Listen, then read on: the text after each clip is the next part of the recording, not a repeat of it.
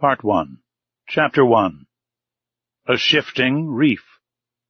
The year 1866 was signalized by a remarkable incident, a mysterious and puzzling phenomenon which doubtless no one has yet forgotten. Not to mention rumors which agitated the maritime population and excited the public mind, even in the interior of continents, seafaring men were particularly excited. Merchants, common sailors, captains of vessels, skippers, both of Europe and America, naval officers of all countries, and governments of several states on the two continents, were deeply interested in the matter. For some time past, vessels had been met by an enormous thing, a long object, spindle-shaped, occasionally phosphorescent, and infinitely larger and more rapid in its movements than a whale.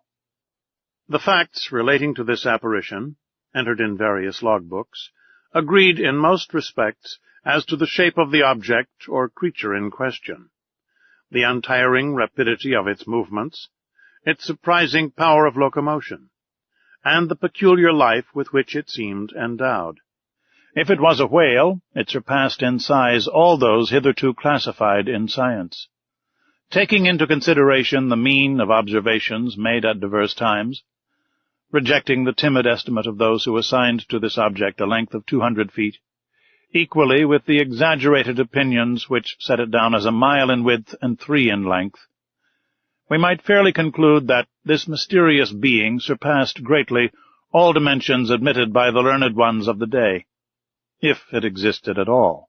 And that it did exist was an undeniable fact, and with that tendency which disposes the human mind in favor of the marvelous, we can understand the excitement produced in the entire world by this supernatural apparition. As to classing it in the list of fables, the idea was out of the question. On the 20th of July, 1866, the steamer Governor Higginson, of the Calcutta and Bernac Steam Navigation Company, had met this moving mass 5 miles off the east coast of Australia. Captain Baker thought at first that he was in the presence of an unknown sandbank. He even prepared to determine its exact position when 2 columns of water, projected by the mysterious object, shot with a hissing noise 150 feet up into the air. Now, unless the sandbank had been submitted to the intermittent eruption of a geyser, the Governor Higginson had to do neither more nor less than with an aquatic mammal, unknown till then, which threw up from its blowholes columns of water mixed with air and vapor. Similar facts were observed on the 23rd of July in the same year, in the Pacific Ocean, by the Columbus of the West India and Pacific Steam Navigation Company. But this extraordinary creature could transport itself from one place to another with surprising velocity, as in an interval of 3 days the Governor Higginson and the Columbus had observed it at 2 different points of the chart, separated by a distance of more than 700 nautical leagues. 15 days later, 2,000 miles farther off, the Helvetia of the Compagnie Nationale and the Shannon of the Royal Mail Steamship Company, sailing to windward in that portion of the Atlantic lying between the United States and Europe, respectively signaled the monster to each other in 42 degrees 15 minutes north latitude and 60 degrees 35 minutes west longitude. In these simultaneous observations, they thought themselves justified in estimating the minimum length of the mammal at more than 350 feet, as the Shannon and Helvetia were of smaller dimensions than it, though they measured 300 feet overall. Now the largest whales, those which frequent those parts of the sea round the Aleutian, Kulamak, and Umgolok Islands, have never exceeded the length of 60 yards, if they attain that. In every place of great resort the monster was the fashion. They sang of it in the cafes, ridiculed it in the papers, and represented it on the stage. All kinds of stories were circulated regarding it. There appeared in the papers caricatures of every gigantic and imaginary creature, from the white whale, the terrible Moby Dick of subarctic regions, to the immense kraken, whose tentacles could entangle a ship of 500 tons and hurry it into the abyss of the ocean. The legends of ancient times were even revived. Then burst forth the unending argument between the believers and the unbelievers in the societies of the wise and the scientific journals. The question of the monster inflamed all minds. Editors of scientific journals, quarreling with believers in the supernatural, spilled seas of ink during this memorable campaign, some even drawing blood. For from the sea serpent they came to direct personalities. During the first months of the year 1867 the question seemed buried, never to revive, when new facts were brought before the public. It was then no longer a scientific problem to be solved, but a real danger seriously to be avoided. The question took quite another shape.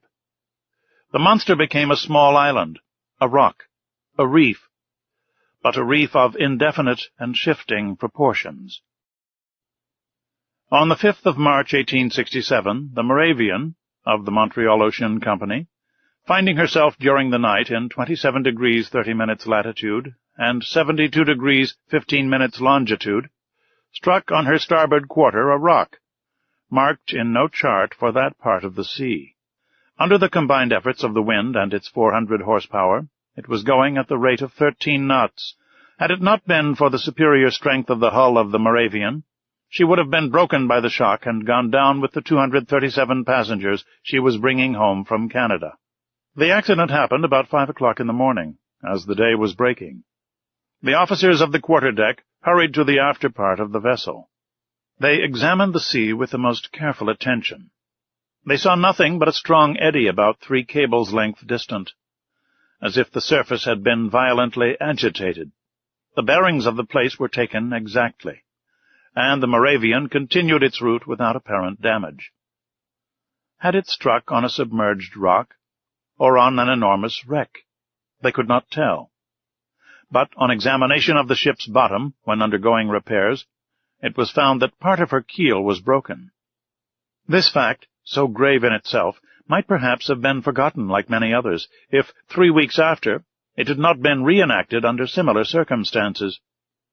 But, thanks to the nationality of the victim of the shock, thanks to the reputation of the company to which the vessel belonged, the circumstance became extensively circulated. The 13th of April, 1867, the sea being beautiful, the breeze favorable, the Scotia, of the Cunard Company's line, found herself in 15 degrees 12 minutes longitude and 45 degrees 37 minutes latitude. She was going at the speed of 13 knots and a half. At 17 minutes past 4 in the afternoon, whilst the passengers were assembled at lunch in the great saloon, a slight shock was felt on the hull of the Scotia, on her quarter, a little aft of the port paddle. The Scotia had not struck, but she had been struck, and seemingly by something rather sharp and penetrating than blunt. The shock had been so slight that no one had been alarmed, had it not been for the shouts of the carpenter's watch, who rushed onto the bridge, exclaiming, "We are sinking! We are sinking!" At first the passengers were much frightened, but Captain Anderson hastened to reassure them. The danger could not be imminent. The Scotia, divided into 7 compartments by strong partitions, could brave with impunity any leak. Captain Anderson went down immediately into the hold. He found that the sea was pouring into the 5th compartment, and the rapidity of the influx proved that the force of the water was considerable. Fortunately, this compartment did not hold the boilers, or the fires would have been immediately extinguished. Captain Anderson ordered the engines to be stopped at once, and one of the men went down to ascertain the extent of the injury. Some minutes afterwards they discovered the existence of a large hole, 2 yards in diameter, in the ship's bottom. Such a leak could not be stopped, and the Scotia, her paddles half submerged, was obliged to continue her course. She was then 300 miles from Cape Clear, and after 3 days' delay, which caused great uneasiness in Liverpool, she entered the basin of the company. The engineers visited the Scotia, which was put in dry dock. They could scarcely believe it possible. At 2 yards and a half below water mark was a regular rent, in the form of an isosceles triangle. The broken place in the iron plates was so perfectly defined that it could not have been more neatly done by a punch. It was clear then that the instrument producing the perforation was not of a common stamp, and after having been driven with prodigious strength, and piercing an iron plate 1 3/8 inches thick, had withdrawn itself by a backward motion. Such was the last fact which resulted in exciting once more the torrent of public opinion. From this moment all unlucky casualties which could not be otherwise accounted for were put down to the monster. Upon this imaginary creature rested the responsibility of all these shipwrecks, which unfortunately were considerable. For of 3,000 ships whose loss was annually recorded at Lloyd's, the number of sailing and steamships supposed to be totally lost from the absence of all news amounted to not less than 200. Now it was the monster who, justly or unjustly, was accused of their disappearance, and, thanks to it, communication between the different continents became more and more dangerous. The public demanded sharply that the seas should at any price be relieved from this formidable cetacean.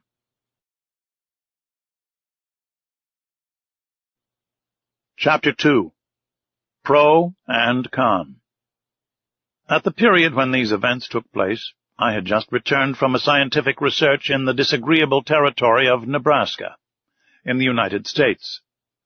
In virtue of my office as assistant professor in the Museum of Natural History in Paris, the French government had attached me to that expedition. After 6 months in Nebraska, I arrived in New York towards the end of March, laden with a precious collection. My departure for France was fixed for the first days in May. Meanwhile, I was occupying myself in classifying my mineralogical, botanical, and zoological riches, when the accident happened to the Scotia. I was perfectly up in the subject, which was the question of the day. How could I be otherwise? I had read and reread all the American and European papers without being any nearer a conclusion. This mystery puzzled me. Under the impossibility of forming an opinion, I jumped from one extreme to the other. That there really was something could not be doubted, and the incredulous were invited to put their finger on the wound of the Scotia. On my arrival at New York, the question was at its height. The theory of the floating island and the unapproachable sandbank, supported by minds little competent to form a judgment, was abandoned. And indeed, unless this shoal had a machine in its stomach, how could it change its position with such astonishing rapidity? From the same cause, the idea of a floating hull of an enormous wreck was given up. There remained then only 2 possible solutions of the question, which created 2 distinct parties. On one side, those who were for a monster of colossal strength.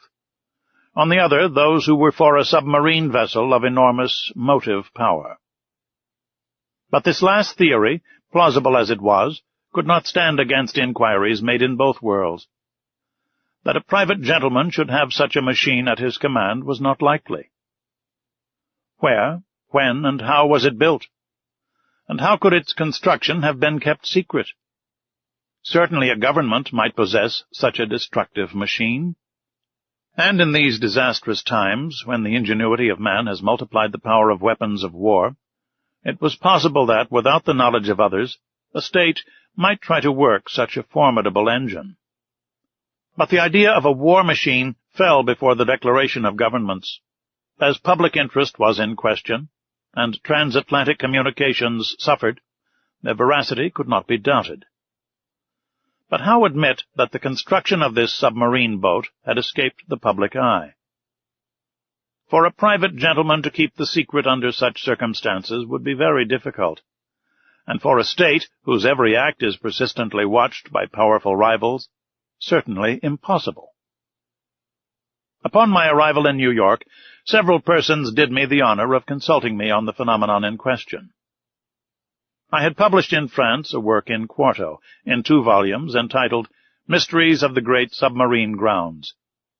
This book, highly approved of in the learned world, gained for me a special reputation in this rather obscure branch of natural history. My advice was asked. As long as I could deny the reality of the fact, I confined myself to a decided negative. But soon, finding myself driven into a corner, I was obliged to explain myself point by point. I discuss the question in all its forms, politically and scientifically, and I give here an extract from a carefully studied article which I published in the number of the 30th of April. It ran as follows. After examining one by one the different theories, rejecting all other suggestions, it becomes necessary to admit the existence of a marine animal of enormous power. The great depths of the ocean are entirely unknown to us. Soundings cannot reach them. What passes in those remote depths, what beings live, or can live, 12 or 15 miles beneath the surface of the waters, what is the organization of these animals, we can scarcely conjecture. However, the solution of the problem submitted to me may modify the form of the dilemma. Either we do know all the varieties of beings which people our planet, or we do not. If we do not know them all, if nature has still secrets in the deeps for us, nothing is more conformable to reason than to admit the existence of fishes, or cetaceans of other kinds, or even of new species, of an organization formed to inhabit the strata inaccessible to soundings, and which an accident of some sort has brought at long intervals to the upper level of the ocean. If, on the contrary, we do know all living kinds, we must necessarily seek for the animal in question amongst those marine beings already classed, and in that case I should be disposed to admit the existence of a gigantic narwhal. The common narwhal, or unicorn of the sea, often attains a length of 60 feet. Increase its size 5-fold or 10-fold, give it strength proportionate to its size, lengthen its destructive weapons, and you obtain the animal required. It will have the proportions determined by the officers of the Shannon, the instrument required by the perforation of the Scotia, and the power necessary to pierce the hull of the steamer. Indeed, the narwhal is armed with a sort of ivory sword, a halberd, according to the expression of certain naturalists. The principal tusk has the hardness of steel. Some of these tusks have been found buried in the bodies of whales, which the unicorn always attacks with success. Others have been drawn out, not without trouble, from the bottoms of ships, which they had pierced through and through, as a gimlet pierces a barrel. The Museum of the Faculty of Medicine of Paris possesses one of these defensive weapons, 2 yards and a quarter in length, and 15 inches in diameter at the base. Very well. Suppose this weapon to be 6 times stronger and the animal 10 times more powerful. Launch it at the rate of 20 miles an hour, and you obtain a shock capable of producing the catastrophe required.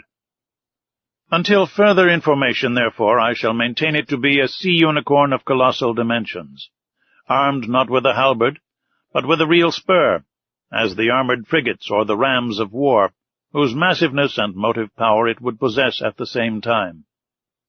Thus may this puzzling phenomenon be explained, unless there be something over and above all that one has ever conjectured, seen, perceived, or experienced, which is just within the bounds of possibility.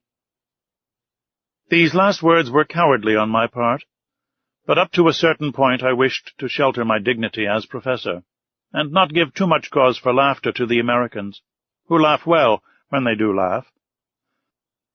I reserved for myself a way of escape. In effect, however, I admitted the existence of the monster.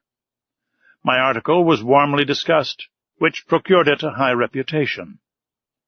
It rallied round it a certain number of partisans. The solution it proposed gave, at least, full liberty to the imagination. The human mind delights in grand conceptions of supernatural beings, and the sea is precisely their best vehicle, the only medium through which these giants, against which terrestrial animals, such as elephants or rhinoceroses, are as nothing, can be produced or developed. The industrial and commercial papers treated the question chiefly from this point of view.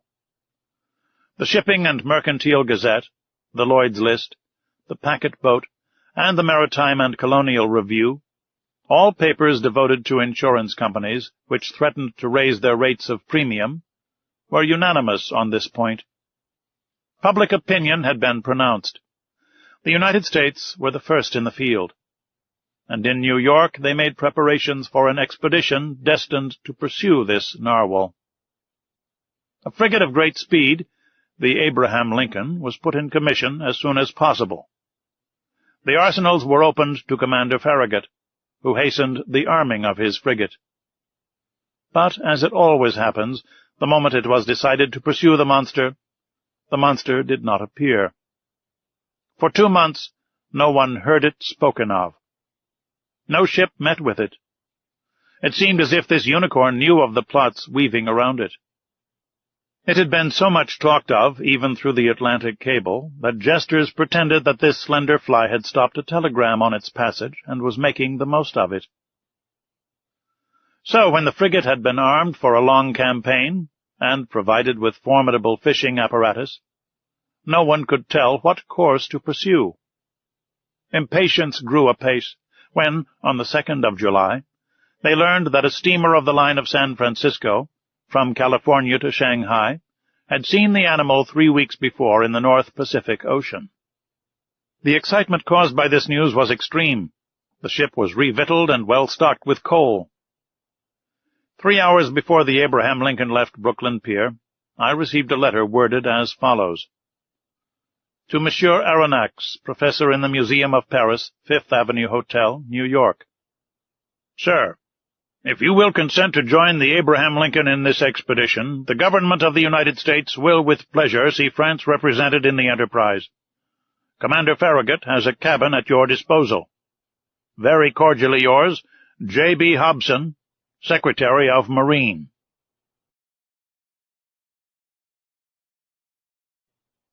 Chapter 3. I form my resolution. 3 seconds before the arrival of J.B. Hobson's letter, I no more thought of pursuing the unicorn than of attempting the passage of the North Sea. 3 seconds after reading the letter of the Honorable Secretary of Marine, I felt that my true vocation, the sole end of my life, was to chase this disturbing monster and purge it from the world. But I had just returned from a fatiguing journey, weary and longing for repose. I aspired to nothing more than again seeing my country, my friends, my little lodgings by the Jardin des Plantes, my dear and precious collections. But nothing could keep me back. I forgot all, fatigue, friends, and collections, and accepted without hesitation the offer of the American government. Besides, thought I, all roads lead back to Europe, and the unicorn may be amiable enough to hurry me towards the coast of France. This worthy animal may allow itself to be caught in the seas of Europe, for my particular benefit, and I will not bring back less than half a yard of his ivory halberd to the Museum of Natural History. But in the meanwhile I must seek this narwhal in the North Pacific Ocean, which, to return to France, was taking the road to the Antipodes. Conseil! I called in an impatient voice. Conseil was my servant, a true, devoted Flemish boy, who had accompanied me in all my travels. I liked him, and he returned the liking well. He was quiet by nature, regular from principle, zealous from habit, evincing little disturbance at the different surprises of life, very quick with his hands, and apt at any service required of him, and, despite his name, never giving advice, even when asked for it. Conseil had followed me for the last 10 years wherever science led. Never once did he complain of the length or fatigue of a journey, never make an objection to pack his portmanteau for whatever country it might be, or however far away, whether China or Congo. Besides all this, he had good health, which defied all sickness, and solid muscles, but no nerves.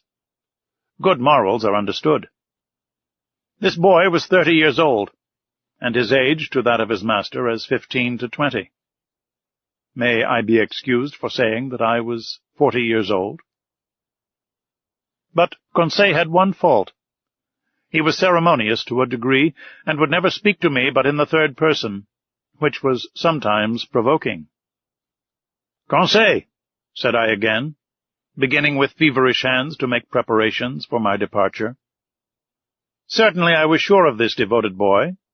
As a rule, I never asked him if it were convenient for him or not to follow me in my travels. But this time the expedition in question might be prolonged, and the enterprise might be hazardous in pursuit of an animal capable of sinking a frigate as easily as a nutshell. Here there was matter for reflection, even to the most impassive man in the world. What would Conseil say? "Conseil!" I called a third time. Conseil appeared. "Did you call, sir?" said he, entering. "Yes, my boy. Make preparations for me and yourself, too. We leave in 2 hours. "As you please, sir," replied Conseil quietly. "Not an instant to lose. Lock in my trunk all traveling utensils, coats, shirts, and stockings, without counting, as many as you can, and make haste." "And your collection, sir?" observed Conseil. "They will keep them at the hotel." "We are not returning to Paris, then?" said Conseil. "Oh, certainly," I answered evasively, "by making a curve."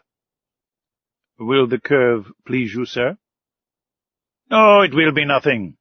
Not quite so direct a road, that is all. We take our passage in the Abraham Lincoln." "As you think proper, sir," coolly replied Conseil. "You see, my friend, it has to do with the monster, the famous narwhal. We are going to purge it from the seas. A glorious mission, but a dangerous one. We cannot tell where we may go. These animals can be very capricious. But we will go whether or no. We have got a captain who is pretty wide awake." Our luggage was transported to the deck of the frigate immediately. I hastened on board and asked for Commander Farragut. One of the sailors conducted me to the poop, where I found myself in the presence of a good-looking officer, who held out his hand to me. "Monsieur Pierre Aronnax?" said he. "Himself," replied I. "Commander Farragut?" "You are welcome, Professor. Your cabin is ready for you." I bowed and desired to be conducted to the cabin destined for me. The Abraham Lincoln had been well chosen and equipped for her new destination. She was a frigate of great speed, fitted with high-pressure engines which admitted a pressure of 7 atmospheres. Under this, the Abraham Lincoln attained the mean speed of nearly 18 knots and a third an hour. A considerable speed, but, nevertheless, insufficient to grapple with this gigantic cetacean. The interior arrangements of the frigate corresponded to its nautical qualities. I was well satisfied with my cabin, which was in the after part, opening upon the gun-room. "We shall be well off here," said I to Conseil. "As well, by your honour's leave, as a hermit crab in the shell of a whelk," said Conseil. I left Conseil to stow our trunks conveniently away, and remounted the poop in order to survey the preparations for departure. At that moment Commander Farragut was ordering the last moorings to be cast loose, which held the Abraham Lincoln to the pier of Brooklyn. So in a quarter of an hour, perhaps less, the frigate would have sailed without me.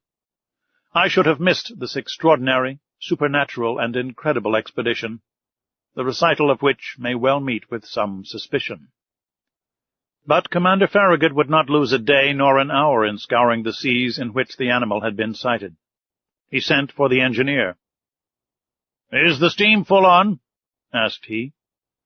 "Yes, sir," replied the engineer. "Go ahead," cried Commander Farragut.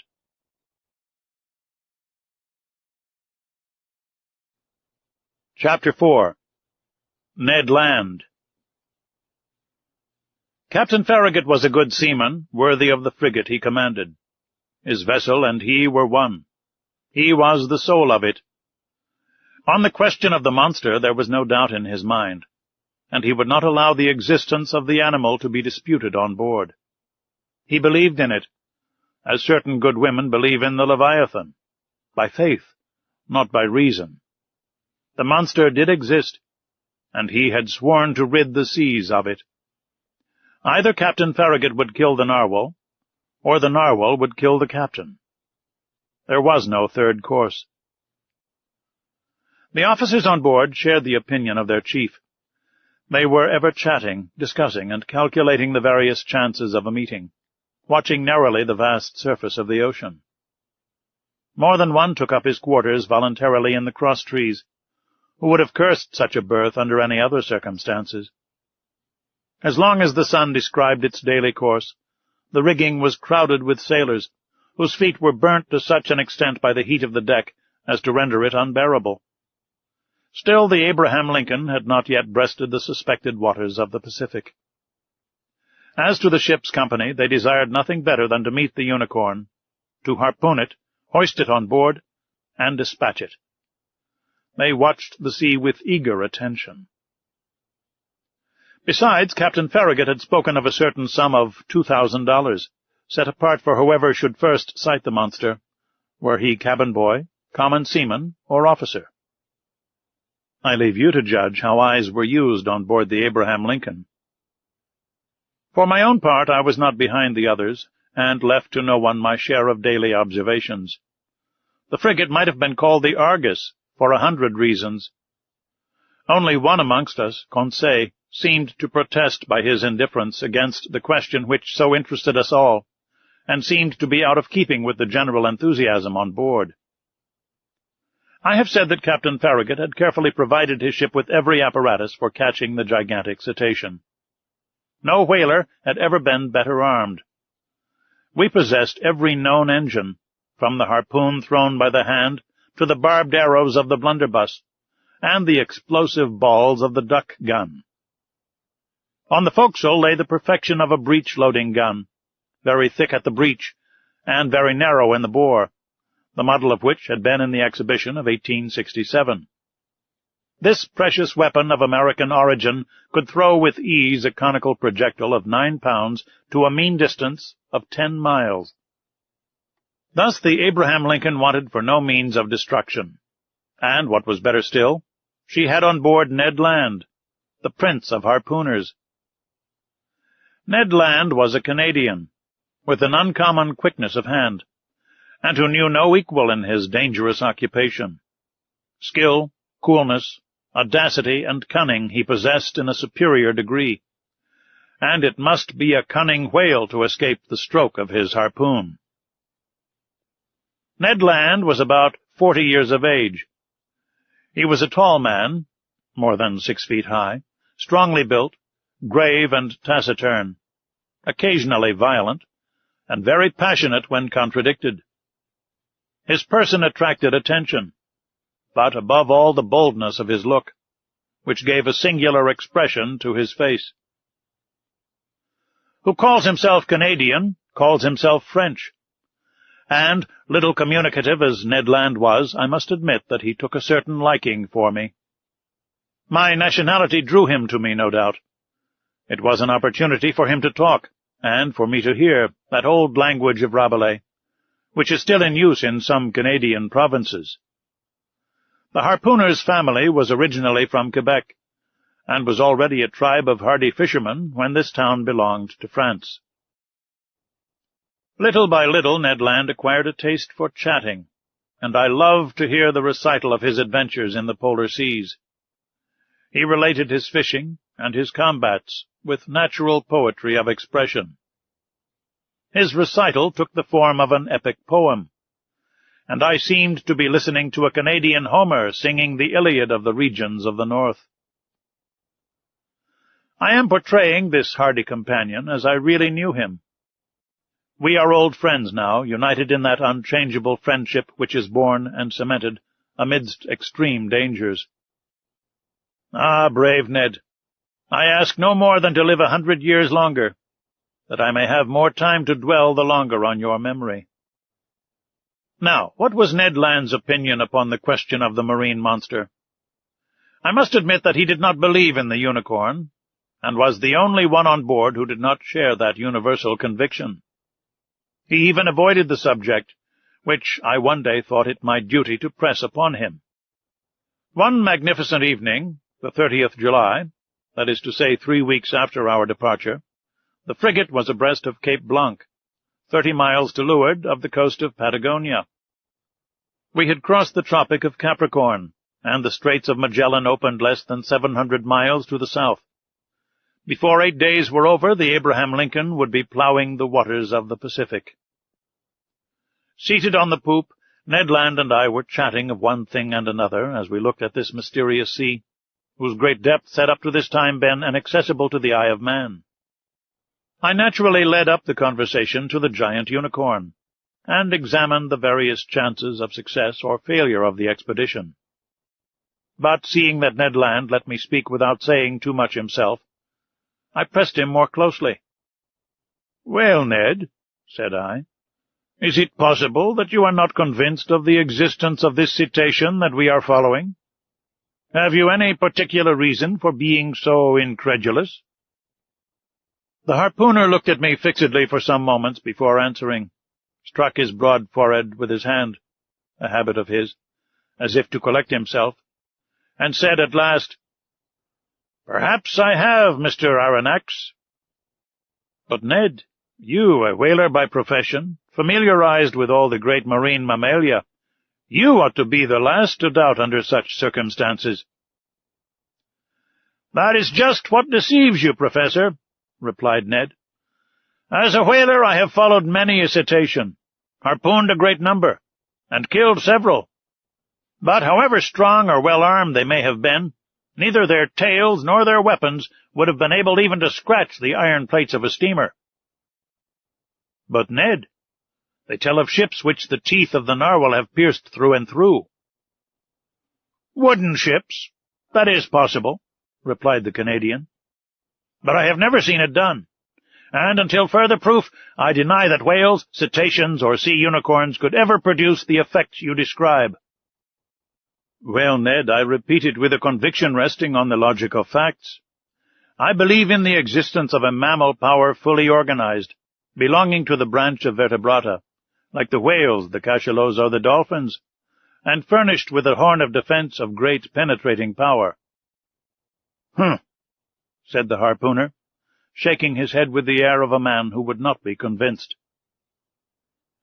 "Notice one thing, my worthy Canadian," I resumed. "If such an animal is in existence, if it inhabits the depths of the ocean, if it frequents the strata lying miles below the surface of the water, it must necessarily possess an organization the strength of which would defy all comparison." "And why this powerful organization?" demanded Ned. "Because it requires incalculable strength to keep one's self in these strata and resist their pressure. Listen to me. Let us admit that the pressure of the atmosphere is represented by the weight of a column of water 32 feet high. In reality, the column of water would be shorter, as we are speaking of sea water, the density of which is greater than that of fresh water. Very well. When you dive, Ned, as many times 32 feet of water as there are above you, so many times does your body bear a pressure equal to that of the atmosphere. That is to say, 15 pounds for each square inch of its surface.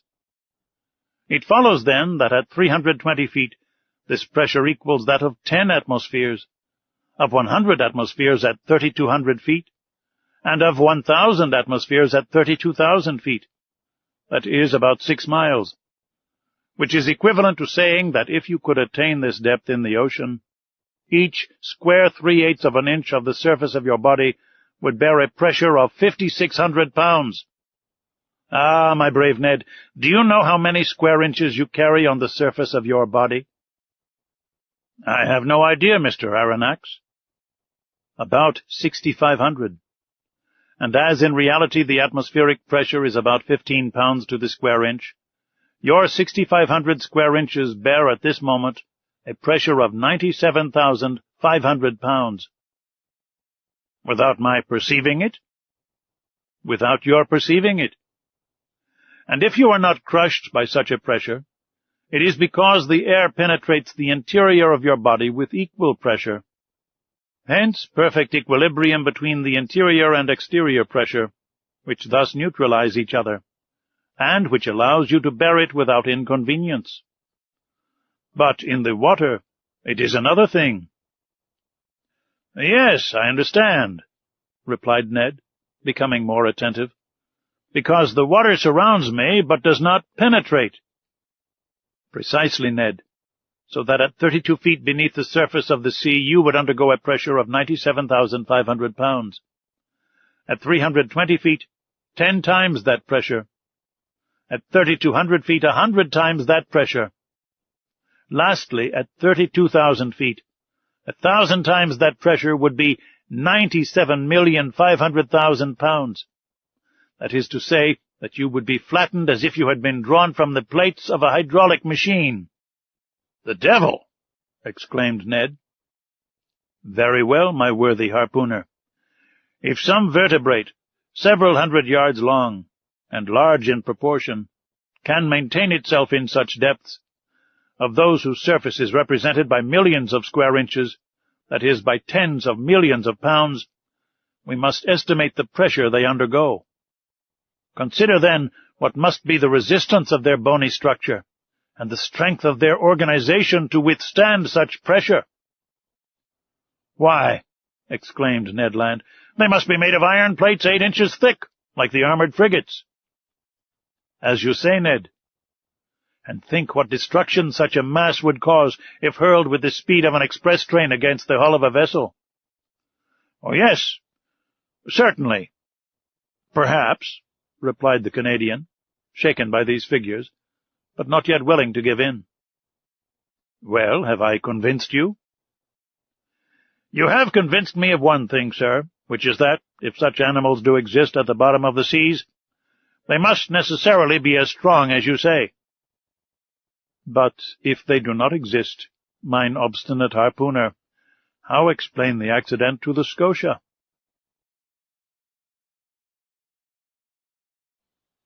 Chapter 5. At a Venture. The voyage of the Abraham Lincoln was for a long time marked by no special incident.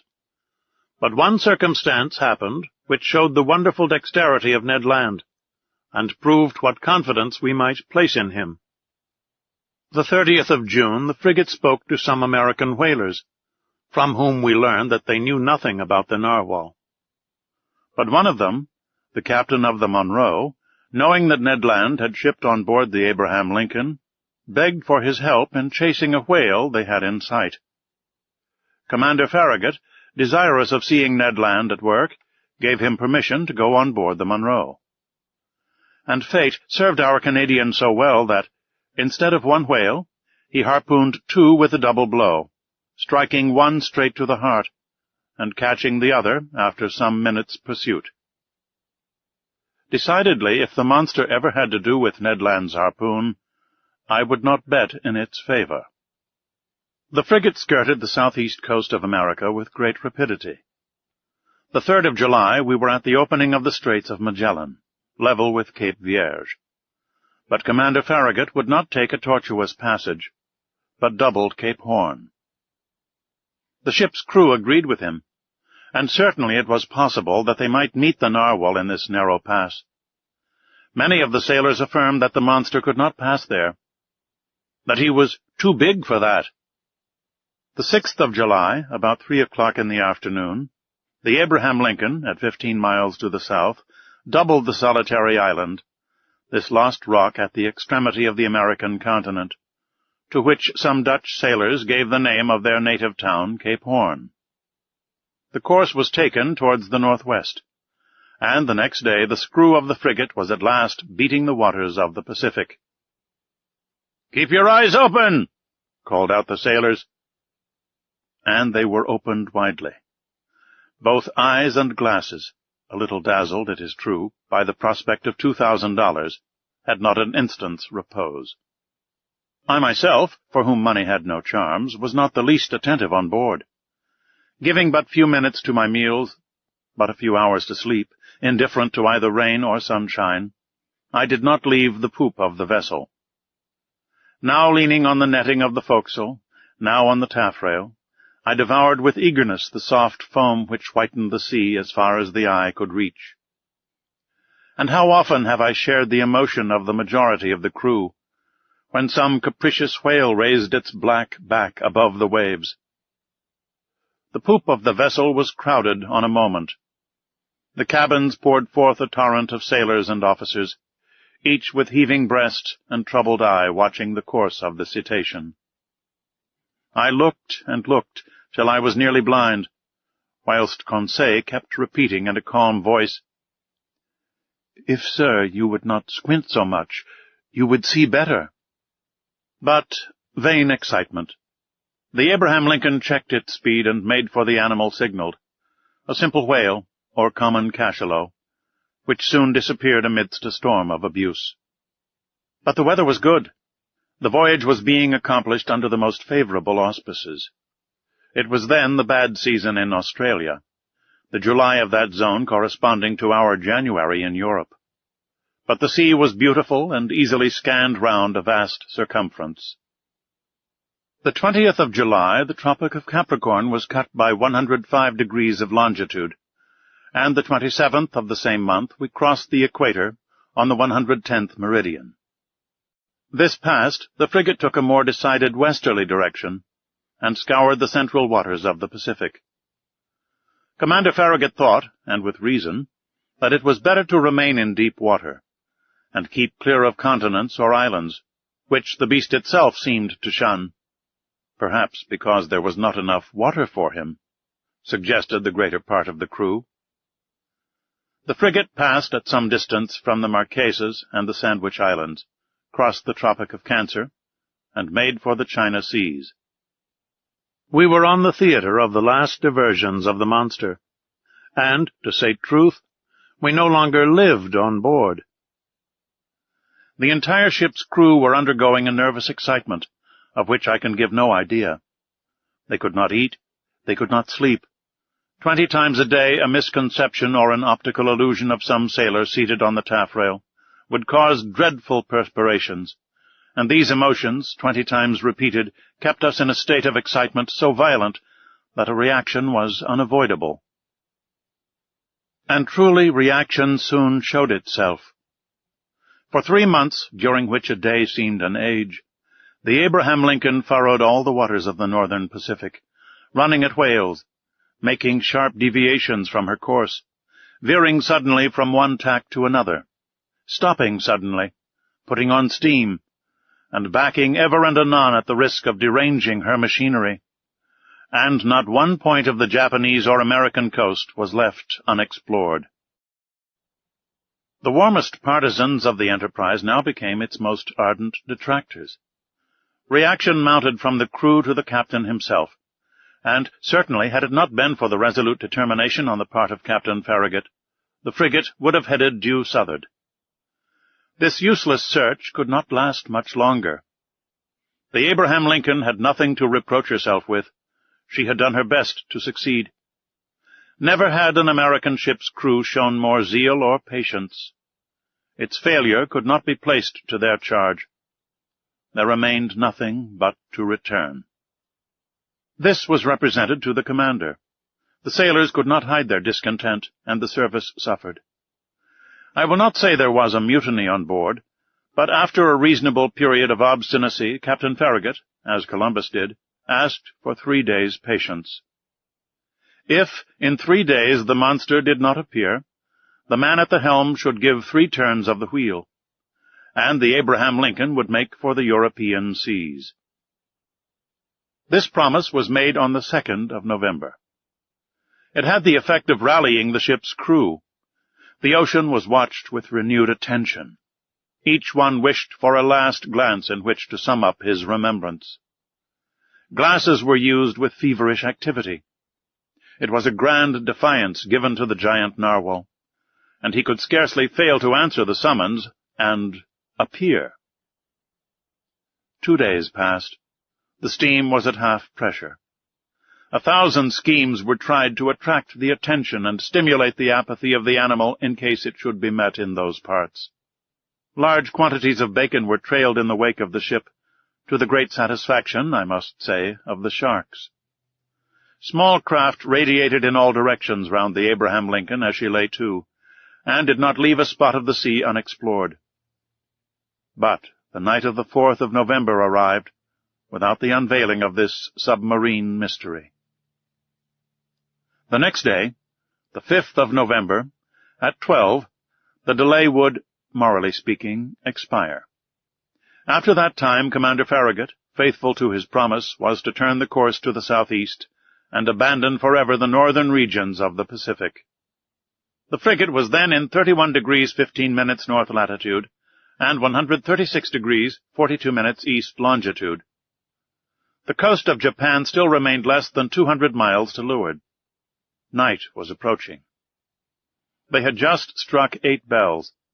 Large clouds veiled the face of the moon, then in its first quarter.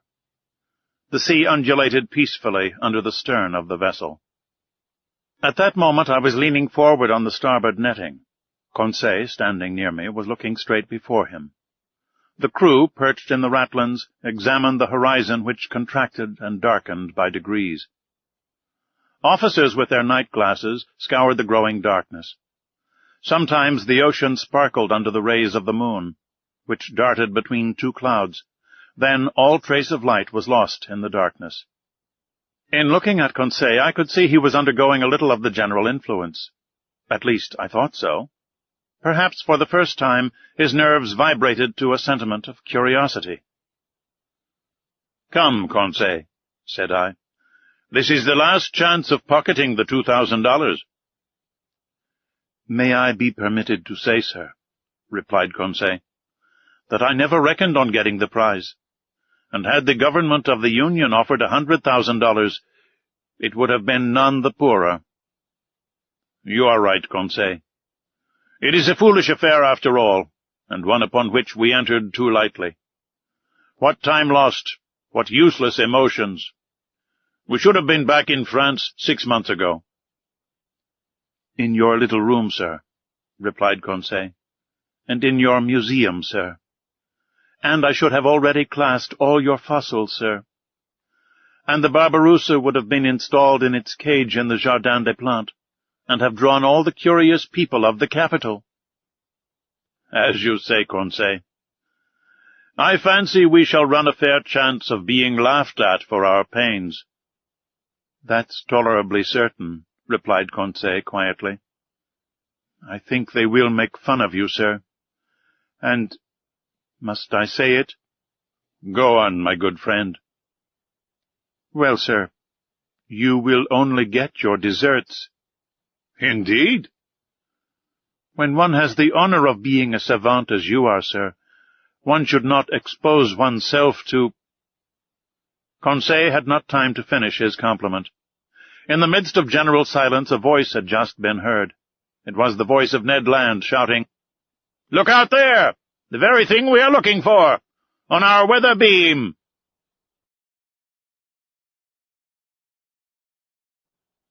Chapter 6. At Full Steam. At this cry the whole ship's crew hurried towards the harpooner. Commander, officers, masters, sailors, cabin boys. Even the engineers left their engines, and the stokers their furnaces. The order to stop her had been given, and the frigate now simply went on by her own momentum. The darkness was then profound, and however good the Canadian's eyes were, I asked myself how he had managed to see, and what he had been able to see. My heart beat as if it would break, but Ned Land was not mistaken, and we all perceived the object he pointed to. At 2 cables' length from the Abraham Lincoln on the starboard quarter, the sea seemed to be illuminated all over. It was not a mere phosphoric phenomenon. The monster emerged some fathoms from the water, and then threw out that very intense but mysterious light mentioned in the report of several captains. This magnificent irradiation must have been produced by an agent of great shining power. The luminous part traced on the sea an immense oval, much elongated, the center of which condensed a burning heat, whose overpowering brilliancy died out by successive gradations. "It is only a massing of phosphoric particles," cried one of the officers. "No, sir, certainly not," I replied. "That brightness is of an essentially electrical nature. Besides, see, it moves. It is moving forwards, backwards. It is darting towards us." A general cry arose from the frigate. "Silence!" said the captain. "Up with the helm! Reverse the engines!" The steam was shut off, and the Abraham Lincoln, beating to port, described a semicircle. "Right the helm! Go ahead!" cried the captain. These orders were executed, and the frigate moved rapidly from the burning light. I was mistaken. She tried to sheer off, but the supernatural animal approached with a velocity double her own. We gasped for breath. Stupefaction more than fear made us dumb and motionless. The animal gained on us, sporting with the waves. It made the round of the frigate, which was then making 14 knots, and enveloped it with its electric rings like luminous dust. Then it moved away 2 or 3 miles, leaving a phosphorescent track, like those volumes of steam that the express trains leave behind. All at once, from the dark line of the horizon whither it retired to gain its momentum, the monster rushed suddenly towards the Abraham Lincoln with alarming rapidity, stopped suddenly about 20 feet from the hull, and died out, not diving under the water, for its brilliancy did not abate, but suddenly, and as if the source of this brilliant emanation was exhausted. Then it reappeared on the other side of the vessel, as if it had turned and slid under the hull. Any moment a collision might have occurred which would have been fatal to us. However, I was astonished at the maneuvers of the frigate. She fled, and did not attack. On the captain's face, generally so impassive, was an expression of unaccountable astonishment. "Mr. Aronnax," he said, "I do not know with what formidable being I have to deal, and I will not imprudently risk my frigate in the midst of this darkness. Besides, how attack this unknown thing? How defend oneself from it? Wait for daylight, and the scene will change." "You have no further doubt, Captain, of the nature of the animal?" "No, sir. It is evidently a gigantic narwhal, and an electric one." "Perhaps," added I, "one can only approach it with a torpedo." "Undoubtedly," replied the captain. "If it possesses such dreadful power, it is the most terrible animal that ever was created. That is why, sir, I must be on my guard." The crew were on their feet all night. No one thought of sleep. The Abraham Lincoln, not being able to struggle with such velocity, had moderated its pace, and sailed at half speed. For its part, the narwhal, imitating the frigate, let the waves rock it at will, and seemed decided not to leave the scene of the struggle. Towards midnight, however, it disappeared, or, to use a more appropriate term, it died out like a large glowworm. Had it fled? One could only fear, not hope it. But at 7 minutes to 1 o'clock in the morning, a deafening whistling was heard, like that produced by a body of water rushing with great violence.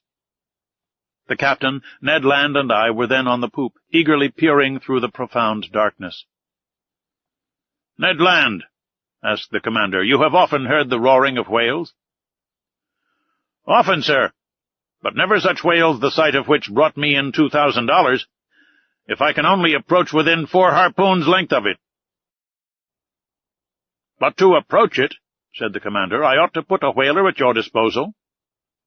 "Certainly, sir." "That will be trifling with the lives of my men." "And mine, too," simply said the harpooner. Towards 2 o'clock in the morning the burning light reappeared, not less intense, about 5 miles to windward of the Abraham Lincoln. Notwithstanding the distance, and the noise of the wind and sea, one heard distinctly the loud strokes of the animal's tail, and even its panting breath. It seemed that, at the moment that the enormous narwhal had come to take breath at the surface of the water, the air was engulfed in its lungs, like the steam in the vast cylinders of a machine of 2,000 horsepower. Thought I, a whale with the strength of a cavalry regiment would be a pretty whale. We were on the qui-vive till daylight, and prepared for the combat. The fishing implements were laid along the hammock nettings. The second lieutenant loaded the blunderbusses, which could throw harpoons to the distance of a mile, and long duck guns, with explosive bullets which inflicted mortal wounds even to the most terrible animals. Ned Land contented himself with sharpening his harpoon, a terrible weapon in his hands. At 6 o'clock day began to break, and with the first glimmer of light the electric light of the narwhal disappeared. At 7 o'clock the day was sufficiently advanced, but a very thick sea fog obscured our view, and the best spy-glasses could not pierce it. That caused disappointment and anger. I climbed the mizzenmast. Some officers were already perched on the mastheads. At 8 o'clock the fog lay heavily on the waves, and its thick scrolls rose little by little. The horizon grew wider and clearer at the same time. Suddenly, just as on the day before, Ned Land's voice was heard. "The thing itself on the port quarter!" cried the harpooner. Every eye was turned towards the point indicated. There, a mile and a half from the frigate, a long blackish body emerged a yard above the waves. Its tail, violently agitated, produced a considerable eddy. Never did a tail beat the sea with such violence. An immense track of dazzling whiteness marked the passage of the animal, and described a long curve. The frigate approached the cetacean. I examined it thoroughly. The reports of the Shannon and of the Helvetia had rather exaggerated its size, and I estimated its length at only 250 feet. As to its dimensions, I could only conjecture them to be admirably proportioned. While I watched this phenomenon, 2 jets of steam and water were ejected from its vents, and rose to the height of 120 feet. Thus I ascertained its way of breathing. I concluded definitely that it belonged to the vertebrate branch, class Mammalia. The crew waited impatiently for their chief's orders. The latter, after having observed the animal attentively, called the engineer. The engineer ran to him. "Sir," said the commander, "you have steam up?" "Yes, sir," answered the engineer. "Well, make up your fires and put on all steam." 3 hurrahs greeted this order. The time for the struggle had arrived. Some moments after, the 2 funnels of the frigate vomited torrents of black smoke, and the bridge quaked under the trembling of the boilers. The Abraham Lincoln, propelled by her wonderful screw, went straight at the animal. The latter allowed it to come within half a cable's length. Then, as if disdaining to dive, it took a little turn, and stopped a short distance off. This pursuit lasted nearly 3/4 of an hour, without the frigate gaining 2 yards on the cetacean. It was quite evident that, at that rate, we should never come up with it. "Well, Mr. Land," asked the captain, "do you advise me to put the boats out to sea?" "No, sir," replied Ned Land, "because we shall not take that beast easily." "What shall we do, then?" "Put on more steam if you can, sir. With your leave, I mean to post myself under the bowsprit, and if we get within harpooning distance, I shall throw my harpoon." "Go, Ned," said the captain. "Engineer, put on more pressure." Ned Land went to his post. The fires were increased. The screw revolved 43 times a minute, and the steam poured out of the valves. We heaved the log and calculated that the Abraham Lincoln was going at the rate of 18½ miles an hour. But the accursed animal swam at the same speed. For a whole hour the frigate kept up this pace without gaining 6 feet. It was humiliating for one of the swiftest sailors in the American Navy. A stubborn anger seized the crew. The sailors abused the monster, who, as before, disdained to answer them. The captain no longer contented himself with twisting his beard. He gnawed it. The engineer was called again. "You have turned full steam on?" "Yes, sir," replied the engineer. The speed of the Abraham Lincoln increased. Its masts trembled down to their stepping holes, and the clouds of smoke could hardly find their way out of the narrow funnels. They heaved the log a second time. "Well?" asked the captain of the man at the wheel. 19 miles and 3/10, sir." Clap on more steam." The engineer obeyed. The manometer showed 10 degrees. But the cetacean grew warm itself, no doubt, for without straining itself, it made 19 3/10 miles. What a pursuit! No, I cannot describe the emotion that vibrated through me. Ned Land kept his post, harpoon in hand. Several times the animal let us gain upon it. "We shall catch it! We shall catch it!" cried the Canadian. But just as he was going to strike, the cetacean stole away with a rapidity that could not be estimated at less than 30 miles an hour. And even during our maximum of speed it bullied the frigate, going round and round it. A cry of fury broke from everyone. At noon we were no further advanced than at 8 o'clock in the morning. The captain then decided to take more direct means.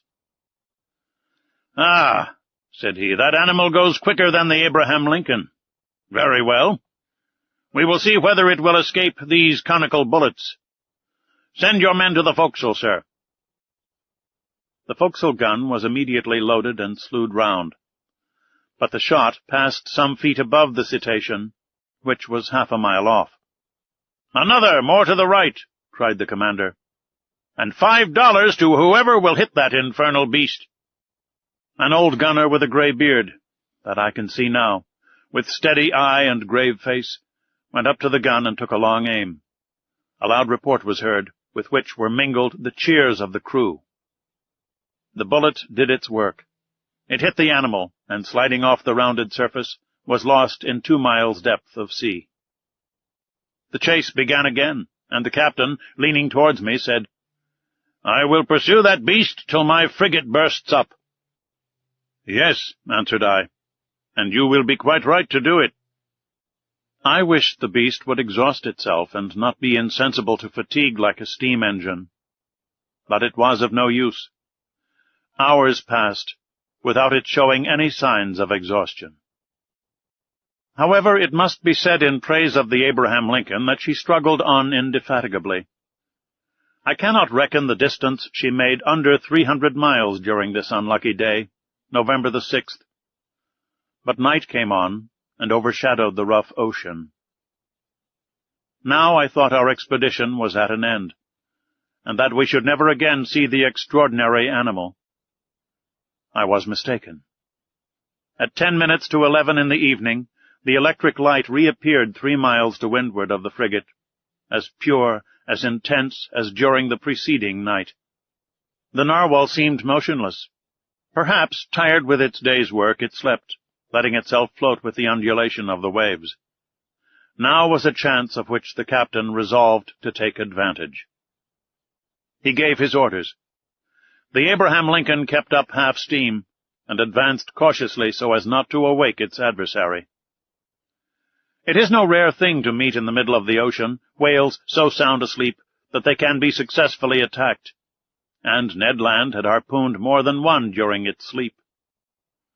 The Canadian went to take his place again under the bowsprit. The frigate approached noiselessly, stopped at 2 cables' lengths from the animal, and following its track. No one breathed. A deep silence reigned on the bridge. We were not 100 feet from the burning focus, the light of which increased and dazzled our eyes. At this moment, leaning on the forecastle bulwark, I saw below me Ned Land grappling the martingale in one hand, brandishing his terrible harpoon in the other, scarcely 20 feet from the motionless animal. Suddenly his arm straightened, and the harpoon was thrown. I heard the sonorous stroke of the weapon, which seemed to have struck a hard body. The electric light went out suddenly, and 2 enormous waterspouts broke over the bridge of the frigate, rushing like a torrent from stem to stern, overthrowing men and breaking the lashings of the spars. A fearful shock followed, and, thrown over the rail without having time to stop myself, I fell into the sea. Chapter 7. An Unknown Species of Whale. This unexpected fall so stunned me that I have no clear recollection of my sensations at the time. I was at first drawn down to a depth of about 20 feet.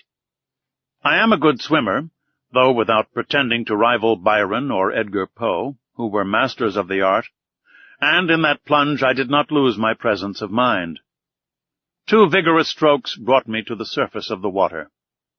My first care was to look for the frigate. Had the crew seen me disappear? Had the Abraham Lincoln veered round? Would the captain put out a boat? Might I hope to be saved? The darkness was intense. I caught a glimpse of a black mass disappearing in the east, its beacon lights dying out in the distance. It was the frigate. I was lost. "Help! Help!" I shouted, swimming towards the Abraham Lincoln in desperation. My clothes encumbered me. They seemed glued to my body and paralyzed my movements. I was sinking. I was suffocating. "Help!" This was my last cry. My mouth filled with water. I struggled against being drawn down the abyss. Suddenly my clothes were seized by a strong hand, and I felt myself quickly drawn up to the surface of the sea. And I heard these words pronounced in my ear. "If master would be so good as to lean on my shoulder, master would swim with much greater ease." I seized with one hand my faithful Conseil's arm. "Is it you?" said I. "You?" "Myself," answered Conseil, "and waiting master's orders." "That shock threw you as well as me into the sea?" "No, but being in my master's service, I followed him." The worthy fellow thought that was but natural. "And the frigate?" I asked. "The frigate?" replied Conseil, turning on his back. "I think that master had better not count too much on her." "You think so?" "I say that, at the time I threw myself into the sea, I heard the men at the wheel say, 'The screw and the rudder are broken.'" "Broken?" "Yes, broken by the monster's teeth. It is the only injury the Abraham Lincoln has sustained. But it is a bad lookout for us. She no longer answers her helm." "Then we are lost." "Perhaps so," calmly answered Conseil. "However, we still have several hours before us, and one can do a great deal in some hours."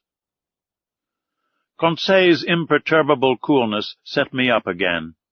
I swam more vigorously, but, cramped by my clothes, which stuck to me like a leaden weight, I felt great difficulty in bearing up.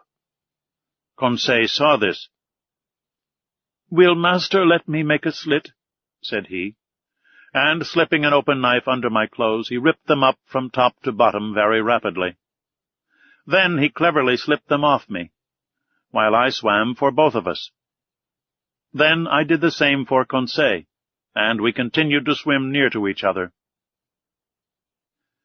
Nevertheless, our situation was no less terrible. Perhaps our disappearance had not been noticed, and if it had been, the frigate could not tack, being without its helm. Conseil argued on this supposition, and laid his plans accordingly. This quiet boy was perfectly self-possessed. We then decided that, as our only chance of safety was being picked up by the Abraham Lincoln's boats, we ought to manage so as to wait for them as long as possible. I resolved then to husband our strength, so that both should not be exhausted at the same time. And this is how we managed. While one of us lay on our back, quite still, with arms crossed and legs stretched out, the other would swim and push the other on in front. This towing business did not last more than 10 minutes each, and relieving each other thus, we could swim on for some hours, perhaps till daybreak. Poor chance! But hope is so firmly rooted in the heart of man. Moreover, there were 2 of us. Indeed, I declare, though it may seem improbable, if I sought to destroy all hope, if I wished to despair, I could not. The collision of the frigate with the cetacean had occurred about 11 o'clock in the evening before. I reckoned then we should have 8 hours to swim before sunrise, an operation quite practicable if we relieved each other. The sea, very calm, was in our favor. Sometimes I tried to pierce the intense darkness that was only dispelled by the phosphorescence caused by our movements.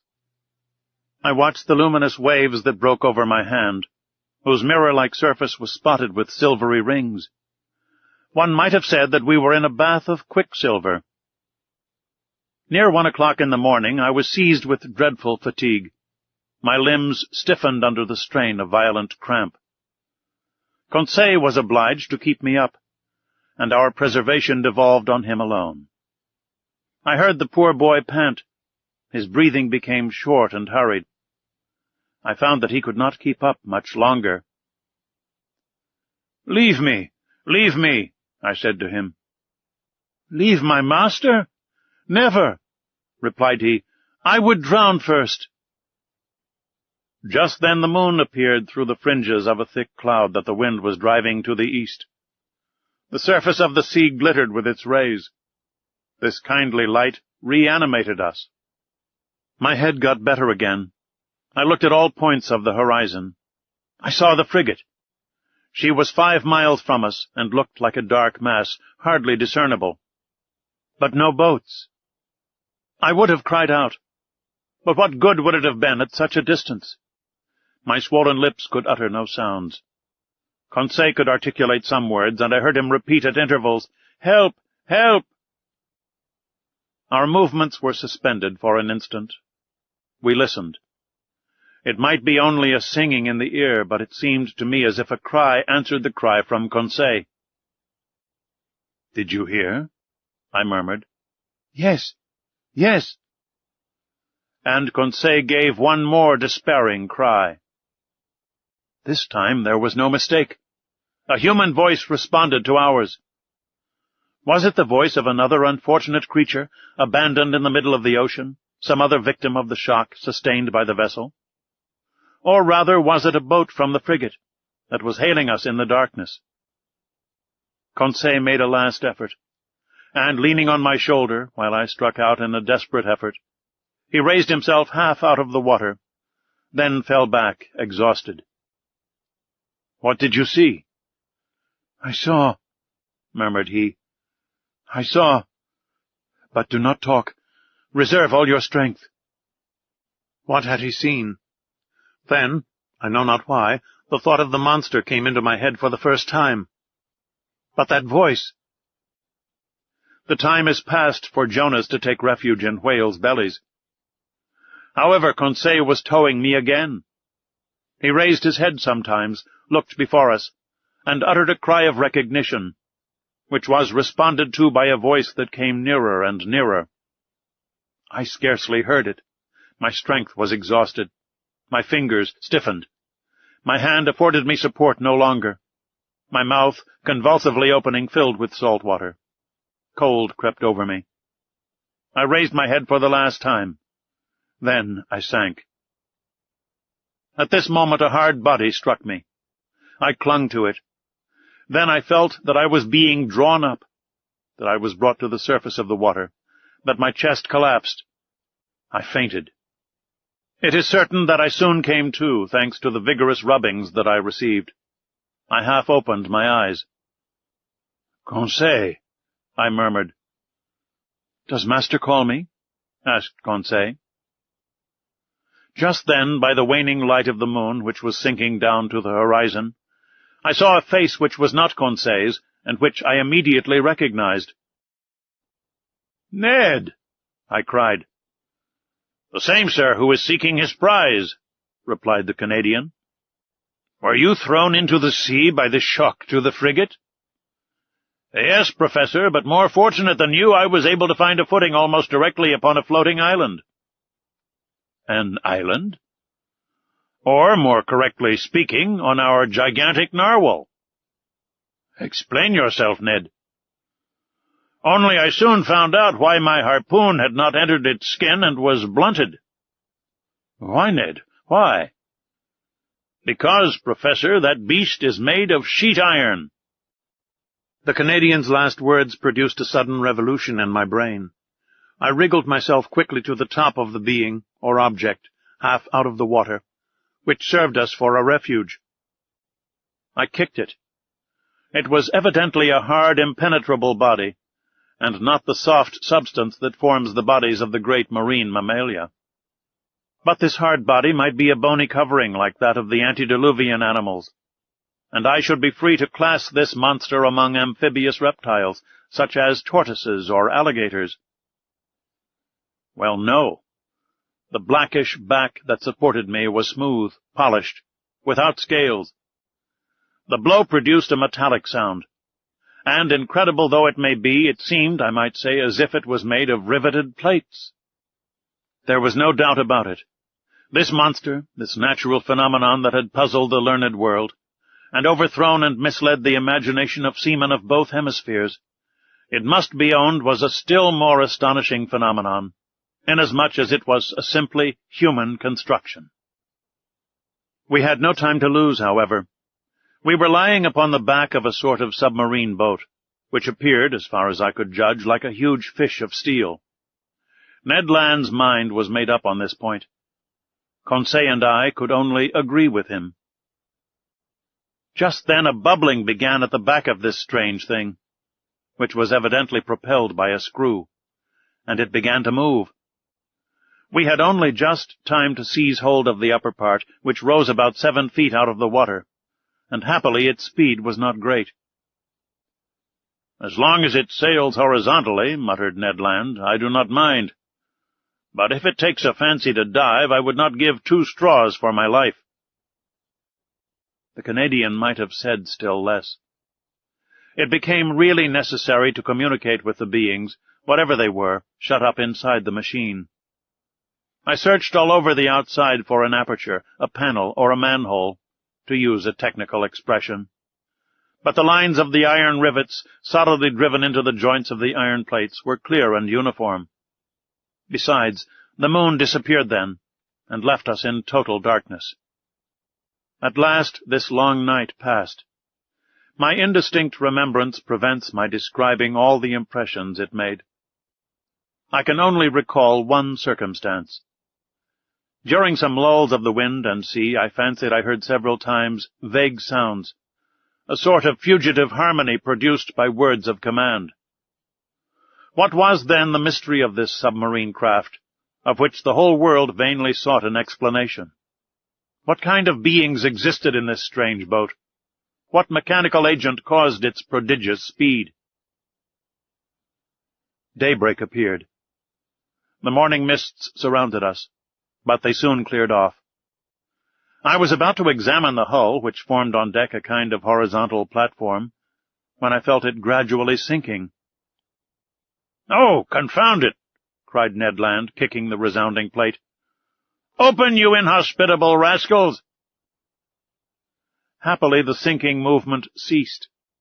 Suddenly a noise, like ironworks violently pushed aside, came from the interior of the boat. One iron plate was moved. A man appeared, uttered an odd cry, and disappeared immediately. Some moments after, 8 strong men, with masked faces, appeared noiselessly, and drew us down into their formidable machine.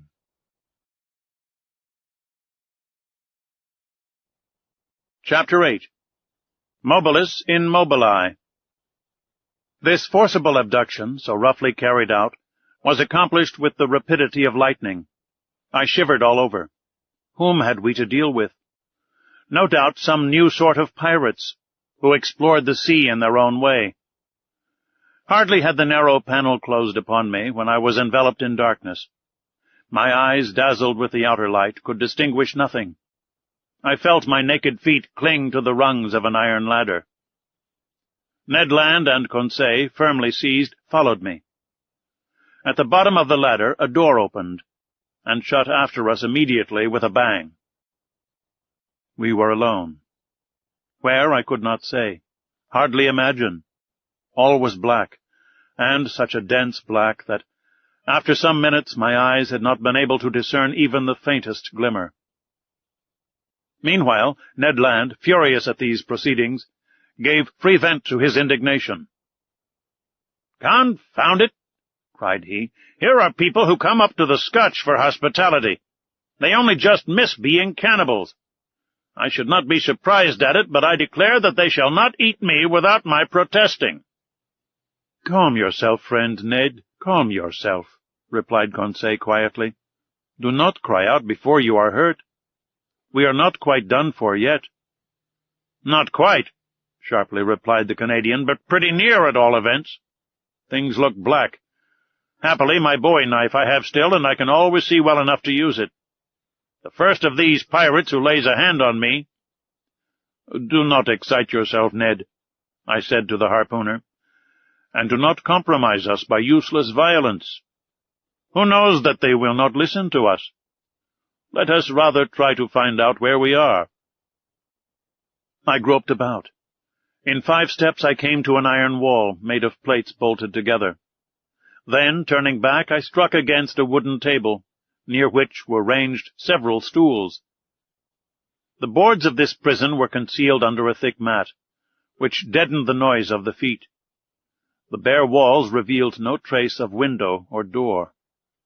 Conseil, going round the reverse way, met me, and we went back to the middle of the cabin, which measured about 20 feet by 10. As to its height, Ned Land, in spite of his own great height, could not measure it. Half an hour had already passed without our situation being bettered, when the dense darkness suddenly gave way to extreme light. Our prison was suddenly lighted. That is to say, it became filled with a luminous matter, so strong that I could not bear it at first. In its whiteness and intensity I recognized that electric light which played round the submarine boat like a magnificent phenomenon of phosphorescence. After shutting my eyes involuntarily, I opened them, and saw that this luminous agent came from a half-globe, unpolished, placed in the roof of the cabin. "At last one can see," cried Ned Land, who, knife in hand, stood on the defensive. "Yes," said I, "but we are still in the dark about ourselves." "Let master have patience," said the imperturbable Conseil. The sudden lighting of the cabin enabled me to examine it minutely. It only contained a table and 5 stools. The invisible door might be hermetically sealed. No noise was heard. All seemed dead in the interior of this boat. Did it move? Did it float on the surface of the ocean? Or did it dive into its depths? I could not guess. A noise of bolts was now heard. The door opened, and 2 men appeared. One was short, very muscular, broad-shouldered, with robust limbs, strong head, an abundance of black hair, thick moustache, a quick, penetrating look, and the vivacity which characterizes the population of southern France. The second stranger merits a more detailed description. I made out his prevailing qualities directly. Self-confidence, because his head was well set on his shoulders, and his black eyes looked around with cold assurance. Calmness, for his skin, rather pale, showed his coolness of blood. Energy, evinced by the rapid contraction of his lofty brows. And courage, because his deep breathing denoted great power of lungs. Whether this person was 35 or 50 years of age, I could not say. He was tall, had a large forehead, straight nose, a clearly cut mouth, beautiful teeth, with fine taper hands, indicative of a highly nervous temperament. This man was certainly the most admirable specimen I had ever met. One particular feature was his eyes, rather far from each other, and which could take in nearly a quarter of the horizon at once. This faculty, I verified it later, gave him a range of vision far superior to Ned Land's. When this stranger fixed upon an object, his eyebrows met. His large eyelids closed around so as to contract the range of his vision, and he looked as if he magnified the objects lessened by distance, as if he pierced those sheets of water so opaque to our eyes, and as if he read the very depths of the seas. The 2 strangers, with caps made from the fur of the sea otter, and shod with sea boots of seal's skin, were dressed in clothes of a particular texture, which allowed free movement of the limbs. The taller of the 2, evidently the chief on board, examined us with great attention, without saying a word. then, turning to his companion, talked with him in an unknown tongue. It was a sonorous, harmonious, and flexible dialect, the vowels seeming to admit of very varied accentuation. The other replied by a shake of the head, and added 2 or 3 perfectly incomprehensible words. Then he seemed to question me by a look. I replied, in good French, that I did not know his language, but he seemed not to understand me, and my situation became more embarrassing. "If master were to tell our story," said Conseil, "perhaps these gentlemen may understand some words." I began to tell our adventures, articulating each syllable clearly, and without omitting one single detail. I announced our names and rank, introducing in person Professor Aronnax, his servant Conseil, and Master Ned Land, the harpooner. The man with the soft, calm eyes listened to me quietly, even politely, and with extreme attention. But nothing in his countenance indicated that he had understood my story. When I finished, he said not a word. There remained one resource, to speak English. Perhaps they would know this almost universal language.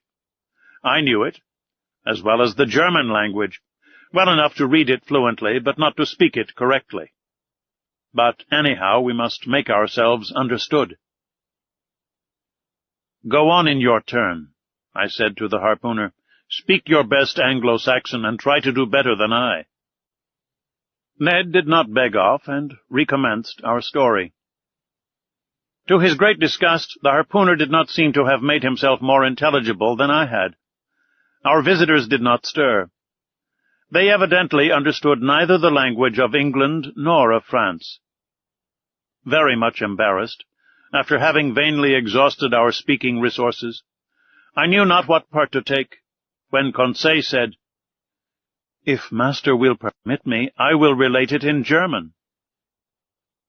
But in spite of the elegant terms and good accent of the narrator, the German language had no success. At last, nonplussed, I tried to remember my first lessons and to narrate our adventures in Latin, but with no better success. This last attempt being of no avail, the 2 strangers exchanged some words in their unknown language, and retired. The door shut. "It is an infamous shame," cried Ned Land, who broke out for the 20th time. "We speak to those rogues in French, English, German, and Latin, and not one of them has the politeness to answer." "Calm yourself," I said to the impetuous Ned. "Anger will do no good." "But do you see, Professor," replied our irascible companion, "that we shall absolutely die of hunger in this iron cage?" "Bah," said Conseil philosophically, "we can hold out some time yet." "My friends," I said, "we must not despair. We have been worse off than this. Do me the favor to wait a little before forming an opinion upon the commander and crew of this boat." "My opinion is formed," replied Ned Land sharply. "They are rascals." "Good. And from what country?" "From the land of rogues." "My brave Ned, that country is not clearly indicated on the map of the world. But I admit that the nationality of the 2 strangers is hard to determine. Neither English, French, nor German, that is quite certain. However, I am inclined to think that the commander and his companion were born in low latitudes. There is southern blood in them. But I cannot decide by their appearance whether they are Spaniards, Turks, Arabians, or Indians. As to their language, it is quite incomprehensible." "There is the disadvantage of not knowing all languages," said Conseil, "or the disadvantage of not having one universal language." As he said these words, the door opened. A steward entered. He brought us clothes, coats, and trousers, made of a stuff I did not know. I hastened to dress myself, and my companions followed my example. During that time the steward, dumb, perhaps deaf, had arranged the table and laid 3 plates. "This is something like," said Conseil. "Bah," said the angry harpooner. "What do you suppose they eat here? Tortoise liver, filleted shark, and beefsteaks from sea dogs." "We shall see," said Conseil. The dishes of bell metal were placed on the table, and we took our places. Undoubtedly we had to do with civilized people, and, had it not been for the electric light which flooded us, I could have fancied I was in the dining-room of the Adelphi Hotel at Liverpool, or at the Grand Hotel in Paris. I must say, however, that there was neither bread nor wine. The water was fresh and clear, but it was water and did not suit Ned Land's taste.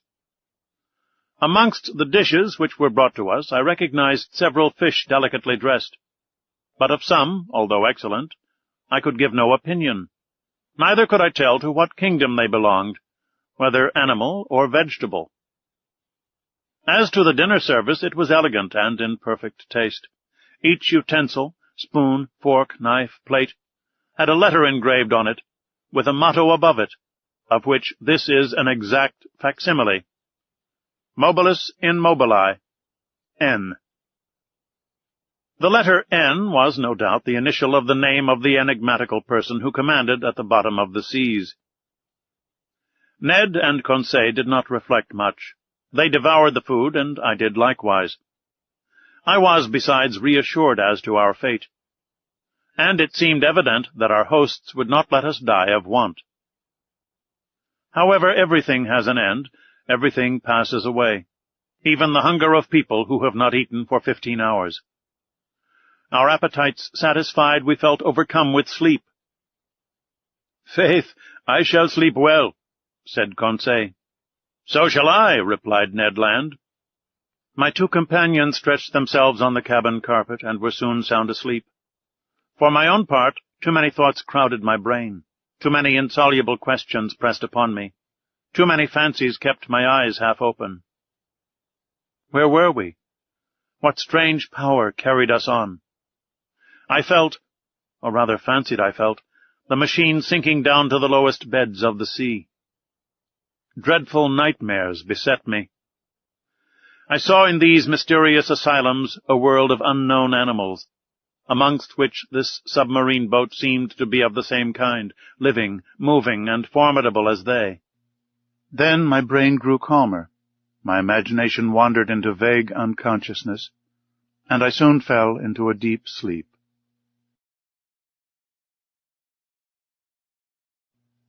Chapter 9. Ned Land's Tempers. How long we slept I do not know, but our sleep must have lasted long, for it rested us completely from our fatigues. I woke first. My companions had not moved, and were still stretched in their corner. Hardly roused from my somewhat hard couch, I felt my brain freed, my mind clear. I then began an attentive examination of our cell. Nothing was changed inside. The prison was still a prison. The prisoners, prisoners. However, the steward, during our sleep, had cleared the table. I breathed with difficulty. The heavy air seemed to oppress my lungs. Although the cell was large, we had evidently consumed a great part of the oxygen that it contained. Indeed, each man consumes, in 1 hour, the oxygen contained in more than 176 pints of air, and this air, charged, as then, with a nearly equal quantity of carbonic acid, becomes unbreathable. It became necessary to renew the atmosphere of our prison, and, no doubt, the hole in the submarine boat.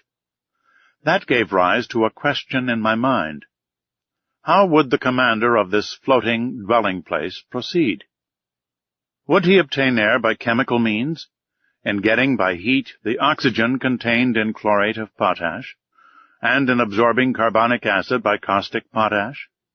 Or, a more convenient, economical, and consequently more probable alternative, would he be satisfied to rise and take breath at the surface of the water, like a whale, and so renew for 24 hours the atmospheric provision? In fact, I was already obliged to increase my respirations to eke out of this cell the little oxygen it contained, when suddenly I was refreshed by a current of pure air, and perfumed with saline emanations. It was an invigorating sea breeze charged with iodine. I opened my mouth wide, and my lungs saturated themselves with fresh particles. At the same time I felt the boat rolling. The iron-plated monster had evidently just risen to the surface of the ocean to breathe, after the fashion of whales. I found out from that the mode of ventilating the boat. When I had inhaled this air freely, I sought the conduit pipe, which conveyed to us the beneficial whiff, and I was not long in finding it. Above the door was a ventilator, through which volumes of fresh air renewed the impoverished atmosphere of the cell. I was making my observations when Ned and Conseil awoke almost at the same time, under the influence of this reviving air. They rubbed their eyes, stretched themselves, and were on their feet in an instant. "Did master sleep well?" asked Conseil, with his usual politeness. "Very well, my brave boy. And you, Mr. Land?" "Soundly, Professor. But I don't know if I am right or not. There seems to be a sea breeze." A seaman could not be mistaken, and I told the Canadian all that had passed during his sleep. "Good," said he. "That accounts for those roarings we heard when the supposed narwhal sighted the Abraham Lincoln." "Quite so, Master Land. It was taking breath." "Only, Mr. Aronnax, I have no idea what o'clock it is, unless it is dinner-time." "Dinner-time, my good fellow? Say rather breakfast-time, for we certainly have begun another day." "So," said Conseil, "we have slept 24 hours? "That is my opinion." "I will not contradict you," replied Ned Land. "But dinner or breakfast, the steward will be welcome, whichever he brings." "Master Land, we must conform to the rules on board, and I suppose our appetites are in advance of the dinner hour." "That is just like you, friend Conseil," said Ned impatiently. "You are never out of temper, always calm. You would return thanks before grace, and die of hunger rather than complain." Time was getting on, and we were fearfully hungry, and this time the steward did not appear. It was rather too long to leave us, if they really had good intentions towards us. Ned Land, tormented by the cravings of hunger, got still more angry, and, notwithstanding his promise, I dreaded an explosion when he found himself with one of the crew. For 2 hours more Ned Land's temper increased. He cried, he shouted, but in vain. The walls were deaf. There was no sound to be heard in the boat. All was still as death. It did not move, for I should have felt the trembling motion of the hull under the influence of the screw. Plunged in the depths of the waters, it belonged no longer to earth. This silence was dreadful. I felt terrified. Conseil was calm. Ned Land roared. Just then a noise was heard outside. Steps sounded on the metal flags. The locks were turned, the door opened, and the steward appeared. Before I could rush forward to stop him, the Canadian had thrown him down and held him by the throat. The steward was choking under the grip of his powerful hand. Conseil was already trying to unclasp the harpooner's hand from his half-suffocated victim, and I was going to fly to the rescue, when suddenly I was nailed to the spot by hearing these words in French. "Be quiet, Master Land. And you, Professor, will you be so good as to listen to me?"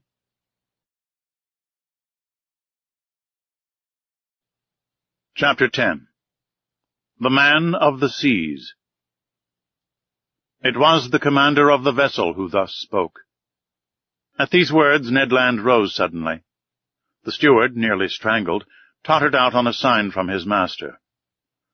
But such was the power of the commander on board, that not a gesture betrayed the resentment which this man must have felt towards the Canadian. Conseil, interested in spite of himself, I stupefied, awaited in silence the result of this scene. The commander, leaning against the corner of a table with his arms folded, scanned us with profound attention. Did he hesitate to speak? Did he regret the words which he had just spoken in French? One might almost think so. After some moments of silence, which not one of us dreamed of breaking, "Gentlemen," said he, in a calm and penetrating voice, "I speak French, English, German, and Latin equally well. I could therefore have answered you at our first interview, but I wished to know you first, then to reflect. The story told by each one, entirely agreeing in the main points, convinced me of your identity. I know now that chance has brought before me Monsieur Pierre Aronnax, Professor of Natural History at the Museum of Paris, entrusted with a scientific mission abroad, Conseil, his servant, and Ned Land, of Canadian origin, harpooner on board the frigate Abraham Lincoln of the Navy of the United States of America." I bowed assent. It was not a question that the commander put to me. Therefore there was no answer to be made. This man expressed himself with perfect ease, without any accent. His sentences were well turned, his words clear, and his fluency of speech remarkable. Yet I did not recognize in him a fellow countryman. He continued the conversation in these terms. "You have doubtless thought, sir, that I have delayed long in paying you this second visit. The reason is that, your identity recognized, I wished to weigh maturely what part to act towards you. I have hesitated much. Most annoying circumstances have brought you into the presence of a man who has broken all the ties of humanity. You have come to trouble my existence." "Unintentionally," said I. "Unintentionally," replied the stranger, raising his voice a little. "Was it unintentionally that the Abraham Lincoln pursued me all over the seas? Was it unintentionally that you took passage in this frigate? Was it unintentionally that your cannon-balls rebounded off the plating of my vessel? Was it unintentionally that Mr. Ned Land struck me with his harpoon?" I detected a restrained irritation in these words. But to these recriminations I had a very natural answer to make, and I made it. "Sir," said I, "no doubt you are ignorant of the discussions which have taken place concerning you in America and Europe. You do not know that diverse accidents, caused by collisions with your submarine machine, have excited public feeling in the two continents. I omit the theories without number by which it was sought to explain that of which you alone possess the secret. But you must understand that, in pursuing you over the high seas of the Pacific, the Abraham Lincoln believed itself to be chasing some powerful sea monster, of which it was necessary to rid the ocean at any price." A half-smile curled the lips of the commander. Then, in a calmer tone, "Monsieur Aronnax," he replied, "dare you affirm that your frigate would not as soon have pursued and cannonaded a submarine boat as a monster?" This question embarrassed me, for certainly Captain Farragut might not have hesitated. He might have thought it his duty to destroy a contrivance of this kind, as he would a gigantic narwhal. "You understand, then, sir," continued the stranger, "that I have the right to treat you as enemies?" I answered nothing purposely. For what good would it be to discuss such a proposition, when force could destroy the best arguments? "I have hesitated some time," continued the commander. "Nothing obliged me to show you hospitality. If I chose to separate myself from you, I should have no interest in seeing you again. I could place you upon the deck of this vessel which has served you as a refuge. I could sink beneath the waters, and forget that you had ever existed. Would not that be my right?" "It might be the right of a savage," I answered, "but not that of a civilized man." "Professor," replied the commander quickly, "I am not what you call a civilized man. I have done with society entirely, for reasons which I alone have the right of appreciating. I do not therefore obey its laws, and I desire you never to allude to them before me again." This was said plainly. A flash of anger and disdain kindled in the eyes of the unknown, and I had a glimpse of a terrible past in the life of this man. Not only had he put himself beyond the pale of human laws, but he had made himself independent of them, free in the strictest acceptation of the word, quite beyond their reach. Who then would dare to pursue him at the bottom of the sea, when, on its surface, he defied all attempts made against him? What vessel could resist the shock of his submarine monitor? What cuirass, however thick, could withstand the blows of his spur? No man could demand from him an account of his actions. God, if he believed in one, his conscience, if he had one, were the sole judges to whom he was answerable. These reflections crossed my mind rapidly, whilst the stranger personage was silent, absorbed, and as if wrapped up in himself. I regarded him with fear mingled with interest, as doubtless Oedipus regarded the Sphinx. After rather a long silence, the commander resumed the conversation. "I have hesitated," said he, "but I have thought that my interest might be reconciled with that pity to which every human being has a right. You will remain on board my vessel, since fate has cast you there. You will be free, and in exchange for this liberty I shall only impose one single condition. Your word of honor to submit to it will suffice." "Speak, sir," I answered. "I suppose this condition is one which a man of honor may accept?" "Yes, sir, it is this. It is possible that certain events, unforeseen, may oblige me to consign you to your cabins for some hours or some days, as the case may be. As I desire never to use violence, I expect from you, more than all the others, a passive obedience. In thus acting, I take all the responsibility.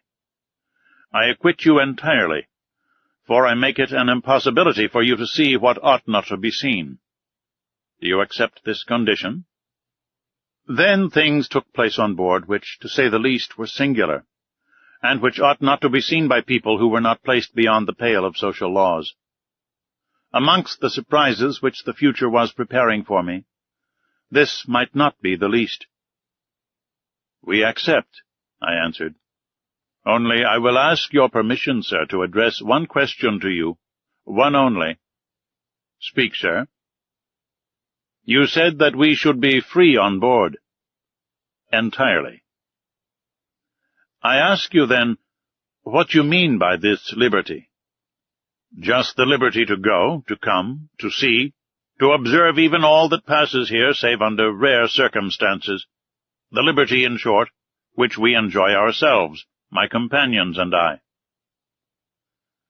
It was evident that we did not understand one another. "Pardon me, sir," I resumed, "but this liberty is only what every prisoner has of pacing his prison. It cannot suffice us." "It must suffice you, however." "What? We must renounce forever seeing our country, our friends, our relations again?" "Yes, sir.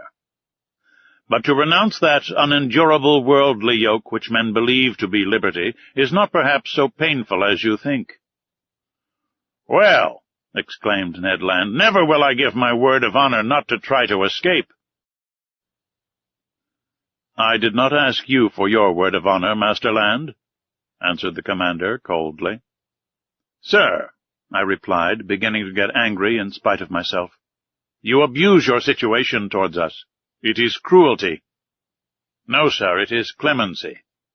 You are my prisoners of war. I keep you when I could by a word plunge you into the depths of the ocean. You attacked me.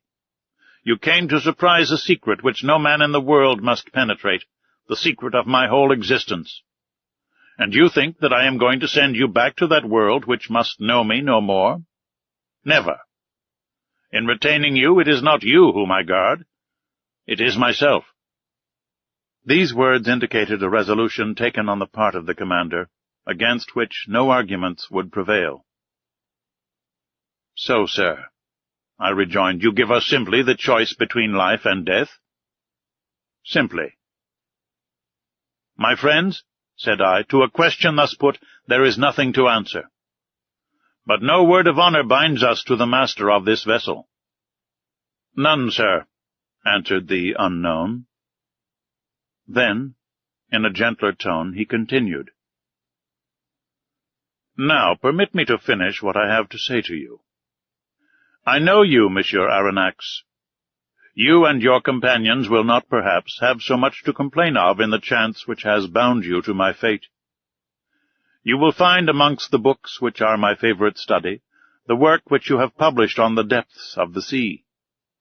I have often read it. You have carried out your work as far as terrestrial science permitted you. But you do not know all.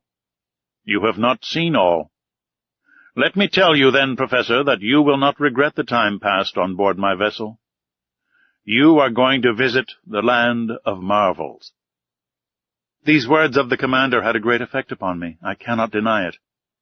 My weak point was touched, and I forgot for a moment that the contemplation of these sublime subjects was not worth the loss of liberty.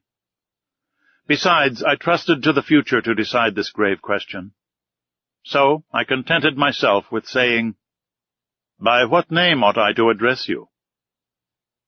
"Sir," replied the commander, "I am nothing to you but Captain Nemo, and you and your companions are nothing to me but the passengers of the Nautilus." Captain Nemo called. A steward appeared. The captain gave him his orders in that strange language which I did not understand. Then, turning towards the Canadian and Conseil, "A repast awaits you in your cabin," said he. "Be so good as to follow this man. And now, Monsieur Aronnax, our breakfast is ready. Permit me to lead the way." "I am at your service, Captain." I followed Captain Nemo, and as soon as I had passed through the door, I found myself in a kind of passage lighted by electricity, similar to the waist of a ship.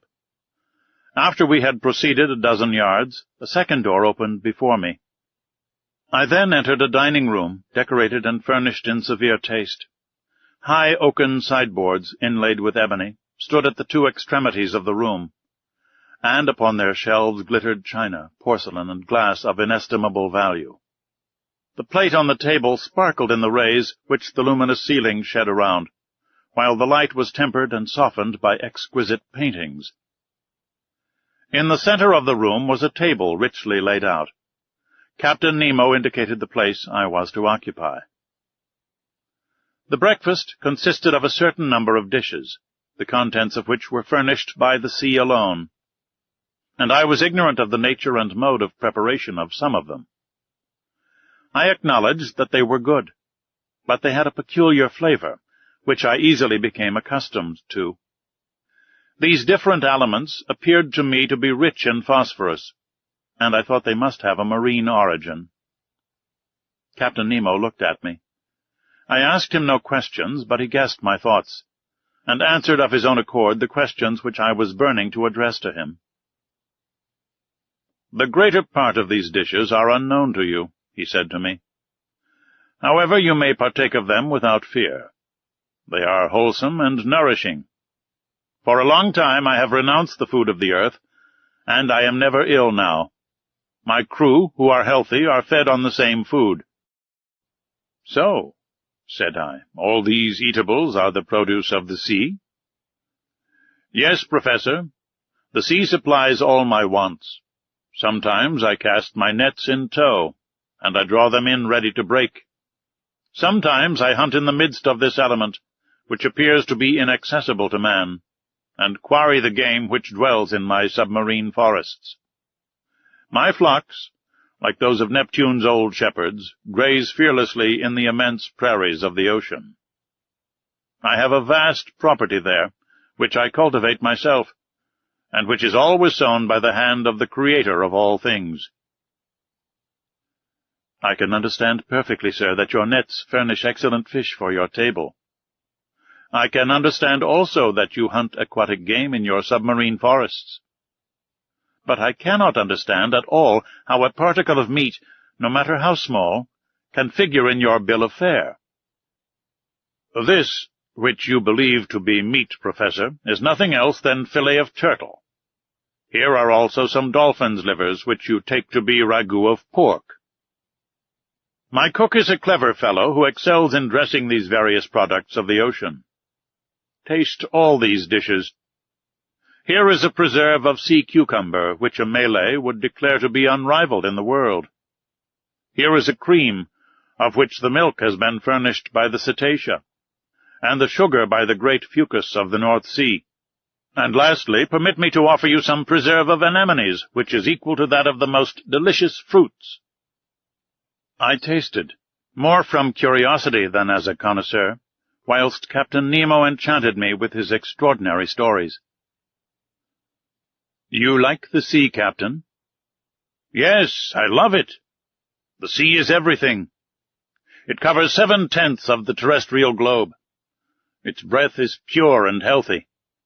It is an immense desert, where man is never lonely, for he feels life stirring on all sides. The sea is only the embodiment of a supernatural and wonderful existence. It is nothing but love and emotion. It is the living infinite, as one of your poets has said. In fact, Professor, nature manifests herself in it by her 3 kingdoms, mineral, vegetable, and animal. The sea is the vast reservoir of nature. The globe began with sea, so to speak, and who knows if it will not end with it. In it is supreme tranquility. The sea does not belong to despots. Upon its surface, men can still exercise unjust laws, fight, tear one another to pieces, and be carried away with terrestrial horrors. But at 30 feet below its level, their reign ceases, their influence is quenched, and their power disappears. Ah, sir, live in the bosom of the waters. There only is independence. There I recognize no masters. There I am free." Captain Nemo suddenly became silent in the midst of this enthusiasm, by which he was quite carried away. For a few moments he paced up and down, much agitated. Then he became more calm, regained his accustomed coldness of expression, and, turning towards me, "Now, Professor," said he, "if you wish to go over the Nautilus, I am at your service." Captain Nemo rose. I followed him. A double door, contrived at the back of the dining-room, opened, and I entered a room equal in dimensions to that which I had just quitted. It was a library. High pieces of furniture, of black-violet ebony inlaid with brass, supported upon their wide shelves a great number of books uniformly bound. They followed the shape of the room, terminating at the lower part in huge divans covered with brown leather, which were curved to afford the greatest comfort.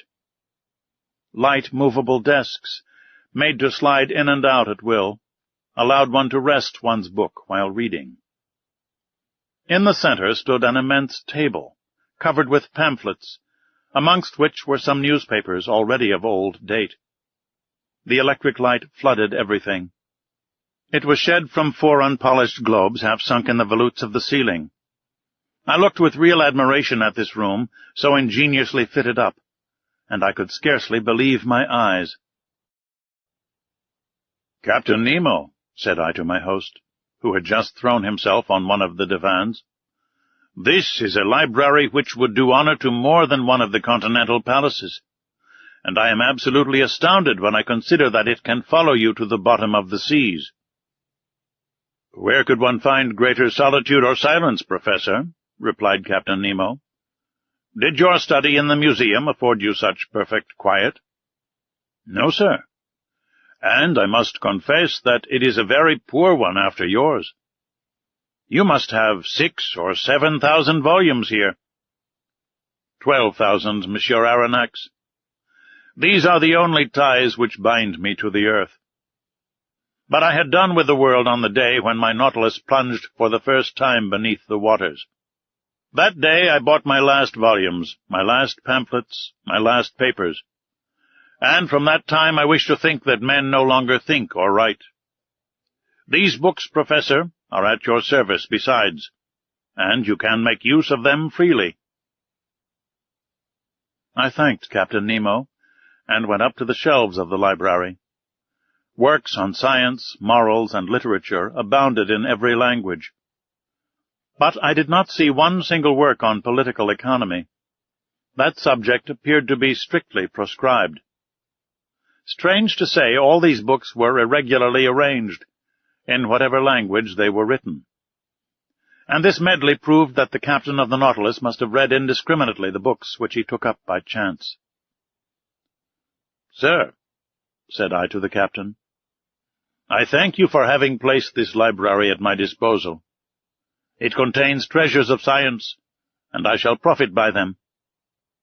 "This room is not only a library," said Captain Nemo. "It is also a smoking room." "A smoking room!" I cried. "Then one may smoke on board?" "Certainly." "Then, sir, I am forced to believe that you have kept up a communication with Havana." "Not any," accepted the captain. "Except this cigar, Monsieur Aronnax.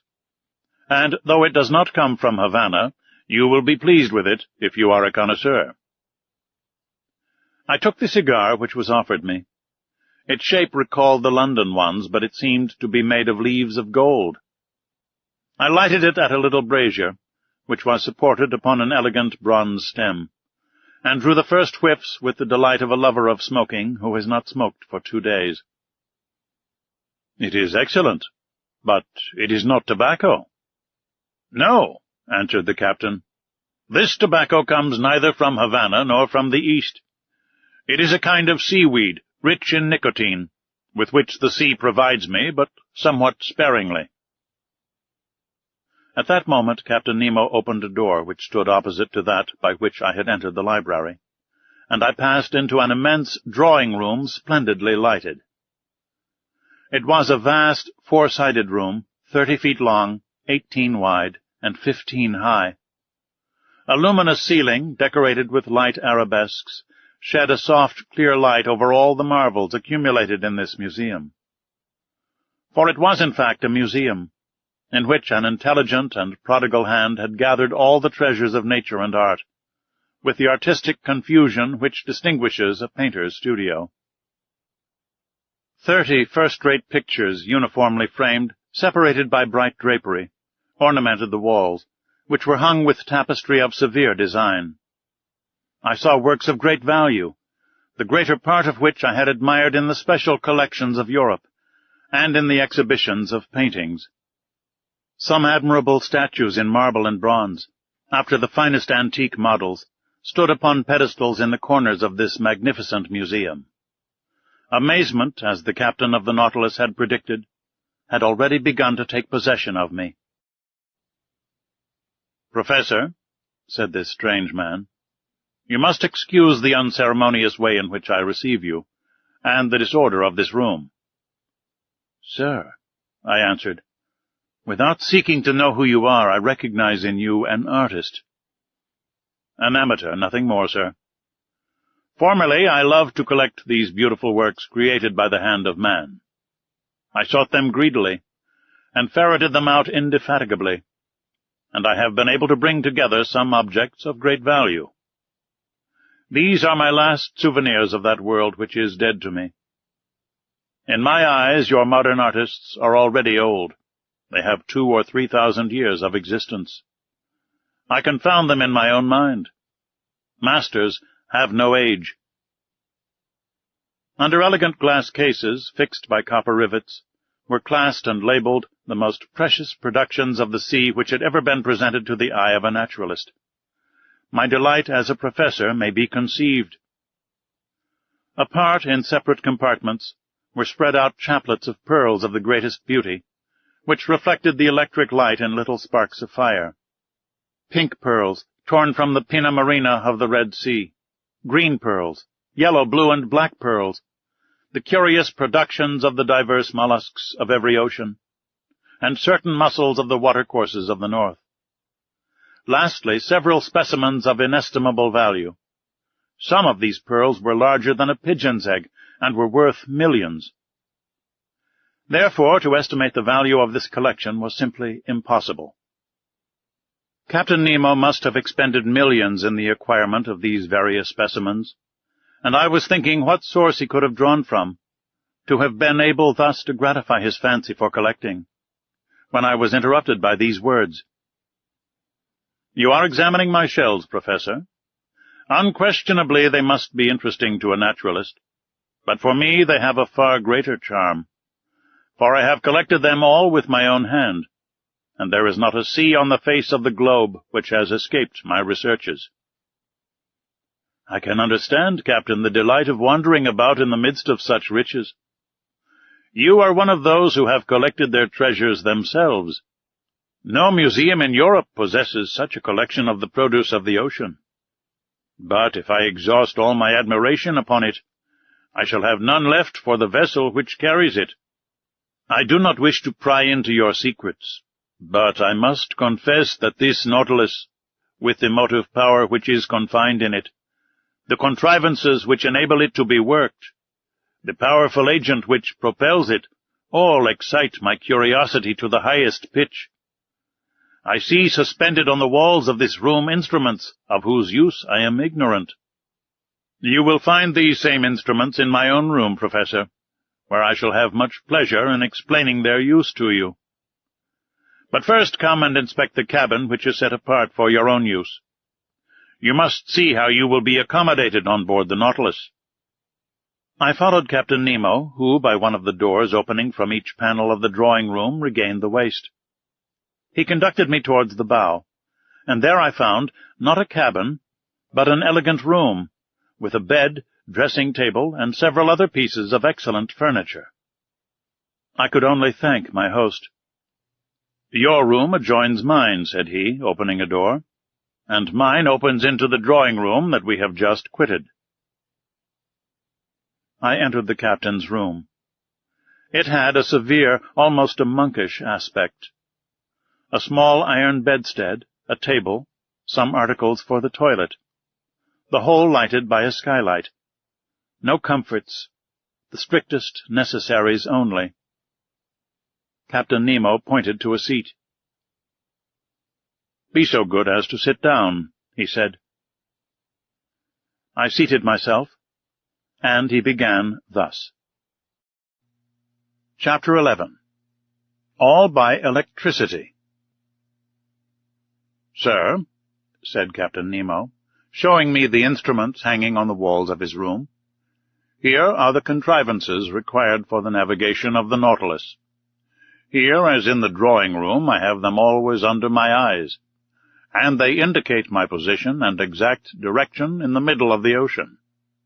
Some are known to you, such as the thermometer, which gives the internal temperature of the Nautilus, the barometer, which indicates the weight of the air and foretells the changes of the weather, the hygrometer, which marks the dryness of the atmosphere, the storm-glass, the contents of which, by decomposing, announce the approach of tempests, the compass, which guides my course, the sextant, which shows the latitude by the altitude of the sun, chronometers, by which I calculate the longitude, and glasses for day and night, which I use to examine the points of the horizon, when the Nautilus rises to the surface of the waves."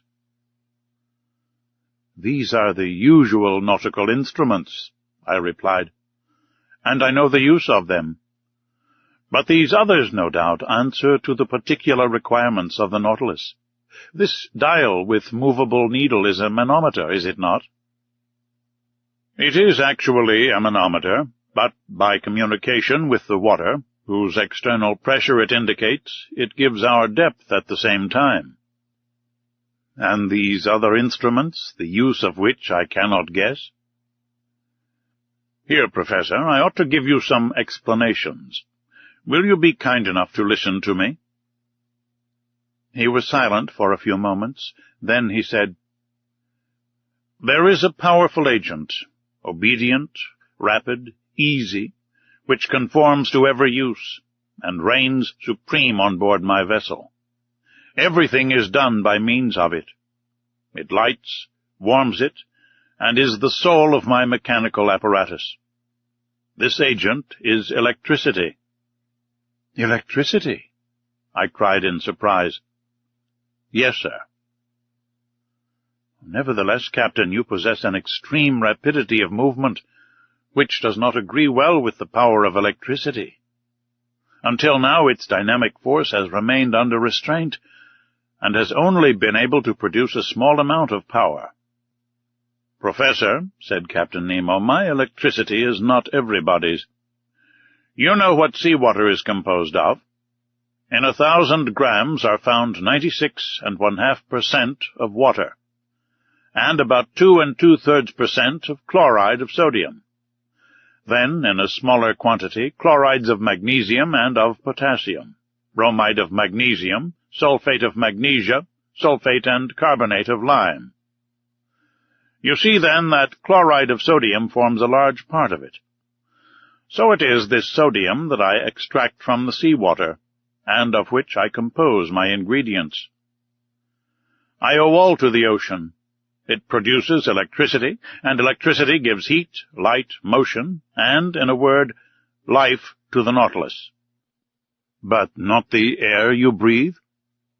"Oh, I could manufacture the air necessary for my consumption, but it is useless, because I go up to the surface of the water when I please.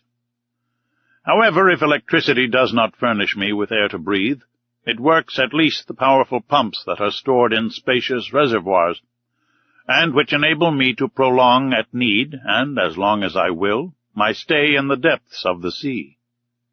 It gives a uniform and unintermittent light, which the sun does not. Now look at this clock. It is electrical, and goes with a regularity that defies the best chronometers. I have divided it into 24 hours like the Italian clocks, because for me there is neither night nor day, sun nor moon, but only that factitious light that I take with me to the bottom of the sea. Look, just now it is 10 o'clock in the morning." "Exactly." Another application of electricity. This dial hanging in front of us indicates the speed of the Nautilus. An electric thread puts it in communication with the screw, and the needle indicates the real speed. Look, now we are spinning along with a uniform speed of 15 miles an hour. "It is marvelous. And I see, Captain, you were right to make use of this agent that takes the place of wind, water, and steam." "We have not finished, Monsieur Aronnax," said Captain Nemo, rising. "If you will allow me, we will examine the stern of the Nautilus." Really, I knew already the anterior part of this submarine boat, of which this is the exact division, starting from the ship's head. The dining-room, 5 yards long, separated from the library by a watertight partition. The library, 5 yards long, the large drawing-room, 10 yards long, separated from the captain's room by a second watertight partition. The said room, 5 yards in length. Mine, 2½ yards. And, lastly, a reservoir of air, 7½ yards, that extended to the bows. Total length, 35 yards, or 105 feet. The partitions had doors that were shut hermetically by means of india-rubber instruments, and they ensured the safety of the Nautilus in case of a leak. I followed Captain Nemo through the waist, and arrived at the center of the boat. There was a sort of well that opened between 2 partitions.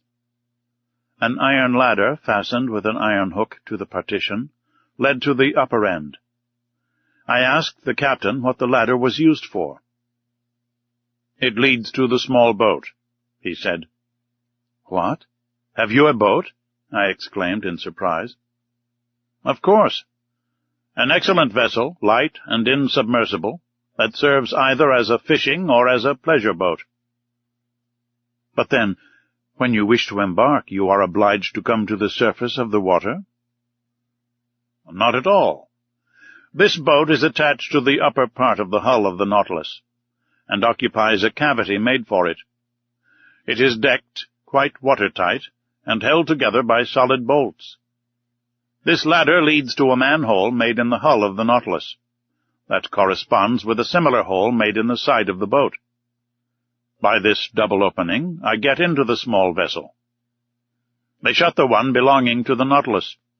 I shut the other by means of screw pressure. I undo the bolts, and the little boat goes up to the surface of the sea with prodigious rapidity. I then open the panel of the bridge, carefully shut till then. I mast it, hoist my sail, take my oars, and I'm off. But how do you get back on board?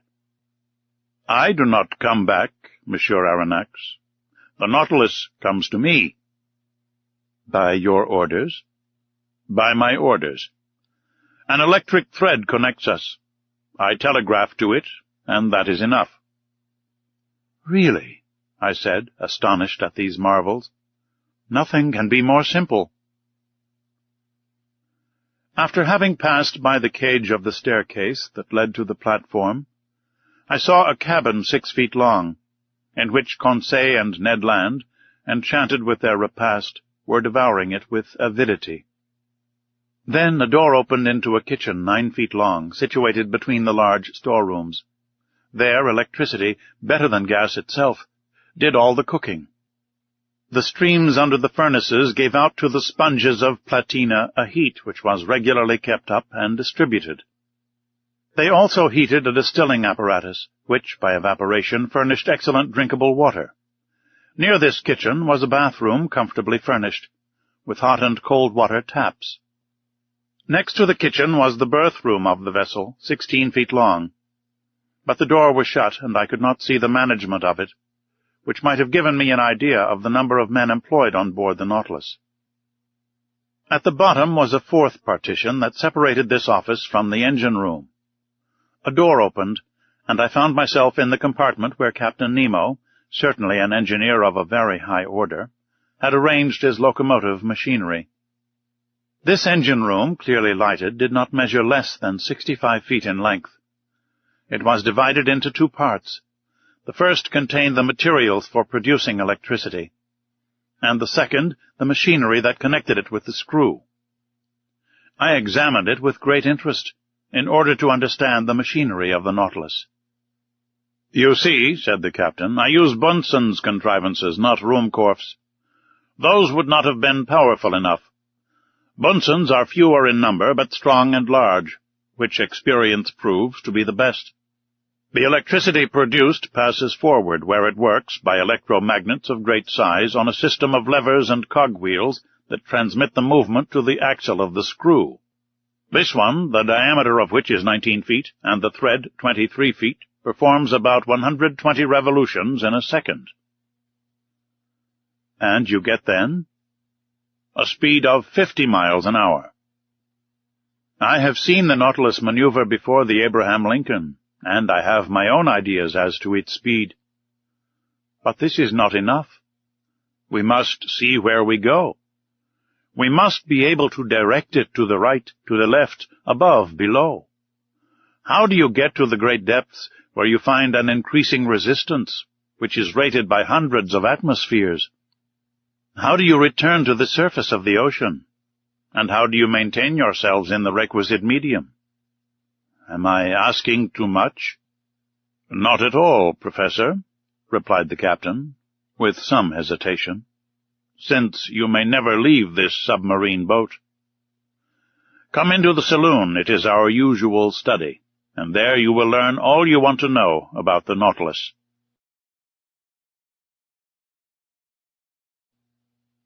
Chapter 12. Some Figures. A moment after, we were seated on a divan in the saloon, smoking. The captain showed me a sketch that gave the plan, section, and elevation of the Nautilus. Then he began his description in these words: "Here, Monsieur Aronnax, are the several dimensions of the boat you are in. It is an elongated cylinder with conical ends. It is very like a cigar in shape, a shape already adopted in London in several constructions of the same sort. The length of this cylinder, from stem to stern, is exactly 232 feet, and its maximum breadth is 26 feet. It is not built quite like your long-voyage steamers, but its lines are sufficiently long and its curves prolonged enough to allow the water to slide off easily and oppose no obstacle to its passage. These two dimensions enable you to obtain by a simple calculation the surface and cubic contents of the Nautilus. Its area measures 6,032 feet, and its contents about 1,500 cubic yards. That is to say, when completely immersed, it displaces 50,000 feet of water, or weighs 1,500 tons. When I made the plans for this submarine vessel, I meant that 9/10 should be submerged. Consequently, it ought only to displace 9/10 of its bulk, that is to say, only to weigh that number of tons. I ought not, therefore, to have exceeded that weight, constructing it on the aforesaid dimensions. The Nautilus is composed of two hulls, one inside, the other outside, joined by T-shaped irons, which render it very strong. Indeed, owing to this cellular arrangement, it resists like a block, as if it were solid. Its sides cannot yield. It coheres spontaneously, and not by the closeness of its rivets. And its perfect union of the materials enables it to defy the roughest seas. These two hulls are composed of steel plates, whose density is from 0.7 to 0.8 that of water. The first is not less than 2 inches and a half thick, and weighs 394 tons. The second envelope, the keel, 20 inches high and 10 thick, weighs only 62 tons. The engine, the ballast, the several accessories and apparatus appendages, the partitions and bulkheads, weigh 961.62 tons. Do you follow all this? I do. Then, when the Nautilus is afloat under these circumstances, 1/10 is out of the water. Now, if I have made reservoirs of a size equal to this 10th, or capable of holding 150 tons, and if I fill them with water, the boat, weighing then 1,507 tons, will be completely immersed. That would happen, Professor. These reservoirs are in the lower part of the Nautilus. I turn on taps, and they fill, and the vessel sinks that had just been level with the surface. Well, Captain, but now we come to the real difficulty.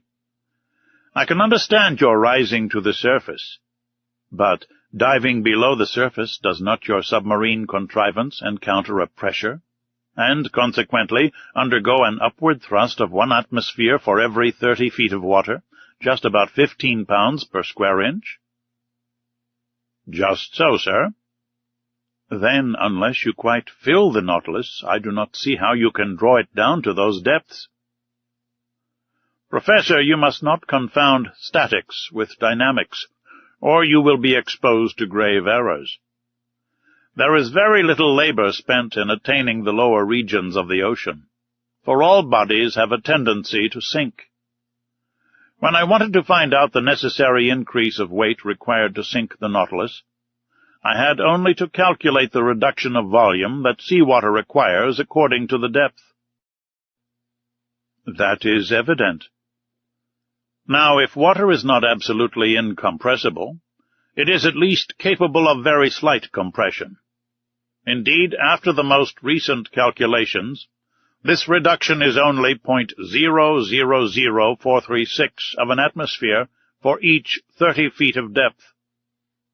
If we want to sink 3,000 feet, I should keep account of the reduction of bulk under a pressure equal to that of a column of water of 1,000 feet. The calculation is easily verified. Now I have supplementary reservoirs capable of holding 100 tons. Therefore I can sink to a considerable depth. When I wish to rise to the level of the sea, I only let off the water, and empty all the reservoirs if I want the Nautilus to emerge from the 10th part of her total capacity. I had nothing to object to these reasonings. I admit your calculations, Captain, I replied. I should be wrong to dispute them, since daily experience confirms them. But I foresee a real difficulty in the way. What, sir? When you are about 1,000 feet deep, the walls of the Nautilus bear a pressure of 100 atmospheres. If, then, just now you were to empty the supplementary reservoirs, to lighten the vessel, and to go up to the surface, the pumps must overcome the pressure of 100 atmospheres, which is 1,500 pounds per square inch. From that, a power that electricity alone can give, said the captain, hastily. I repeat, sir, that the dynamic power of my engines is almost infinite. The pumps of the Nautilus have an enormous power, as you must have observed when their jets of water burst like a torrent upon the Abraham Lincoln. Besides, I use subsidiary reservoirs only to attain a mean depth of 750 to 1,000 fathoms, and that with a view of managing my machines. Also, when I have a mind to visit the depths of the ocean 5 or 6 miles below the surface, I make use of slower but not less infallible means. What are they, Captain? That involves my telling you how the Nautilus is worked. I am impatient to learn. To steer this boat to starboard or port, to turn, in a word, following a horizontal plan, I use an ordinary rudder fixed on the back of the sternpost, and with one wheel and some tackle to steer by. But I can also make the Nautilus rise and sink and rise, by a vertical movement by means of 2 inclined planes fastened to its sides, opposite the center of flotation, planes that move in every direction, and that are worked by powerful levers from the interior. If the planes are kept parallel with the boat, it moves horizontally. If slanted, the Nautilus, according to this inclination, and under the influence of the screw, either sinks diagonally or rises diagonally as it suits me. And even if I wish to rise more quickly to the surface, I ship the screw, and the pressure of the water causes the Nautilus to rise vertically like a balloon filled with hydrogen. Bravo, Captain! But how can the steersman follow the route in the middle of the waters? The steersman is placed in a glazed box that is raised above the hull of the Nautilus and furnished with lenses. Are these lenses capable of resisting such pressure? Perfectly. Glass, which breaks at a blow, is nevertheless capable of offering considerable resistance. During some experiments of fishing by electric light in 1864 in the northern seas, we saw plates less than 1/3 of an inch thick resist a pressure of 16 atmospheres. Now the glass that I use is not less than 30 times thicker. Granted. But after all, in order to see, the light must exceed the darkness. And in the midst of the darkness in the water, how can you see? Behind the steersman's cage is placed a powerful electric reflector, the rays from which light up the sea for half a mile in front. Ah, bravo, bravo, Captain! Now I can account for this phosphorescence in the supposed narwhal that puzzled us so. I now ask you if the boarding of the Nautilus and of the Scotia that has made such a noise has been the result of a chance rencontre. Quite accidental, sir. I was sailing only 1 fathom below the surface of the water when the shock came. It had no bad result. None, sir. But now, about your rencontre with the Abraham Lincoln? Professor, I am sorry for one of the best vessels in the American Navy, but they attacked me, and I was bound to defend myself. I contented myself, however, with putting the frigate hors de combat. She will not have any difficulty in getting repaired at the next port. Ah, Commander, your Nautilus is certainly a marvelous boat. Yes, Professor, and I love it as if it were part of myself. If danger threatens one of your vessels on the ocean, the first impression is the feeling of an abyss above and below. On the Nautilus, men's hearts never fail them. No defects to be afraid of, for the double shell is as firm as iron. No rigging to attend to. No sails for the wind to carry away. No boilers to burst. No fire to fear, for the vessel is made of iron, not of wood. No coal to run short, for electricity is the only mechanical agent. No collision to fear, for it alone swims in deep water. No tempest to brave, for when it dives below the water it reaches absolute tranquillity. There, sir. That is the perfection of vessels. And if it is true that the engineer has more confidence in the vessel than the builder, and the builder than the captain himself, you understand the trust I repose in my Nautilus. For I am at once captain, builder, and engineer. But how could you construct this wonderful Nautilus in secret? Each separate portion, Monsieur Aronnax, was brought from different parts of the globe. But these parts had to be put together and arranged. Professor, I had set up my workshops upon a desert island in the ocean. There my workmen, that is to say, the brave men that I instructed and educated, and myself, have put together our Nautilus. Then, when the work was finished, fire destroyed all trace of our proceedings on this island, that I could have jumped over if I had liked. Then the cost of this vessel is great? Monsieur Aronnax, an iron vessel costs 45 pounds per ton. Now the Nautilus weighed 1,500. It came, therefore, to 67,500 pounds, and 80,000 pounds more for fitting it up, and about 200,000 pounds with the works of art and the collections it contains. One last question, Captain Nemo. Ask it, Professor. You are rich?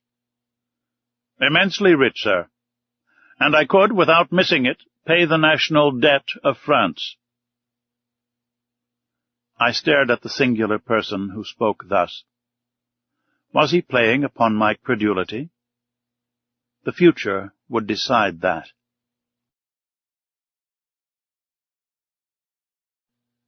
Chapter 13.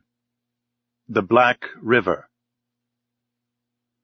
The portion of the terrestrial globe which is covered by water is estimated at upwards of 80 millions of acres.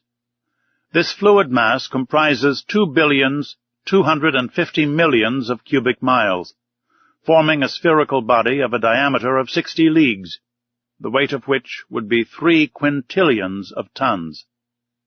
To comprehend the meaning of these figures, it is necessary to observe that a quintillion is to a billion as a billion is to unity. In other words, there are as many billions in a quintillion as there are units in a billion.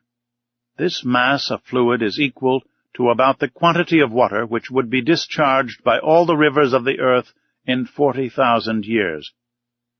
During the geological epochs, the ocean originally prevailed everywhere. Then, by degrees, in the Silurian period, the tops of the mountains began to appear. The islands emerged, then disappeared in partial deluges, reappeared, became settled, formed continents, till at length the earth became geographically arranged, as we see in the present day. The solid had wrested from the liquid 37,657 square miles, equal to 12,960 millions of acres. The shape of continents allows us to divide the waters into 5 great portions: the Arctic, or frozen ocean, the Antarctic, or frozen ocean, the Indian, the Atlantic, and the Pacific Oceans. The Pacific Ocean extends from north to south between the 2 polar circles, and from east to west between Asia and America, over an extent of 145 degrees of longitude. It is the quietest of seas. Its currents are broad and slow. It has medium tides and abundant rain. Such was the ocean that my fate destined me first to travel over under these strange conditions. "Sir," said Captain Nemo, "we will, if you please, take our bearings and fix the starting point of this voyage. It is 11:45. I will go up again to the surface." The captain pressed an electric clock 3 times. The pumps began to drive the water from the tanks. The needle of the manometer marked by a different pressure the ascent of the Nautilus. Then it stopped. "We have arrived," said the captain. I went to the central staircase which opened onto the platform, clambered up the iron steps, and found myself on the upper part of the Nautilus. The platform was only 3 feet out of water. The front and back of the Nautilus was of that spindle shape which caused it justly to be compared to a cigar. I noticed that its iron plates, slightly overlaying each other, resembled the shell which clothes the bodies of our large terrestrial reptiles. It explained to me how natural it was, in spite of all glasses, that this boat should have been taken for a marine animal. Toward the middle of the platform, the longboat, half buried in the hull of the vessel, formed a slight excrescence.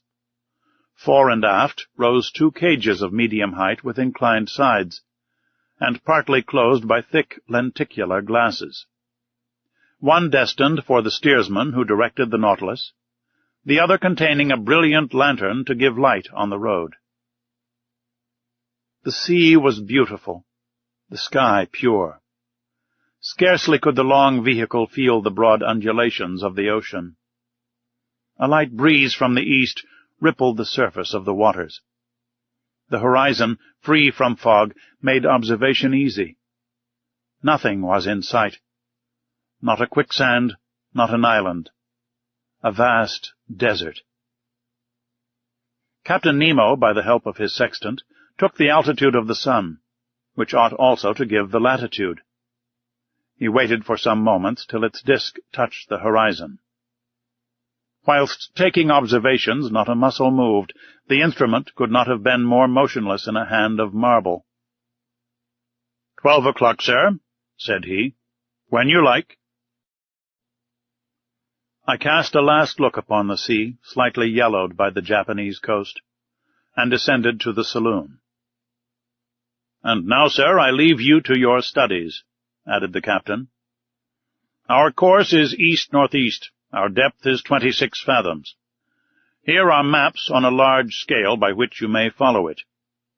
The saloon is at your disposal, and, with your permission, I will retire. Captain Nemo bowed, and I remained alone, lost in thoughts, all bearing on the commander of the Nautilus. For a whole hour I was deep in these reflections, seeking to pierce this mystery so interesting to me. Then my eyes fell upon the vast planisphere spread upon the table, and I placed my finger on the very spot where the given latitude and longitude crossed. The sea has its large rivers like the continents. They are special currents known by their temperature and their color. The most remarkable of these is known by the name of the Gulf Stream. Science has decided on the globe the direction of 5 principal currents, one in the North Atlantic, a second in the South, a third in the North Pacific, a fourth in the South, and a fifth in the Southern Indian Ocean. It is even probable that a 6th current existed at one time or another in the Northern Indian Ocean, when the Caspian and Aral seas formed but one vast sheet of water.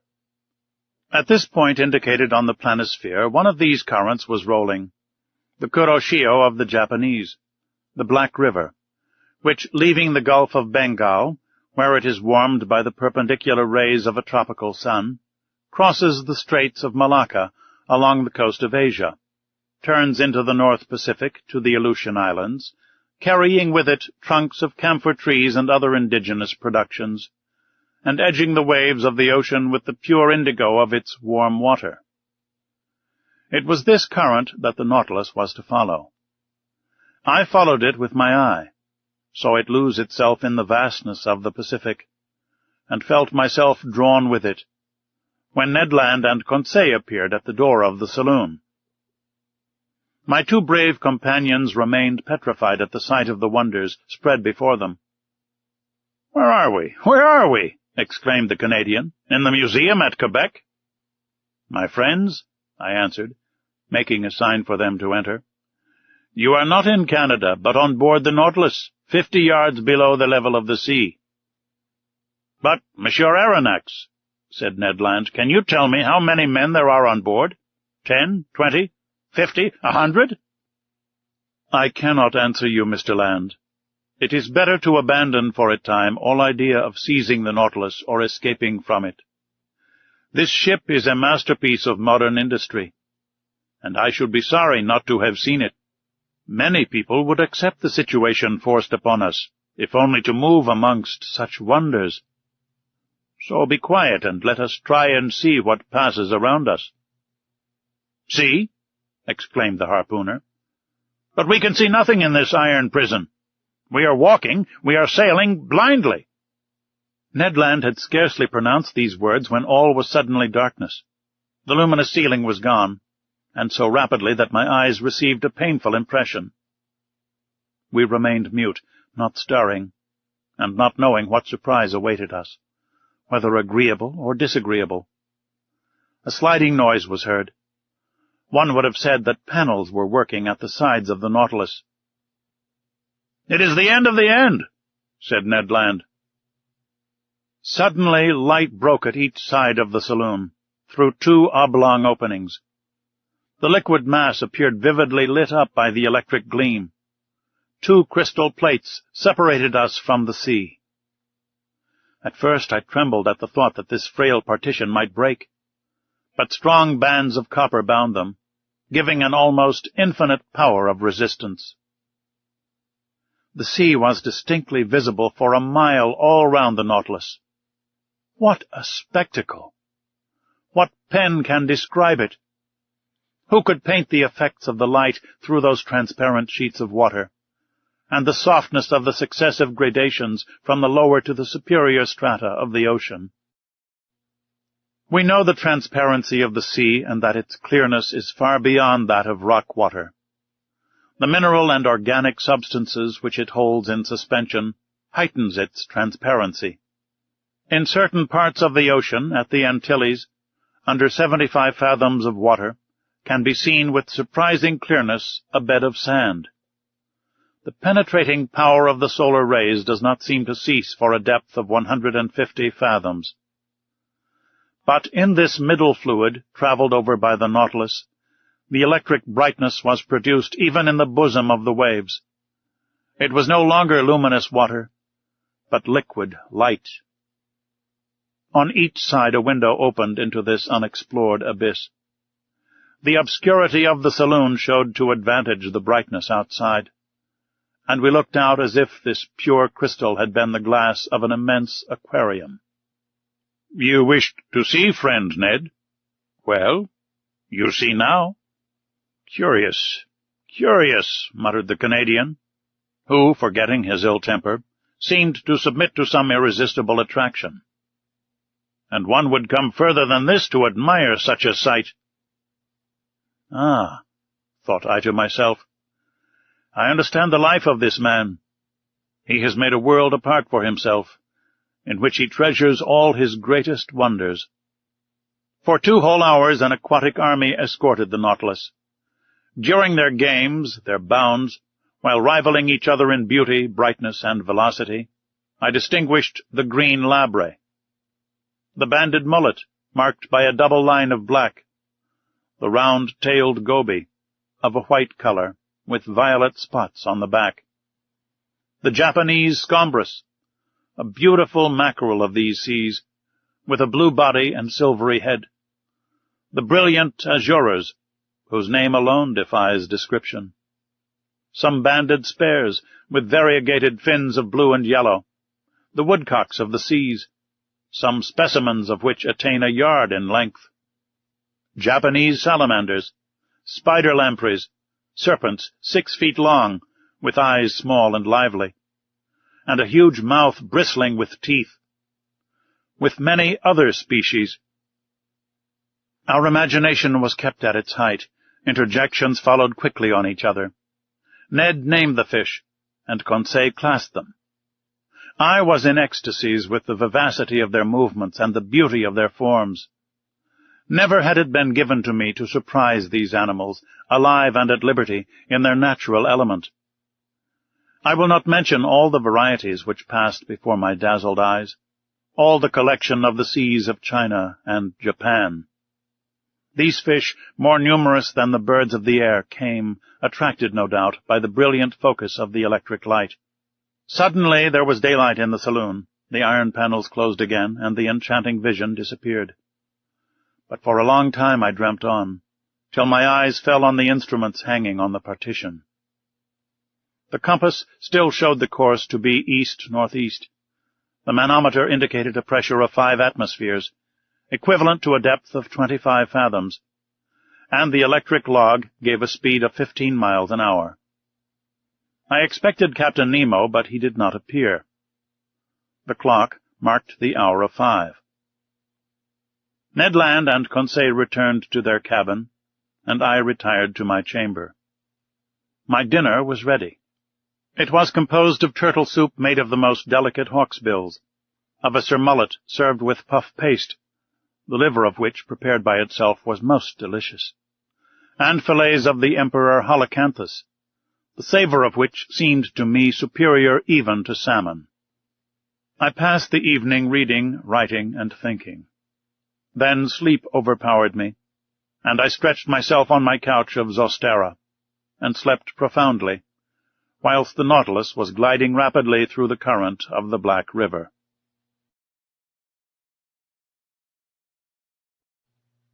Chapter 14. A Note of Invitation. The next day was the 9th of November. I awoke after a long sleep of 12 hours. Conseil came, according to custom, to know how I passed the night, and to offer his services. He had left his friend the Canadian sleeping like a man who had never done anything else all his life. I let the worthy fellow chatter as he pleased, without caring to answer him. I was preoccupied by the absence of the captain during our sitting of the day before, and hoping to see him today. As soon as I was dressed, I went into the saloon. It was deserted. I plunged into the study of the shell treasures hidden behind the glasses. The whole day passed without my being honored by a visit from Captain Nemo. The panels of the saloon did not open. Perhaps they did not wish us to tire of these beautiful things. The course of the Nautilus was east-northeast, her speed 12 knots, the depth below the surface between 25 and 30 fathoms. The next day, the 10th of November, the same desertion, the same solitude. I did not see one of the ship's crew. Ned and Conseil spent the greater part of the day with me. They were astonished at the puzzling absence of the captain. Was this singular man ill? Had he altered his intentions with regard to us? After all, as Conseil said, we enjoyed perfect liberty. We were delicately and abundantly fed. Our host kept to his terms of the treaty. We could not complain, and indeed the singularity of our fate reserved such wonderful compensation for us that we had no right to accuse it as yet. That day I commenced the journal of these adventures, which has enabled me to relate them with more scrupulous exactitude and minute detail. 11th November, early in the morning. The fresh air spreading over the interior of the Nautilus told me that we had come to the surface of the ocean to renew our supply of oxygen. I directed my steps to the central staircase and mounted the platform.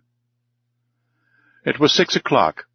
The weather was cloudy, the sea gray but calm. Scarcely a billow. Captain Nemo, whom I hoped to meet, would he be there? I saw no one but the steersman imprisoned in his glass cage. Seated upon the projection formed by the hull of the pinnace, I inhaled the salt breeze with delight. By degrees the fog disappeared under the action of the sun's rays. The radiant orb rose from behind the eastern horizon. The sea flamed under its glance like a train of gunpowder. The clouds scattered in the heights were colored with lively tints of beautiful shades, and numerous mare's tails, which betokened wind for that day. But what was wind to this Nautilus, which tempests could not frighten? I was admiring this joyous rising of the sun, so gay and so life-giving, when I heard steps approaching the platform. I was prepared to salute Captain Nemo, but it was his second, whom I had already seen on the captain's first visit, who appeared. He advanced on the platform, not seeming to see me. With his powerful glass to his eye, he scanned every point of the horizon with great attention. This examination over, he approached the panel and pronounced a sentence in exactly these terms. I have remembered it, for every morning it was repeated under exactly the same conditions. It was thus worded: Notron respoc lorni virch. What it meant, I could not say. These words pronounced, the second descended. I thought that the Nautilus was about to return to its submarine navigation. I regained the panel and returned to my chamber. 5 days sped thus without any change in our situation. Every morning I mounted the platform. The same phrase was pronounced by the same individual. But Captain Nemo did not appear. I had made up my mind that I should never see him again, when, on the 16th November, on returning to my room with Ned and Conseil, I found upon my table a note addressed to me. I opened it impatiently. It was written in a bold, clear hand, the characters rather pointed, recalling the German type. The note was worded as follows: To Professor Aronnax, on board the Nautilus, 16th of November, 1867. Captain Nemo invites Professor Aronnax to a hunting party, which will take place tomorrow morning in the forests of the island of Crespo. He hopes that nothing will prevent the professor from being present, and he will with pleasure see him joined by his companions. Captain Nemo, commander of the Nautilus. "A hunt?" exclaimed Ned. "And in the forests of the island of Crespo," added Conseil. "Oh, then the gentleman is going on terra firma," replied Ned Land. "That seems to me to be clearly indicated," said I, reading the letter once more. "Well, we must accept," said the Canadian. "But once more on dry ground, we shall know what to do. Indeed, I shall not be sorry to eat a piece of fresh venison." Without seeking to reconcile what was contradictory between Captain Nemo's manifest aversion to islands and continents, and his invitation to hunt in a forest, I contented myself with replying, "Let us first see where the island of Crespo is."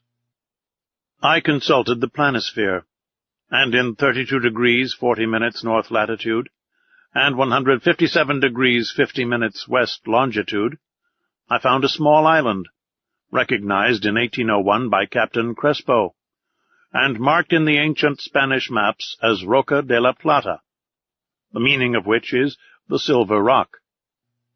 We were then about 1,800 miles from our starting point, and the course of the Nautilus, a little changed, was bringing it back towards the southeast. I showed this little rock, lost in the midst of the North Pacific, to my companions. "If Captain Nemo does sometimes go on dry ground," said I, "he at least chooses desert islands." Ned Land shrugged his shoulders without speaking, and Conseil and he left me. After supper, which was served by the steward, mute and impassive, I went to bed, not without some anxiety. The next morning, the 17th of November, on awakening, I felt that the Nautilus was perfectly still. I dressed quickly and entered the saloon. Captain Nemo was there waiting for me. He rose, bowed, and asked me if it was convenient for me to accompany him. As he made no allusion to his absence during the last 8 days, I did not mention it, and simply answered that my companions and myself were ready to follow him. We entered the dining-room, where breakfast was served. "Monsieur Aronnax," said the captain, "pray share my breakfast without ceremony. We will chat as we eat. For though I promised you a walk in the forest, I did not undertake to find hotels there. So breakfast as a man who will most likely not have his dinner till very late." I did honor to the repast. It was composed of several kinds of fish, and slices of sea cucumber, and different sorts of seaweed. Our drink consisted of pure water, to which the captain added some drops of a fermented liquor, extracted by the Kamchatka method from a seaweed known under the name of Rhodomenia palmata. Captain Nemo ate it first without saying a word. Then he began. "Sir, when I proposed to you to hunt in my submarine forest of Crespo, you evidently thought me mad. Sir, you should never judge lightly of any man." "But, Captain—" "Believe me, Be kind enough to listen, and you will then see whether you have any cause to accuse me of folly and contradiction. I listen. You know as well as I do, Professor, that man can live under water, providing he carries with him a sufficient supply of breathable air. In submarine works, the workman, clad in an impervious dress, with his head in a metal helmet, receives air from above by means of forcing pumps and regulators. That is a diving apparatus, said I. Just so. But under these conditions the man is not at liberty. He is attached to the pump which sends him air through an india-rubber tube, and if we were obliged to be thus held to the Nautilus, we could not go far. And the means of getting free? I asked. It is to use the Rouquayrol apparatus, invented by 2 of your own countrymen, which I have brought to perfection for my own use, and which will allow you to risk yourself under these new physiological conditions without any organ whatever suffering. It consists of a reservoir of thick iron plates, in which I store the air under a pressure of 50 atmospheres. This reservoir is fixed on the back by means of braces, like a soldier's knapsack. Its upper part forms a box in which the air is kept by means of a bellows, and therefore cannot escape unless at its normal tension. In the Rouquayrol apparatus, such as we use, 2 india-rubber pipes leave this box and join a sort of tent, which holds the nose and mouth. One is to introduce fresh air, the other to let out the foul, and the tongue closes one or the other according to the wants of the respirator. But I, in encountering great pressures at the bottom of the sea, was obliged to shut my head, like that of a diver, in a ball of copper. And it is to this ball of copper that the 2 pipes, the inspirator and the expirator, open. Perfectly, Captain Nemo. But the air that you carry with you must soon be used. When it only contains 15% of oxygen, it is no longer fit to breathe. Right. But I told you, Monsieur Aronnax, that the pumps of the Nautilus allow me to store the air under considerable pressure, and on those conditions the reservoir of the apparatus can furnish breathable air for 9 or 10 hours. I have no further objections to make, I answered. I will only ask you one thing, Captain. How can you light your road at the bottom of the sea?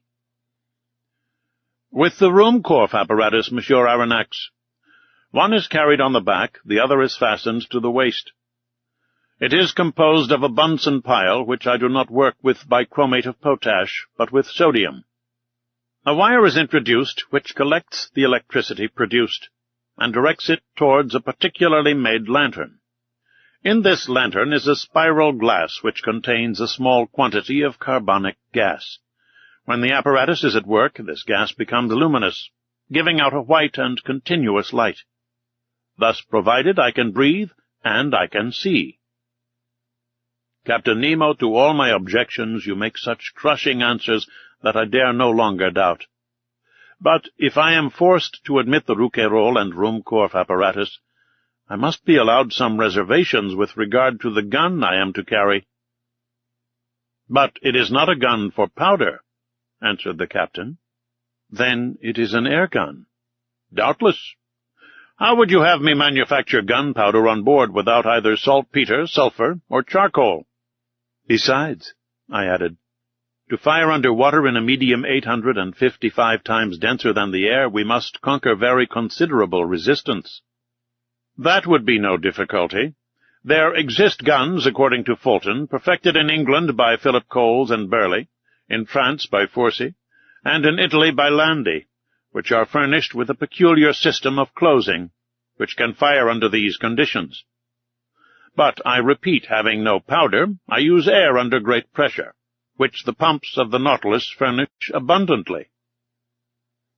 But this air must be rapidly used. Well, have I not my Rouquayrol reservoir, which can furnish it at need? A tap is all that is required. Besides, Monsieur Aronnax, you must see yourself that during our submarine hunt we can spend but little air and but few balls. But it seems to me that in this twilight, and in the midst of this fluid, which is very dense compared with the atmosphere, shots could not go far, nor easily prove mortal. "Sir, on the contrary. With this gun every blow is mortal, and however lightly the animal is touched, it falls as if struck by a thunderbolt." "Why?" "Because the balls sent by this gun are not ordinary balls, but little cases of glass. These glass cases are covered with a case of steel, and weighted with a pellet of lead. They are real Leyden bottles, into which the electricity is forced to a very high tension.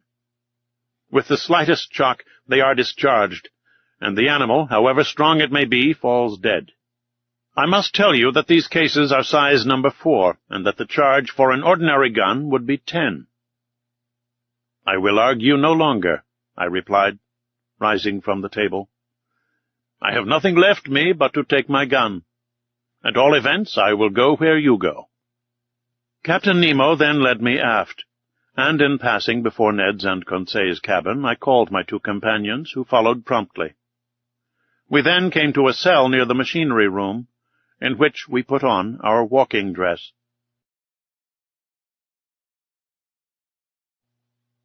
Chapter 15. A Walk on the Bottom of the Sea. This cell was, to speak correctly, the arsenal and wardrobe of the Nautilus. A dozen diving apparatuses hung from the partition, waiting our use. Ned Land, on seeing them, showed evident repugnance to dress himself in one. "But, my worthy Ned, the forests of the island of Crespo are nothing but submarine forests." "Good," said the disappointed harpooner, who saw his dreams of fresh meat fade away. "And you, Monsieur Aronnax, are you going to dress yourself in those clothes?" "There is no alternative, Master Ned." "As you please, sir," replied the harpooner, shrugging his shoulders. "But as for me, unless I am forced, I will never get into one." "No one will force you, Master Ned," said Captain Nemo. "Is Conseil going to risk it?" asked Ned. "I follow my master wherever he goes," replied Conseil. At the captain's call, 2 of the ship's crew came to help us dress in these heavy and impervious clothes, made of India rubber without seam, and constructed expressly to resist considerable pressure. One would have thought it a suit of armor, both supple and resisting. This suit formed trousers and waistcoat. The trousers were finished off with thick boots, weighted with heavy leaden soles.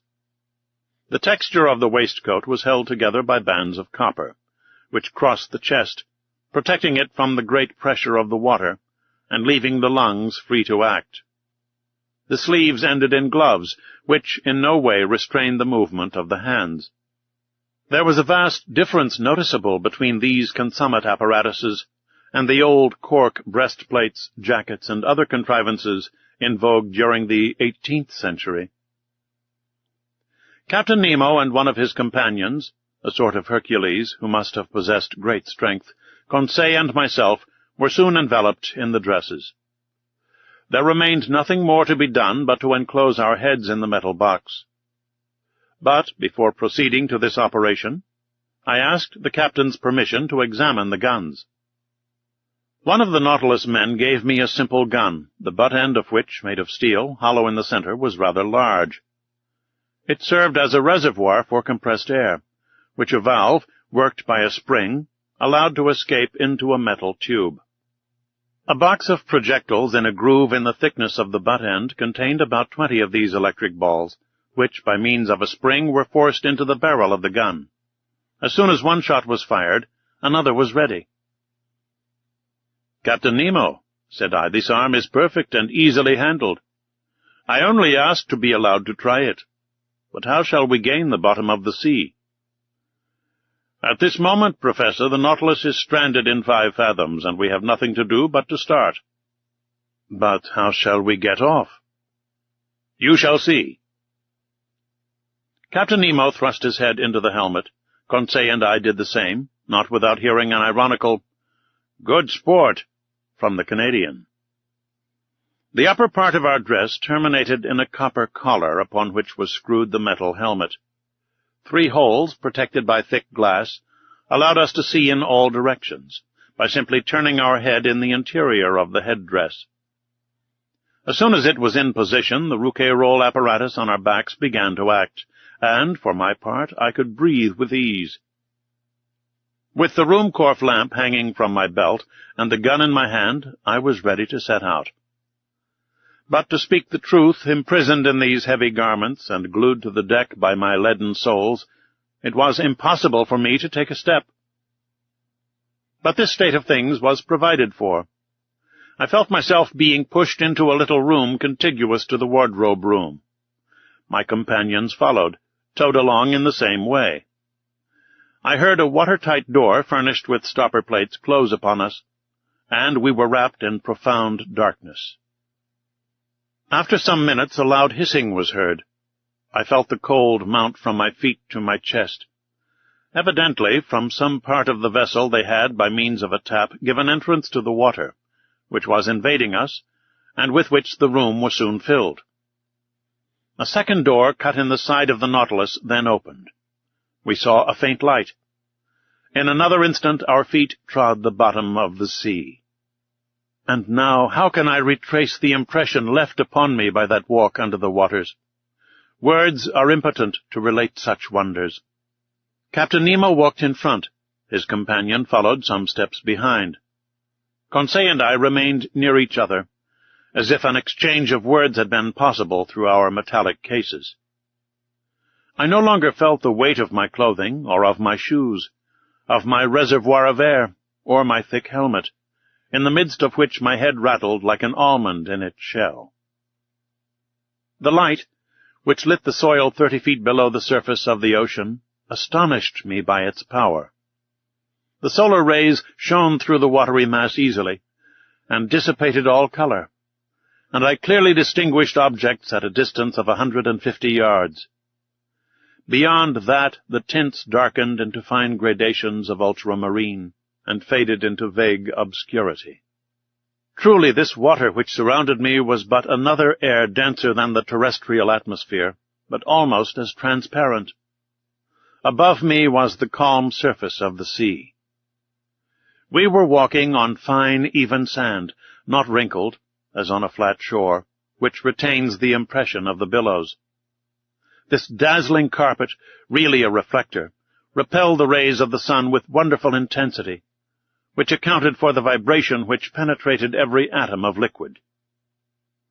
Shall I be believed when I say that, at the depth of 30 feet, I could see as if I was in broad daylight?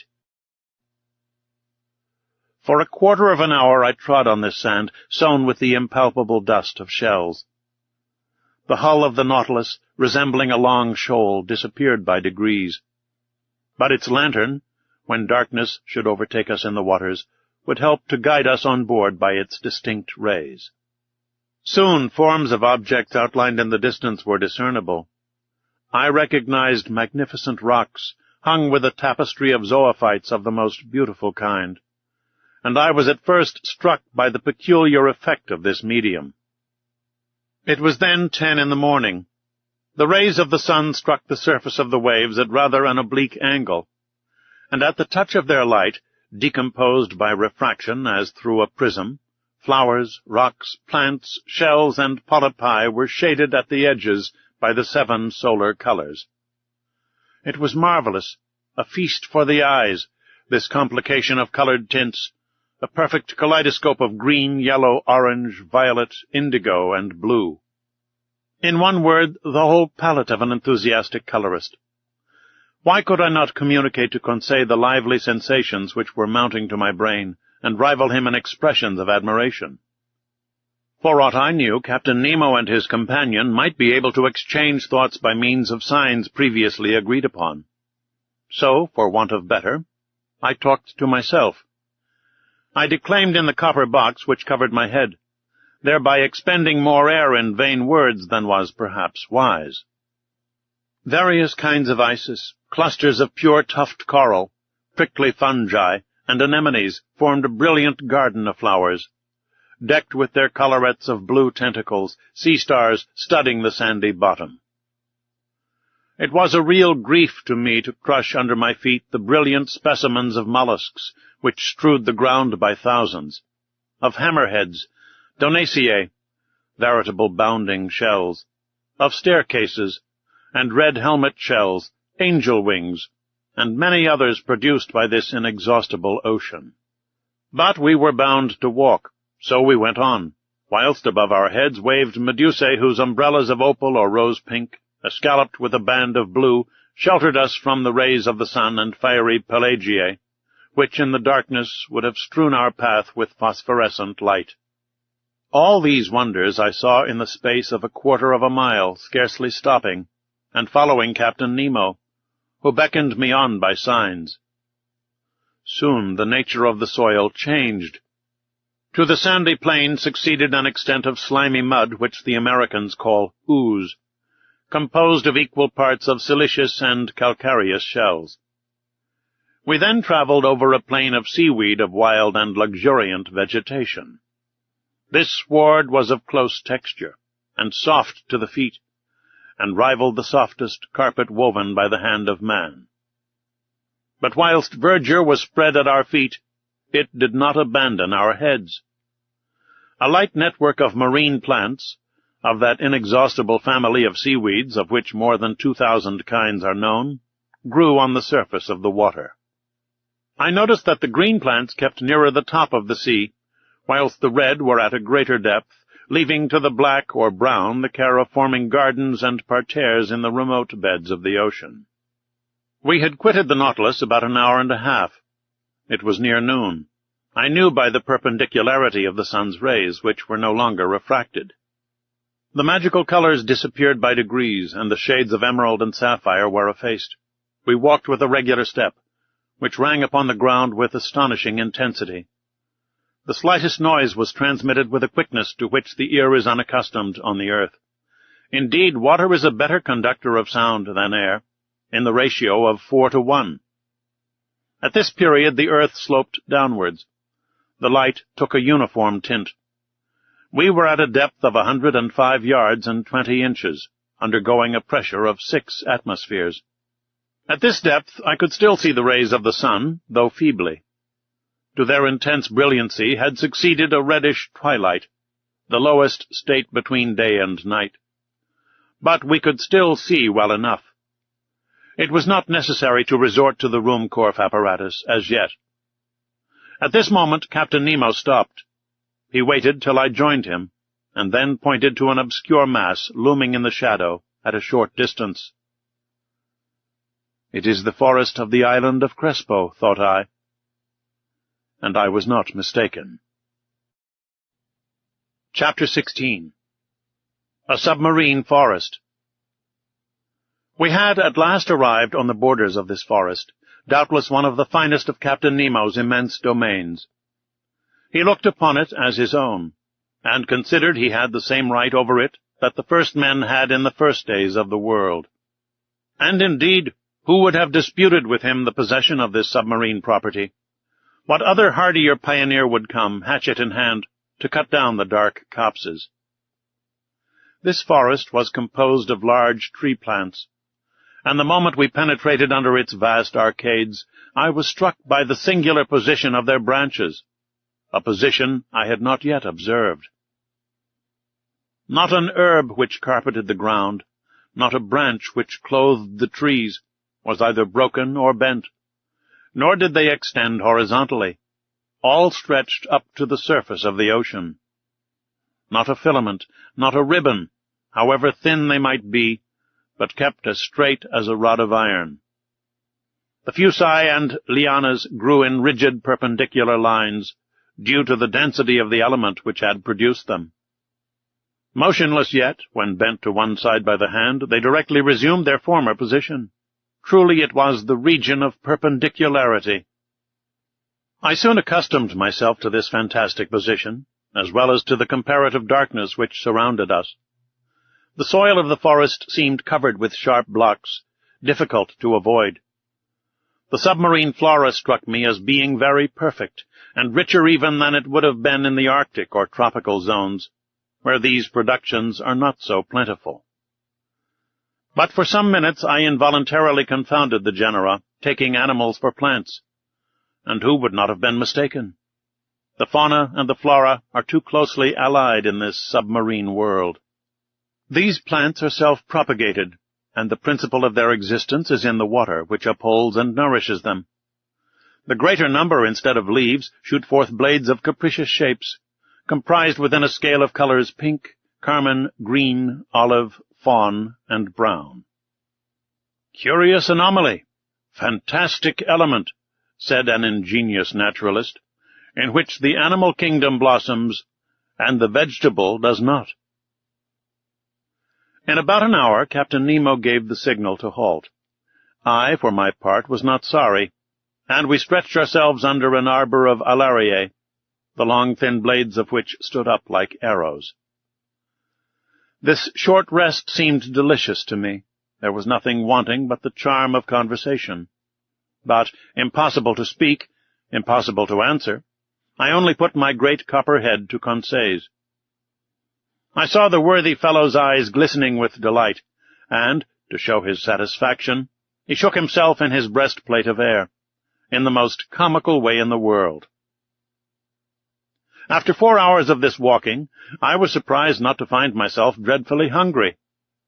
How to account for this state of the stomach, I could not tell, but instead I felt an insurmountable desire to sleep, which happens to all divers, and my eyes soon closed behind the thick glasses, and I fell into a heavy slumber, which the movement alone had prevented before. Captain Nemo and his robust companion, stretched in the clear crystal, set us the example. How long I remained buried in this drowsiness I cannot judge, but when I woke the sun seemed sinking towards the horizon. Captain Nemo had already risen, and I was beginning to stretch my limbs, when an unexpected apparition brought me briskly to my feet. A few steps off, a monstrous sea spider, about 38 inches high, was watching me with squinting eyes, ready to spring upon me. Though my diver's dress was thick enough to defend me from the bite of this animal, I could not help shuddering with horror. Conseil and the sailor of the Nautilus awoke at this moment. Captain Nemo pointed out the hideous crustacean, which a blow from the butt end of the gun knocked over, and I saw the horrible claws of the monster writhe in terrible convulsions. This incident reminded me that other animals more to be feared might haunt these obscure depths, against whose attacks my diving dress would not protect me. I had never thought of it before, but I now resolved to be upon my guard. Indeed, I thought that this halt would mark the termination of our walk. But I was mistaken, for instead of returning to the Nautilus, Captain Nemo continued his bold excursion. The ground was still on the incline, its declivity seemed to be getting greater, and to be leading us to greater depths. It must have been about 3 o'clock when we reached a narrow valley, between high perpendicular walls, situated about 75 fathoms deep. Thanks to the perfection of our apparatus, we were 45 fathoms below the limit which nature seems to have imposed on man as to his submarine excursions. I say 75 fathoms, though I had no instrument by which to judge the distance.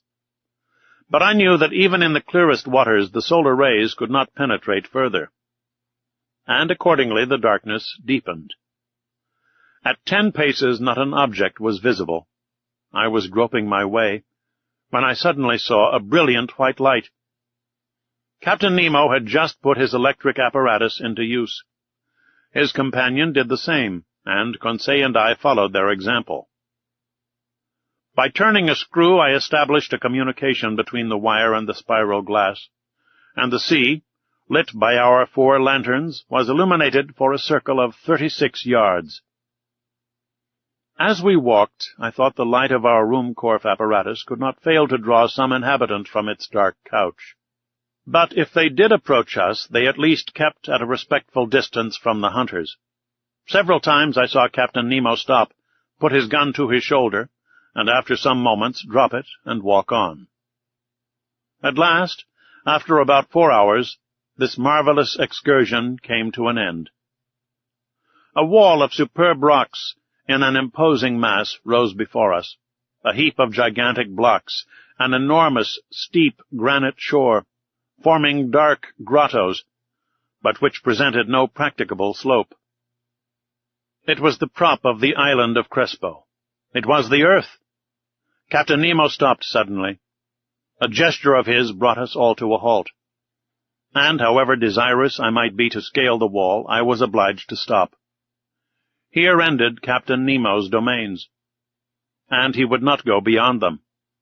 Further on was a portion of the globe he might not trample upon. The return began. Captain Nemo had returned to the head of his little band, directing their course without hesitation. I thought we were not following the same road to return to the Nautilus. The new road was very steep, and consequently very painful. We approached the surface of the sea rapidly. But this return to the upper strata was not so sudden as to cause relief from the pressure too rapidly, which might have produced serious disorder in our organization, and brought on internal lesions so fatal to divers. Very soon light reappeared and grew, and the sun being low on the horizon, the refraction edged the different objects with a spectral ring. At 10 yards and a half deep, we walked amidst a shoal of little fishes of all kinds, more numerous than the birds of the air, and also more agile. But no aquatic game worthy of a shot had as yet met our gaze, when at that moment I saw the captain shoulder his gun quickly, and follow a moving object into the shrubs. He fired. I heard a slight hissing, and a creature fell, stunned at some distance from us. It was a magnificent sea otter, an anhydrus, the only exclusively marine quadruped. This otter was 5 feet long, and must have been very valuable. Its skin, chestnut brown above and silvery underneath, would have made one of those beautiful furs so sought after in the Russian and Chinese markets. The fineness and the luster of its coat would certainly fetch 80 pounds. I admired this curious mammal, with its rounded head ornamented with short ears, its round eyes, and white whiskers like those of a cat, with webbed feet and nails and tufted tail. This precious animal, hunted and tracked by fishermen, has now become very rare, and taken refuge chiefly in the northern parts of the Pacific, or probably its race would soon become extinct. Captain Nemo's companion took the beast, threw it over his shoulder, and we continued our journey. For 1 hour a plain of sand lay stretched before us. Sometimes it rose to within 2 yards and some inches of the surface of the water. I then saw our image clearly reflected, drawn inversely, and above us appeared an identical group reflecting our movements and our actions. In a word, like us in every point, except that they walked with their heads downward and their feet in the air. Another effect I noticed, which was the passage of thick clouds which formed and vanished rapidly. But on reflection I understood that these seeming clouds were due to the varying thickness of the reeds at the bottom, and I could even see the fleecy foam which their broken tops multiplied on the water, and the shadows of large birds passing above our heads, whose rapid flight I could discern on the surface of the sea. On this occasion I was witness to one of the finest gunshots which ever made the nerves of a hunter thrill. A large bird of great breadth of wing, clearly visible, approached, hovering over us. Captain Nemo's companion shouldered his gun and fired, when it was only a few yards above the waves. The creature fell stunned, and the force of its fall brought it within the reach of dexterous hunter's grasp. It was an albatross of the finest kind. Our march had not been interrupted by this incident. For 2 hours we followed these sandy plains, then fields of algae very disagreeable to cross.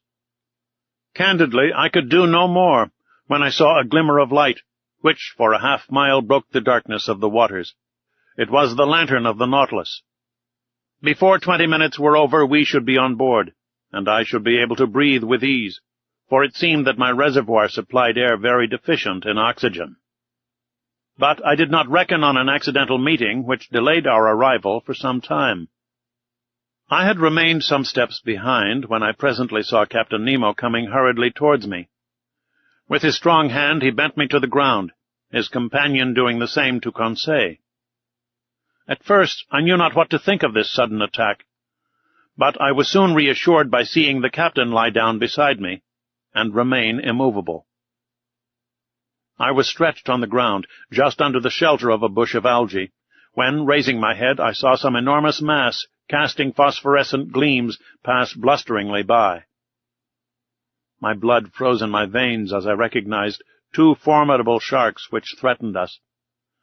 It was a couple of tintorias, terrible creatures, with enormous tails and a dull, glassy stare, the phosphorescent matter ejected from holes pierced around the muzzle. Monstrous brutes, which would crush a whole man in their iron jaws. I did not know whether Conseil stopped to classify them. For my part, I noticed their silver bellies and their huge mouths bristling with teeth from a very unscientific point of view, and more as a possible victim than as a naturalist. Happily, the voracious creatures do not see well. They passed without seeing us, brushing us with their brownish fins, and we escaped by a miracle from a danger certainly greater than meeting a tiger full face in the forest. Half an hour after, guided by the electric light, we reached the Nautilus. The outside door had been left open, and Captain Nemo closed it as soon as we had entered the first cell. He then pressed a knob. I heard the pumps working in the midst of the vessel. I felt the water sinking from around me, and in a few moments the cell was entirely empty. The inside door then opened, and we entered the vestry. There our diving dress was taken off, not without some trouble, and, fairly worn out from want of food and sleep, I returned to my room, in great wonder at this surprising excursion at the bottom of the sea.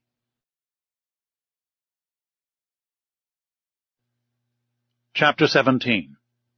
4,000 Leagues Under the Pacific. The next morning, the 18th of November, I had quite recovered from my fatigues of the day before, and I went up onto the platform, just as the second lieutenant was uttering his daily phrase. I was admiring the magnificent aspect of the ocean when Captain Nemo appeared. He did not seem to be aware of my presence, and began a series of astronomical observations. Then, when he had finished, he went and leaned on the cage of the watchlight, and gazed abstractedly on the ocean. In the meantime, a number of the sailors of the Nautilus, all strong and healthy men, had come up onto the platform. They came to draw up the nets that had been laid all night. These sailors were evidently of different nations, although the European type was visible in all of them. I recognized some unmistakable Irishmen, Frenchmen, some Slavs, and a Greek, or a Candiote. They were civil, and only used that odd language among themselves, the origin of which I could not guess. Neither could I question them. The nets were hauled in. They were a large kind of chalut, like those on the Normandy coasts, great pockets that the waves and a chain fixed in the smaller meshes kept open. These pockets, drawn by iron poles, swept through the water, and gathered in everything in their way. That day they brought up curious specimens from those productive coasts. I reckon that the haul had brought in more than 900 weight of fish. It was a fine haul, but not to be wondered at. Indeed, the nets are let down for several hours, and enclose in their meshes an infinite variety. We had no lack of excellent food, and the rapidity of the Nautilus and the attraction of the electric light could always renew our supply. These several productions of the sea were immediately lowered through the panel to the steward's room, some to be eaten fresh, and others pickled. The fishing ended, the provision of air renewed, I thought that the Nautilus was about to continue its submarine excursion, and was preparing to return to my room, when, without further preamble, the captain turned to me, saying, "Professor, is not this ocean gifted with real life? It has its tempers and its gentle moods. Yesterday it slept as we did, and now it has woke after a quiet night. Look," he continued, "it wakes under the caresses of the sun. It is going to renew its diurnal existence. It is an interesting study to watch the play of its organization. It has a pulse, arteries, spasms, and I agree with the learned Maury, who discovered in it a circulation as real as the circulation of blood in animals. Yes, the ocean has indeed circulation, and, to promote it, the Creator has caused things to multiply in it, caloric, salt, and animalculae. When Captain Nemo spoke thus, he seemed altogether changed, and aroused an extraordinary emotion in me. Also, he added, true existence is there, and I can imagine the foundations of nautical towns, clusters of submarine houses, which, like the Nautilus, would ascend every morning to breathe at the surface of the water, free towns, independent cities. Yet who knows whether some despot— Captain Nemo finished his sentence with a violent gesture. Then, addressing me as if to chase away some sorrowful thought, "Monsieur Aronnax," he asked, "do you know the depth of the ocean?" "I only know, Captain, what the principal soundings have taught us." "Could you tell me them, so that I can suit them to my purpose?" "These are some," I replied, "that I remember. If I am not mistaken, a depth of 8,000 yards has been found in the North Atlantic, and 2,500 yards in the Mediterranean. The most remarkable soundings have been made in the South Atlantic, near the 35th parallel, and they gave 12,000 yards, 14,000 yards, and 15,000 yards. To sum up all, it is reckoned that if the bottom of the sea were leveled, its mean depth would be about 1 3/4 leagues. "Well, Professor," replied the captain, "we shall show you better than that, I hope. As to the mean depth of this part of the Pacific, I tell you it is only 4,000 yards. Having said this, Captain Nemo went towards the panel and disappeared down the ladder. I followed him, and went into the large drawing-room. The screw was immediately put in motion, and the log gave 20 miles an hour. During the days and weeks that passed, Captain Nemo was very sparing of his visits. I seldom saw him. The lieutenant pricked the ship's course regularly on the chart, so I could always tell exactly the route of the Nautilus. Nearly every day, for some time, the panels of the drawing-room were opened, and we were never tired of penetrating the mysteries of the submarine world. The general direction of the Nautilus was southeast, and it kept between 100 and 150 yards of depth. One day, however, I do not know why, being drawn diagonally by means of the inclined planes, it touched the bed of the sea. The thermometer indicated a temperature of 4.25 centigrade, a temperature that at this depth seemed common to all latitudes.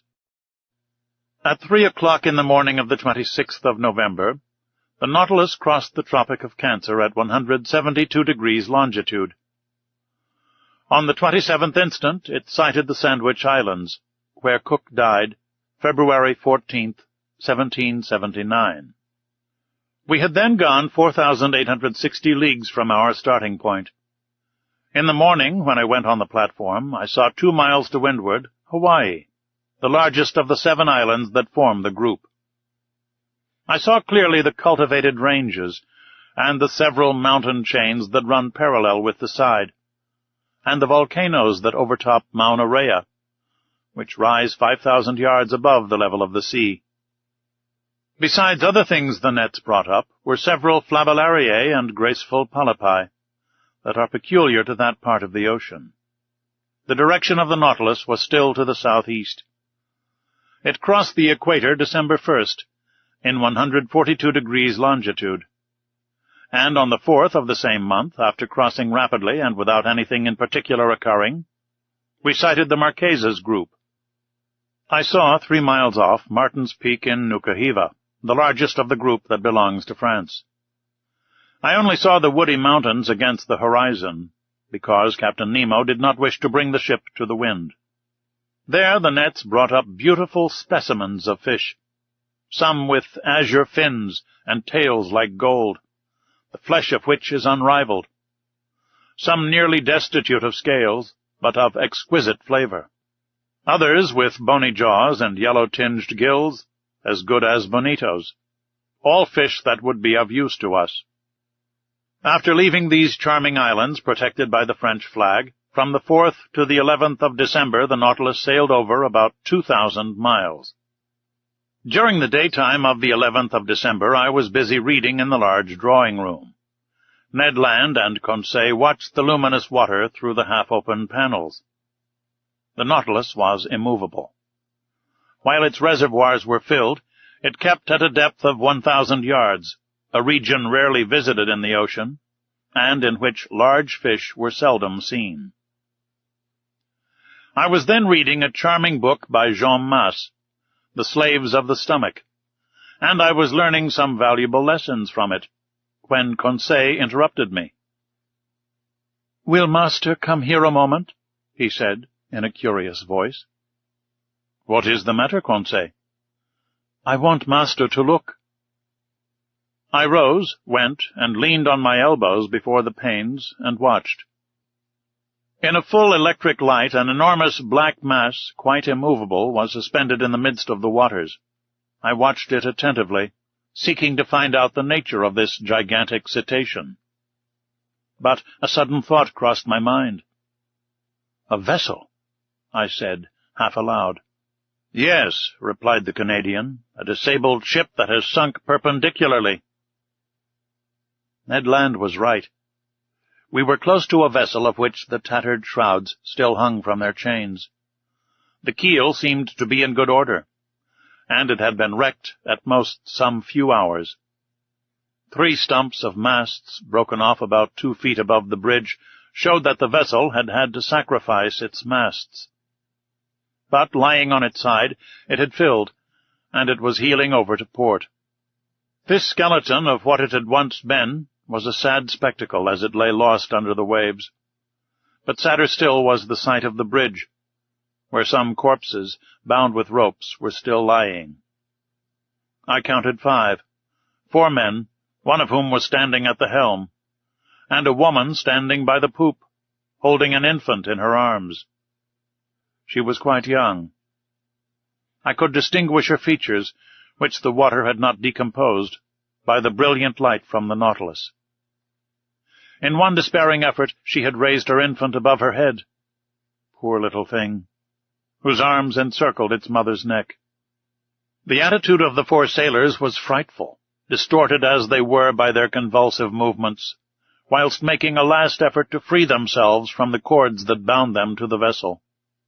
The steersman alone, calm, with a grave, clear face, his grey hair glued to his forehead, and his hand clutching the wheel of the helm, seemed even then to be guiding the 3 broken masts through the depths of the ocean.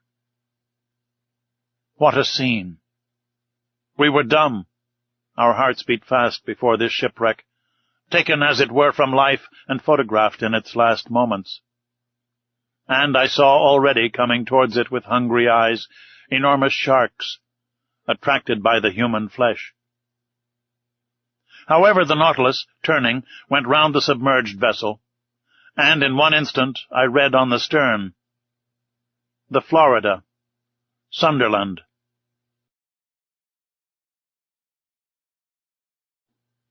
Chapter 18. Vanikoro.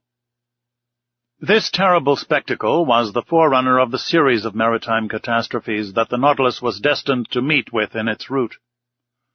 As long as it went through more frequented waters, we often saw the hulls of shipwrecked vessels that were rotting in the depths, and, deeper down, cannons, bullets, anchors, chains, and 1,000 other iron materials eaten up by rust. However, on the 11th of December we sighted the Pomotou Islands, the old dangerous group of Bougainville that extend over a space of 500 leagues at east-southeast to west-northwest, from the island d'Ussy to that of Lazareff. This group covers an area of 370 square leagues, and it is formed of 60 groups of islands, among which the Gambier group is remarkable, over which France exercises sway. These are coral islands, slowly raised, but continuous, created by the daily work of polypi. Then this new island will be joined later on to the neighboring groups, and a fifth continent will stretch from New Zealand to New Caledonia, and from thence to the Marquesas. One day, when I was suggesting this theory to Captain Nemo, he replied coldly, "The Earth does not want new continents, but new men." On the 15th of December, we left to the east the bewitching group of the Societies and the graceful Tahiti, Queen of the Pacific. I saw in the morning, some miles to the windward, the elevated summits of the island. These waters furnished our table with excellent fish, mackerel, bonitos, and some varieties of a sea serpent. On the 25th of December, the Nautilus sailed into the midst of the New Hebrides, discovered by Quiros in 1606, and that Bougainville explored in 1768, and to which Cook gave its present name in 1773. This group is composed principally of 9 large islands that form a band of 120 leagues north-north-south to south-southwest, between 15 degrees and 2 degrees south latitude, and 164 degrees and 168 degrees longitude. We passed tolerably near to the island of Aru, that at noon looked like a mass of green woods, surmounted by a peak of great height. That day being Christmas Day, Ned Land seemed to regret sorely the non-celebration of Christmas, the family fete of which Protestants are so fond. I had not seen Captain Nemo for a week, when, on the morning of the 27th, he came into the large drawing-room, always seeming as if he had seen you 5 minutes before. I was busily tracing the route of the Nautilus on the planisphere. The captain came up to me, put his finger on one spot on the chart, and said this single word, "Vanikoro." The effect was magical. It was the name of the islands on which La Pérouse had been lost. I rose suddenly. "The Nautilus has brought us to Vanikoro?" I asked. "Yes, Professor," said the captain. "And I can visit the celebrated islands where the Boussole and the Astrolabe struck?" "If you like, Professor." "When shall we be there?" "We are there now." Followed by Captain Nemo, I went up onto the platform and greedily scanned the horizon. To the northeast, 2 volcanic islands emerged of unequal size, surrounded by a coral reef that measured 40 miles in circumference. We were close to Vanikoro, really the one to which Dumont d'Urville gave the name of Ile de la Recherche, and exactly facing the little harbor of Vanu, situated in 16 degrees 4 minutes south latitude, and 164 degrees 32 minutes east longitude. The earth seemed covered with verdure from the shore to the summits in the interior, that were crowned by Mount Capogo, 476 feet high. The Nautilus, having passed the outer belt of rocks by a narrow strait, found itself among breakers where the sea was from 30 to 40 fathoms deep. Under the verdant shade of some mangroves I perceived some savages, who appeared greatly surprised at our approach. In the long black body, moving between wind and water, did they not see some formidable cetacean that they regarded with suspicion? Just then Captain Nemo asked me what I knew about the wreck of La Pérouse.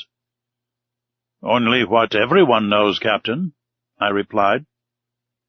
"And could you tell me what everyone knows about it?" he inquired, ironically. "Easily." I related to him all that the last works of Dumont d'Urville had made known, works from which the following is a brief account. La Pérouse and his second, Captain de Langle, were sent by Louis XVI in 1785 on a voyage of circumnavigation. They embarked in the corvettes Boussole and the Astrolabe, neither of which were again heard of. In 1791 the French government, justly uneasy as to the fate of these 2 sloops, manned 2 large merchantmen, the Recherche and the Espérance, which left Brest the 28th of September under the command of Bruni d'Entrecasteaux. 2 months after, they learned from Bowen, commander of the Albemarle, that the debris of shipwrecked vessels had been seen on the coasts of New Georgia. But D'Entrecasteaux, ignoring this communication, rather uncertain besides, directed his course towards the Admiralty Islands, mentioned in a report of Captain Hunter's as being the place where La Pérouse was wrecked. They sought in vain. The Espérance and the Recherche passed before Vanikoro without stopping there, and in fact this voyage was most disastrous, as it cost D'Entrecasteaux his life, and those of 2 of his lieutenants, besides several of his crew. Captain Dillon, a shrewd old Pacific sailor, was the first to find unmistakable traces of the wrecks. On the 15th of May, 1824, his vessel, the St. Patrick, passed close to Tikopia, one of the New Hebrides. There a Lascar came alongside in a canoe, sold him the handle of a sword in silver that bore the print of characters engraved on the hilt. The Lascar pretended that 6 years before, during a stay at Vanikoro, he had seen 2 Europeans that belonged to some vessels that had run aground on the reefs some years ago. Dillon guessed that he meant La Pérouse, whose disappearance had troubled the whole world. He tried to get on to Vanikoro, where, according to the Lascar, he would find numerous debris of the wreck, but winds and tides prevented him. Dillon returned to Calcutta. There he interested the Asiatic Society and the Indian Company in his discovery. A vessel, to which was given the name of the Recherche, was put at his disposal, and he set out the 23rd of January, 1827, accompanied by a French agent. The Recherche, after touching at several points in the Pacific, cast anchor before Vanikoro, 7th of July, 1827. In that same harbor of Vanu where the Nautilus was at this time. There it collected numerous relics of the wreck: iron utensils, anchors, pulley strops, swivel guns, an 18-pound shot, fragments of astronomical instruments, a piece of crownwork, and a bronze clock, bearing this inscription: Bazin Maffei, the mark of the foundry of the arsenal at Brest about 1785. There could be no further doubt. Dillon, having made all inquiries, stayed in the unlucky place till October. Then he quitted Vanikoro and directed his course towards New Zealand, put into Calcutta the 7th of April, 1828, and returned to France, where he was warmly welcomed by Charles X. But at the same time, without knowing Dillon's movements, Dumont d'Urville had already set out to find the scene of the wreck, and they had learned from a whaler that some medals and a cross of St. Louis had been found in the hands of some savages of Louisiade and New Caledonia. Dumont d'Urville, commander of the Astrolabe, had then sailed, and 2 months after Dillon had left Vanikoro, he put into Hobart Town. There he learned the results of Dillon's inquiries, and found that a certain James Hobbs, 2nd lieutenant of the Union of Calcutta, after landing on an island situated 8 degrees 18 minutes south latitude and 156 degrees 30 minutes east longitude, had seen some iron bars and red stuffs used by the natives of these parts. Dumont d'Urville, much perplexed, and not knowing how to credit the reports of low-class journals, decided to follow Dillon's track. On the 10th of February, 1828, the Astrolabe appeared off Tikopia, and took as guide and interpreter a deserter found on the island, made his way to Vanikoro, sighted it on the 12th instant, lay among the reefs until the 14th, and not until the 20th did he cast anchor within the barrier in the harbor of Vanu. On the 23rd, several officers went round the island and brought back some unimportant trifles. The natives, adopting a system of denials and evasions, refused to take them to the unlucky place.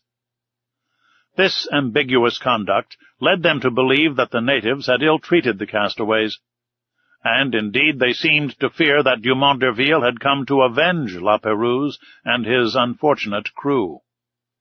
However, on the 26th, appeased by some presents, and understanding that they had no reprisals to fear, they led Monsieur Jacques Réau to the scene of the wreck. There, in 3 or 4 fathoms of water, between the reefs of Pacu and Vanu, lay anchors, cannons, pigs of lead and iron, embedded in the limy concretions. The large boat and the whaler belonging to the Astrolabe were sent to this place, and, not without some difficulty, their crews hauled up an anchor weighing 1,800 pounds, a brass gun, some pigs of iron, and 2 copper swivel guns. Dumont d'Urville, questioning the natives, learned, too, that Pérouse, after losing both his vessels on the reefs of this island, had constructed a smaller boat, only to be lost a second time. Where? No one knew. But the French government, fearing that Dumont d'Urville was not acquainted with Dillon's movements, had sent the sloop Bayonnaise, commanded by Le Guarant de Tromelin, to Vanikoro, which had been stationed on the west coast of America. The Bayonnaise cast her anchor before Vanikoro some months after the departure of the Astrolabe, but found no new document, but stated that the savages had respected the monument to La Pérouse. That is the substance of what I told Captain Nemo. "So," he said, "no one knows now where the 3rd vessel perished that was constructed by the castaways on the island of Vanikoro?" "No one knows." Captain Nemo said nothing, but signed to me to follow him into the large saloon. The Nautilus sank several yards below the waves, and the panels were opened. I hastened to the aperture, and under the crustaceans of coral, covered with fungi, I recognized certain debris that the drags had not been able to tear up. Iron stirrups, anchors, cannons, bullets, capstan fittings, the stem of a ship, all objects clearly proving the wreck of some vessel, and now carpeted with living flowers. While I was looking on this desolate scene, Captain Nemo said, in a sad voice, "Commander La Pérouse set out the 7th of December, 1785, with his vessels La Boussole and the Astrolabe. He first cast anchor at Botany Bay, visited the Friendly Isles, New Caledonia, then directed his course toward Santa Cruz, and put into Namuka, one of the Hapai group. Then his vessels struck on the unknown reefs of Vanikoro. The Boussole, which went first, ran aground on the southerly coast. The Astrolabe went to its help, and ran aground too. The first vessel was destroyed almost immediately. The second, stranded under the wind, resisted some days. The natives made the castaways welcome. They installed themselves in the island and constructed a smaller boat with the debris of the 2 large ones. Some sailors stayed willingly at Vanikoro. The others, weak and ill, set out with La Pérouse. They directed their course towards the Solomon Islands, and there perished, with everything, on the westerly coast of the chief island of the group, between Capes Deception and Satisfaction." "How do you know that?" "By this, that I found on the spot where was the last wreck." Captain Nemo showed me a tin plate box, stamped with the French arms, and corroded by the salt water. He opened it, and I saw a bundle of papers, yellow but still readable. They were the instructions of the naval minister to Commander La Pérouse, annotated in the margin in Louis XVI's handwriting. "Ah, it is a fine death for a sailor," said Captain Nemo at last. "A coral tomb makes a quiet grave, and I trust that I and my comrades will find no other."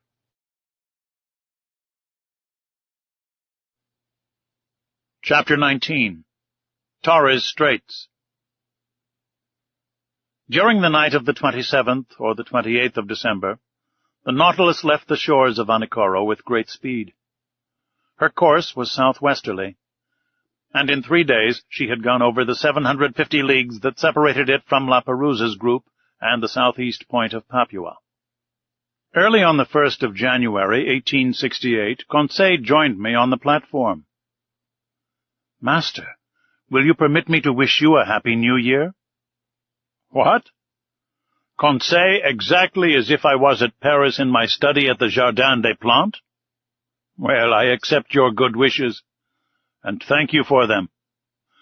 Only I will ask you what you mean by a Happy New Year under our circumstances. Do you mean the year that will bring us to the end of our imprisonment, or the year that sees us continue this strange voyage? Really, I do not know how to answer, Master. We are sure to see curious things, and for the last 2 months we have not had time for dullness. The last marvel is always the most astonishing, and if we continue this progression, I do not know how it will end. It is my opinion that we shall never again see the like.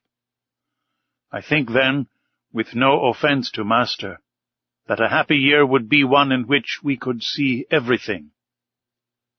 On the 2nd of January we had made 11,340 miles, or 5,250 French leagues, since our starting point in the Japan seas.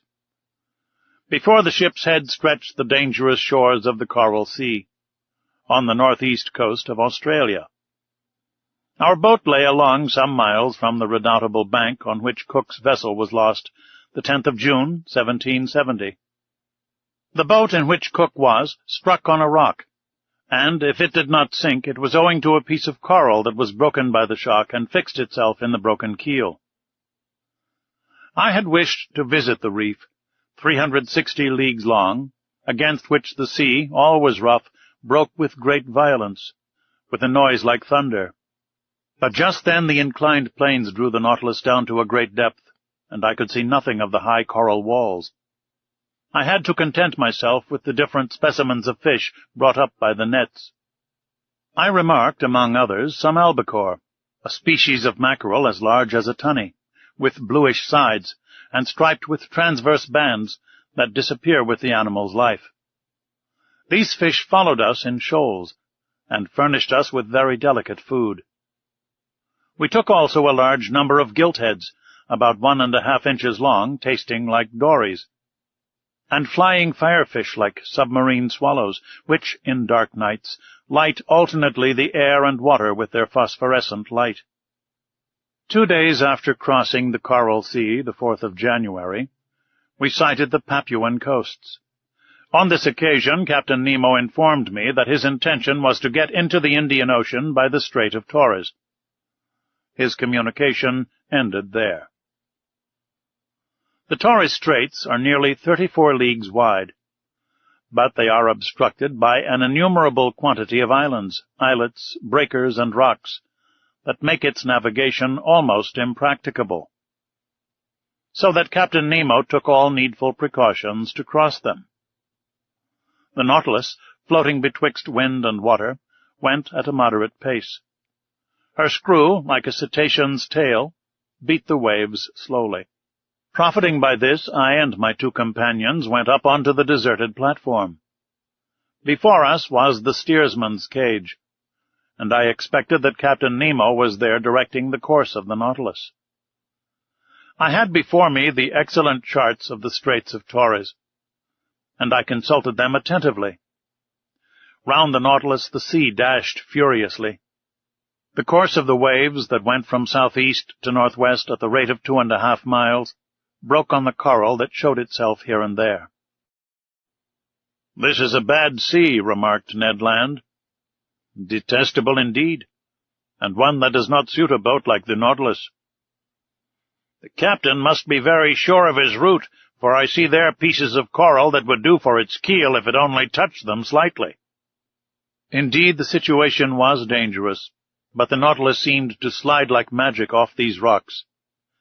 It did not follow the routes of the Astrolabe and the Zélé exactly, for they proved fatal to Dumont d'Urville. It bore more northwards, coasted the islands of Murray, and came back to the southwest towards Cumberland Passage. I thought it was going to pass it by, when, going back to northwest, it went through a large quantity of islands and islets little known, towards the Island Sound and Canal Mauvais. I wondered if Captain Nemo, foolishly imprudent, would steer his vessel into that pass where Dumont d'Urville's 2 corvettes touched, when, swerving again and cutting straight through to the west, he steered for the island of Gilboa. It was then 3 in the afternoon, The tide began to recede, being quite full. The Nautilus approached the island that I still saw, with its remarkable border of screw pines. He stood off it at about 2 miles distant. Suddenly a shock overthrew me. The Nautilus just touched a rock and stayed immovable, laying lightly to port side. When I rose, I perceived Captain Nemo and his lieutenant on the platform. They were examining the situation of the vessel and exchanging words in their incomprehensible dialect. She was situated thus. 2 miles on the starboard side appeared Gilboa, stretching from north to west like an immense arm. Towards the south and east some coral showed itself, left by the ebb. We had run aground, and in one of those seas where the tides are middling, a sorry matter for the floating of the Nautilus. However, the vessel had not suffered, for her keel was solidly joined. But if she could neither glide off nor move, she ran the risk of being forever fastened to these rocks, and then Captain Nemo's submarine vessel would be done for. I was reflecting thus when the captain, cool and calm, always master of himself, approached me. "An accident?" I asked. "No, an incident. But an incident that will oblige you, perhaps, to become an inhabitant of this land from which you flee?" Captain Nemo looked at me curiously and made a negative gesture, as much as to say that nothing would force him to set foot on terra firma again. Then he said, "Besides, Monsieur Aronnax, the Nautilus is not lost. It will carry you yet into the midst of the marvels of the ocean. Our voyage is only begun, and I do not wish to be deprived so soon of the honor of your company." "However, Captain Nemo," I replied, without noticing the ironical turn of his phrase, "the Nautilus ran aground in open sea. Now the tides are not strong in the Pacific, and if you cannot lighten the Nautilus, I do not see how it will be reinflated." "The tides are not strong in the Pacific, you are right there, Professor. But in Torres Straits one finds still a difference of 1.5 yards between the level of high and low seas. Today is the 4th of January, and in 5 days the moon will be full. Now I shall be very much astonished if that satellite does not raise these masses of water sufficiently and render me a service that I should be indebted to her for." Having said this, Captain Nemo, followed by his lieutenant, redescended to the interior of the Nautilus. As to the vessel, it moved not, and was immovable, as if the coralline polypi had already walled it up with their indestructible cement. "Well, sir," said Ned Land, who came up to me after the departure of the captain. "Well, friend Ned, we will wait patiently for the tide on the 9th instant, for it appears that the moon will have the goodness to put it off again." "Really?" "Really. And this captain is not going to cast anchor at all, since the tide will suffice?" said Conseil simply. The Canadian looked at Conseil, then shrugged his shoulders. "Sir, you may believe me when I tell you that this piece of iron will navigate neither on nor under the sea again. It is only fit to be sold for its weight. I think, therefore, that the time has come to part company with Captain Nemo." "Friend Ned, I do not despair of this stout Nautilus as you do. And in 4 days we shall know what to hold to on the Pacific tides. Besides, flight might be possible if we were in sight of the English or Provençal coast. But on the Papuan shores it is another thing. And it will be time enough to come to that extremity if the Nautilus does not recover itself again, which I look upon as a grave event." "But do they know at least how to act circumspectly? There is an island.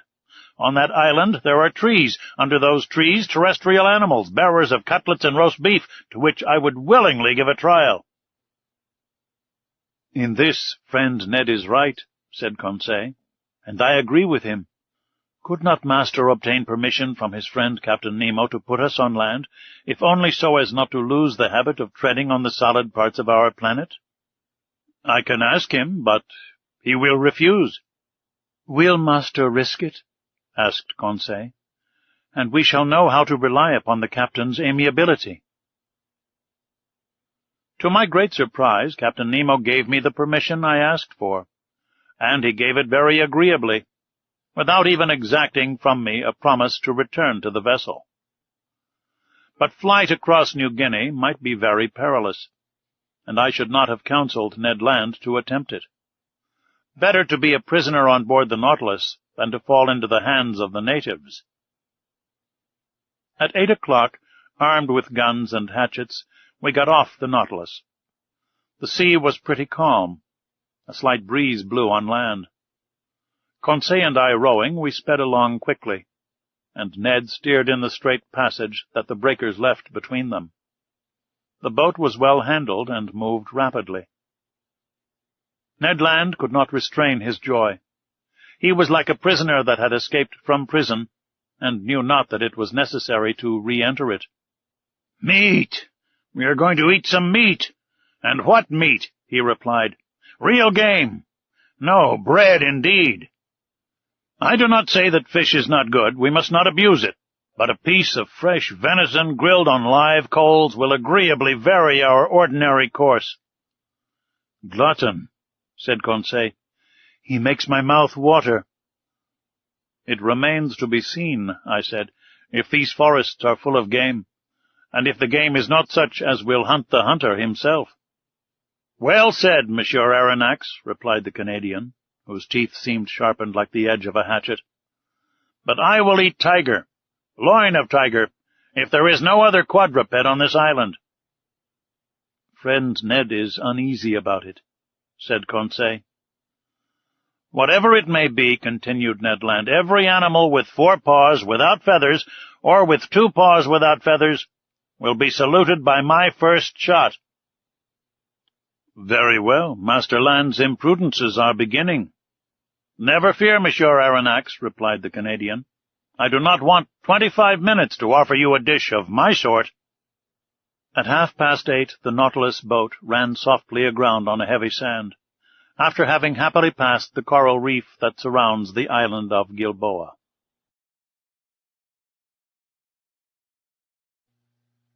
Chapter 20. A few days on land. I was much impressed on touching land. Ned Land tried the soil with his feet, as if to take possession of it. However, it was only 2 months before that we had become, according to Captain Nemo, passengers on board the Nautilus, but in reality prisoners of its commander. In a few minutes we were within musket shot of the coast. The whole horizon was hidden behind a beautiful curtain of forests. Enormous trees, the trunks of which attained a height of 200 feet, were tied to each other by garlands of bindweed, real natural hammocks, which a light breeze rocked. They were mimosas, figs, hibiscus, and palm trees, mingled together in profusion, and under the shelter of their verdant vault grew orchids, leguminous plants, and ferns. But without noticing all these beautiful specimens of Papuan flora, the Canadian abandoned the agreeable for the useful. He discovered a cocoa tree, beat down some of the fruit, broke them, and we drank the milk and ate the nut with a satisfaction that protested against the ordinary food on the Nautilus. "Excellent," said Ned Land. "Exquisite," replied Conseil. "And I do not think," said the Canadian, "that he would object to our introducing a cargo of coconuts on board." "I do not think he would, but he would not taste them." "So much the worse for him," said Conseil. "And so much the better for us," replied Ned Land. "There will be more for us." "One word only, Master Land," I said to the harpooner, who was beginning to ravage another coconut tree. "Coconuts are good things, but before filling the canoe with them, it would be wise to reconnoitre and see if the island does not produce some substance not less useful. Fresh vegetables would be welcome on board the Nautilus." "Master is right," replied Conseil, "and I propose to reserve 3 places in our vessel, one for fruits, the other for vegetables, and the third for the venison, of which I have not yet seen the smallest specimen." "Conseil, we must not despair," said the Canadian. "Let us continue," I returned. and lie in wait. Although the island seems uninhabited, it might still contain some individuals that would be less hard than we on the nature of game." "Ho, ho!" said Ned Land, moving his jaws significantly. "Well, Ned," said Conseil. "My word," returned the Canadian, "I begin to understand the charms of anthropophagy." "Ned, what are you saying? You, a man-eater? I should not feel safe with you, especially as I share your cabin. I might perhaps wake one day to find myself half devoured." "Friend Conseil, I like you much, but not enough to eat you unnecessarily." "I would not trust you," replied Conseil. "But enough. We must absolutely bring down some game to satisfy this cannibal, or else one of these fine mornings master will find only pieces of his servant to serve him." While we were talking thus, we were penetrating the sombre arches of the forest, and for 2 hours we surveyed it in all directions. Chance rewarded our search for eatable vegetables, and one of the most useful products of the tropical zones furnished us with precious food that we missed on board. I would speak of the breadfruit tree, very abundant in the island of Gilboa, and I remarked chiefly the variety destitute of seeds, which bears in Malaya the name of rima. Ned Land knew these fruits well. He had already eaten many during his numerous voyages, and he knew how to prepare the eatable substance. Moreover, the sight of them excited him, and he could contain himself no longer. "Professor," he said, "I shall die if I do not taste a little of this breadfruit pie." "Taste it, friend Ned. Taste it as you want. We are here to make experiments. Make them." "It won't take long," said the Canadian. And, provided with a lentil, he lighted a fire of dead wood that crackled joyously. During this time, Conseil and I chose the best fruits of the breadfruit. Some had not then attained a sufficient degree of maturity, and their thick skin covered a white but rather fibrous pulp. Others, the greater number yellow and gelatinous, waited only to be picked. These fruits enclosed no kernel. Conseil brought a dozen to Ned Land, who placed them on a coal fire, after having cut them in thick slices, and, while doing this, repeating, "You will see, Professor, how good this bread is, more so when one has been deprived of it so long. It is not even bread," added he, "but a delicate pastry. You have eaten none, Professor?" "No, Ned." "Very well, prepare yourself for a juicy thing. If you do not come for more, I am no longer the king of harpooners." After some minutes, the part of the fruits that was exposed to the fire was completely roasted. The interior looked like a white pasty, a sort of soft crumb, the flavor of which was like that of an artichoke. It must be confessed, this bread was excellent, and I ate of it with great relish. "What time is it now?" asked the Canadian. 2 o'clock at least," replied Conseil. "How time flies on firm ground," sighed Ned Land. "Let us be off," replied Conseil. We returned through the forest, and completed our collection by a raid upon the cabbage palms that we gathered from the tops of the trees, little beans that I recognized as the abru of the Malays, and yams of a superior quality. We were loaded when we reached the boat, but Ned Land did not find his provisions sufficient. Fate, however, favored us. Just as we were pushing off, he perceived several trees from 25 to 30 feet high, a species of palm tree. At last, at 5 o'clock in the evening, loaded with our riches, we quitted the shore, and half an hour after we hailed the Nautilus. No one appeared on our arrival. The enormous iron-plated cylinder seemed deserted. The provisions embarked, I descended to my chamber, and after supper slept soundly. The next day, the 6th of January, nothing new on board. Not a sound inside, not a sign of life. The boat rested along the edge, in the same place in which we had left it. We resolved to return to the island, Ned Land hoped to be more fortunate than on the day before with regard to the hunt, and wished to visit another part of the forest. At dawn we set off. The boat, carried on by the waves that flowed to shore, reached the island in a few minutes. We landed, and thinking that it was better to give in to the Canadian, we followed Ned Land, whose long limbs threatened to distance us.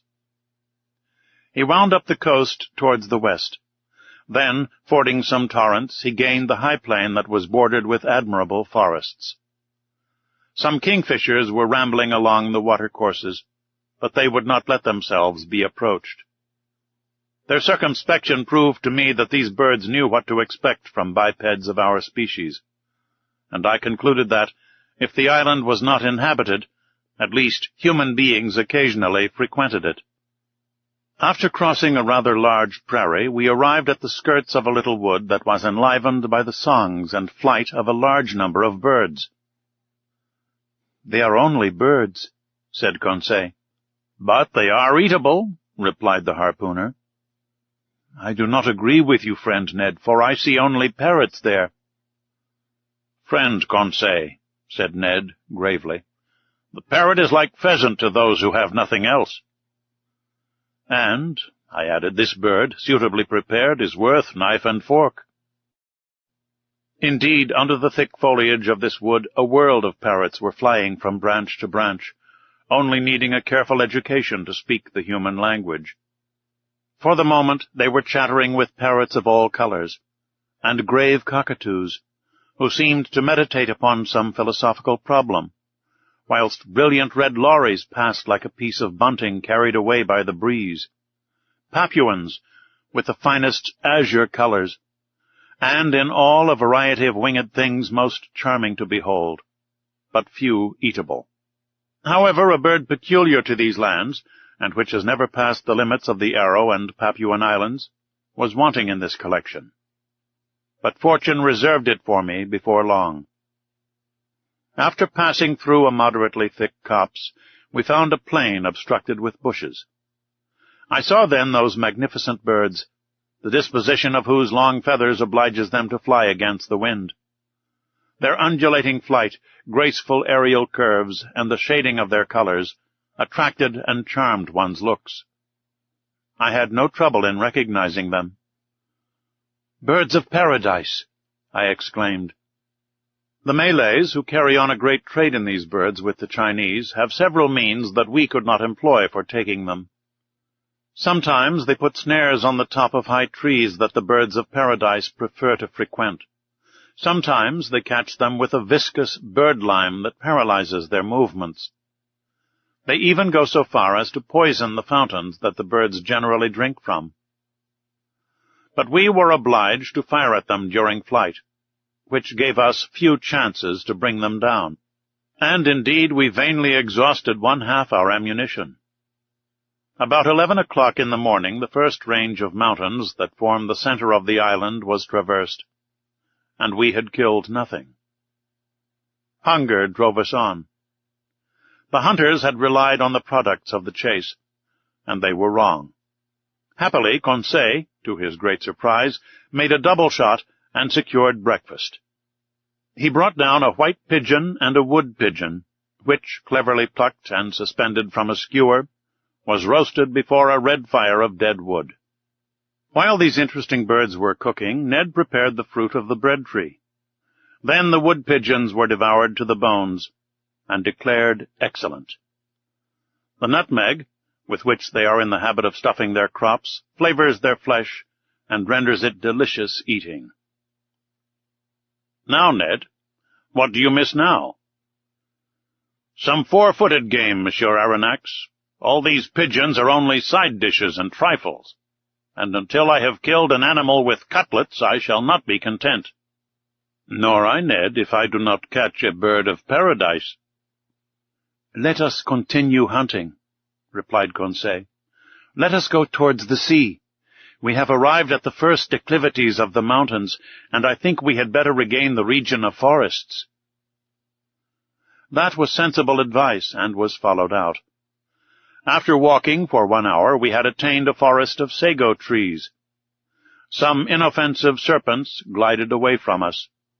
The birds of paradise fled at our approach, and truly I despaired of getting near one when Conseil, who was walking in front, suddenly bent down, uttered a triumphal cry, and came back to me bringing a magnificent specimen. "Ah, bravo, Conseil!" "Master is very good." "No, my boy, you have made an excellent stroke. Take one of these living birds and carry it in your hand." "If master will examine it, he will see that I have not deserved great merit." "Why, Conseil?" "Because this bird is as drunk as a quail." "Drunk?" "Yes, sir, drunk with the nutmegs that it devoured under the nutmeg tree under which I found it. See, friend Ned, see the monstrous effects of intemperance." "By Jove!" exclaimed the Canadian, "because I have drunk gin for 2 months, you must needs reproach me." However, I examined the curious bird. Conseil was right. The bird, drunk with the juice, was quite powerless. It could not fly. It could hardly walk.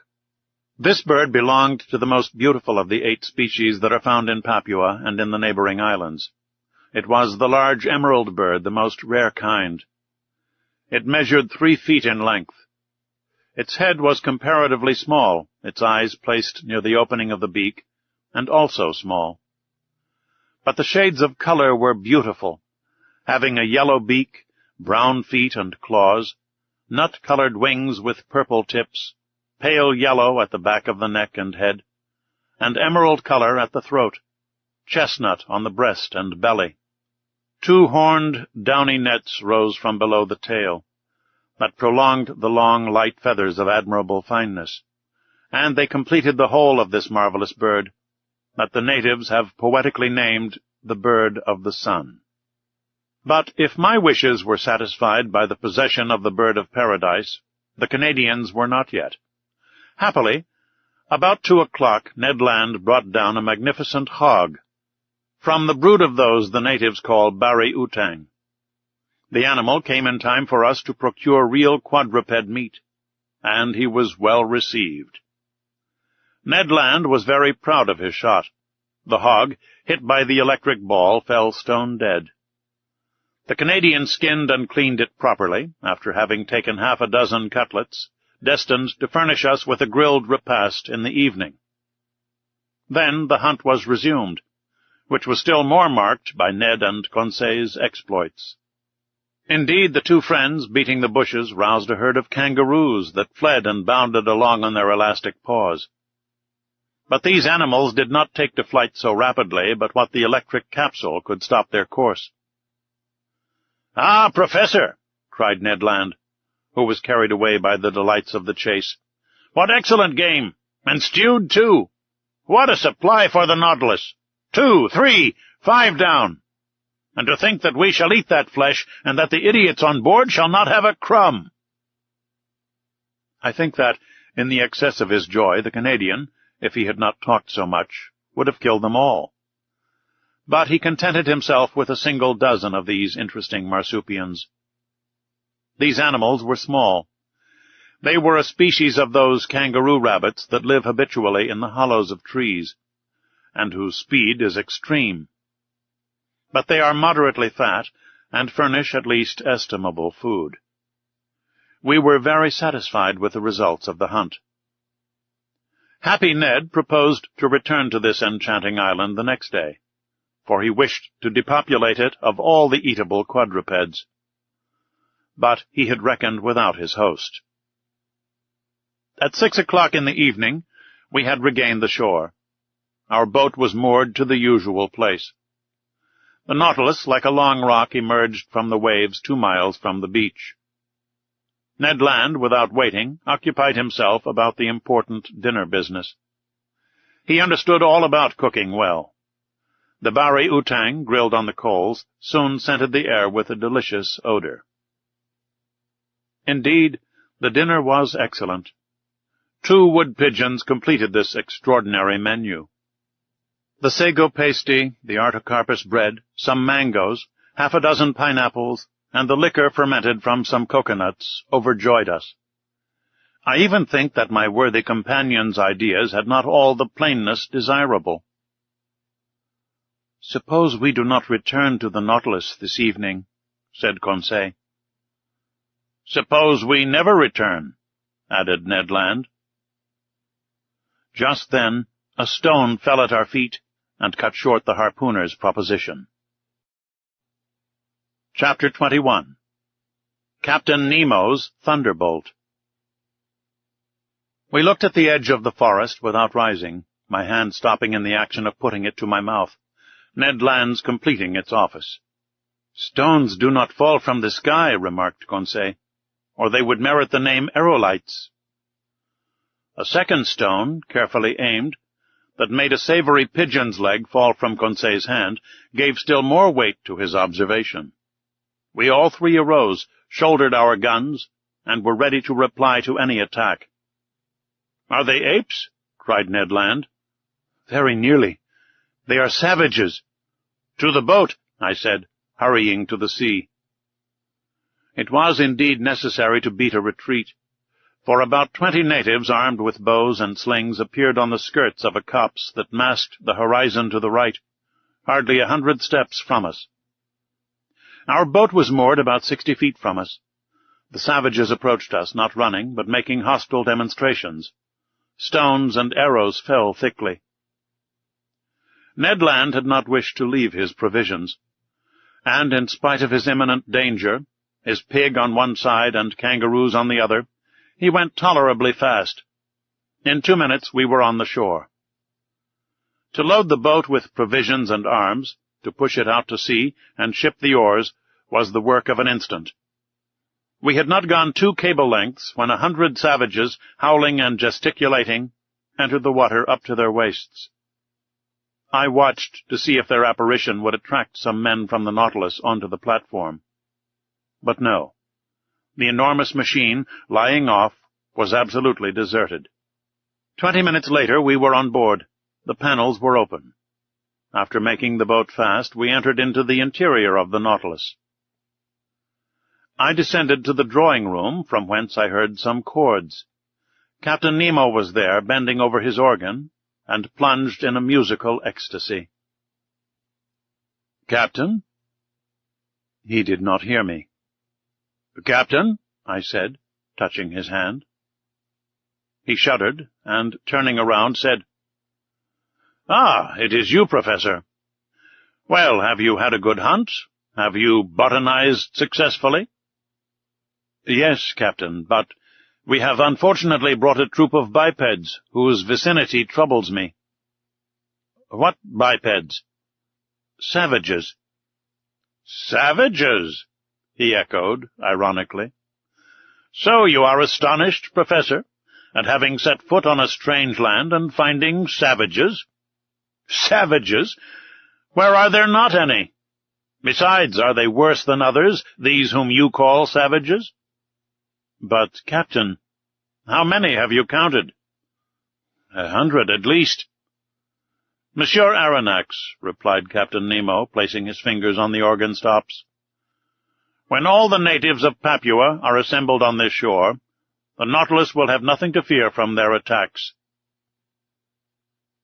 The captain's fingers were then running over the keys of the instrument, and I remarked that he touched only the black keys, which gave his melodies an essentially Scotch character.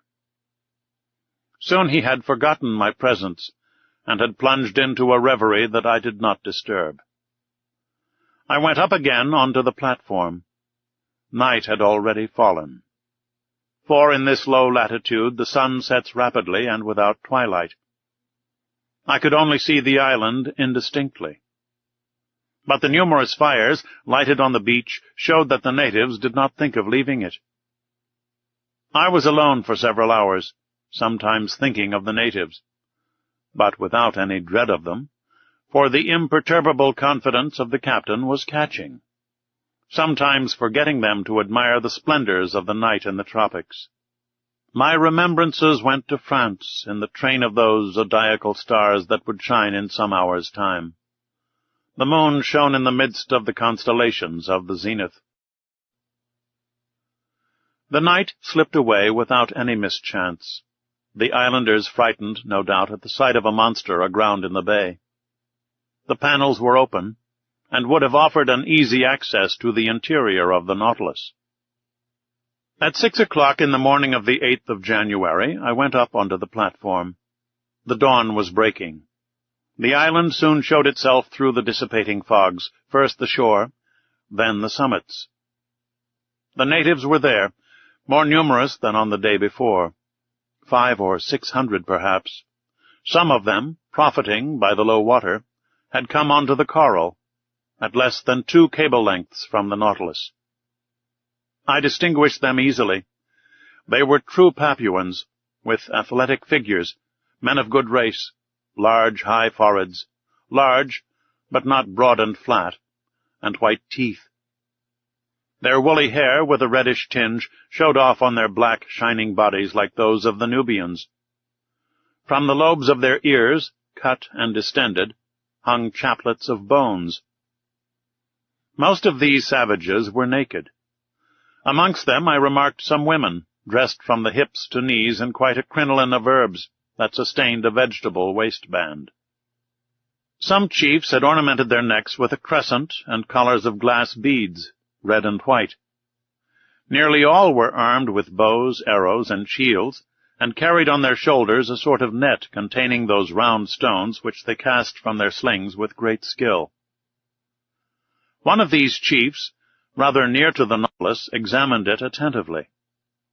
He was, perhaps, a Mado of high rank, for he was draped in a mat of banana leaves, notched round the edges, and set off with brilliant colors. I could easily have knocked down this native, who was within a short length, but I thought that it was better to wait for real hostile demonstrations. Between Europeans and savages it is proper for the Europeans to parry sharply, not to attack. During low water the natives roamed about near the Nautilus, but were not troublesome. I heard them frequently repeat the word "Asai," and by their gestures I understood that they invited me to go on land, an invitation that I declined. So on that day the boat did not push off, to the great displeasure of Master Land, who could not complete his provisions. This adroit Canadian employed his time in preparing the viands and meat that he had brought off the island. As for the savages, they returned to the shore about 11 o'clock in the morning, as soon as the coral tops began to disappear under the rising tide. But I saw their numbers had increased considerably on the shore. Probably they came from the neighboring islands, or very likely from Papua. However, I had not seen a single native canoe. Having nothing better to do, I thought of dragging these beautiful limpid waters, under which I saw a profusion of shells, zoophytes, and marine plants. Moreover, it was the last day that the Nautilus would pass in these parts, if it float in open sea the next day, according to Captain Nemo's promise. I therefore called Conseil, who brought me a little light drag, very like those for the oyster fishery. Now to work. For 2 hours we fished unceasingly, but without bringing up any rarities. The drag was filled with Midas ears, harps, melams, and particularly the most beautiful hammers I have ever seen. We also brought up some sea slugs, pearl oysters, and a dozen little turtles that were reserved for the pantry on board. But just when I expected it least, I put my hand on a wonder. I might say a natural deformity, very rarely met with. Conseil was just dragging, and his net came up filled with divers ordinary shells, when all at once he saw me plunge my arm quickly into the net, to draw out a shell, and heard me utter a cry. "What is the matter, sir?" he asked in surprise. "Has master been bitten?" "No, my boy, but I would willingly have given a finger for my discovery." "What discovery?" "This shell," I said, holding up the object of my triumph. "It is simply an olive porphyry." "Yes, Conseil, but instead of being rolled from right to left, this olive turns from left to right." "Is it possible?" "Yes, my boy. It is a left shell." Shells are all right-handed with rare exceptions, and when by chance their spiral is left, amateurs are ready to pay their weight in gold. Conseil and I were absorbed in the contemplation of our treasure, and I was promising myself to enrich the museum with it, when a stone, unfortunately thrown by a native, struck against and broke the precious object in Conseil's hand. I uttered a cry of despair. Conseil took up his gun and aimed at a savage who was poising his sling at 10 yards from him.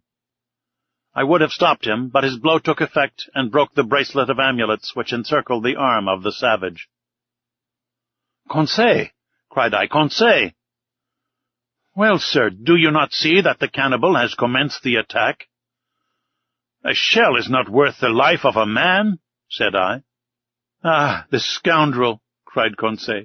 "I would rather he had broken my shoulder."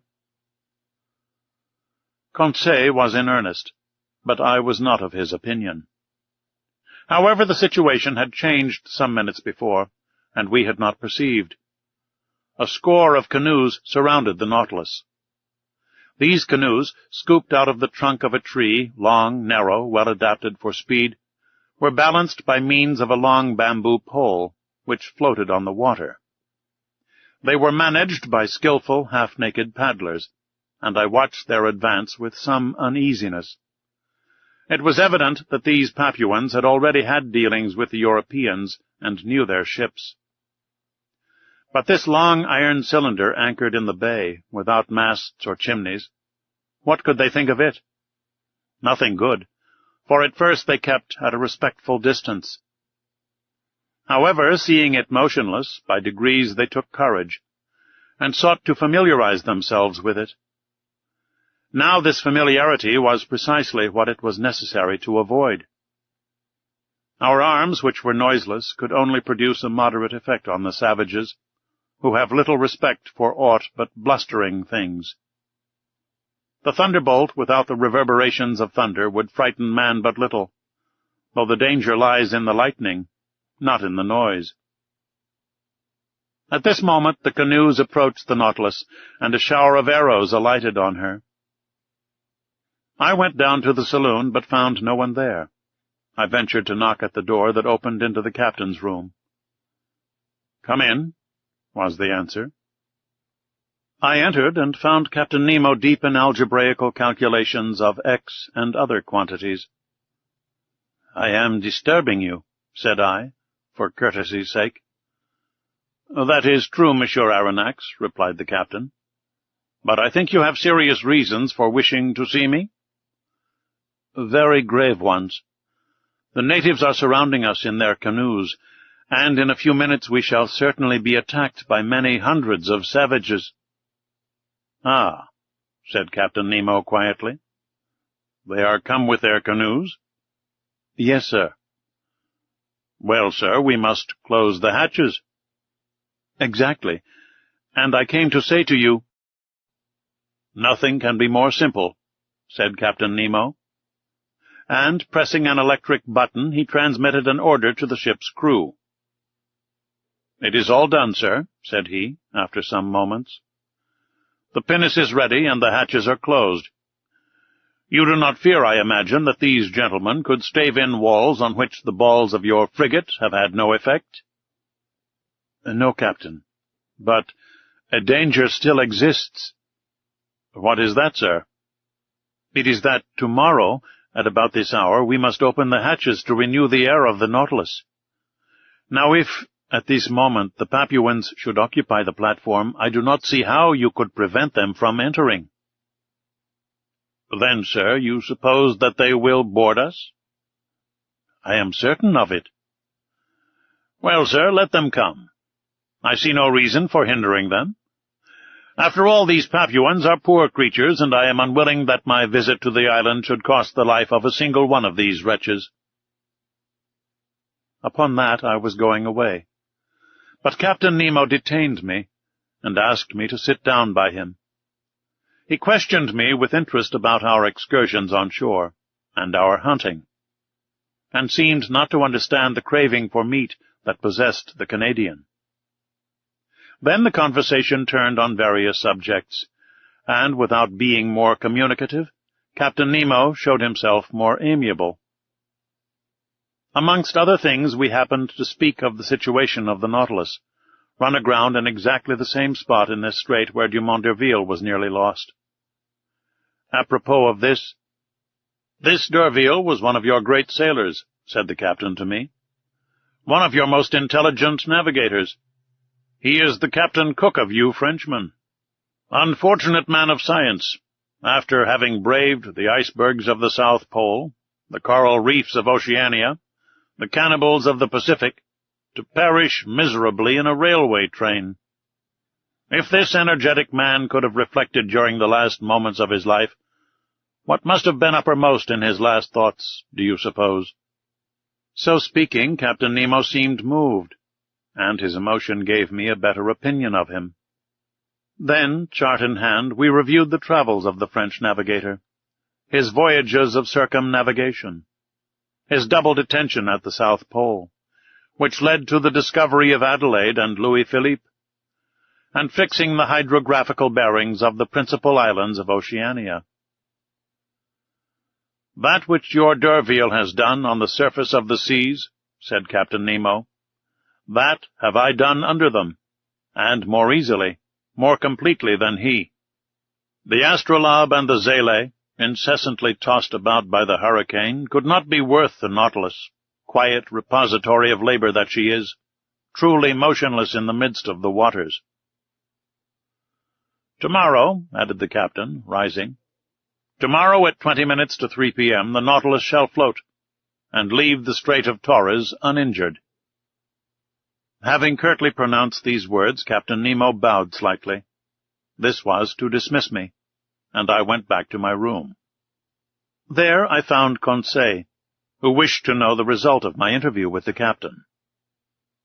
"My boy," said I, "when I feigned to believe that his Nautilus was threatened by the natives of Papua, the captain answered me very sarcastically. I have but one thing to say to you. Have confidence in him, and go to sleep in peace." "Have you no need of my services, sir?" "No, my friend." "What is Ned Land doing?" "If you will excuse me, sir," answered Conseil, "friend Ned is busy making a kangaroo pie, which will be a marvel." I remained alone and went to bed, but slept indifferently. I heard the noise of the savages who stamped on the platform, uttering deafening cries. The night passed thus without disturbing the ordinary repose of the crew. The presence of these cannibals affected them no more than the soldiers of a masked battery care for the ants that crawl over its front. At 6 in the morning I rose. The hatches had not been opened. The inner air was not renewed, but the reservoirs, filled ready for any emergency, were now resorted to, and discharged several cubic feet of oxygen into the exhausted atmosphere of the Nautilus. I worked in my room till noon, without having seen Captain Nemo, even for an instant. On board, no preparations for departure were visible. I waited still some time, then went into the large saloon. The clock marked 2:30. In 10 minutes it would be high tide, and if Captain Nemo had not made a rash promise, the Nautilus would be immediately detached. If not, many months would pass ere she could leave her bed of coral. However, some warning vibrations began to be felt in the vessel. I heard the keel grating against the rough, calcareous bottom of the coral reef. At 25 minutes to 3, Captain Nemo appeared in the saloon. "We are going to start," said he. "Ah," replied I. "I have given the order to open the hatches." "And the Papuans?" "The Papuans," answered Captain Nemo, slightly shrugging his shoulders. "Will they not come inside the Nautilus?" "How?" "Only by leaping over the hatches you have opened." "Monsieur Aronnax," quietly answered Captain Nemo, "they will not enter the hatches of the Nautilus in that way, even if they were open." I looked at the captain. "You do not understand?" said he. "Hardly." "Well, come and you will see." I directed my steps towards the central staircase. There Ned Land and Conseil were slyly watching some of the ship's crew, who were opening the hatches, while cries of rage and fearful vociferations resounded outside. The port lids were pulled down outside. 20 horrible faces appeared. But the first native who placed his hand on the stair rail, struck from behind by some invisible force, I know not what, fled, uttering the most fearful cries and making the wildest contortions. 10 of his companions followed him. They met with the same fate. Conseil was in ecstasy. Ned Land, carried away by his violent instincts, rushed on to the staircase. But the moment he seized the rail with both hands, he, in his turn, was overthrown. "I am struck by a thunderbolt!" cried he, with an oath. This explained all. It was no rail, but a metallic cable charged with electricity from the deck, communicating with the platform. Whoever touched it felt a powerful shock, and this shock would have been mortal if Captain Nemo had discharged into the conductor the whole force of the current. It might truly be said that between his assailants and himself he had stretched a network of electricity which none could pass with impunity. Meanwhile, the exasperated Papuans had beaten a retreat paralyzed with terror.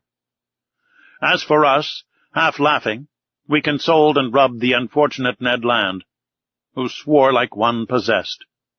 But at this moment the Nautilus, raised by the last waves of the tide, quitted her coral bed exactly at the 40th minute fixed by the captain.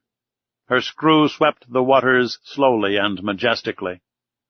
Her speed increased gradually, and, sailing on the surface of the ocean, she quitted safe and sound the dangerous passes of the Straits of Torres.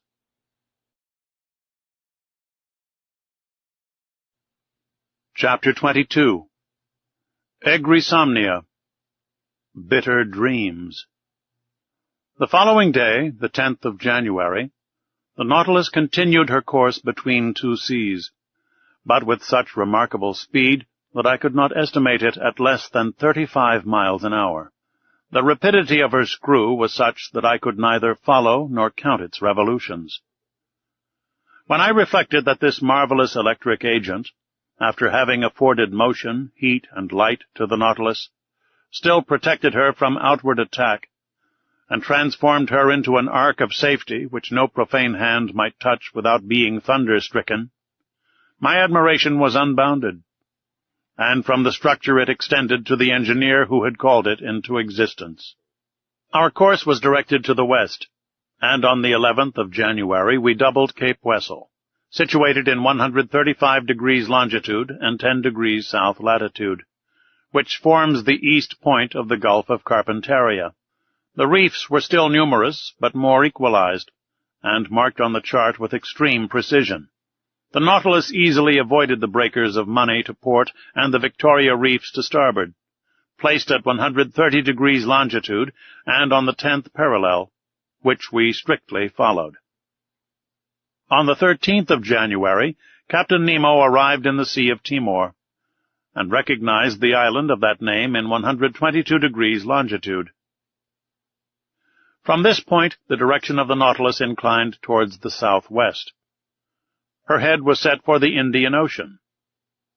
Where would the fancy of Captain Nemo carry us next? Would he return to the coast of Asia, or would he approach again the shores of Europe? Improbable conjectures both, to a man who fled from inhabited continents. Then would he descend to the south? Was he going to double the Cape of Good Hope, then Cape Horn, and finally go as far as the Antarctic Pole? Would he come back at last to the Pacific, where his Nautilus could sail free and independently? Time would show. After having skirted the sands of Cartier, of Hibernia, Seringapatam, and Scott, last efforts of the solid against the liquid element, on the 14th of January we lost sight of land altogether. The speed of the Nautilus was considerably abated, and with irregular course she sometimes swam in the bosom of the waters, sometimes floated on their surface. During this period of the voyage, Captain Nemo made some interesting experiments on the varied temperature of the sea, in different beds. Under ordinary conditions, these observations are made by means of rather complicated instruments, and with somewhat doubtful results. By means of thermometrical sounding leads, the glasses often breaking under the pressure of the water, or an apparatus grounded on the variations of the resistance of metals to the electric currents. Results so obtained could not be correctly calculated. On the contrary, Captain Nemo went himself to test the temperature in the depths of the sea, and his thermometer, placed in communication with the different sheets of water, gave him the required degree immediately and accurately. It was thus that, either by overloading her reservoirs, or by descending obliquely by means of her inclined planes, the Nautilus successively attained the depth of 3, 4, 5, 7, 9, and 10,000 yards, and the definite result of this experience was that the sea preserved an average temperature of 4 degrees and a half at a depth of 5,000 fathoms under all latitudes. On the 16th of January, the Nautilus seemed becalmed only a few yards beneath the surface of the waves. Her electric apparatus remained inactive, and her motionless screw left her to drift at the mercy of the currents. I supposed that the crew was occupied with interior repairs, rendered necessary by the violence of the mechanical movements of the machine. My companions and I then witnessed a curious spectacle. The hatches of the saloon were open, and as the beacon light of the Nautilus was not in action, a dim obscurity reigned in the midst of the waters. I observed the state of the sea under these conditions, and the largest fish appeared to me no more than scarcely defined shadows, when the Nautilus found herself suddenly transported into full light. I thought at first that the beacon had been lighted, and was casting its electric radiance into the liquid mass. I was mistaken, and after a rapid survey perceived my error. The Nautilus floated in the midst of a phosphorescent bed which, in this obscurity, became quite dazzling. It was produced by myriads of luminous animalculae, whose brilliancy was increased as they glided over the metallic hull of the vessel. I was surprised by lightning in the midst of these luminous sheets, as though they had been rivulets of lead melted in an ardent furnace or metallic masses brought to a white heat, so that, by force of contrast, certain portions of light appeared to cast a shade in the midst of the general ignition, from which all shade seemed banished. No, this was not the calm irradiation of our ordinary lightning. There was unusual life and vigor. This was truly living light. In reality, it was an infinite agglomeration of colored infusoria, of veritable globules of jelly, provided with a thread-like tentacle, and of which as many as 25,000 have been counted in less than 2 cubic half-inches of water. During several hours the Nautilus floated in these brilliant waves, and our admiration increased as we watched the marine monsters disporting themselves like salamanders.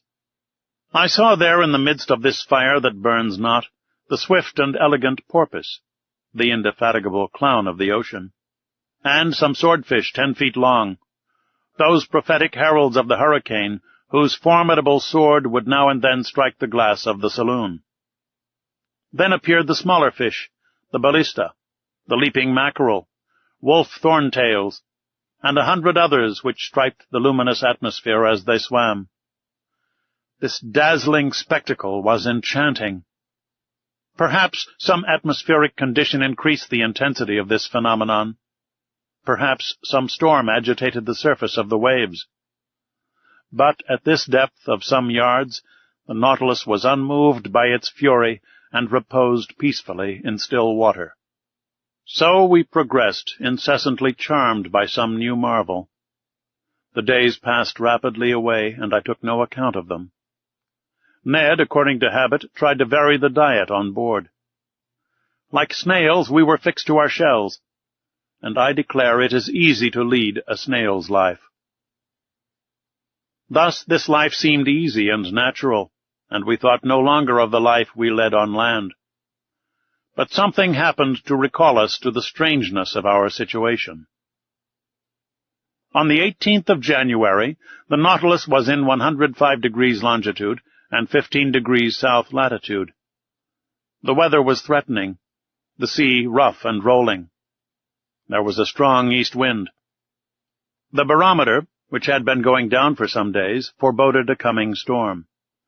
I went up onto the platform just as the second lieutenant was taking the measure of the horary angles, and waited, according to habit, till the daily phrase was said. But on this day it was exchanged for another phrase not less incomprehensible. Almost directly I saw Captain Nemo appear with a glass, looking towards the horizon. For some minutes he was immovable, without taking his eye off the point of observation. Then he lowered his glass and exchanged a few words with his lieutenant. The latter seemed to be a victim to some emotion that he tried in vain to repress. Captain Nemo, having more command over himself, was cool. He seemed, too, to be making some objections to which the lieutenant replied by formal assurances. At least I concluded so by the difference of their tones and gestures. For myself, I had looked carefully in the direction indicated without seeing anything. The sky and water were lost in the clear line of the horizon. However, Captain Nemo walked from one end of the platform to the other, without looking at me, perhaps without seeing me. His step was firm, but less regular than usual. He stopped sometimes, crossed his arms, and observed the sea. What could he be looking for on that immense expanse? The Nautilus was then some hundreds of miles from the nearest coast.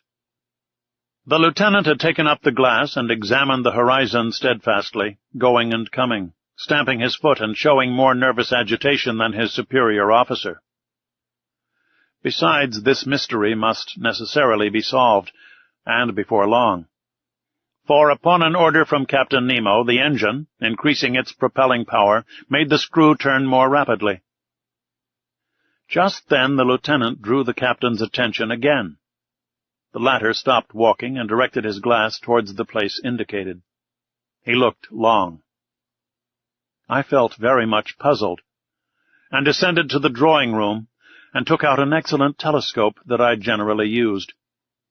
Then, leaning on the cage of the watchlight that jutted out from the front of the platform, set myself to look over all the line of the sky and sea. But my eye was no sooner applied to the glass than it was quickly snatched out of my hands. I turned round. Captain Nemo was before me, but I did not know him. His face was transfigured. His eyes flashed sullenly. His teeth were set. His stiff body, clenched fists, and head shrunk between his shoulders, betrayed the violent agitation that pervaded his whole frame. He did not move. My glass, fallen from his hands, had rolled at his feet. Had I unwittingly provoked this fit of anger? Did this incomprehensible person imagine that I had discovered some forbidden secret? No. I was not the object of this hatred, for he was not looking at me. His eye was steadily fixed upon the impenetrable point of the horizon. At last Captain Nemo recovered himself. His agitation subsided. He addressed some words in a foreign language to his lieutenant, then turned to me. "Monsieur Aronnax," he said in rather an imperious tone, "I require you to keep one of the conditions that bind you to me." "What is it, Captain?" "You must be confined with your companions until I think fit to release you." "You are the master," I replied, looking steadily at him. "But may I ask you one question?" "None, sir." There was no resisting this imperious command. It would have been useless. I went down to the cabin occupied by Ned Land and Conseil, and told them the captain's determination. You may judge how this communication was received by the Canadian. But there was not time for altercation, 4 of the crew waited at the door, and conducted us to that cell where we had passed our first night on board the Nautilus. Ned Land would have remonstrated, but the door was shut upon him. "Will master tell me what this means?" asked Conseil. I told my companions what had passed. They were as much astonished as I, and equally at a loss how to account for it. Meanwhile, I was absorbed in my own reflections, and could think of nothing but the strange fear depicted in the captain's countenance. I was utterly at a loss to account for it, when my cogitations were disturbed by these words from Ned Land. "Hello! Breakfast is ready!" And indeed the table was laid. Evidently Captain Nemo had given this order at the same time that he had hastened the speed of the Nautilus. "Will master permit me to make a recommendation?" asked Conseil. "Yes, my boy." "Well, it is that master breakfasts. It is prudent, for we do not know what may happen." "You are right, Conseil." "Unfortunately," said Ned Land, "they have only given us the ship's fare." "Friend Ned," asked Conseil, "what would you have said if the breakfast had been entirely forgotten?" This argument cut short the harpooner's recriminations. We sat down to table. The meal was eaten in silence. Just then the luminous globe that lighted the cell went out, and left us in total darkness. Ned Land was soon asleep, and what astonished me was that Conseil went off into a heavy slumber. I was thinking what could have caused his irresistible drowsiness, when I felt my brain becoming stupefied. In spite of my efforts to keep my eyes open, they would close. A painful suspicion seized me. Evidently soporific substances had been mixed with the food we had just taken. Imprisonment was not enough to conceal Captain Nemo's projects from us. Sleep was more necessary.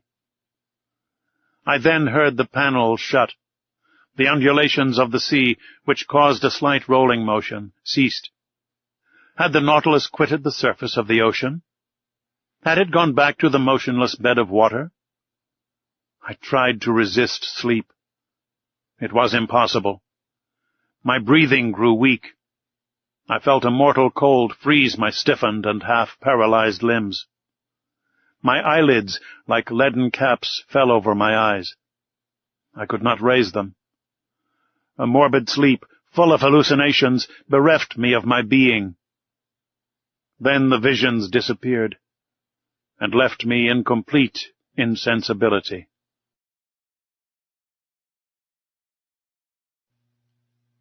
Chapter 23.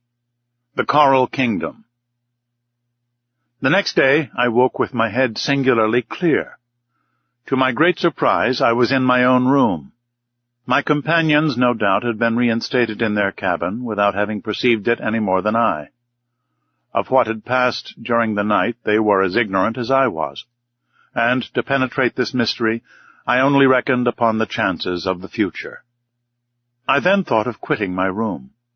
Was I free again, or a prisoner? Quite free. I opened the door, went to the half-deck, went up the central stairs.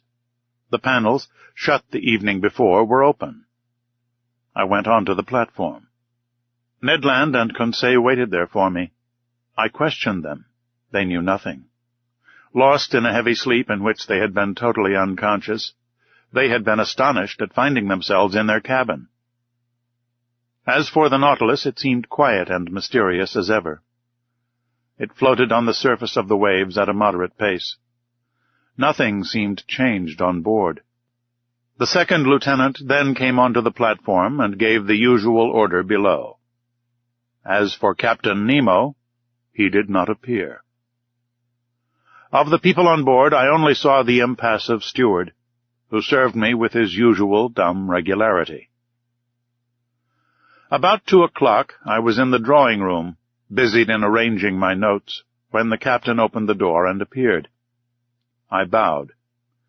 He made a slight inclination in return, without speaking.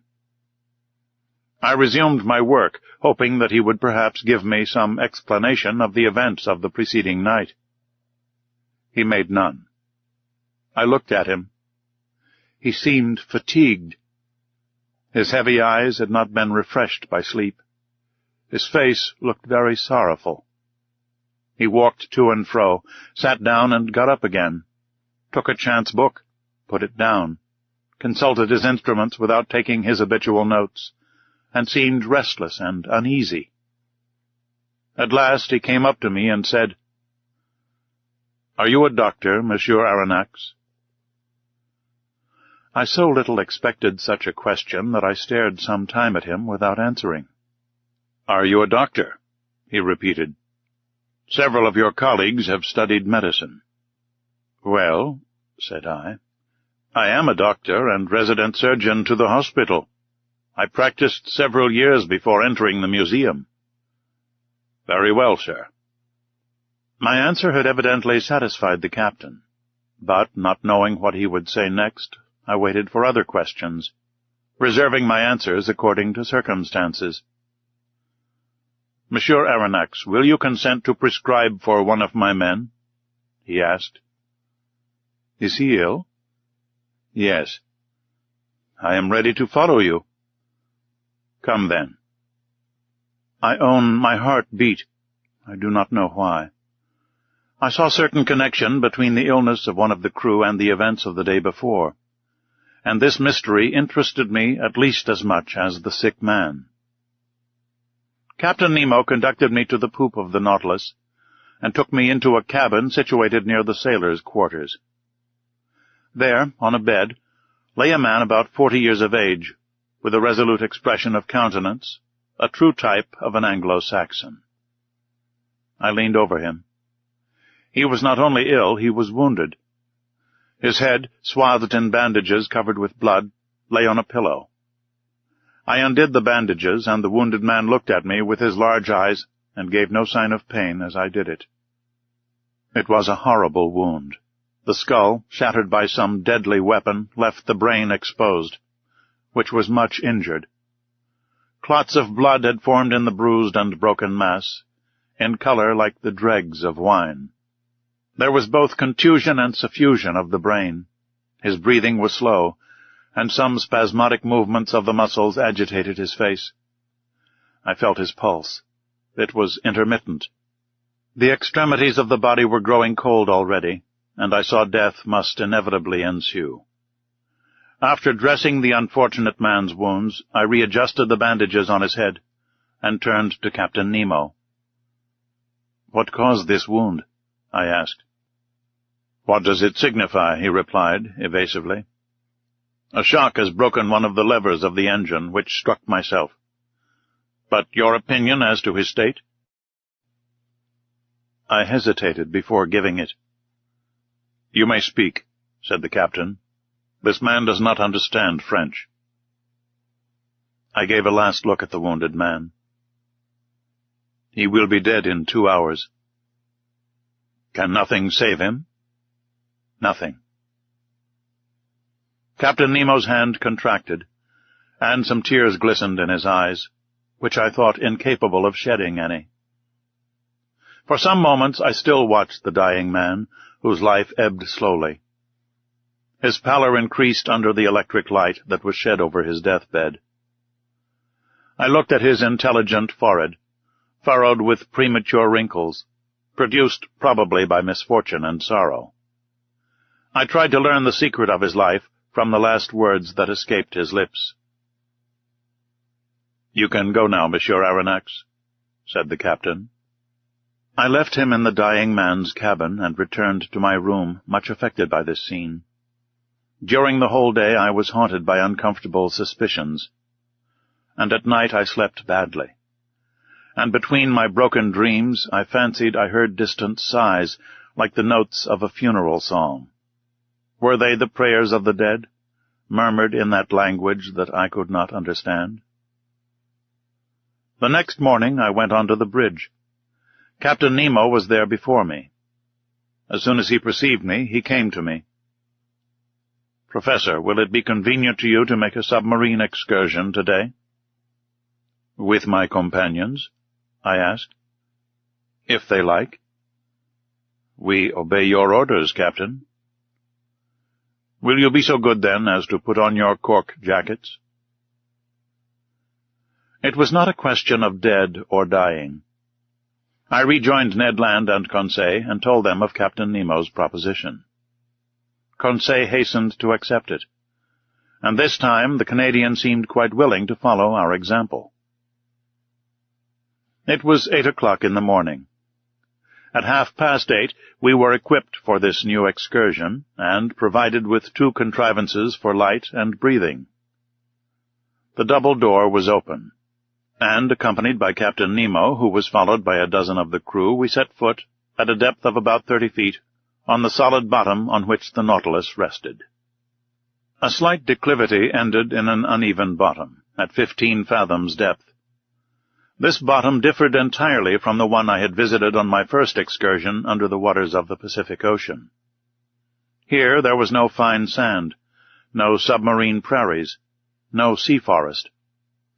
I immediately recognized that marvelous region in which, on that day, the captain did the honors to us. It was the Coral Kingdom. The light produced 1,000 charming varieties, playing in the midst of the branches that were so vividly colored. I seemed to see the membranous and cylindrical tubes tremble beneath the undulation of the waters.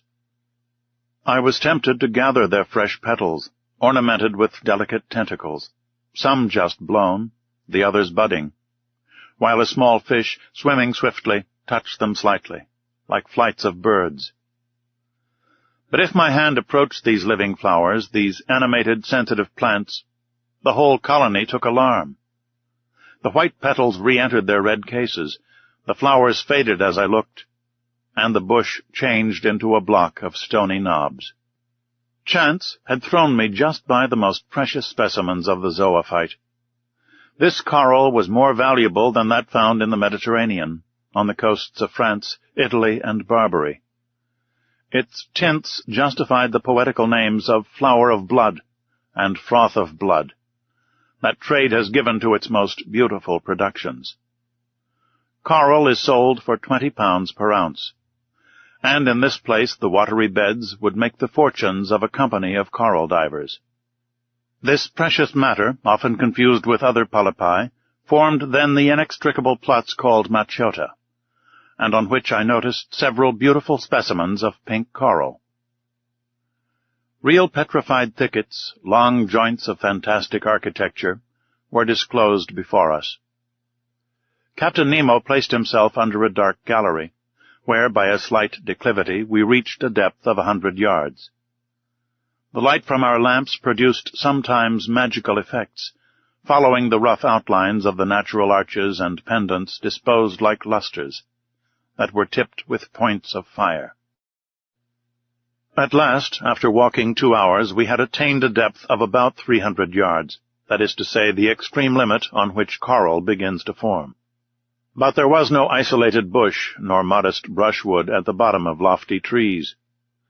It was an immense forest of large mineral vegetations, enormous petrified trees, united by garlands of elegant sea bindweed, all adorned with clouds and reflections. We passed freely under their high branches, lost in the shade of the waves. Captain Nemo had stopped.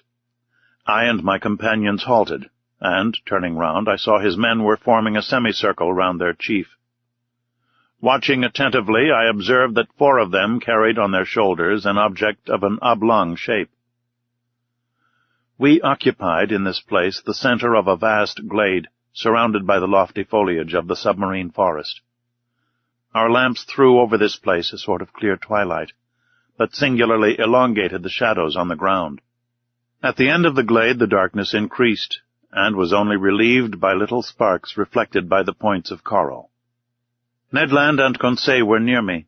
We watched, and I thought I was going to witness a strange scene.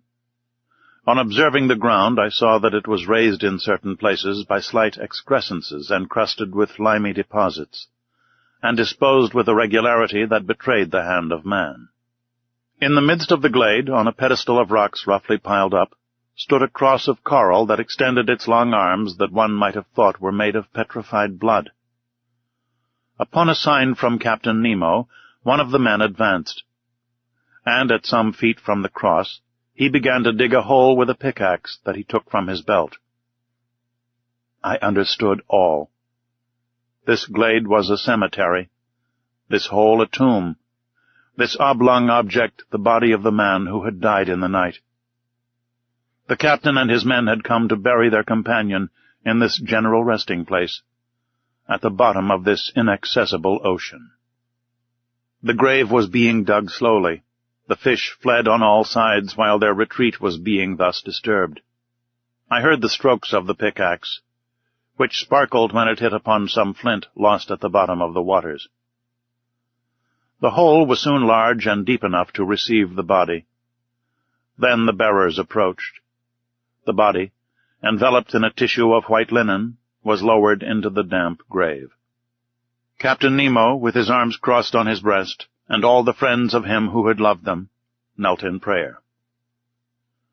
The grave was then filled in with the rubbish taken from the ground, which formed a slight mound. When this was done, Captain Nemo and his men rose. Then, approaching the grave, they knelt again, and all extended their hands in sign of a last adieu. Then the funeral procession returned to the Nautilus, passing under the arches of the forest, in the midst of thickets, along the coral bushes, and still on the ascent.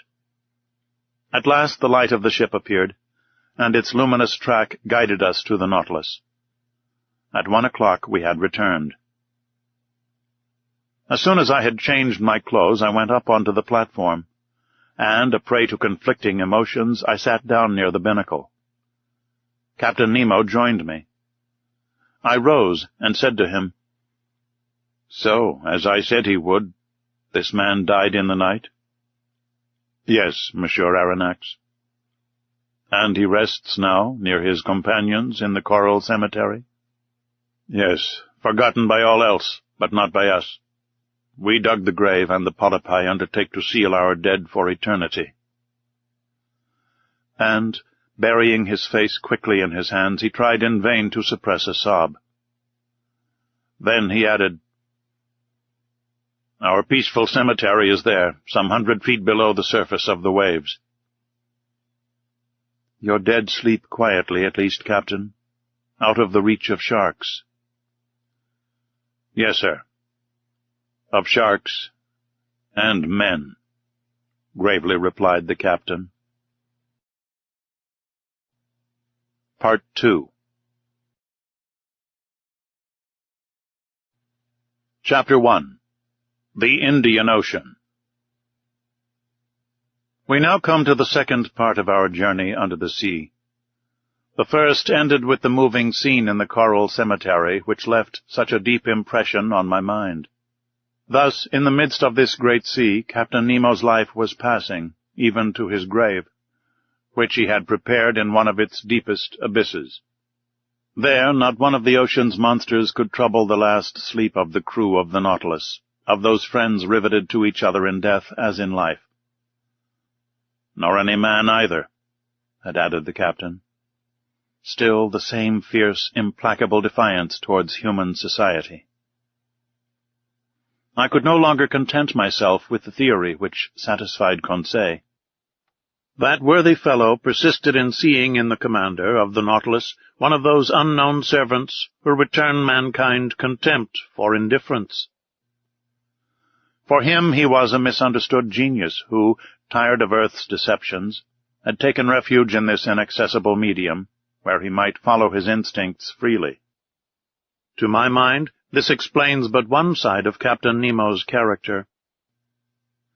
Indeed, the mystery of that last night during which we had been chained in prison, the sleep, and the precaution so violently taken by the captain of snatching from my eyes the glass I had raised to sweep the horizon, the mortal wound of the man, due to an unaccountable shock of the Nautilus, all put me on a new track. No, Captain Nemo was not satisfied with shunning man. His formidable apparatus not only suited his instinct of freedom, but perhaps also the design of some terrible retaliation. At this moment nothing is clear to me. I catch but a glimpse of light amidst all the darkness, and I must confine myself to writing as events shall dictate. That day, the 24th of January, 1868, at noon, The second officer came to take the altitude of the sun. I mounted the platform, lit a cigar, and watched the operation. It seemed to me that the man did not understand French. For several times I made remarks in a loud voice, which must have drawn from him some involuntary sign of attention if he had understood them. But he remained undisturbed and dumb. As he was taking observations with the sextant, one of the sailors of the Nautilus, the strong man who had accompanied us on our first submarine excursion to the island of Crespo, came to clean the glasses of the lantern.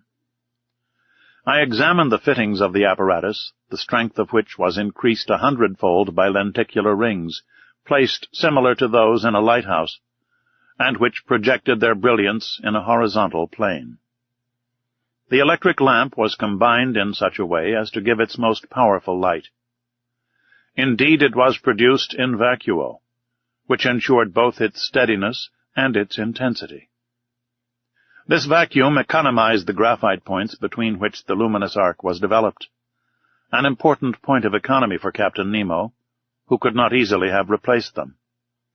And under these conditions their waste was imperceptible. When the Nautilus was ready to continue its submarine journey, I went down to the saloon. The panel was closed, and the course marked direct west. We were furrowing the waters of the Indian Ocean, a vast liquid plain, with a surface of 1,200,000,000 of acres, and whose waters are so clear and transparent that anyone leaning over them would turn giddy. The Nautilus usually floated between 50 and 100 fathoms deep. We went on so for some days. To anyone but myself, who had a great love for the sea, the hours would have seemed long and monotonous. But the daily walks on the platform, when I steeped myself in the reviving air of the ocean, the sight of the rich waters through the windows of the saloon, the books in the library, the compiling of my memoirs, took up all my time, and left me not a moment of ennui or weariness. For some days we saw a great number of aquatic birds, sea-mews or gulls. Some were cleverly killed and, prepared in a certain way, made very acceptable water game. Amongst large-winged birds, carried a long distance from all lands and resting upon the waves from the fatigue of their flight, I saw some magnificent albatrosses, uttering discordant cries like the braying of an ass, and birds belonging to the family of the longwings. As to the fish, they always provoked our admiration when we surprised the secrets of their aquatic life through the open panels. I saw many kinds which I never before had a chance of observing. From the 21st to the 23rd of January, the Nautilus went at the rate of 250 leagues in 24 hours, being 540 miles, or 22 miles an hour. If we recognized so many different varieties of fish, it was because, attracted by the electric light, they tried to follow us. The greater part, however, were soon distanced by our speed, though some kept their place in the waters of the Nautilus for a time. The morning of the 24th, in 12 degrees 5 minutes south latitude, and 94 degrees 33 minutes longitude, we observed Keeling Island, a coral formation, planted with magnificent cocos, and which had been visited by Mr. Darwin and Captain Fitzroy. The Nautilus skirted the shores of this desert island for a little distance. Its nets brought up numerous specimens of polypi and curious shells of mollusca. Soon Keeling Island disappeared from the horizon, and our course was directed to the northwest in the direction of the Indian Peninsula. From Keeling Island our course was slower and more variable, often taking us into great depths. Several times they made use of the inclined planes, which certain internal levers placed obliquely to the waterline. In that way we went about 2 miles, but without ever obtaining the greatest depths of the Indian Sea, which soundings of 7,000 fathoms have never reached. As to the temperature of the lower strata, the thermometer invariably indicated 4 degrees above zero. I only observed that in the upper regions the water was always colder in the high levels than at the surface of the sea. On the 25th of January, the ocean was entirely deserted. The Nautilus passed the day on the surface, beating the waves with its powerful screw and making them rebound to a great height. Who, under such circumstances, would not have taken it for a gigantic cetacean? 3 parts of this day I spent on the platform. I watched the sea. Nothing on the horizon, till about 4 o'clock a steamer running west on our counter. Her masts were visible for an instant, but she could not see the Nautilus, being too low in the water. I fancied this steamboat belonged to the P.O. Company which runs from Ceylon to Sydney, touching at King George's Point and Melbourne. At 5 o'clock in the evening, before that fleeting twilight which binds night to day in tropical zones, Conseil and I were astonished by a curious spectacle. It was a shoal of Argonauts travelling along on the surface of the ocean. We could count several hundreds. They belonged to the tubercle kind, which are peculiar to the Indian seas. These graceful mollusks moved backwards by means of their locomotive tube, through which they propelled the water already drawn in. Of their 8 tentacles, 6 were elongated and stretched out floating on the water, whilst the other 2, rolled up flat, were spread to the wing like a light sail. I saw their spiral-shaped and fluted shells, which Cuvier justly compares to an elegant skiff. A boat, indeed. It bears the creature which secretes it without its adhering to it. For nearly an hour the Nautilus floated in the midst of this shoal of mollusks. Then, I know not what sudden fright they took.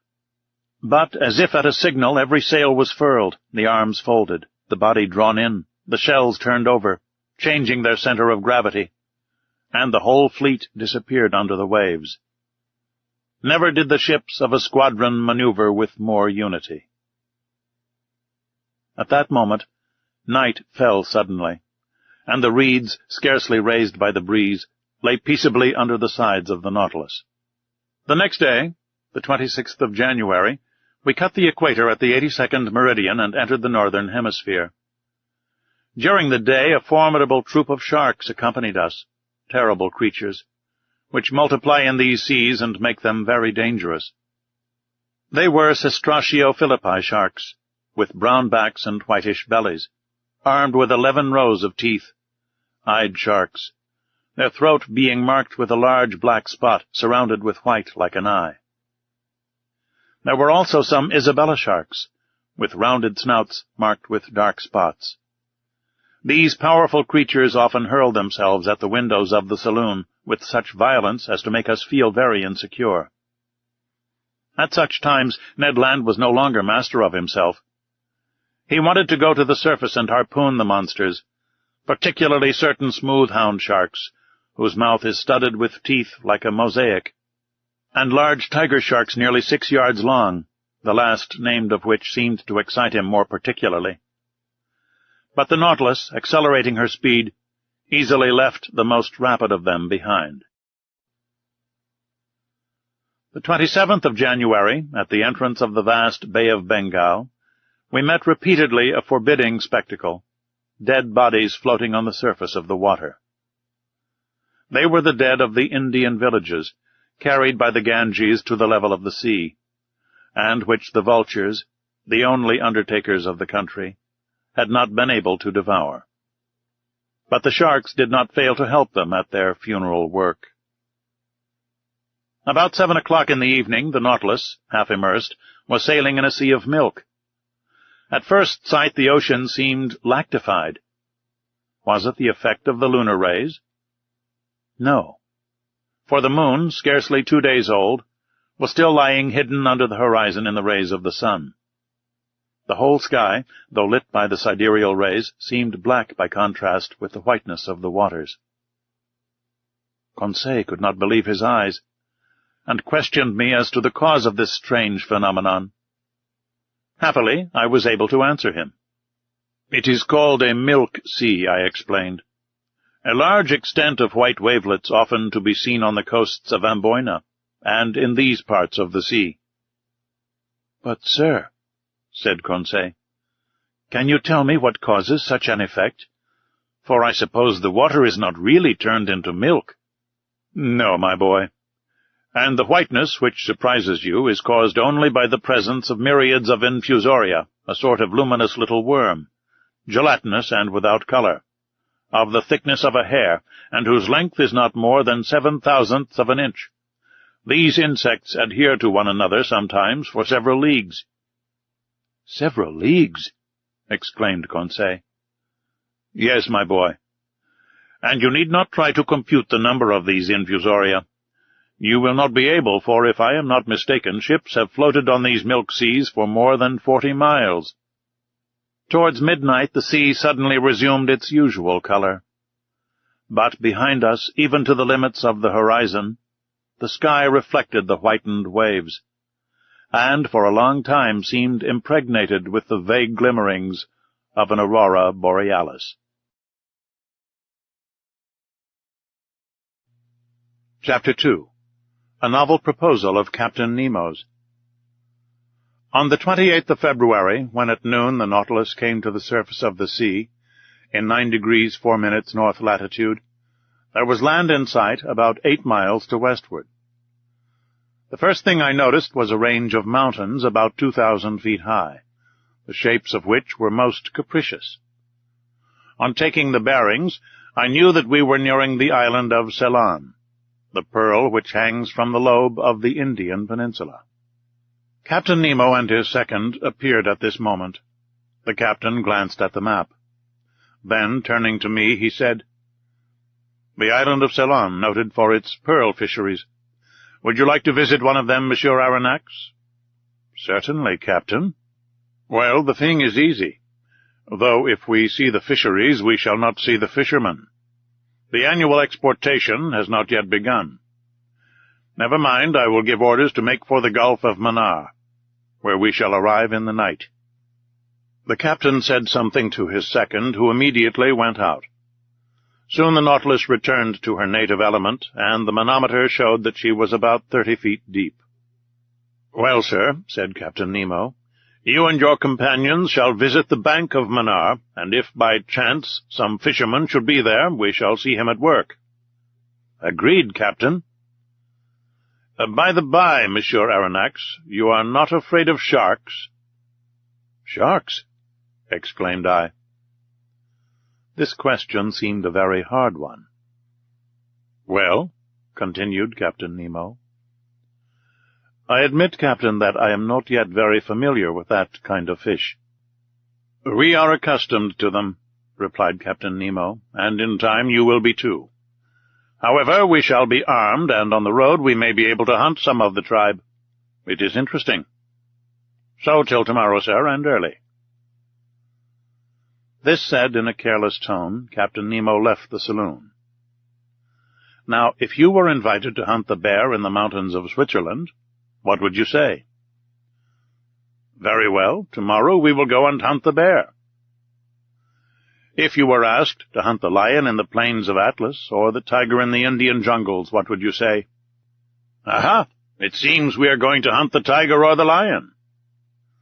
But when you are invited to hunt the shark in its natural element, you would perhaps reflect before accepting the invitation. As for myself, I passed my hand over my forehead, on which stood large drops of cold perspiration. "Let us reflect," said I, "and take our time. Hunting otters in submarine forests, as we did in the island of Crespo, will pass. But going up and down at the bottom of the sea, where one is almost certain to meet sharks, is quite another thing. I know well that in certain countries, particularly in the Andaman Islands, the Negroes never hesitate to attack them with a dagger in one hand and a running noose in the other. But I also know that few who affront those creatures ever return alive. However, I am not a Negro, and if I were, I think a little hesitation in this case would not be ill-timed." At this moment, Conseil and the Canadian entered, quite composed and even joyous. They knew not what awaited them. "Faith, sir," said Ned Land, "your Captain Nemo, the devil take him, has just made us a very pleasant offer." "Ah," said I, "you know." "If agreeable to you, sir," interrupted Conseil, "the commander of the Nautilus has invited us to visit the magnificent Ceylon fisheries tomorrow in your company. He did it kindly, and behaved like a real gentleman." "He said nothing more?" Nothing more, sir, except that he had already spoken to you of this little walk. Sir, said Conseil, would you give us some details of the pearl fishery? As to the fishing itself, I asked, or the incident, which? On the fishing, replied the Canadian. Before entering upon the ground, it is as well to know something about it. Very well. Sit down, my friends, and I will teach you. Ned and Conseil seated themselves on an ottoman, and the first thing the Canadian asked was, Sir, what is a pearl? My worthy Ned, I answered, to the poet, a pearl is a tear of the sea. To the Orientals, it is a drop of dew solidified. To the ladies, it is a jewel of an oblong shape, of a brilliancy of mother-of-pearl substance, which they wear on their fingers, their necks, or their ears. For the chemist, it is a mixture of phosphate and carbonate of lime, with a little gelatin. And lastly, for naturalists, it is simply a morbid secretion of the organ that produces the mother-of-pearl amongst certain bivalves. Branch of mollusks, said Conseil. Precisely so, my learned Conseil. And amongst these testacea, the earshell, the tridacne, the turbots, in a word, all those which secrete mother-of-pearl, that is, the blue, bluish, violet, or white substance which lines the interior of their shells, are capable of producing pearls. Mussels, too? Asked the Canadian. Yes, mussels of certain waters in Scotland, Wales, Ireland, Saxony, Bohemia, and France. Good. For the future I shall pay attention, replied the Canadian. But, I continued, the particular mollusk which secretes the pearl is the pearl oyster. The pearl is nothing but a formation deposited in a globular form, either adhering to the oyster shell or buried in the folds of the creature.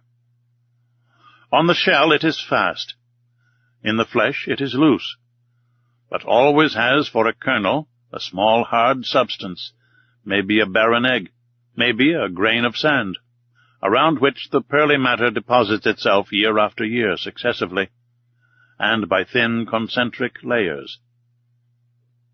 Are many pearls found in the same oyster? Asked Conseil. Yes, my boy. Some are a perfect casket. One oyster has been mentioned, though I allow myself to doubt it, as having contained no less than 150 sharks. 150 sharks! Exclaimed Ned Land. Did I say sharks? Said I hurriedly.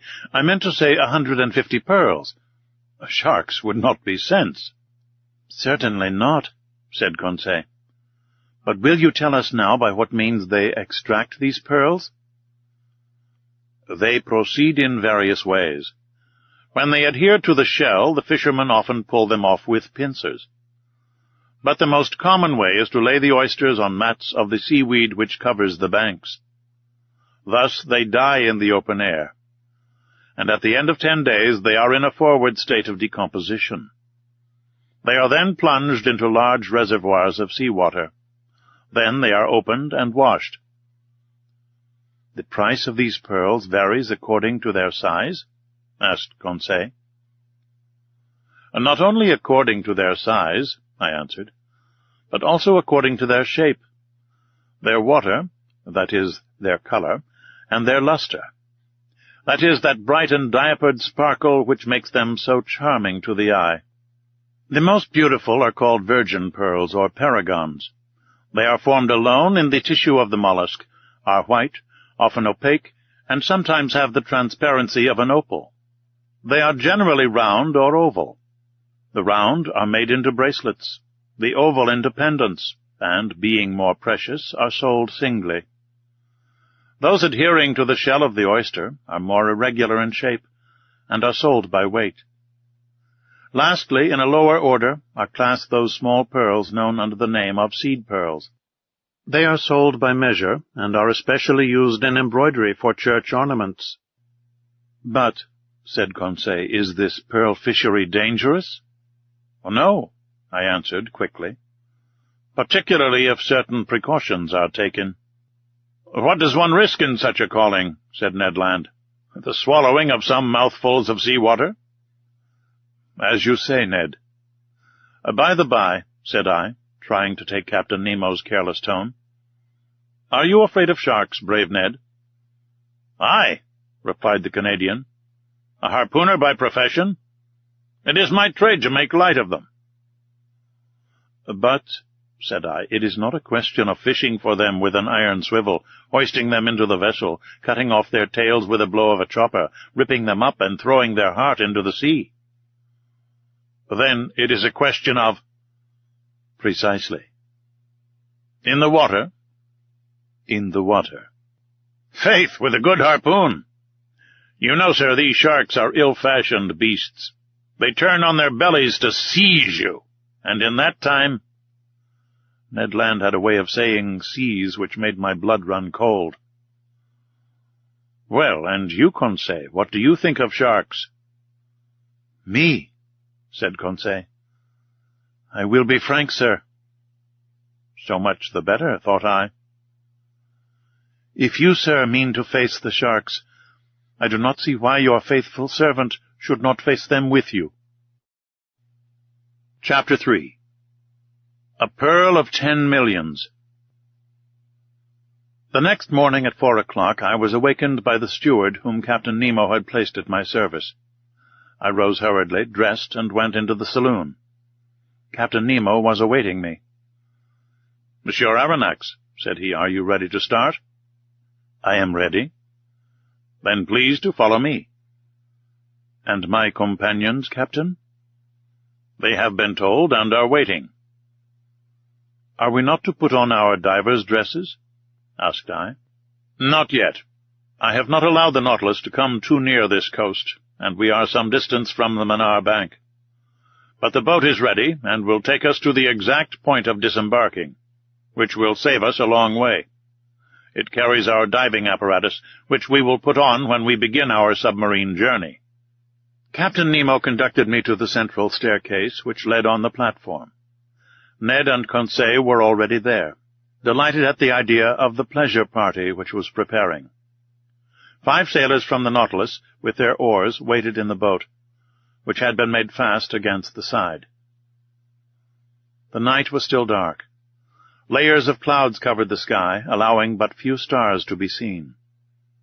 I looked on the side where the land lay, and saw nothing but a dark line enclosing 3 parts of the horizon, from southwest to northwest. The Nautilus, having returned during the night up the western coast of Ceylon, was now west of the bay, or rather gulf, formed by the mainland and the island of Manar. There, under the dark waters, stretched the Pintadine bank, an inexhaustible field of pearls, the length of which is more than 20 miles. Captain Nemo, Ned Land, Conseil, and I took our places in the stern of the boat. The master went to the tiller. His 4 companions leaned on their oars, the painter was cast off, and we sheered off. The boat went towards the south. The oarsmen did not hurry. I noticed that their strokes, strong in the water, only followed each other every 10 seconds, according to the method generally adopted in the Navy.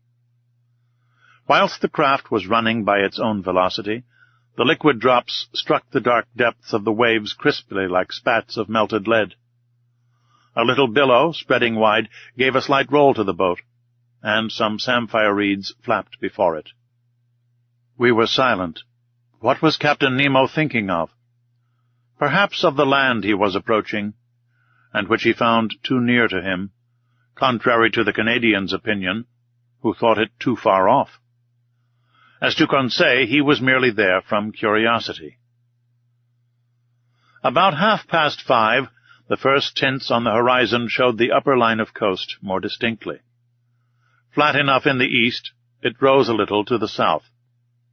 5 miles still lay between us, and it was indistinct owing to the mist on the water. At 6 o'clock it became suddenly daylight, with that rapidity peculiar to tropical regions, which know neither dawn nor twilight. The solar rays pierced the curtain of clouds piled up on the eastern horizon, and the radiant orb rose rapidly. I saw land distinctly, with a few trees scattered here and there. The boat neared Manar Island, which was rounded to the south. Captain Nemo rose from his seat and watched the sea. At a sign from him the anchor was dropped, but the chain scarcely ran, for it was little more than a yard deep, and this spot was one of the highest points of the bank of Pintadines. "Here we are, Monsieur Aronnax," said Captain Nemo. "You see that enclosed bay? Here in a month will be assembled the numerous fishing boats of the exporters, and these are the waters their divers will ransack so boldly. Happily this bay is well situated for that kind of fishing. It is sheltered from the strongest winds. The sea is never very rough here, which makes it favorable for the divers' work. We will now put on our dresses and begin our walk." I did not answer, and while watching the suspected waves, began with the help of the sailors to put on my heavy sea dress. Captain Nemo and my companions were also dressing. None of the Nautilus men were to accompany us on this new excursion. Soon we were enveloped to the throat in india-rubber clothing, the air apparatus fixed to our backs by braces. As to the Ruhmkorff apparatus, there was no necessity for it. Before putting my head into the copper cap, I had asked the question of the captain. "They would be useless," he replied. "We are going to no great depth, and the solar rays will be enough to light our walk. Besides, it would not be prudent to carry the electric light in these waters. Its brilliancy might attract some of the dangerous inhabitants of the coast most inopportunely." As Captain Nemo pronounced these words, I turned to Conseil and Ned Land. But my two friends had already encased their heads in the metal cap, and they could neither hear nor answer. One last question remained to ask of Captain Nemo. "And our arms?" asked I. "Our guns?" "Guns? What for? Do not mountaineers attack the bear with a dagger in their hand? And is not steel surer than lead? Here is a strong blade. Put it in your belt, and we start." I looked at my companions. They were armed like us, and, more than that, Ned Land was brandishing an enormous harpoon, which he had placed in the boat before leaving the Nautilus. Then, following the captain's example, I allowed myself to be dressed in the heavy copper helmet, and our reservoirs of air were at once in activity. An instant after we were landed, one after the other, in about 2 yards of water upon an even sand. Captain Nemo made a sign with his hand, and we followed him by a gentle declivity till we disappeared under the waves. At about 7 o'clock we found ourselves at last surveying the oyster banks on which the pearl oysters are reproduced by millions. Captain Nemo pointed with his hand to the enormous heap of oysters, and I could well understand that this mine was inexhaustible, for nature's creative power is far beyond man's instinct of destruction. Ned Land, faithful to his instinct, hastened to fill a net which he carried by his side with some of the finest specimens. But we could not stop. We must follow the captain, who seemed to guide himself by paths known only to himself. The ground was sensibly rising, and sometimes, on holding up my arm, it was above the surface of the sea. Then the level of the bank would sink capriciously. Often we rounded high rocks scarped into pyramids. In their dark fractures, huge crustacea, perched upon their high claws like some war machine, watched us with fixed eyes, and under our feet crawled various kinds of annelids. At this moment there opened before us a large grotto, dug in a picturesque heap of rocks, and carpeted with all the thick warp of the submarine flora. At first it seemed very dark to me. The solar rays seemed to be extinguished by successive gradations, until its vague transparency became nothing more than drowned light. Captain Nemo entered. We followed. My eyes soon accustomed themselves to this relative state of darkness. I could distinguish the arches springing capriciously from natural pillars, standing broad upon their granite base, like the heavy columns of Tuscan architecture. Why had our incomprehensible guide led us to the bottom of this submarine crypt? I was soon to know. After descending a rather sharp declivity, our feet trod the bottom of a kind of circular pit. There Captain Nemo stopped, and with his hand indicated an object I had not yet perceived. It was an oyster of extraordinary dimensions, a gigantic tridacny, a goblet which could have contained a whole lake of holy water, a basin the breadth of which was more than 2 yards and a half, and consequently larger than that ornamenting the saloon of the Nautilus. I approached this extraordinary mollusk. It adhered by its filaments to a table of granite, and there, isolated, it developed itself in the calm waters of the grotto. I estimated the weight of this tridacny at 600 pounds. Such an oyster would contain 30 pounds of meat, and one must have the stomach of a gargantua to demolish some dozens of them. Captain Nemo was evidently acquainted with the existence of this bivalve, and seemed to have a particular motive in verifying the actual state of this tridacny. The shells were a little open. The captain came near and put his dagger between to prevent them from closing. Then, with his hand, he raised the membrane with its fringed edges, which formed a cloak for the creature. There, between the folded plates, I saw a loose pearl, whose size equaled that of a cocoanut. Its globular shape, perfect clearness, and admirable luster made it altogether a jewel of inestimable value. Carried away by my curiosity, I stretched out my hand to seize it, weigh it, and touch it. But the captain stopped me, made a sign of refusal, and quickly withdrew his dagger, and the 2 shells closed suddenly. I then understood Captain Nemo's intention. In leaving this pearl hidden in the mantle of the tridacny, he was allowing it to grow slowly. Each year the secretions of the mollusk would add new concentric circles. I estimated its value at 500,000 pounds at least. After 10 minutes, Captain Nemo stopped suddenly. I thought he had halted previously to returning. No. By a gesture, he bade us crouch beside him in a deep fracture of the rock. His hand pointed to one part of the liquid mass, which I watched attentively.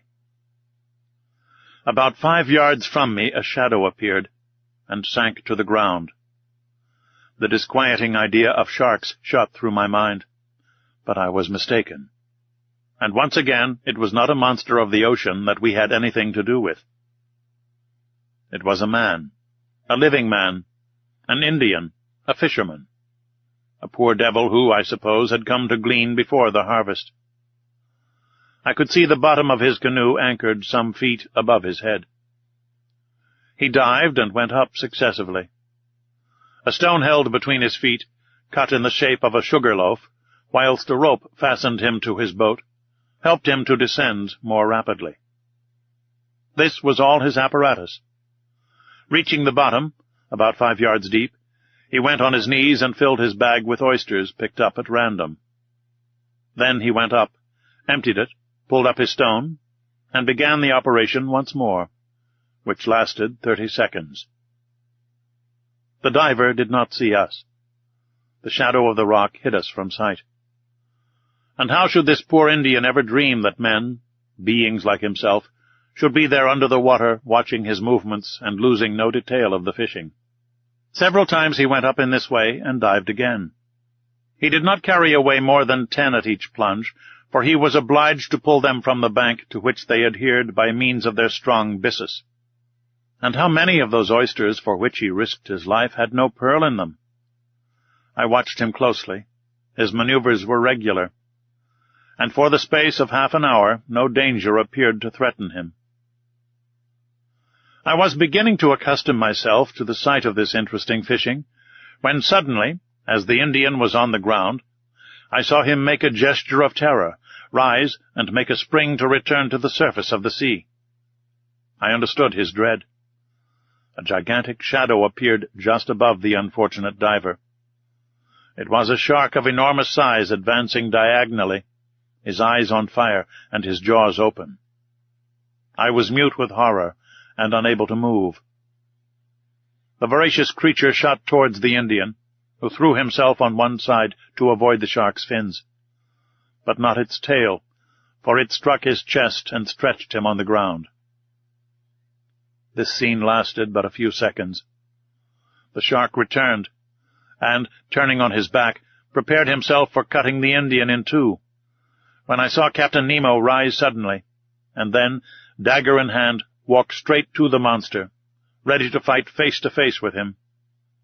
The very moment the shark was going to snap the unhappy fisherman in two, he perceived his new adversary, and, turning over, made straight towards him. I can still see Captain Nemo's position. Holding himself well together, he waited for the shark with admirable coolness, and when it rushed at him, threw himself on one side with wonderful quickness, avoiding the shock, and burying his dagger deep into its side. But it was not all over. A terrible combat ensued. The shark had seemed to roar, if I might say so. The blood rushed in torrents from its wound. The sea was dyed red, and through the opaque liquid I could distinguish nothing more.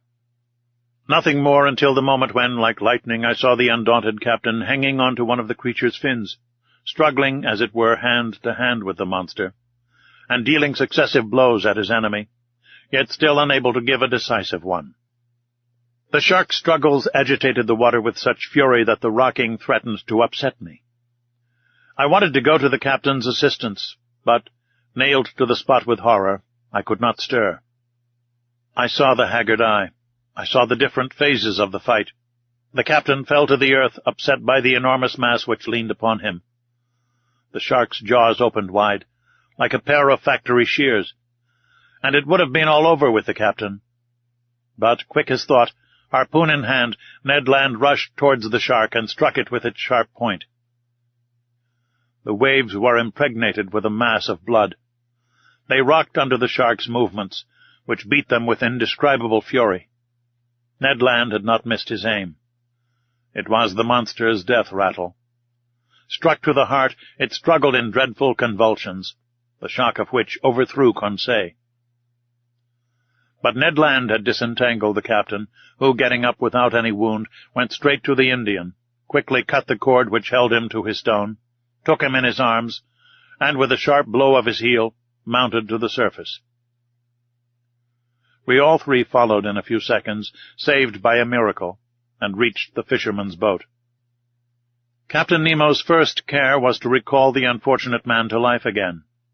I did not think he could succeed. I hoped so, for the poor creature's immersion was not long. But the blow from the shark's tail might have been his death blow. Happily, with the captain's and Conseil's sharp friction, I saw consciousness return by degrees. He opened his eyes. What was his surprise, his terror even, at seeing 4 great copper heads leaning over him?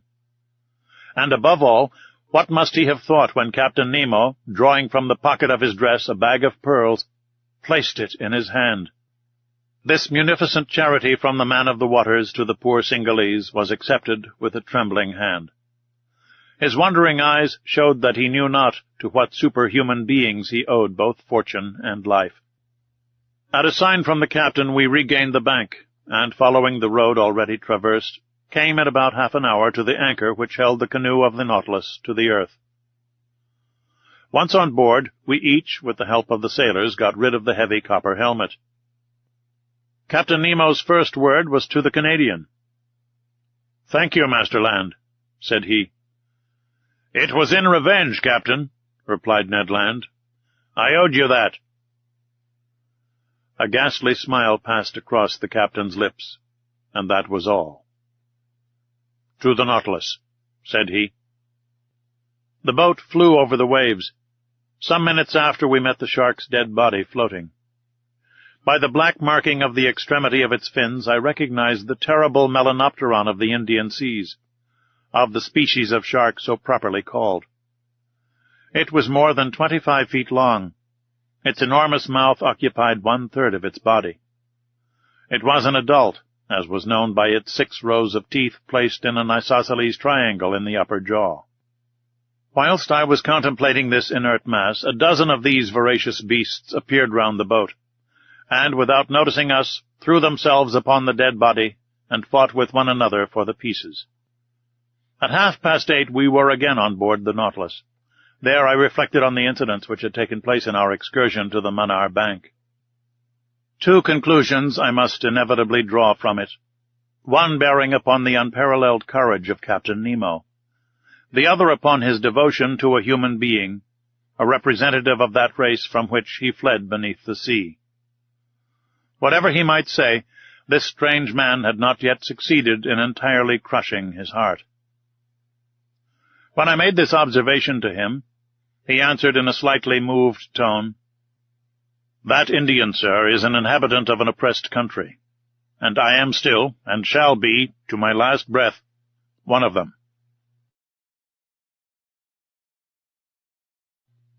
Chapter 4. The Red Sea. In the course of the day of the 29th of January, the island of Ceylon disappeared under the horizon, and the Nautilus, at a speed of 20 miles an hour, slid into the labyrinth of canals which separate the Maldives from the Laccadives. It coasted even the island of Kiltan, a land originally coralline, discovered by Vasco da Gama in 1499, and one of the 19 principal islands of the Laccadive archipelago, situated between 10 degrees and 14 degrees 30 minutes north latitude, and 69 degrees 50 minutes 72 seconds east longitude. We had made 16,220 miles, or 7,500 French leagues from our starting point in the Japanese seas. The next day, the 30th of January, when the Nautilus went to the surface of the ocean, there was no land in sight. Its course was north-northeast, in the direction of the Sea of Oman, between Arabia and the Indian Peninsula, which serves as an outlet to the Persian Gulf. It was evidently a block without any possible egress. Where was Captain Nemo taking us to? I could not say. This, however, did not satisfy the Canadian, who that day came to me asking where we were going. "We are going where our captain's fancy takes us, Master Ned." "His fancy cannot take us far, then," said the Canadian. "The Persian Gulf has no outlet, and if we do go in, it will not be long before we are out again." "Very well, then, we will come out again, Master Land. And if, after the Persian Gulf, the Nautilus would like to visit the Red Sea, the Straits of Bab el-Mandeb are there to give us entrance." "I need not tell you, sir," said Ned Land, "that the Red Sea is as much closed as the Gulf, as the Isthmus of Suez is not yet cut. And if it was, a boat as mysterious as ours would not risk itself in a canal cut with sluices. And again, the Red Sea is not the road to take us back to Europe." "But I never said we were going back to Europe." "What do you suppose, then?" "I suppose that, after visiting the curious coasts of Arabia and Egypt, the Nautilus will go down the Indian Ocean again, perhaps cross the Channel of Mozambique, perhaps off the Mascareñas, so as to gain the Cape of Good Hope." "And once at the Cape of Good Hope?" asked the Canadian, with peculiar emphasis. "Well, we shall penetrate into that Atlantic which we do not yet know." "Ah, friend Ned, you are getting tired of this journey under the sea. You are surfeited with the incessantly varying spectacle of submarine wonders. For my part, I shall be sorry to see the end of a voyage which it is given to so few men to make." For 4 days, till the 3rd of February, the Nautilus scoured the Sea of Oman, at various speeds and at various depths. It seemed to go at random, as if hesitating as to which road it should follow, but we never passed the Tropic of Cancer. In quitting this sea, we sighted Muscat for an instant, one of the most important towns of the country of Oman. I admired its strange aspect, surrounded by black rocks upon which its white houses and forts stood in relief. I saw the rounded domes of its mosques, the elegant points of its minarets, its fresh and verdant terraces. But it was only a vision. The Nautilus soon sank under the waves of that part of the sea. We passed along the Arabian coast of Marah and Hadramaut for a distance of 6 miles, its undulating line of mountains being occasionally relieved by some ancient ruin. The 5th of February we at last entered the Gulf of Aden, a perfect funnel which introduced into the neck of Bab el-Mandeb, through which the Indian waters entered the Red Sea. The 6th of February the Nautilus floated in sight of Aden, perched upon a promontory which a narrow isthmus joins to the mainland, a kind of inaccessible Gibraltar, the fortifications of which were rebuilt by the English after taking possession in 1839. I caught a glimpse of the octagon minarets of this town, which was at one time the richest commercial magazine on the coast. I certainly thought that Captain Nemo, arrived at this point, would back out again. But I was mistaken, for he did no such thing, much to my surprise. The next day, the 7th of February, we entered the Straits of Bab el-Mandeb, the name of which in the Arab tongue means the Gate of Tears. To 20 miles in breadth, it is only 32 in length. And, for the Nautilus, starting at full speed, the crossing was scarcely the work of an hour. But I saw nothing, not even the island of Perim, with which the British government has fortified the position of Aden. There were too many English or French steamers of the line of Suez to Bombay, Calcutta to Melbourne, and from Bourbon to the Mauritius, furrowing this narrow passage for the Nautilus to venture to show itself. So it remained prudently below. At last, about noon, we were in the waters of the Red Sea. I would not even seek to understand the caprice which had decided Captain Nemo upon entering the Gulf. But I quite approved of the Nautilus entering it. Its speed was lessened. Sometimes it kept on the surface, sometimes it dived to avoid a vessel, and thus I was able to observe the upper and lower parts of this curious sea. The 8th of February, from the first dawn of day, Mocha came in sight, now a ruined town, whose walls would fall at a gunshot, yet which shelters here and there some verdant date trees. Once an important city, containing 6 public markets and 26 mosques, and whose walls, defended by 14 forts, formed a girdle of 2 miles in circumference. The Nautilus then approached the African shore, where the depth of the sea was greater. There, between 2 waters clear as crystal, through the open panels, we were allowed to contemplate the beautiful bushes of brilliant coral and large blocks of rock, clothed with a splendid fur of green variety of sights and landscapes along these sandbanks and algae and fuci. What an indescribable spectacle! And what variety of sights and landscapes along these sandbanks and volcanic islands which bound the Libyan coast! But where these shrubs appeared in all their beauty was on the eastern coast, which the Nautilus soon gained. It was on the coast of Tehama, for there not only did this display of zoophytes flourish beneath the level of the sea, but they also formed picturesque interlacings which unfolded themselves about 60 feet above the surface, more capricious but less highly colored than those whose freshness was kept up by the vital power of the waters. What charming hours I passed thus at the window of the saloon! What new specimens of submarine flora and fauna did I admire under the brightness of our electric lantern! The 9th of February the Nautilus floated in the broadest part of the Red Sea, which is comprised between Suakin, on the west coast, and Komfida, on the east coast, with a diameter of 90 miles. That day at noon, after the bearings were taken, Captain Nemo mounted the platform, where I happened to be, and I was determined not to let him go down again without at least pressing him regarding his ulterior projects. As soon as he saw me, he approached and graciously offered me a cigar. "Well, sir, does this Red Sea please you? Have you sufficiently observed the wonders it covers, its fishes, its zoophytes, its parterres of sponges, and its forests of coral? Did you catch a glimpse of the towns on its borders?" "Yes, Captain Nemo," I replied, "and the Nautilus is wonderfully fitted for such a study." "Ah, it is an intelligent boat." "Yes, sir, intelligent and invulnerable.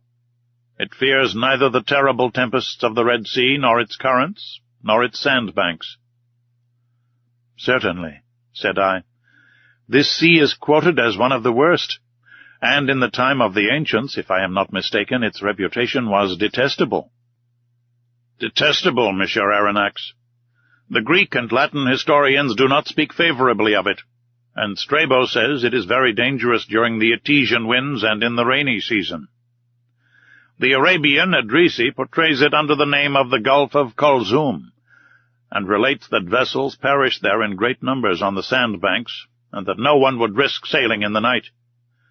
It is, he pretends, a sea subject to fearful hurricanes, strewn with inhospitable islands, and which offers nothing good either on its surface or in its depths.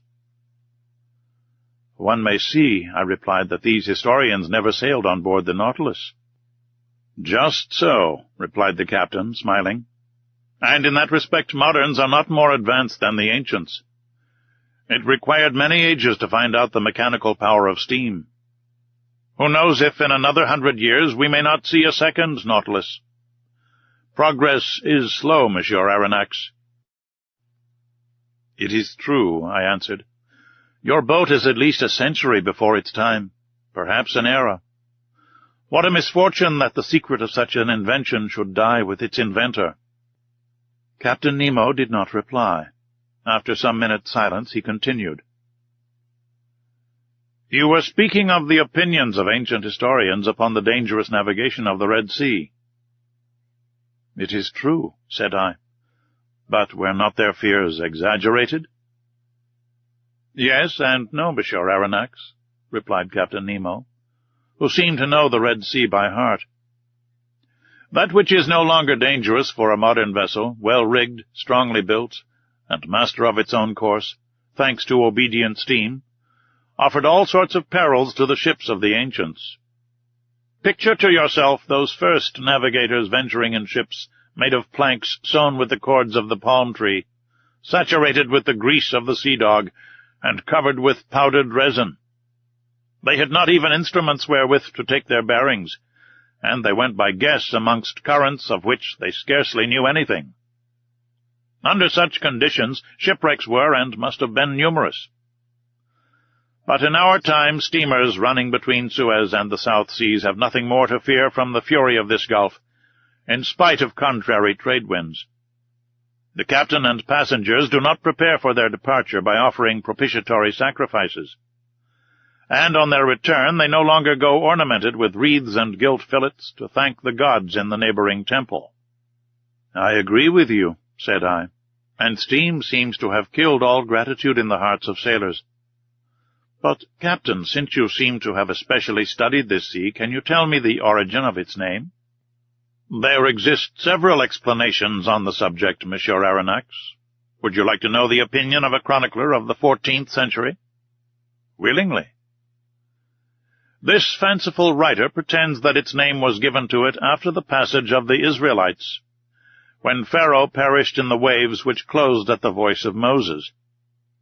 A poet's explanation, Captain Nemo, I replied, but I cannot content myself with that. I ask you for your personal opinion. Here it is, Monsieur Aronnax. According to my idea, we must see in this appellation of the Red Sea a translation of the Hebrew word Edom. And if the ancients gave it that name, it was on account of the particular color of its waters. But up to this time I have seen nothing but transparent waves and without any particular color. Very likely. But as we advance to the bottom of the gulf, you will see this singular appearance. I remember seeing the Bay of Tor entirely red like a sea of blood. And you attribute this color to the presence of a microscopic seaweed?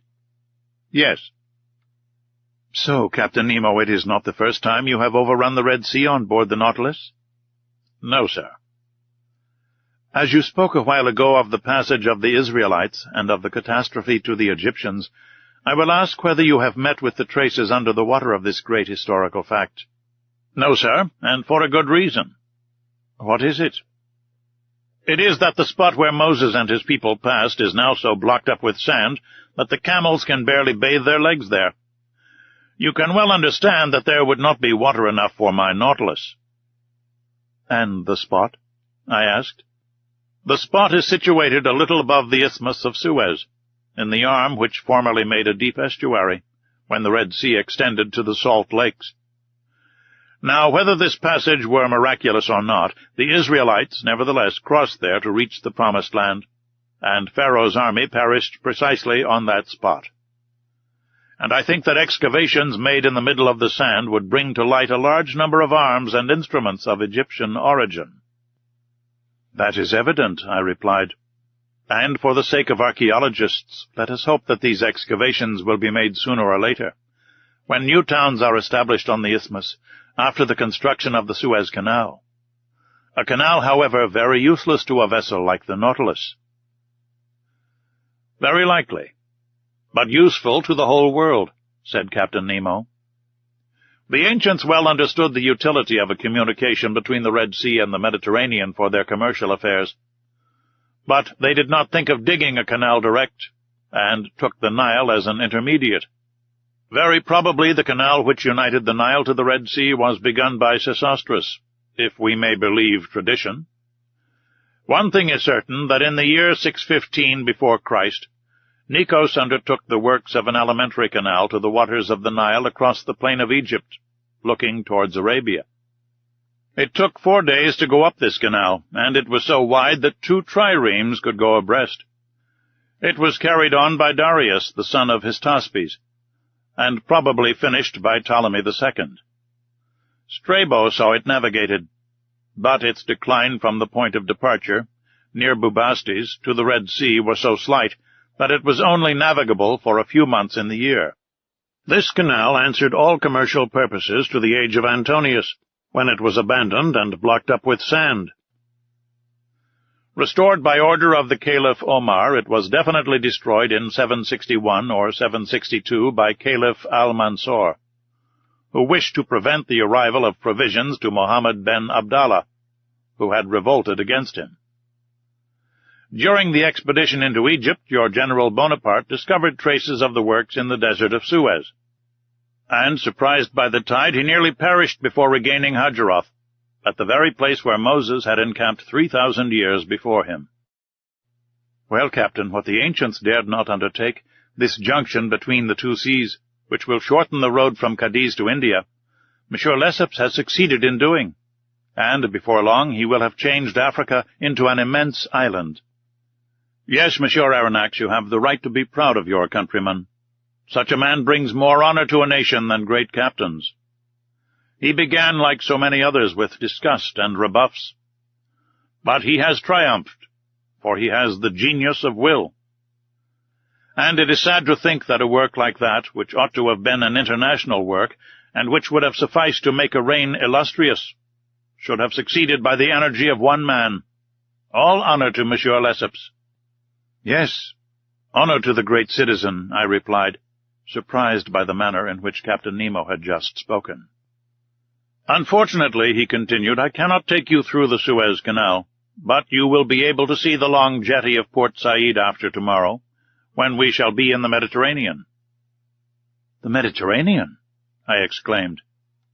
Yes, sir. Does that astonish you? What astonishes me is to think that we shall be there the day after tomorrow. Indeed? Yes, Captain, although by this time I ought to have accustomed myself to be surprised at nothing since I have been on board your boat. But the cause of this surprise?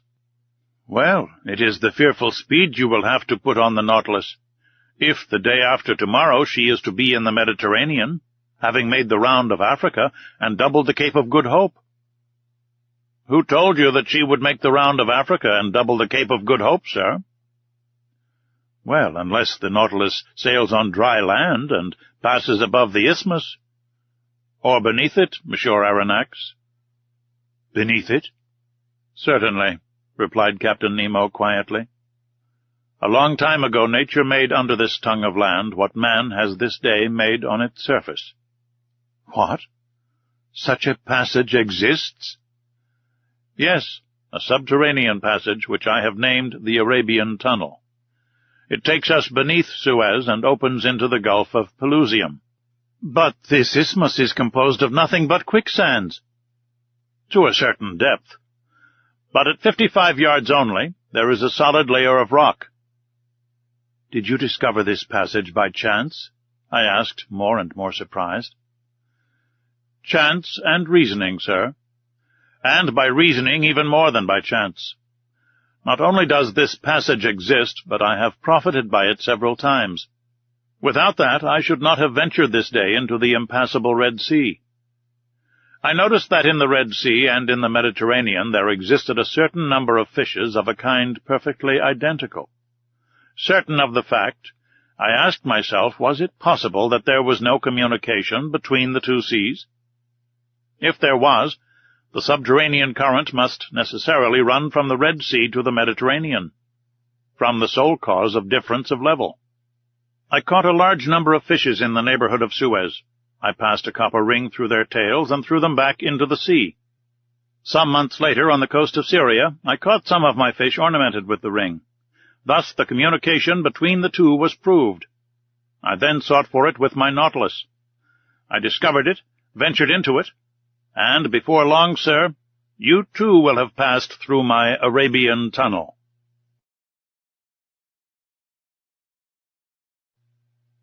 Chapter 5.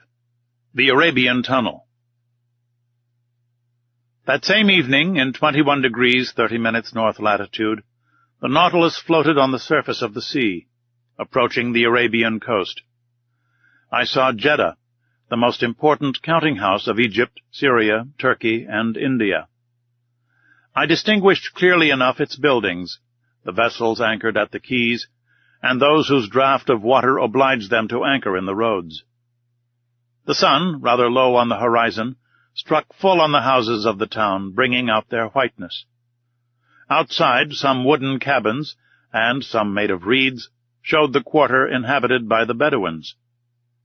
Soon Jeddah was shut out from view by the shadows of night, and the Nautilus found herself under water slightly phosphorescent. The next day, the 10th of February, we sighted several ships running to windward. The Nautilus returned to its submarine navigation. But at noon, when her bearings were taken, the sea being deserted, she rose again to her waterline. Accompanied by Ned and Conseil, I seated myself on the platform. The coast on the eastern side looked like a mass faintly printed upon a damp fog. We were leaning on the sides of the pinnace, talking of one thing and another, when Ned Land, stretching out his hand towards a spot on the sea, said, "Do you see anything there, sir?" "No, Ned," I replied, "but I have not your eyes, you know." "Look well," said Ned, "there on the starboard beam, about the height of the lantern. Do you not see a mass which seems to move?" "Certainly," said I, after close attention. "I see something like a long black body on the top of the water." And certainly before long the black object was not more than a mile from us. It looked like a great sandbank deposited in the open sea. It was a gigantic dugong. Ned Land looked eagerly. His eyes shone with covetousness at the sight of the animal. His hand seemed ready to harpoon it. One would have thought he was awaiting the moment to throw himself into the sea and attack it in its element. At this instant Captain Nemo appeared on the platform. He saw the dugong, understood the Canadian's attitude, and, addressing him, said, "If you held a harpoon just now, Master Land, would it not burn your hand?" "Just so, sir." "And you would not be sorry to go back for one day to your trade of a fisherman, and to add this cetacean to the list of those you have already killed?" "I should not, sir." "Well, you can try." "Thank you, sir," said Ned Land, his eyes flaming. "Only," continued the captain, "I advise you, for your own sake, not to miss the creature." "Is the dugong dangerous to attack?" I asked, in spite of the Canadian's shrug of the shoulders. "Yes," replied the captain. "Sometimes the animal turns upon its assailants and overturns their boat. But for Master Land this danger is not to be feared. His eye is prompt, his arm sure." At this moment 7 men of the crew, mute and immovable as ever, mounted the platform. One carried a harpoon and a line similar to those employed in catching whales. The pinnace was lifted from the bridge, pulled from its socket, and let down into the sea. 6 oarsmen took their seats, and the coxswain went to the tiller. Ned, Conseil, and I went to the back of the boat. "You are not coming, Captain?" I asked. "No, sir, but I wish you good sport." The boat put off, and, lifted by the 6 rowers, drew rapidly towards the dugong, which floated about 2 miles from the Nautilus. Arrived some cable's length from the cetacean, the speed slackened, and the oars dipped noiselessly into the quiet waters. Ned Land, harpoon in hand, stood in the forepart of the boat. The harpoon used for striking the whale is generally attached to a very long cord, which runs out rapidly as the wounded creature draws it after him. But here the cord was not more than 10 fathoms long, and the extremity was attached to a small barrel, which, by floating, was to show the course the dugong took under the water. I stood and carefully watched the Canadian's adversary. This dugong, which also bears the name of the halicore, closely resembles the manatee. Its oblong body terminated in a lengthened tail, and its lateral fins in perfect fingers. Its difference from the manatee consisted in its upper jaw, which was armed with 2 long and pointed teeth, which formed on each side diverging tusks. This dugong, which Ned Land was preparing to attack, was of colossal dimensions. It was more than 7 yards long. It did not move, and seemed to be sleeping on the waves, which circumstance made it easier to capture. The boat approached within 6 yards of the animal. The oars rested on the rowlocks. I half rose. Ned Land, his body thrown a little back, brandished the harpoon in his experienced hand. Suddenly a hissing noise was heard, and the dugong disappeared. The harpoon, although thrown with great force, had apparently only struck the water. "Curse it!" exclaimed the Canadian furiously. "I have missed it." "No," said I, "the creature is wounded. Look at the blood. But your weapon has not stuck in his body." "My harpoon! My harpoon!" cried Ned Land. The sailors rowed on, and the coxswain made for the floating barrel. The harpoon regained, we followed in pursuit of the animal. The latter came now and then to the surface to breathe. Its wound had not weakened it, for it shot onwards with great rapidity. The boat, rowed by strong arms, flew on its track. Several times it approached within some few yards, and the Canadian was ready to strike. But the dugong made off with a sudden plunge, and it was impossible to reach it. Imagine the passion which excited impatient Ned Land. He hurled at the unfortunate creature the most energetic expletives in the English tongue. For my part, I was only vexed to see the dugong escape all our attacks. We pursued it without relaxation for an hour, and I began to think it would prove difficult to capture, when the animal, possessed with the perverse idea of vengeance of which he had cause to repent, turned upon the pinnace and assailed us in its turn. This maneuver did not escape the Canadian. "Look out!" he cried. The coxswain said some words in his outlandish tongue, doubtless warning the men to keep on their guard. The dugong came within 20 feet of the boat, stopped, sniffed the air briskly with its large nostrils, not pierced at the extremity, but in the upper part of its muzzle. Then, taking the spring, he threw himself upon us. The pinnace could not avoid the shock, and, half upset, shipped at least 2 tons of water, which had to be emptied. But, thanks to the coxswain, we caught it sideways, not full front, so we were not quite overturned. While Ned Land, clinging to the bows, belaboured the gigantic animal with blows from his harpoon, the creature's teeth were buried in the gunwale, and it lifted the whole thing out of the water, as a lion does a roebuck. We were upset over one another, and I know not how the adventure would have ended if the Canadian, still enraged with the beast, had not struck it to the heart.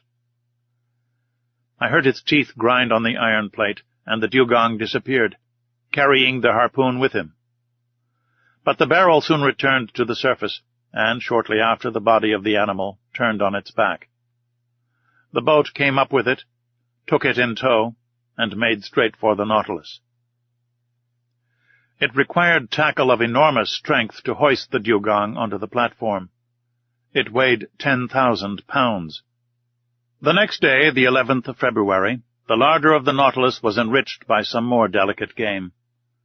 A flight of sea swallows rested on the Nautilus. It was a species of the Sterna nilotica, peculiar to Egypt.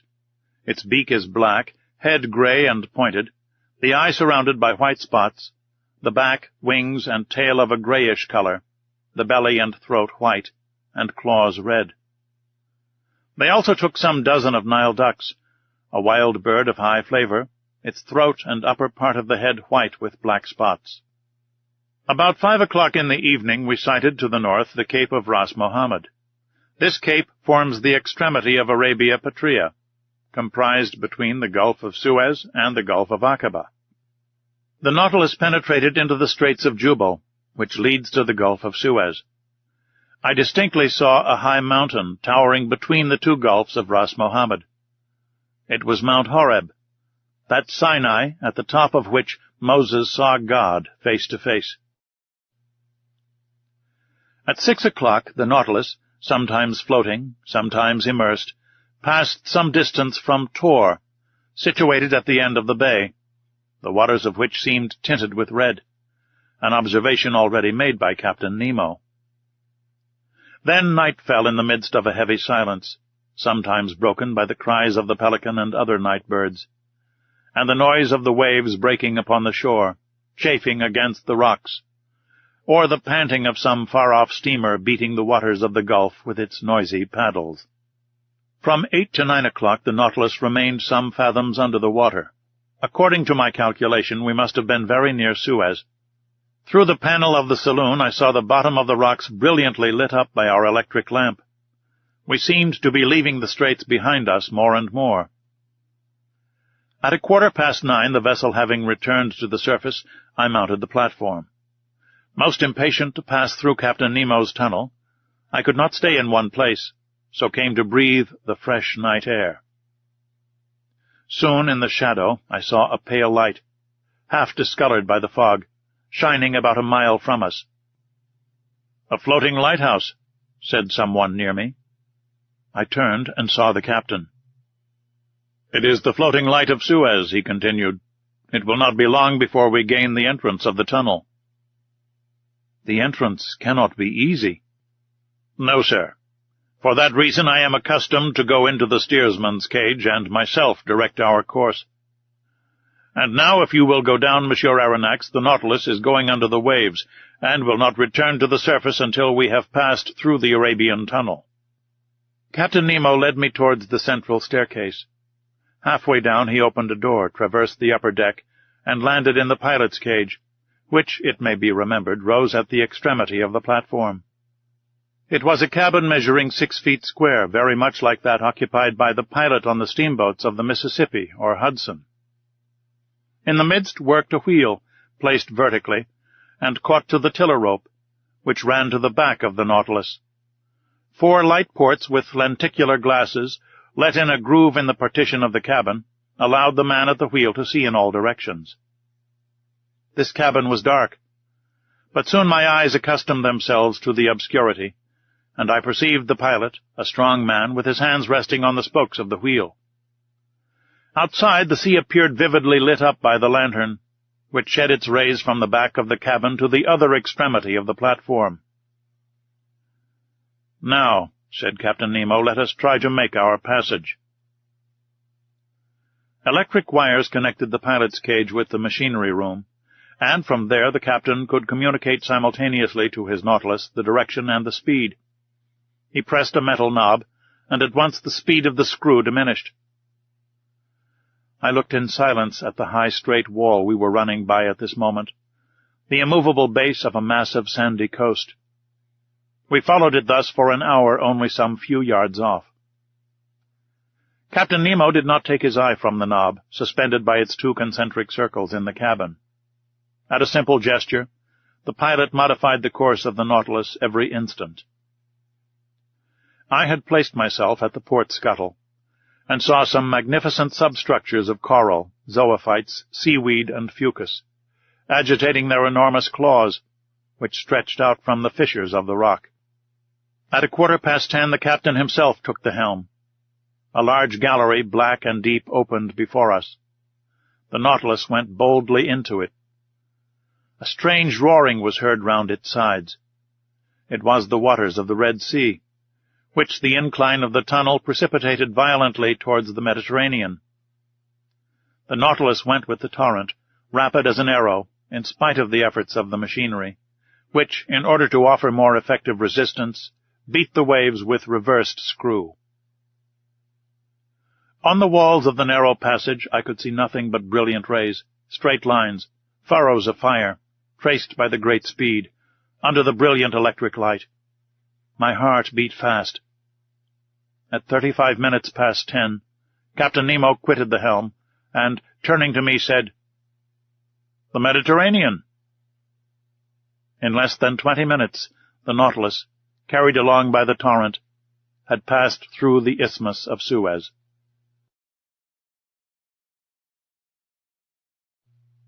Chapter 6. The Grecian Archipelago.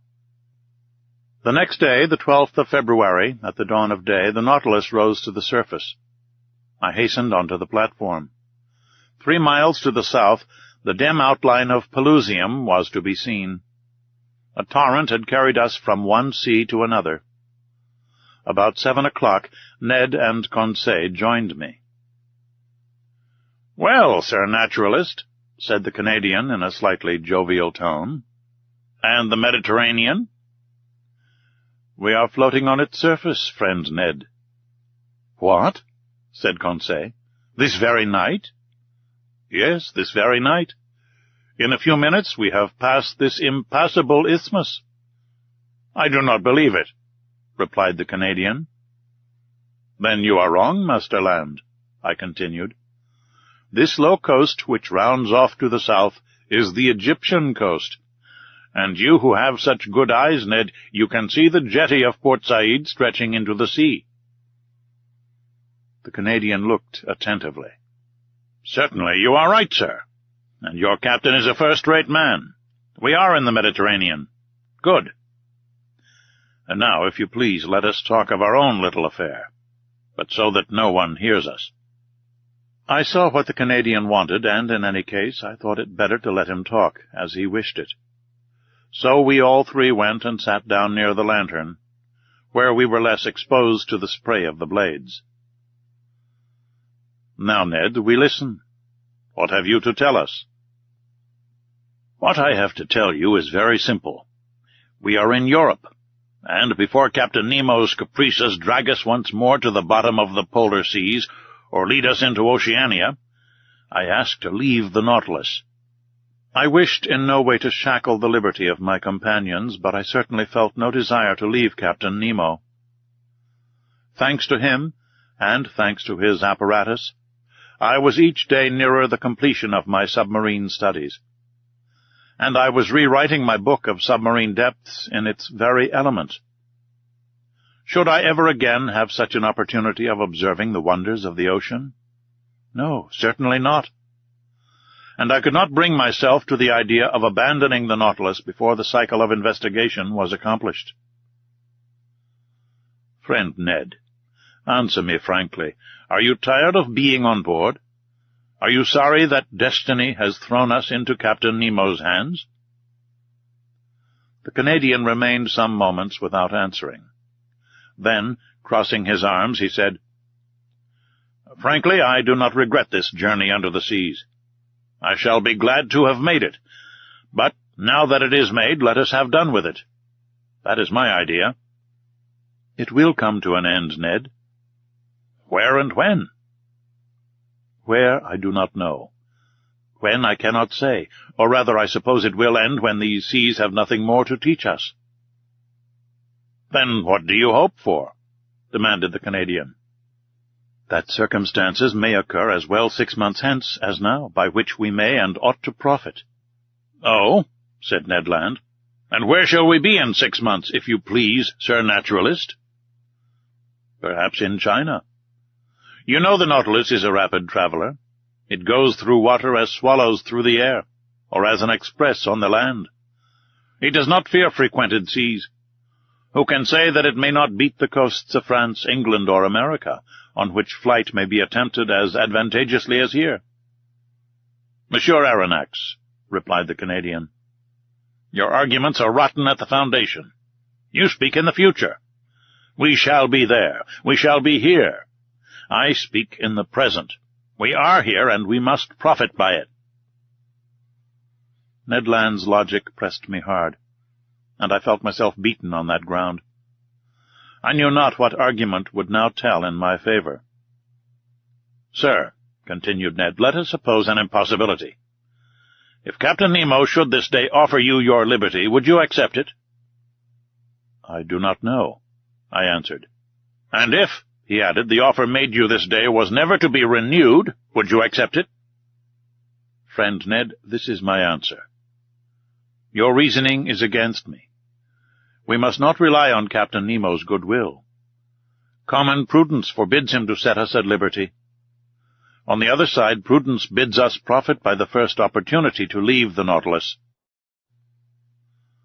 "Well, Monsieur Aronnax, that is wisely said." "Only one observation, just one.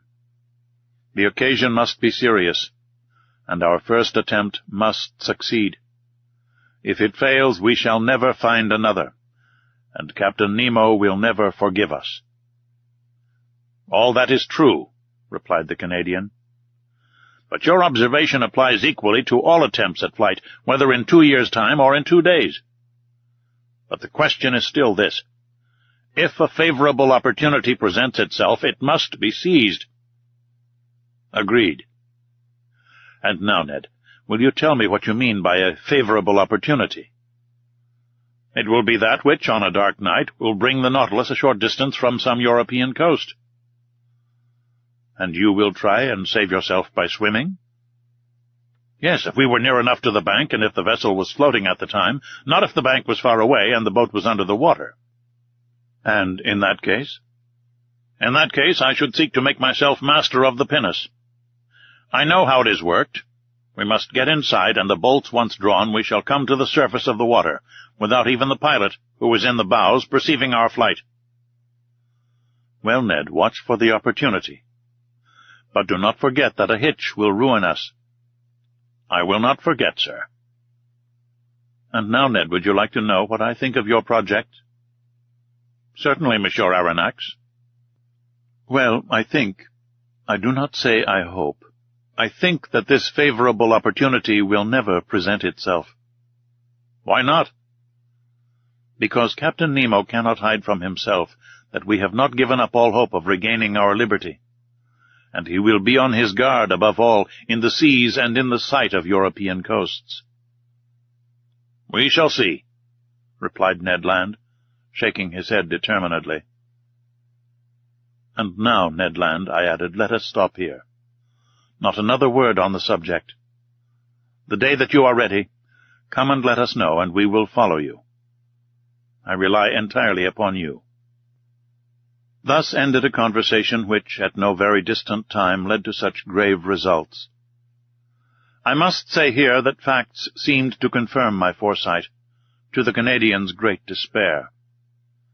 Did Captain Nemo distrust us in these frequented seas? Or did he only wish to hide himself from the numerous vessels, of all nations, which ploughed the Mediterranean? I could not tell. But we were oftener between waters and far from the coast. Or if the Nautilus did emerge, nothing was to be seen but the pilot's cage. And sometimes it went to great depths, for between the Grecian archipelago and Asia Minor, we could not touch the bottom by more than 1,000 fathoms. Thus I only knew we were near the island of Carpathos, one of the Sporades, by Captain Nemo reciting these lines from Virgil: "Est Carpathio Neptuni gurgite vates ceruleus Proteus," as he pointed to a spot on the planisphere. It was indeed the ancient abode of Proteus, the old shepherd of Neptune's flocks, now the island of Scarpanto, situated between Rhodes and Crete. I saw nothing but the granite base through the glass panels of the saloon. The next day, the 14th of February, I resolved to employ some hours in studying the fishes of the archipelago. But for some reason or other the panels remained hermetically sealed. Upon taking the course of the Nautilus, I found that we were going towards Candia, the ancient Isle of Crete. At the time I embarked on the Abraham Lincoln, the whole of this island had risen in insurrection against the despotism of the Turks. But how the insurgents had fared since that time, I was absolutely ignorant, and it was not Captain Nemo, deprived of all land communications, who could tell me. I made no allusion to this event when that night I found myself alone with him in the saloon. Besides, he seemed to be taciturn and preoccupied. Then, contrary to his custom, he ordered both panels to be opened, and going from one to the other observed the mass of waters attentively. To what end I could not guess. So on my side I employed my time in studying the fish passing before my eyes. In the midst of the waters a man appeared, a diver, carrying at his belt a leathern purse. It was not a body abandoned to the waves. It was a living man, swimming with a strong hand, disappearing occasionally to take breath at the surface. I turned towards Captain Nemo, and in an agitated voice exclaimed, "A man shipwrecked! He must be saved at any price!" The captain did not answer me, but came and leaned against the panel. The man had approached, and with his face flattened against the glass was looking at us. To my great amazement, Captain Nemo signed to him. The diver answered with his hand, mounted immediately to the surface of the water, and did not appear again. "Do not be uncomfortable," said Captain Nemo. "It is Nicholas of Cape Matapan, surnamed Pesca. He is well known in all the Cyclades. A bold diver. Water is his element, and he lives more in it than on land, going continually from one island to another, even as far as Crete." "You know him, Captain?" "Why not, Monsieur Aronnax?" Saying which, Captain Nemo went towards a piece of furniture standing near the left panel of the saloon. Near this piece of furniture I saw a chest bound with iron, on the cover of which was a copper plate, bearing the cipher of the Nautilus with its device. At that moment the captain, without noticing my presence, opened the piece of furniture, a sort of strong-box, which held a great many ingots. They were ingots of gold. From whence came this precious metal, which represented an enormous sum? Where did the captain gather this gold from? And what was he going to do with it? I did not say one word. I looked. Captain Nemo took the ingots one by one, and arranged them methodically in the chest, which he filled entirely. I estimated the contents at more than 4,000 pounds weight of gold, that is to say, nearly 200,000 pounds.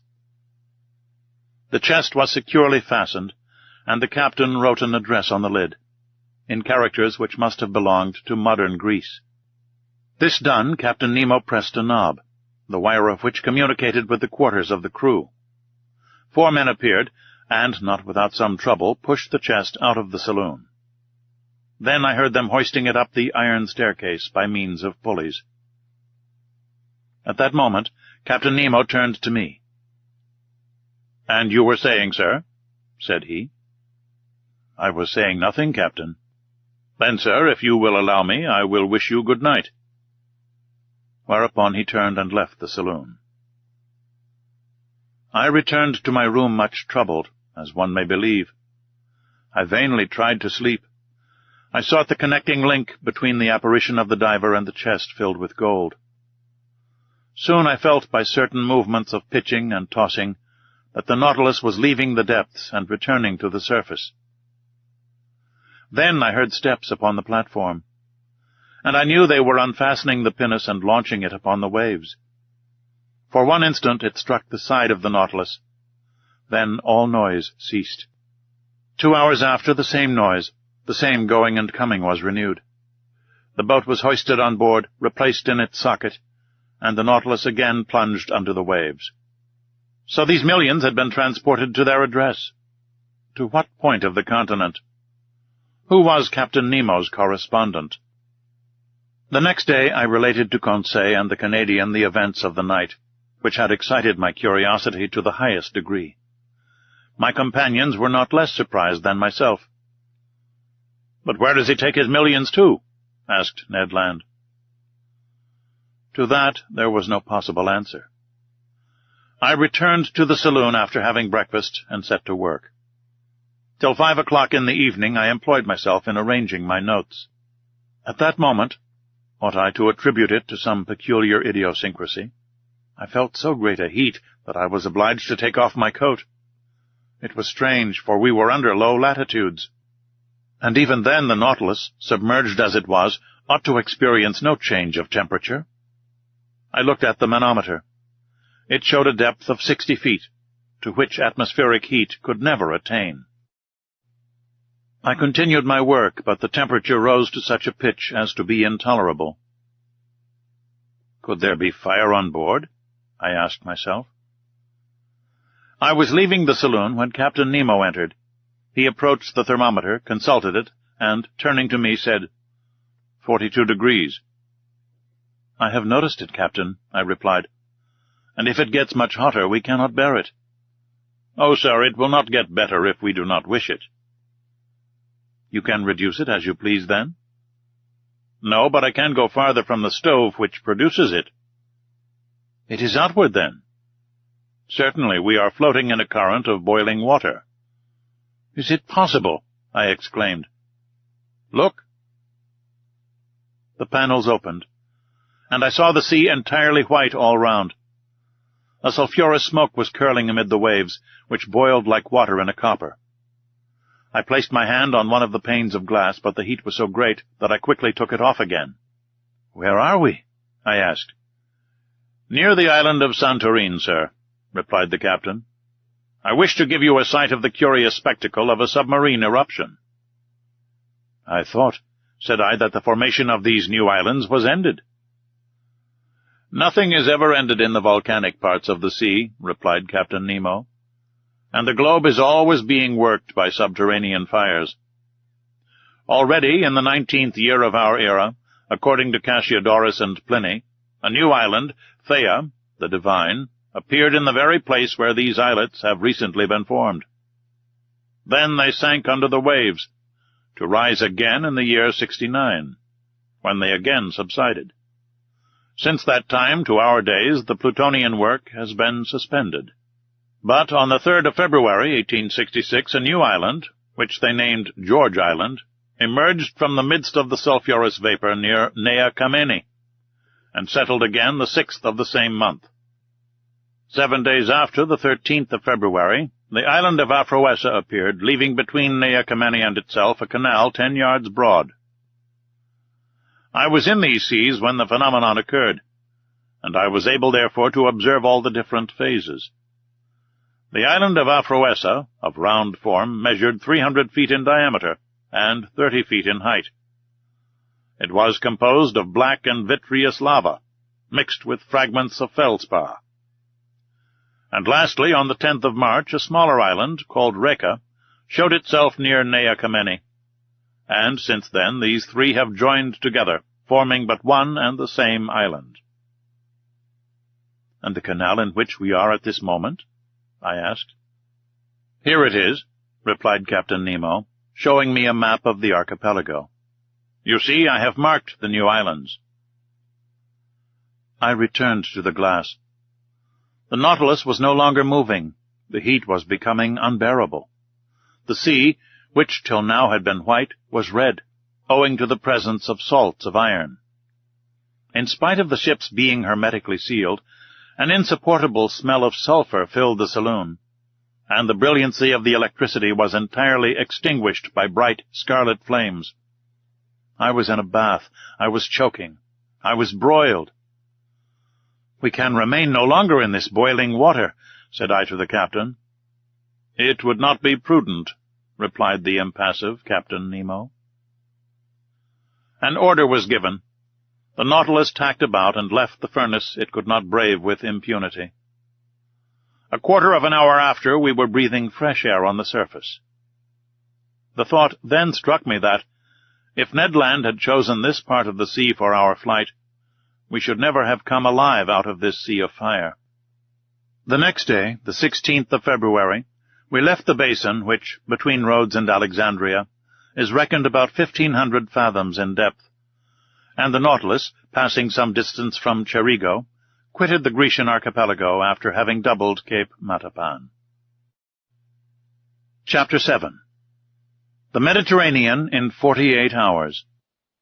The Mediterranean, the blue sea par excellence, the great sea of the Hebrews, the sea of the Greeks, the Mare Nostrum of the Romans, bordered by orange trees, aloes, cacti, and sea pines, embalmed with the perfume of the myrtle, surrounded by rude mountains, saturated with pure and transparent air, but incessantly worked by underground fires.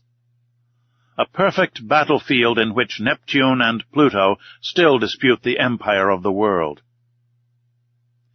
It is upon these banks, and on these waters, says Michelet, that man is renewed in one of the most powerful climates of the globe.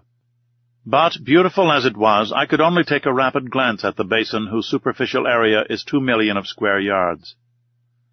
Even Captain Nemo's knowledge was lost to me, for this puzzling person did not appear once during our passage at full speed.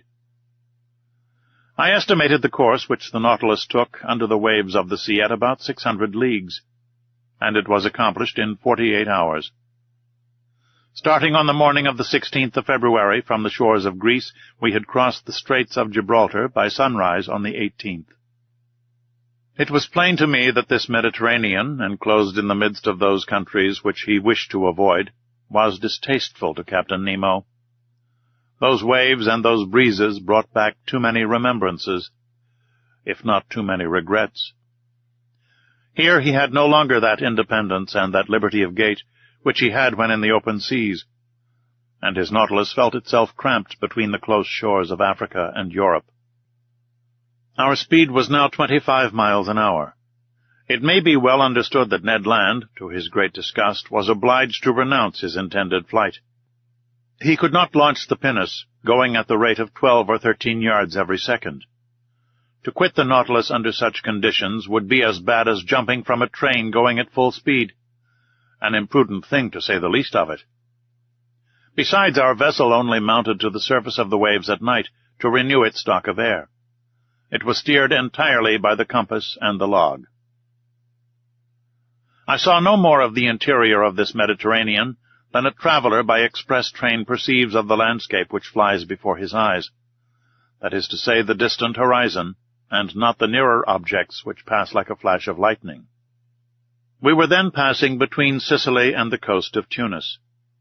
In the narrow space between Cape Bon and the Straits of Messina, the bottom of the sea rose almost suddenly. There was a perfect bank, on which there was not more than 9 fathoms of water, whilst on either side the depth was 90 fathoms. The Nautilus had to maneuver very carefully so as not to strike against this submarine barrier. I showed Conseil, on the map of the Mediterranean, the spot occupied by this reef. "But if you please, sir," observed Conseil, "it is like a real isthmus joining Europe to Africa." "Yes, my boy, it forms a perfect bar to the Straits of Libya, and the soundings of Smith have proved that in former times the continents between Cape Bocco and Cape Farina were joined." "I can well believe it," said Conseil.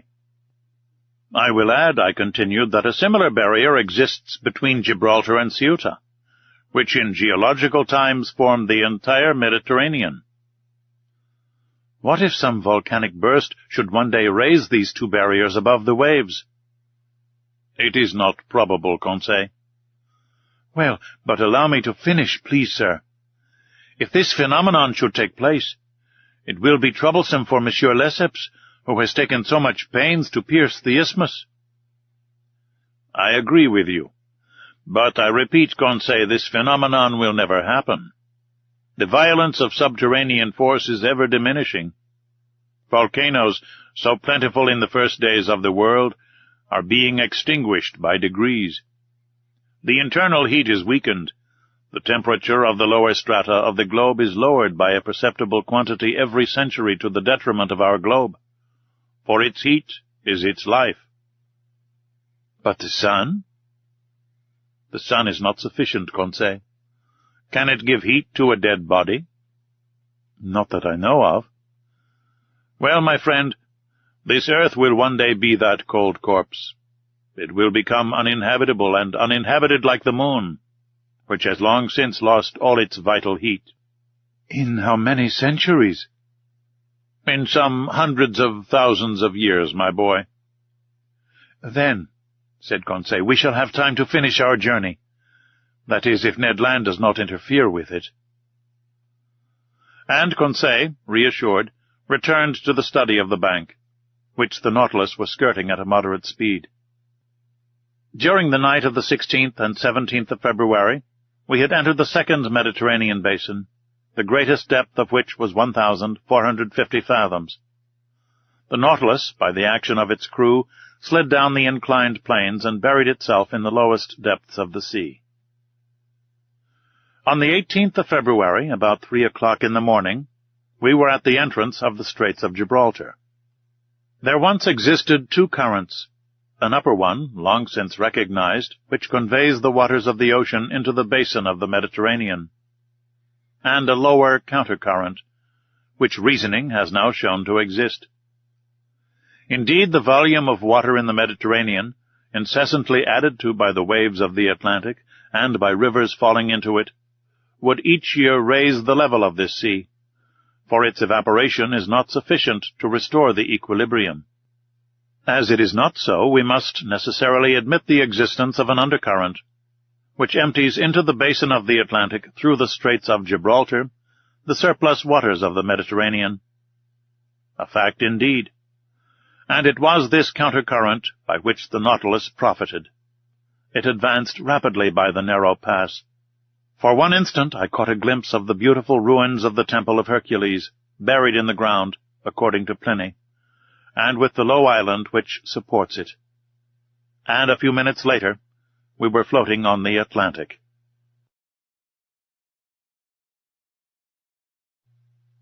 Chapter 8. Vigo Bay. The Atlantic. A vast sheet of water, whose superficial area covers 25 millions of square miles, the length of which is 9,000 miles, with a mean breadth of 2,700. An ocean whose parallel winding shores embrace an immense circumference, watered by the largest rivers of the world, the St. Lawrence, the Mississippi, the Amazon, the Plata, the Orinoco, the Niger, the Senegal, the Elbe, the Loire, and the Rhine, which carry water from the most civilized as well as from the most savage countries.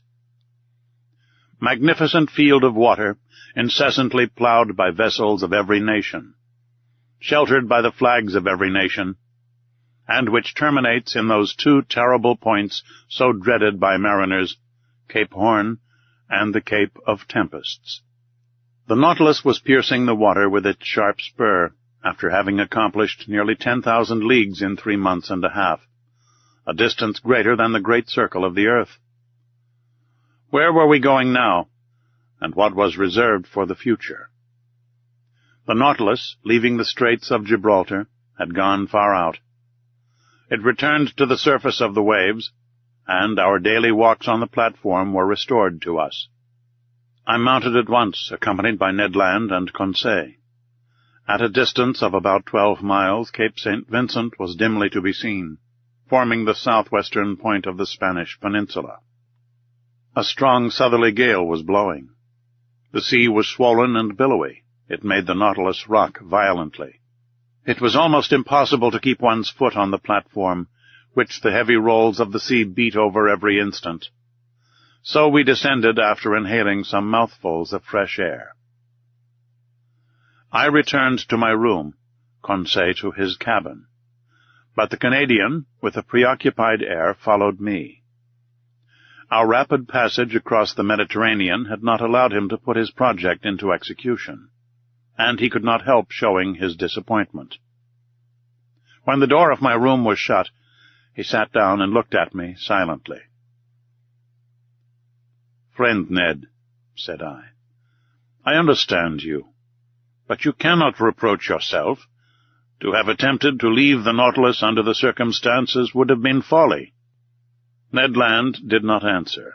His compressed lips and frowning brow showed with him the violent possession this fixed idea had taken of his mind. "Let us see," I continued. "We need not despair yet. We are going up the coast of Portugal again. France and England are not far off, where we can easily find refuge. Now if the Nautilus, on leaving the Straits of Gibraltar, had gone to the south, if it had carried us towards regions where there were no continents, I should share your uneasiness. But we know now that Captain Nemo does not fly from civilized seas, and in some days I think you can act with security." Ned Land still looked at me fixedly. At length his fixed lips parted, and he said, "It is for tonight." I drew myself up suddenly. I was, I admit, little prepared for this communication.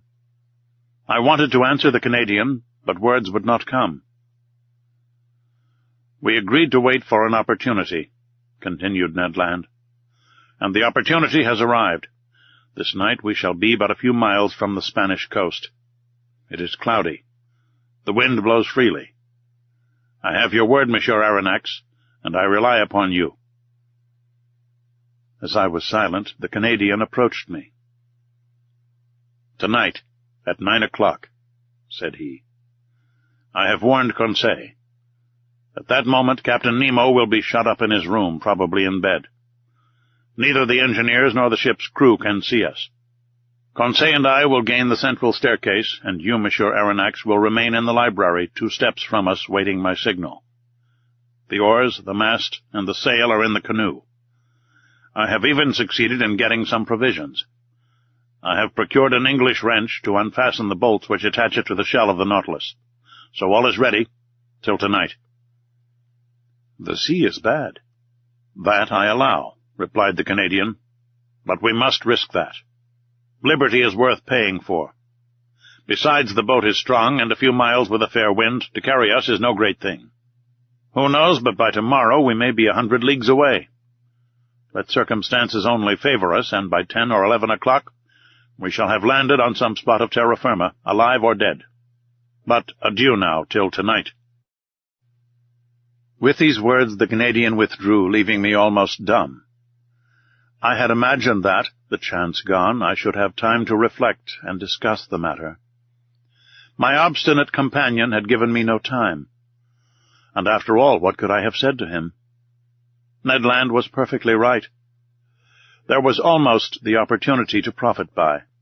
Could I retract my word and take upon myself the responsibility of compromising the future of my companions? Tomorrow Captain Nemo might take us far from all land.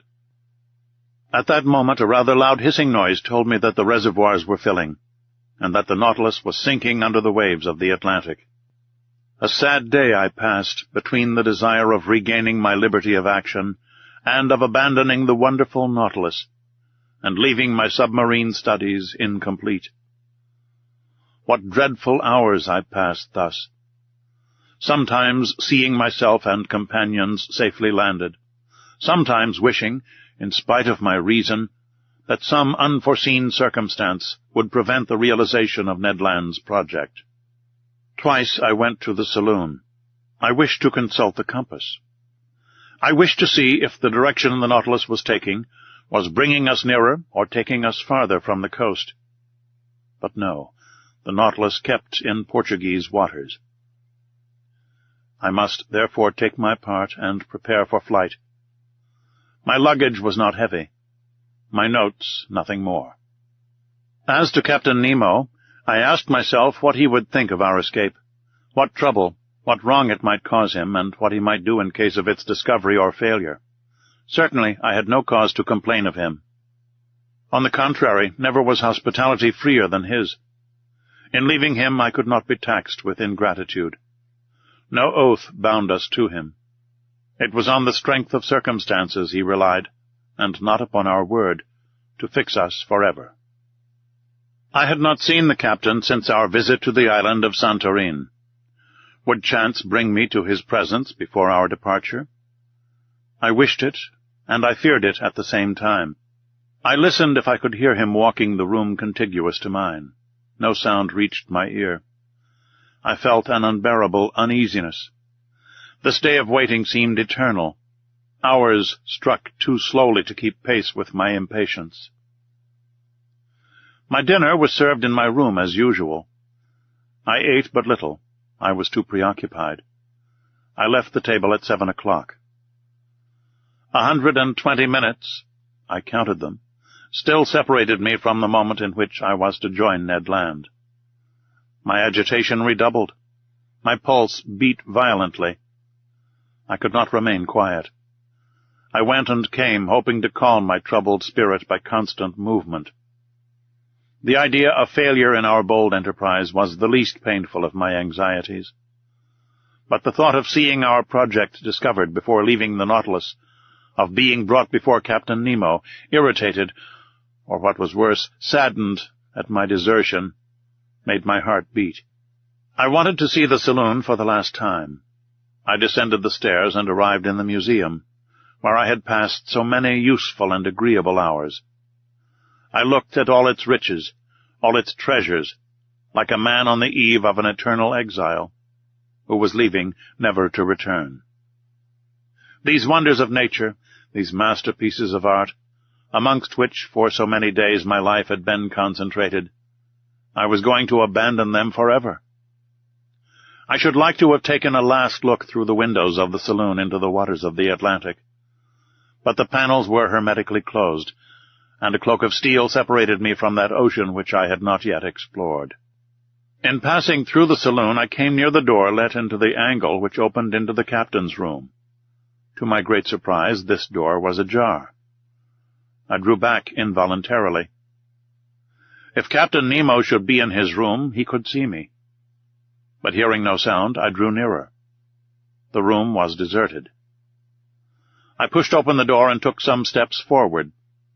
Still the same monk-like severity of aspect. Suddenly the clock struck 8. The first beat of the hammer on the bell awoke me from my dreams. I trembled as if an invisible eye had plunged into my most secret thoughts, and I hurried from the room. There my eye fell upon the compass. Our course was still north. The log indicated moderate speed, the manometer a depth of about 60 feet. I returned to my room, clothed myself warmly, sea boots, an otterskin cap, a great coat of byssus lined with sealskin. I was ready. I was waiting. The vibration of the screw alone broke the deep silence which reigned on board. I listened attentively. Would no loud voice suddenly inform me that Ned Land had been surprised in his projected flight? A mortal dread hung over me, and I vainly tried to regain my accustomed coolness. At a few minutes to 9, I put my ear to the captain's door. No noise. I left my room and returned to the saloon, which was half in obscurity but deserted. I opened the door communicating with the library. The same insufficient light, the same solitude. I placed myself near the door leading to the central staircase, and there waited for Ned Land's signal. At that moment the trembling of the screw sensibly diminished. Then it stopped entirely. The silence was now only disturbed by the beatings of my own heart. Suddenly a slight shock was felt, and I knew that the Nautilus had stopped at the bottom of the ocean. My uneasiness increased. The Canadian's signal did not come. I felt inclined to join Ned Land and beg of him to put off his attempt. I felt that we were not sailing under our usual conditions. At this moment the door of the large saloon opened, and Captain Nemo appeared. He saw me, and without further preamble began in an amiable tone of voice. "Ah, sir, I have been looking for you. Do you know the history of Spain?" Now, one might know the history of one's own country by heart, but in the condition I was at the time, with troubled mind and head quite lost, I could not have said a word of it. "Well," continued Captain Nemo, "you heard my question. Do you know the history of Spain?" "Very slightly," I answered. "Well, here are learned men having to learn," said the captain. "Come, sit down, and I will tell you a curious episode in this history." "Sir, listen well," said he. "This history will interest you on one side, for it will answer a question which doubtless you have not been able to solve." "I listen, Captain," said I, not knowing what my interlocutor was driving at, and asking myself if this incident was bearing on our projected flight. "Sir, if you have no objection, we will go back to 1702. You cannot be ignorant that your king, Louis XIV., thinking that the gesture of a potentate was sufficient to bring the Pyrenees under his yoke, had imposed the Duke of Anjou, his grandson, on the Spaniards. This prince reigned more or less badly under the name of Philip V, and had a strong party against him abroad. Indeed, the preceding year the royal houses of Holland, Austria, and England had concluded a treaty of alliance at The Hague, with the intention of plucking the crown of Spain from the head of Philip V, and placing it on that of an archduke to whom they prematurely gave the title of Charles III. Spain must resist this coalition, but she was almost entirely unprovided with either soldiers or sailors. However, money would not fail them, provided that their galleons, laden with gold and silver from America, once entered their ports. And about the end of 1702 they expected a rich convoy which France was escorting with a fleet of 23 vessels, commanded by Admiral Chateau-Renaud, for the ships of the coalition were already beating the Atlantic. This convoy was to go to Cadiz, but the admiral, hearing that an English fleet was cruising in those waters, resolved to make for a French port. The Spanish commanders of the convoy objected to this decision. They wanted to be taken to a Spanish port, and if not to Cadiz, into Vigo Bay, situated on the northwest coast of Spain, and which was not blocked. Admiral Chateau-Renaud had the rashness to obey this injunction, and the galleons entered Vigo Bay. Unfortunately, it formed an open road which could not be defended in any way. They must therefore hasten to unload the galleons before the arrival of the combined fleet, and time would not have failed them had not a miserable question of rivalry suddenly arisen. "You are following the chain of events?" asked Captain Nemo. "Perfectly," said I, not knowing the end proposed by this historical lesson. "I will continue. This is what passed. The merchants of Cadiz had a privilege by which they had the right of receiving all merchandise coming from the West Indies. Now, to disembark these ingots at the port of Vigo was depriving them of their rights. They complained at Madrid, and obtained the consent of the weak-minded Philip that the convoy, without discharging its cargo, should remain sequestered in the roads of Vigo until the enemy had disappeared. But whilst coming to this decision on the 22nd of October, 1702, the English vessels arrived in Vigo Bay, when Admiral Chateau-Renaud, in spite of inferior forces, fought bravely. But, seeing that the treasure must fall into the enemy's hands, he burnt and scuttled every galleon, which went to the bottom with their immense riches. Captain Nemo stopped. I admit I could not see yet why this history should interest me. "Well?" I asked. "Well, Monsieur Aronnax," replied Captain Nemo, "we are in that Vigo Bay, and it rests with yourself whether you will penetrate its mysteries." The captain rose, telling me to follow him. I had had time to recover. I obeyed. The saloon was dark, but through the transparent glass the waves were sparkling. I looked. For half a mile around the Nautilus the water seemed bathed in electric light. The sandy bottom was clean and bright. Some of the ship's crew in their diving dresses were clearing away half-rotten barrels and empty cases from the midst of the blackened wrecks. From these cases and from these barrels escaped ingots of gold and silver, cascades of piastres and jewels. The sand was heaped up with them. Laden with their precious booty, the men returned to the Nautilus, disposed of their burden, and went back to this inexhaustible fishery of gold and silver. I understood now. This was the scene of the battle of the 22nd of October, 1702. Here, on this very spot, the galleons laden for the Spanish government had sunk. Here Captain Nemo came, according to his wants, to pack up those millions with which he burdened the Nautilus. It was for him, and him alone, America had given up her precious metals. He was heir direct, without anyone to share in those treasures torn from the Incas and from the conquered of Ferdinand Cortez. "Did you know, sir," he asked, smiling, "that the sea contained such riches?" "I knew," I answered, "that they value money held in suspension in these waters at 2 millions. "Doubtless. But to extract this money the expense would be greater than the profit. Here, on the contrary, I have but to pick up what man has lost, and not only in Vigo Bay, but in 1,000 other ports where shipwrecks have happened, and which are marked on my submarine map. Can you understand now the source of the millions I am worth?" "I understand, Captain. But allow me to tell you that in exploring Vigo Bay, you have only been beforehand with a rival society." "And which?"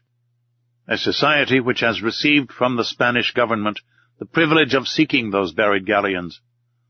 The shareholders are led on by the allurement of an enormous bounty, for they value these rich shipwrecks at 500 millions. 500 millions they were," answered Captain Nemo, "but they are so no longer." "Just so," said I. "And a warning to those shareholders would be an act of charity. But who knows if it would be well received? What gamblers usually regret above all is less the loss of their money than of their foolish hopes. After all, I pity them less than the thousands of unfortunates to whom so much riches well distributed would have been profitable, whilst for them they will be forever barren." I had no sooner expressed this regret than I felt that it must have wounded Captain Nemo. "Barren?" he exclaimed with animation. "Do you think then, sir, that these riches are lost because I gather them? Is it for myself alone, according to your idea, that I take the trouble to collect these treasures? Who told you that I did not make a good use of it? Do you think I am ignorant that there are suffering beings and oppressed races on this earth, miserable creatures to console, victims to avenge? Do you not understand?" Captain Nemo stopped at these last words, regretting perhaps that he had spoken so much. But I had guessed that, whatever the motive which had forced him to seek independence under the sea, it had left him still a man, that his heart still beat for the sufferings of humanity, and that his immense charity was for oppressed races as well as individuals. And then I understood for whom those millions were destined, which were forwarded by Captain Nemo when the Nautilus was cruising in the waters of Crete.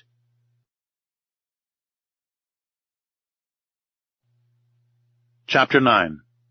A Vanished Continent. The next morning, the 19th of February, I saw the Canadian enter my room. I expected this visit. He looked very disappointed. "Well, sir?" said he. "Well, Ned, fortune was against us yesterday." "Yes. That captain must needs stop exactly at the hour we intended leaving his vessel." "Yes, Ned, he had business at his banker's." "His banker's?" "Or rather his banking house. By that I mean the ocean, where his riches are safer than in the chests of the state." I then related to the Canadian the incidents of the preceding night, hoping to bring him back to the idea of not abandoning the captain.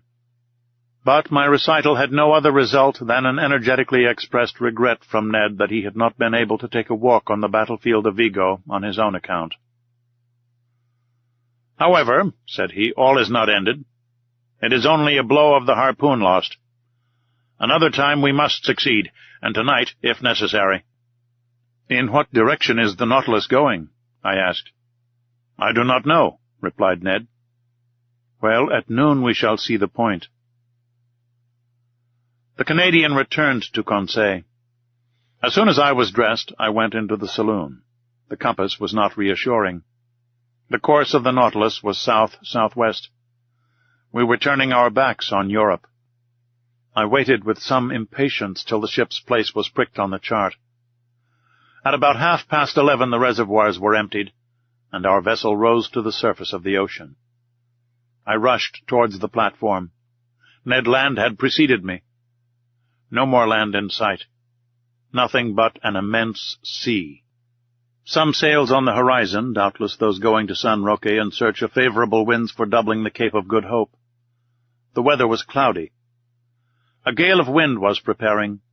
Ned raved and tried to pierce the cloudy horizon. He still hoped that behind all that fog stretched the land he so longed for. At noon the sun showed itself for an instant. The second profited by this brightness to take its height. Then, the sea becoming more billowy, we descended, and the panel closed. An hour after, upon consulting the chart, I saw the position of the Nautilus was marked at 16 degrees 17 minutes longitude, and 33 degrees 22 minutes latitude, at 150 leagues from the nearest coast. There was no means of flight, and I leave you to imagine the rage of the Canadian when I informed him of our situation. For myself, I was not particularly sorry. I felt lightened of the load which had oppressed me, and was able to return with some degree of calmness to my accustomed work. That night, about 11 o'clock, I received a most unexpected visit from Captain Nemo. He asked me very graciously if I felt fatigued from my watch of the preceding night. I answered in the negative. Then, Monsieur Aronnax, I propose a curious excursion. Propose, Captain. You have hitherto only visited the submarine depths by daylight, under the brightness of the sun. Would it suit you to see them in the darkness of the night? Most willingly. I warn you, the way will be tiring. We shall have far to walk and must climb a mountain. The roads are not well kept. What you say, Captain, only heightens my curiosity. I am ready to follow you. Come then, sir, we will put on our diving dresses. Arrived at the robing room, I saw that neither of my companions nor any of the ship's crew were to follow us on this excursion. Captain Nemo had not even proposed my taking with me either Ned or Conseil. In a few moments we had put on our diving dresses. They placed on our backs the reservoirs, abundantly filled with air, but no electric lamps were prepared. I called the captain's attention to the fact. "They will be useless," he replied. I thought I had not heard aright, but I could not repeat my observation, for the captain's head had already disappeared in its metal case. I finished harnessing myself. I felt them put an iron-pointed stick into my hand, and some minutes later, after going through the usual form, we set foot on the bottom of the Atlantic at a depth of 150 fathoms. Midnight was near. The waters were profoundly dark, but Captain Nemo pointed out in the distance a reddish spot, a sort of large light shining brilliantly about 2 miles from the Nautilus. What this fire might be, what could feed it, why and how it lit up the liquid mass, I could not say. In any case, it did light our way, vaguely, it is true, but I soon accustomed myself to the peculiar darkness, and I understood, under such circumstances, the uselessness of the Ruhmkorff apparatus. As we advanced, I heard a kind of pattering above my head. The noise redoubling, sometimes producing a continual shower, I soon understood the cause. It was rain falling violently, and crisping the surface of the waves. Instinctively the thought flashed across my mind that I should be wet through. By the water. In the midst of the water. I could not help laughing at the odd idea. But indeed, in the thick diving dress, the liquid element is no longer felt, and one only seems to be in an atmosphere somewhat denser than the terrestrial atmosphere. Nothing more. After half an hour's walk, the soil became stony. Medusae, microscopic crustacea, and pennachules lit it slightly with their phosphorescent gleam. I caught a glimpse of pieces of stone covered with millions of zoophytes and masses of seaweed. My feet often slipped upon this sticky carpet of seaweed, and without my iron-tipped stick I should have fallen more than once. In turning round, I could still see the whitish lantern of the Nautilus beginning to pale in the distance. But the rosy light which guided us increased and lit up the horizon. The presence of this fire underwater puzzled me in the highest degree. Was I going towards a natural phenomenon as yet unknown to the savants of the earth? Or even, for this thought crossed my brain, had the hand of man aught to do with this conflagration?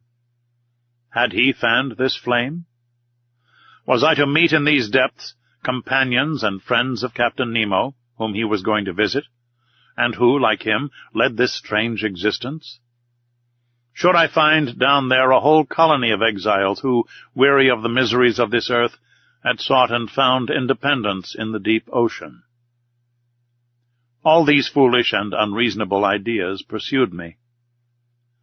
And in this condition of mind, overexcited by the succession of wonders continually passing before my eyes, I should not have been surprised to meet at the bottom of the sea one of those submarine towns of which Captain Nemo dreamed. Our road grew lighter and lighter. The white glimmer came in rays from the summit of a mountain about 800 feet high. But what I saw was simply a reflection developed by the clearness of the waters. The source of this inexplicable light was a fire on the opposite side of the mountain. In the midst of this stony maze furrowing the bottom of the Atlantic, Captain Nemo advanced without hesitation. He knew this dreary road. Doubtless he had often traveled over it, and could not lose himself. I followed him with unshaken confidence.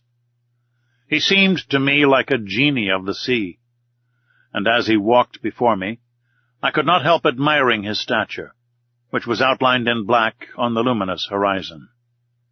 It was 1 in the morning when we arrived at the first slopes of the mountain, but to gain access to them we must venture through the difficult paths of a vast copse.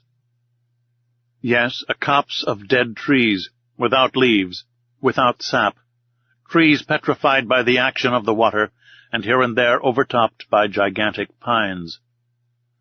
It was like a coal-pit still standing, holding by the roots to the broken soil, and whose branches, like fine black paper cuttings, showed distinctly on the watery ceiling. Picture to yourself a forest in the Hartz, hanging onto the sides of the mountain, but a forest swallowed up. The paths were encumbered with seaweed and fucus, between which grovelled a whole world of crustacea. I went along, climbing the rocks, striding over extended trunks, breaking the sea bindweed which hung from one tree to the other, and frightening the fishes, which flew from branch to branch. Pressing onward, I felt no fatigue. I followed my guide, who was never tired. What a spectacle! How can I express it? How paint the aspect of those woods and rocks in this medium?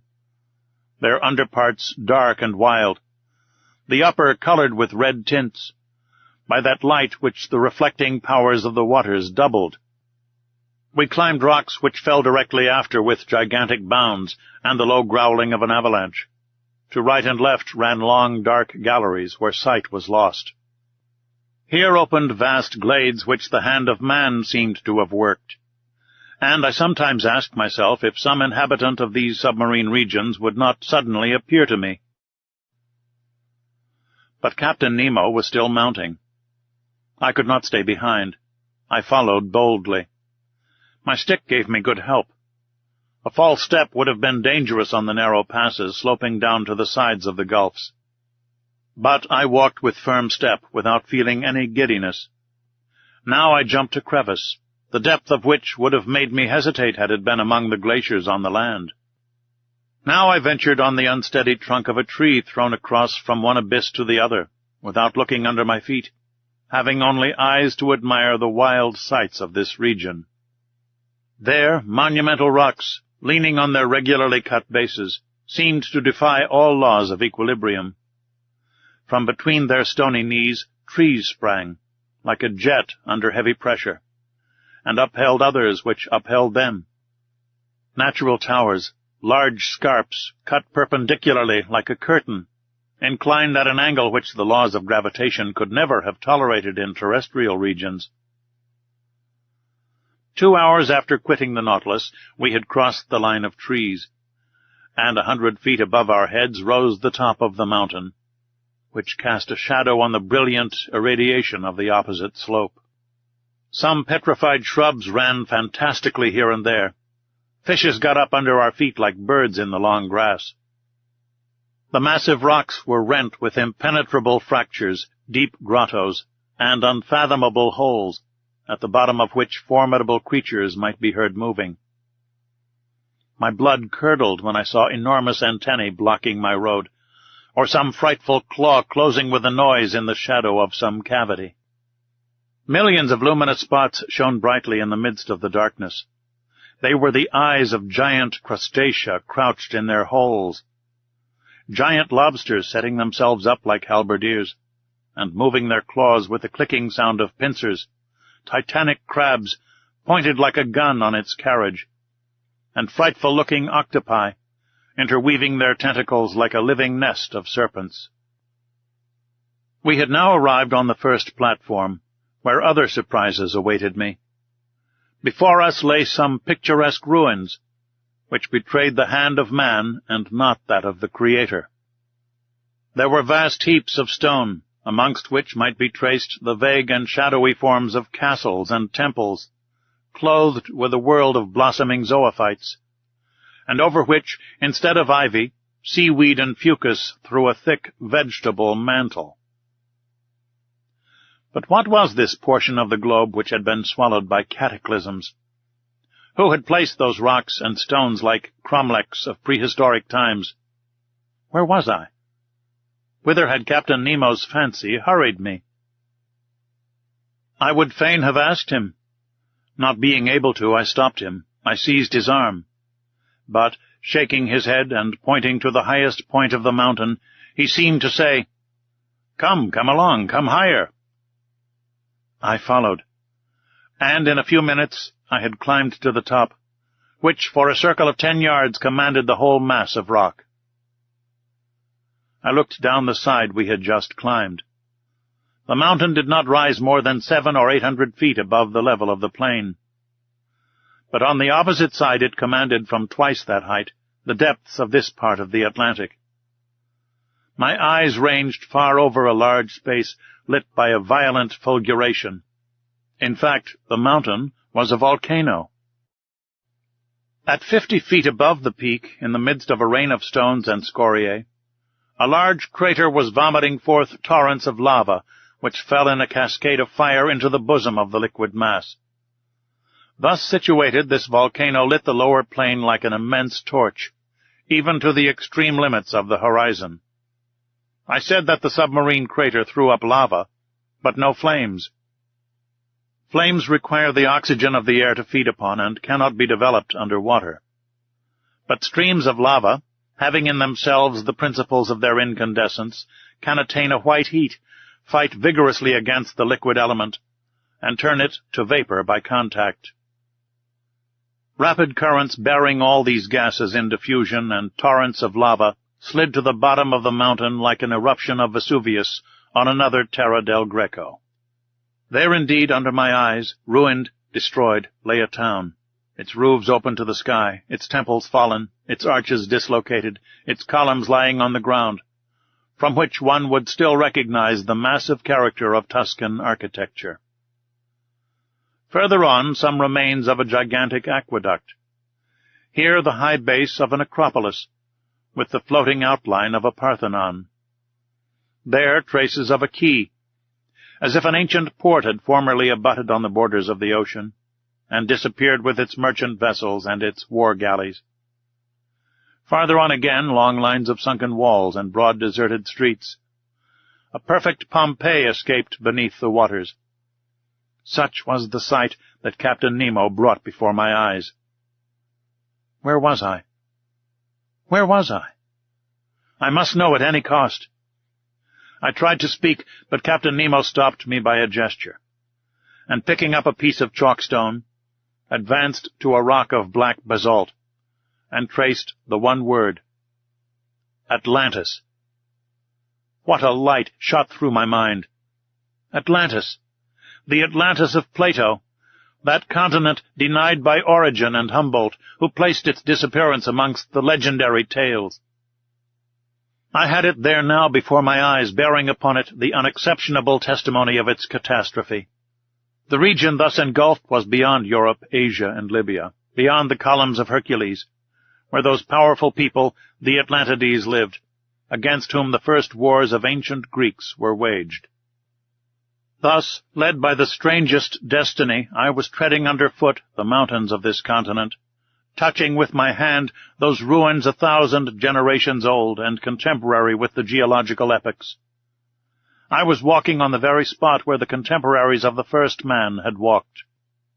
Whilst I was trying to fix in my mind every detail of this grand landscape, Captain Nemo remained motionless, as if petrified in mute ecstasy, leaning on a mossy stone. Was he dreaming of those generations long since disappeared?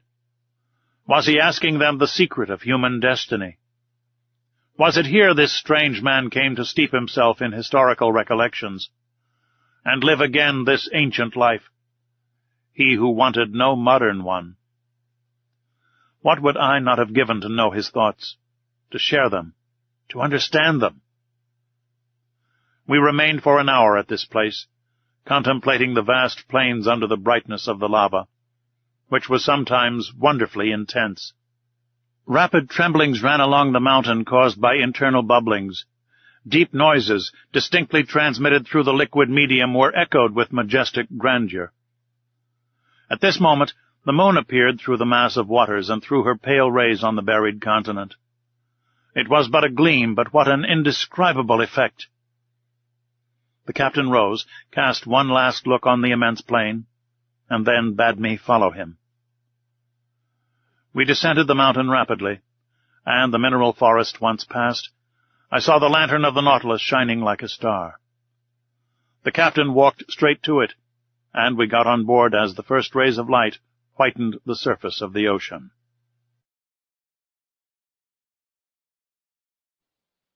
Chapter 10. The Submarine Coal Mines. The next day, the 20th of February, I awoke very late. The fatigues of the previous night had prolonged my sleep until 11 o'clock. I dressed quickly and hastened to find the course the Nautilus was taking. The instruments showed it to be still toward the south, with a speed of 20 miles an hour and a depth of 50 fathoms. The species of fishes here did not differ much from those already noticed. There were rays of giant size, 5 yards long, and endowed with great muscular strength, which enabled them to shoot above the waves. Sharks of many kinds, amongst others one 15 feet long, with triangular sharp teeth, and whose transparency rendered it almost invisible in the water. Amongst bony fish, Conseil noticed some about 3 yards long, armed at the upper jaw with a piercing sword. Other bright-colored creatures, known in the time of Aristotle by the name of the sea dragon, which are dangerous to capture on account of the spikes on their back. About 4 o'clock, the soil, generally composed of a thick mud mixed with petrified wood, changed by degrees, and it became more stony, and seemed strewn with conglomerate and pieces of basalt, with a sprinkling of lava. I thought that a mountainous region was succeeding the long plains, and accordingly, after a few evolutions of the Nautilus, I saw the southerly horizon blocked by a high wall which seemed to close all exit. Its summit evidently passed the level of the ocean. It must be a continent, or at least an island, one of the Canaries or of the Cape Verde Islands. The bearings not being yet taken, perhaps designedly, I was ignorant of our exact position. In any case, such a wall seemed to me to mark the limits of that Atlantis, of which we had in reality passed over only the smallest part. Much longer should I have remained at the window, admiring the beauties of sea and sky, but the panels closed. At this moment the Nautilus arrived at the side of this high perpendicular wall. What it would do I could not guess. I returned to my room. It no longer moved. I laid myself down with the full intention of waking after a few hours' sleep. But it was 8 o'clock the next day when I entered the saloon. I looked at the manometer. It told me that the Nautilus was floating on the surface of the ocean. Besides, I heard steps on the platform. I went to the panel. It was open. But instead of broad daylight, as I expected, I was surrounded by profound darkness. Where were we? Was I mistaken? Was it still night? No, not a star was shining, and night has not that utter darkness. I knew not what to think, when a voice near me said, "Is that you, Professor?" "Ah, Captain," I answered. "Where are we?" "Underground, sir." "Underground?" I exclaimed. "And the Nautilus floating still?" "It always floats." "But I do not understand." "Wait a few minutes. Our lantern will be lit, and if you like light places, you will be satisfied." I stood on the platform and waited. The darkness was so complete that I could not even see Captain Nemo. But looking to the zenith, exactly above my head, I seemed to catch an undecided gleam, a kind of twilight, filling a circular hole. At this instant the lantern was lit, and its vividness dispelled the faint light. I closed my dazzled eyes for an instant, and then looked again. The Nautilus was stationary, floating near a mountain which formed a sort of quay. The lake, then, supporting it, was a lake imprisoned by a circle of walls, measuring 2 miles in diameter and 6 in circumference. Its level, the manometer showed, could only be the same as the outside level, for there must necessarily be a communication between the lake and the sea.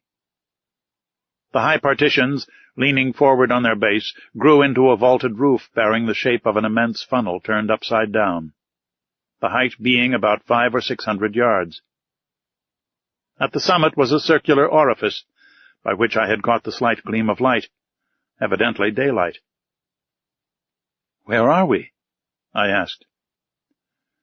"In the very heart of an extinct volcano, the interior of which has been invaded by the sea after some great convulsion of the earth. Whilst you were sleeping, Professor, the Nautilus penetrated to this lagoon by a natural canal, which opens about 10 yards beneath the surface of the ocean. This is its harbour of refuge, a sure, commodious, and mysterious one, sheltered from all gales. Show me, if you can, on the coasts of any of your continents or islands, a road which can give such perfect refuge from all storms." "Certainly," I replied. "You are in safety here, Captain Nemo. Who could reach you in the heart of a volcano?"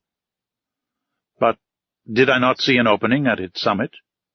"Yes, its crater, formerly filled with lava, vapor, and flames, and which now gives entrance to the life-giving air we breathe." "But what is this volcanic mountain?" "It belongs to one of the numerous islands with which this sea is strewn. To vessels, a simple sandbank. To us, an immense cavern. Chance led me to discover it, and chance served me well." "But of what use is this refuge, Captain? The Nautilus wants no port." "No, sir, but it wants electricity to make it move, and the wherewithal to make the electricity, sodium to feed the elements, coal from which to get the sodium, and a coal mine to supply the coal. And exactly on this spot the sea covers entire forests embedded during the geological periods, now mineralized and transformed into coal. For me they are an inexhaustible mine." "Your men follow the trade of miners here, then, Captain?" "Exactly so. These mines extend under the waves like the mines of Newcastle. Here, in their diving dresses, pickaxe and shovel in hand, my men extract the coal, which I do not even ask from the mines of the earth. When I burn this combustible for the manufacture of sodium, the smoke, escaping from the crater of the mountain, gives it the appearance of a still active volcano." "And we shall see your companions at work?" "No, not this time at least, for I am in a hurry to continue our submarine tour of the earth. So I shall content myself with drawing from the reserve of sodium I already possess. The time for loading is 1 day only, and we continue our voyage. So if you wish to go over the cavern and make the round of the lagoon, you must take advantage of today, Monsieur Aronnax." I thanked the captain and went to look for my companions, who had not yet left their cabin. I invited them to follow me without saying where we were. They mounted the platform. Conseil, who was astonished at nothing, seemed to look upon it as quite natural that he should wake under a mountain, after having fallen asleep under the waves. But Ned Land thought of nothing but finding whether the cavern had any exit, After breakfast, about 10 o'clock, we went down onto the mountain. "Here we are, once more on land," said Conseil. "I do not call this land," said the Canadian, "and besides we are not on it, but beneath it." Between the walls of the mountains and the waters of the lake lay a sandy shore, which, at its greatest breadth, measured 500 feet. On this soil one might easily make the tour of the lake. But the base of the high partitions was stony ground, with volcanic locks and enormous pumice stones lying in picturesque heaps. All these detached masses, covered with enamel, polished by the action of the subterraneous fires, shone resplendent by the light of our electric lantern. The mica dust from the shore, rising under our feet, flew like a cloud of sparks. The bottom now rose sensibly, and we soon arrived at long circuitous slopes or inclined planes, which took us higher by degrees. But we were obliged to walk carefully among these conglomerates, bound by no cement, the feet slipping on the glassy crystal, feldspar, and quartz. The volcanic nature of this enormous excavation was confirmed on all sides, and I pointed it out to my companions. "Picture to yourselves," said I, "what this crater must have been when filled with boiling lava, and when the level of the incandescent liquid rose to the orifice of the mountain, as though melted on the top of a hot plate." "I can picture it perfectly," said Conseil. "But, sir, will you tell me why the great architect has suspended operations, and how it is that the furnace is replaced by the quiet waters of the lake?" "Most probably, Conseil, because some convulsion beneath the ocean produced that very opening which has served as a passage for the Nautilus. Then the waters of the Atlantic rushed into the interior of the mountain. There must have been a terrible struggle between the two elements, a struggle which ended in the victory of Neptune.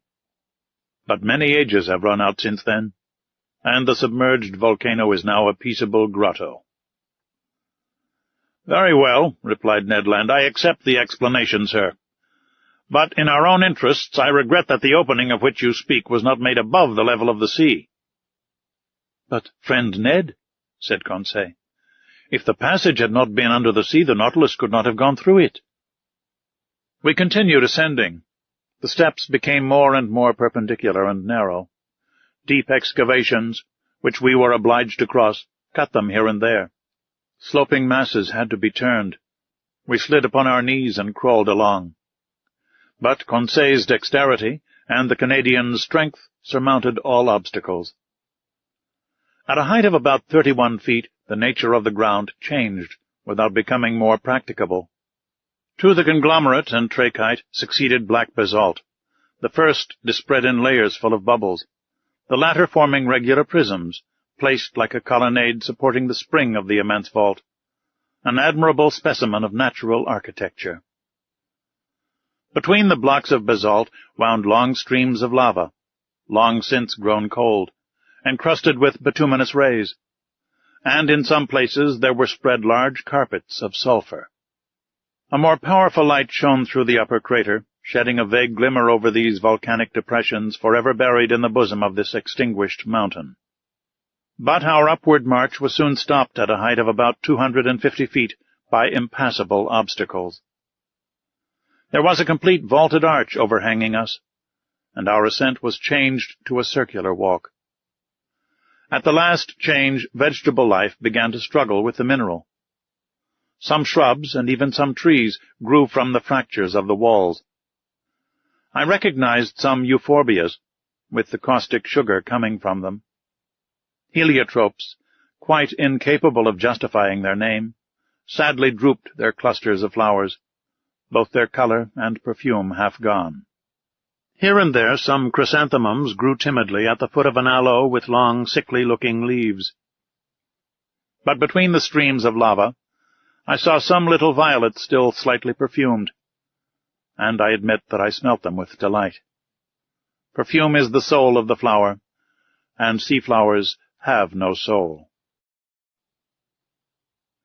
We had arrived at the foot of some sturdy dragon trees, which had pushed aside the rocks with their strong roots, when Ned Land exclaimed, "Ah, sir, a hive, a hive!"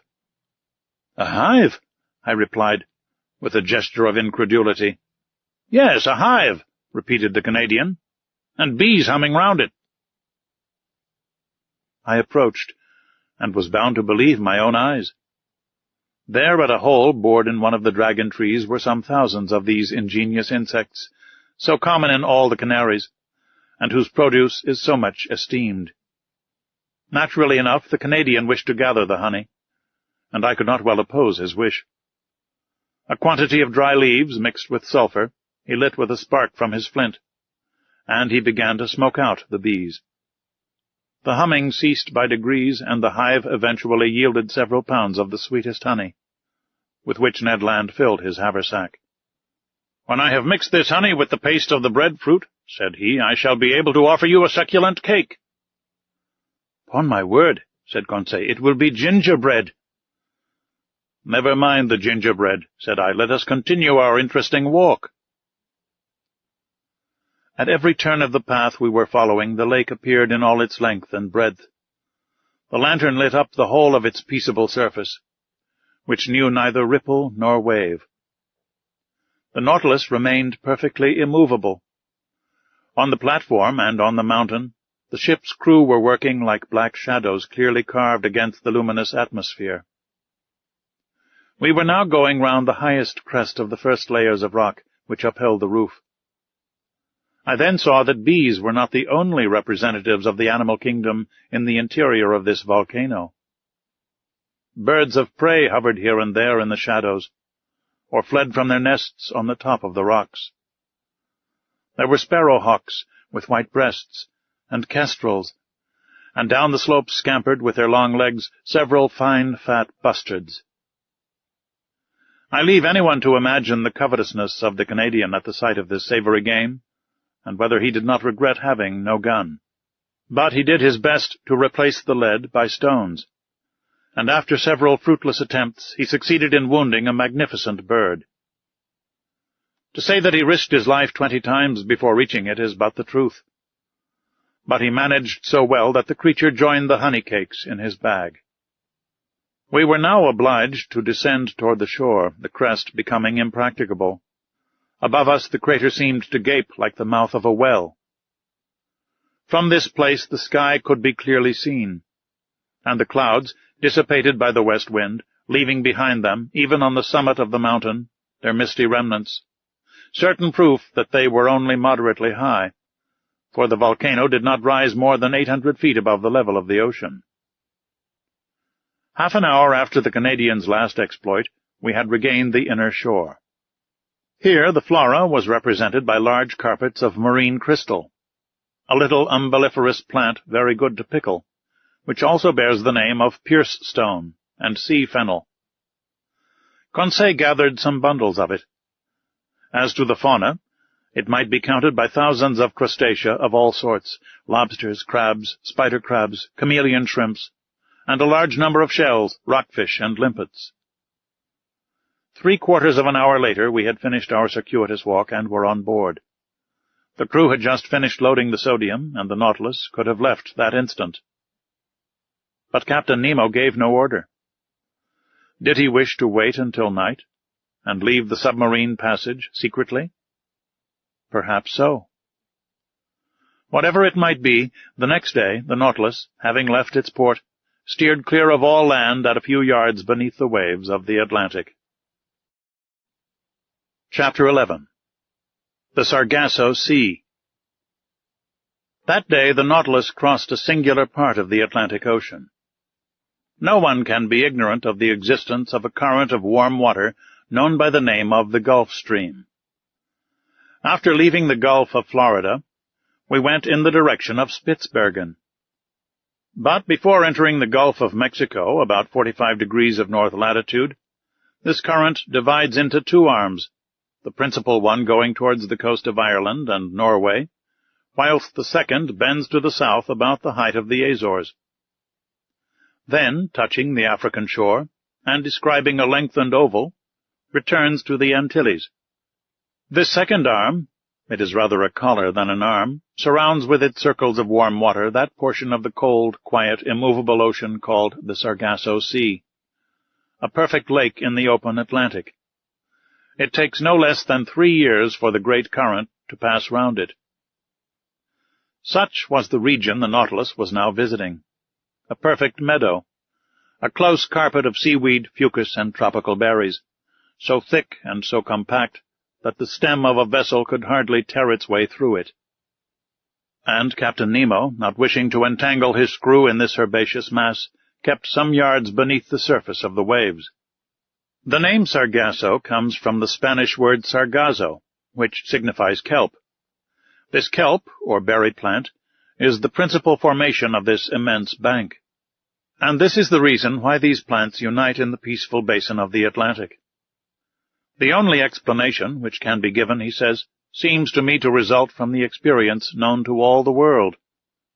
Place in a vase some fragments of cork or other floating body, and give to the water in the vase a circular movement. The scattered fragments will unite in a group in the center of the liquid surface, that is to say, in the part least agitated. In the phenomenon we are considering, the Atlantic is the vase, the Gulf Stream the circular current, and the Sargasso Sea the central point at which the floating bodies unite. I share Maury's opinion, and I was able to study the phenomenon in the very midst, where vessels rarely penetrate. Above us floated products of all kinds, heaped up among these brownish plants. Trunks of trees torn from the Andes or the Rocky Mountains, and floated by the Amazon or the Mississippi.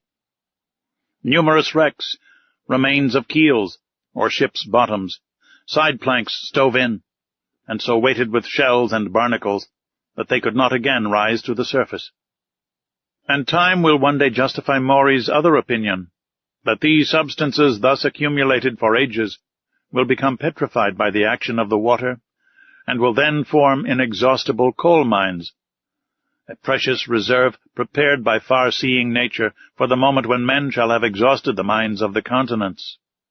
In the midst of this inextricable mass of plants and seaweed, I noticed some charming pink halcyons and actiniae, with their long tentacles trailing after them, and medusae, green, red, and blue. All the day of the 22nd of February we passed in the Sargasso Sea, where such fish as are partial to marine plants find abundant nourishment. The next, the ocean had returned to its accustomed aspect. From this time, for 19 days, from the 23rd of February to the 12th of March, the Nautilus kept in the middle of the Atlantic, carrying us at a constant speed of 100 leagues in 24 hours. Captain Nemo evidently intended accomplishing his submarine program, and I imagine that he intended, after doubling Cape Horn, to return to the Australian seas of the Pacific. Ned Land had cause for fear. In these large seas, void of islands, we could not attempt to leave the boat, nor had we any means of opposing Captain Nemo's will. Our only course was to submit, but what we could neither gain by force nor cunning, I like to think might be obtained by persuasion.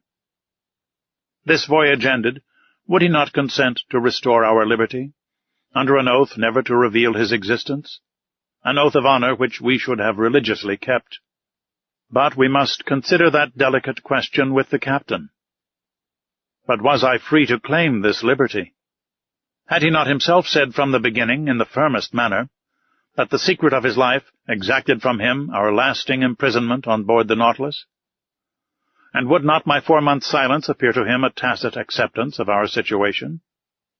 And would not a return to the subject result in raising suspicions which might be hurtful to our projects, if at some future time a favorable opportunity offered to return to them? During the 19 days mentioned above, no incident of any kind happened to signalize our voyage. I saw little of the captain. He was at work. In the library, I often found his books left open, especially those on natural history. My work on submarine depths, conned over by him, was covered with marginal notes, often contradicting my theories and systems. But the captain contented himself with thus purging my work. It was very rare for him to discuss it with me. Sometimes I heard the melancholy tones of his organ, but only at night, in the midst of the deepest obscurity, when the Nautilus slept upon the deserted ocean. During this part of our voyage we sailed whole days on the surface of the waves. The sea seemed abandoned. A few sailing vessels on the road to India were making for the Cape of Good Hope. One day we were followed by the boats of a whaler, who, no doubt, took us for some enormous whale of great price. But Captain Nemo did not wish the worthy fellows to lose their time and trouble, so ended the chase by plunging under the water. Our navigation continued until the 13th of March. That day the Nautilus was employed in taking soundings, which greatly interested me. We had then made about 13,000 leagues since our departure from the high seas of the Pacific. The bearings gave us 45 degrees 37 minutes south latitude, and 37 degrees 53 minutes west longitude. It was the same water in which Captain Denham of the Herald sounded 7,000 fathoms without finding the bottom. There, too, Lieutenant Parker, of the American frigate Congress, could not touch the bottom with 15,140 fathoms. Captain Nemo intended seeking the bottom of the ocean by a diagonal sufficiently lengthened by means of lateral planes placed at an angle of 45 degrees with the waterline of the Nautilus. Then the screw set to work at its maximum speed, its foreblades beating the waves with indescribable force. Under this powerful pressure, the hull of the Nautilus quivered like a sonorous cord, and sank regularly under the water. At 7,000 fathoms I saw some blackish tops rising from the midst of the waters, but these summits might belong to high mountains like the Himalayas or Mont Blanc, even higher, and the depth of the abyss remained incalculable. The Nautilus descended still lower, in spite of the great pressure. I felt the steel plates tremble at the fastenings of the bolts. Its bars bent, its partitions groaned. The windows of the saloon seemed to curve under the pressure of the waters. And this firm structure would doubtless have yielded, if, as its captain had said, it had not been capable of resistance like a solid block. We had attained a depth of 16,000 yards, 4 leagues, and the sides of the Nautilus then bore a pressure of 1,600 atmospheres, that is to say 3,200 pounds to each square 2/5 of an inch of its surface. "What a situation to be in," I exclaimed, "to overrun these deep regions where man has never trod. Look, Captain, look at these magnificent rocks, these uninhabited grottos, these lowest receptacles of the globe, where life is no longer possible. What unknown sights are here? Why should we be unable to preserve a remembrance of them?" "Would you like to carry away more than the remembrance?" said Captain Nemo. "What do you mean by those words?" "I mean to say that nothing is easier than to make a photographic view of this submarine region." I had not time to express my surprise at this new proposition, when, at Captain Nemo's call, a camera was brought into the saloon. Through the widely opened panel, the liquid mass was bright with electricity, which was distributed with such uniformity that not a shadow, not a gradation, was to be seen in our manufactured light. The Nautilus remained motionless, the force of its screw subdued by the inclination of its planes. The instrument was propped on the bottom of the oceanic sight, and in a few seconds we had obtained a perfect negative.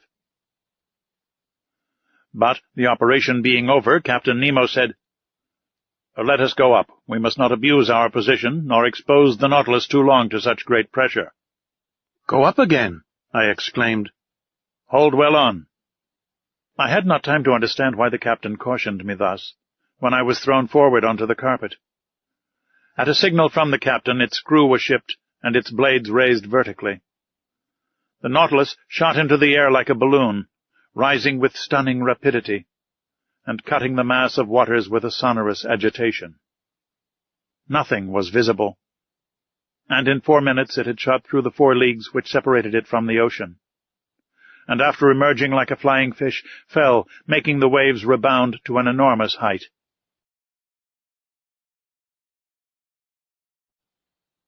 Chapter 12. Cachalots and Whales.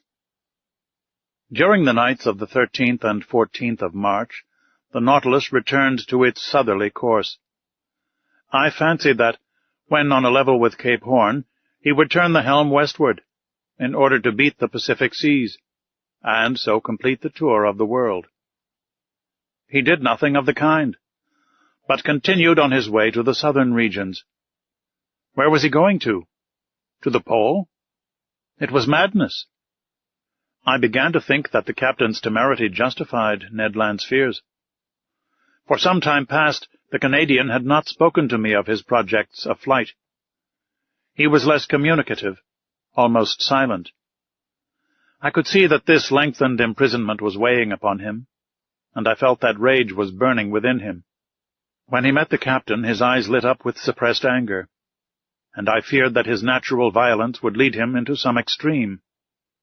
That day, the 14th of March, Conseil and he came to me in my room. I inquired the cause of their visit. "A simple question to ask you, sir," replied the Canadian. "Speak, Ned." "How many men are there on board the Nautilus, do you think?" "I cannot tell, my friend."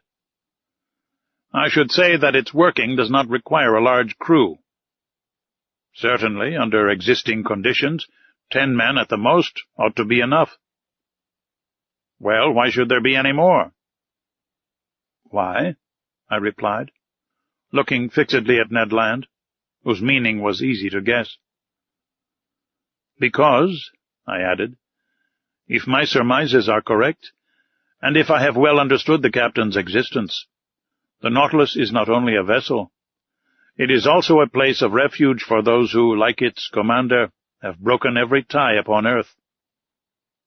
"Perhaps so," said Conseil, "but in any case the Nautilus can only contain a certain number of men. Could not you, sir, estimate their maximum?" "How, Conseil?" "By calculation. Given the size of the vessel, which you know, sir, and consequently the quantity of air it contains, knowing also how much each man expends at a breath, and comparing these results with the fact that the Nautilus is obliged to go to the surface every 24 hours. Conseil had not finished the sentence before I saw what he was driving at. "I understand," said I, "but that calculation, though simple enough, can give but a very uncertain result." "Never mind," said Ned Land urgently. "Here it is, then," said I. "In 1 hour each man consumes the oxygen contained in 20 gallons of air, and in 24 that contained in 480 gallons.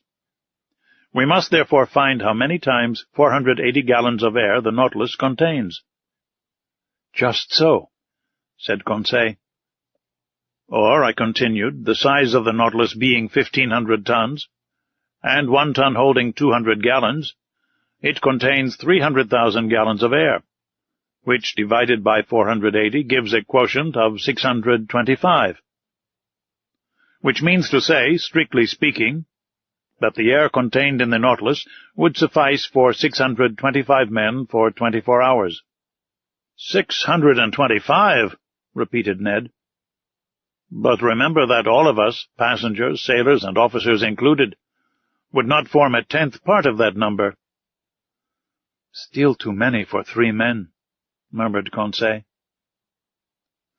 The Canadian shook his head, passed his hand across his forehead, and left the room without answering. "Will you allow me to make one observation, sir?" said Conseil. "Poor Ned is longing for everything that he cannot have. His past life is always present to him. Everything that we are forbidden, he regrets. His head is full of old recollections. And we must understand him. What has he to do here? Nothing. He is not learned like you, sir, and has not the same taste for the beauties of the sea that we have. He would risk everything to be able to go once more into a tavern in his own country." Certainly the monotony on board must seem intolerable to the Canadian, accustomed as he was to a life of liberty and activity. Events were rare which could rouse him to any show of spirit. But that day an event did happen which recalled the bright days of the harpooner. About 11 in the morning, being on the surface of the ocean, the Nautilus fell in with a troop of whales, an encounter which did not astonish me, knowing that these creatures, hunted to death, had taken refuge in high latitudes. We were seated on the platform with a quiet sea. The month of October in those latitudes gave us some lovely autumnal days. It was the Canadian, he could not be mistaken, who signaled a whale on the eastern horizon. Looking attentively, one might see its black back rise and fall with the waves 5 miles from the Nautilus. "Ah!" exclaimed Ned Land. "If I was on board a whaler now, such a meeting would give me pleasure. It is one of large size. See with what strength its blowholes throw up columns of air and steam. Confound it, why am I bound to these steel plates?" "What, Ned?" said I. "You have not forgotten your old ideas of fishing? Can a whale-fisher ever forget his old trade, sir? Can he ever tire of the emotions caused by such a chase?" "You have never fished in these seas, Ned?" "Never, sir. In the northern only, and as much in Bering as in Davis Straits." "Then the southern whale is still unknown to you. It is the Greenland whale you have hunted up to this time, and that would not risk passing through the warm waters of the equator. Whales are localized according to their kinds in certain seas which they never leave. And if one of these creatures went from Bering to Davis Straits, it must be simply because there is a passage from one sea to the other, either on the American or the Asiatic side.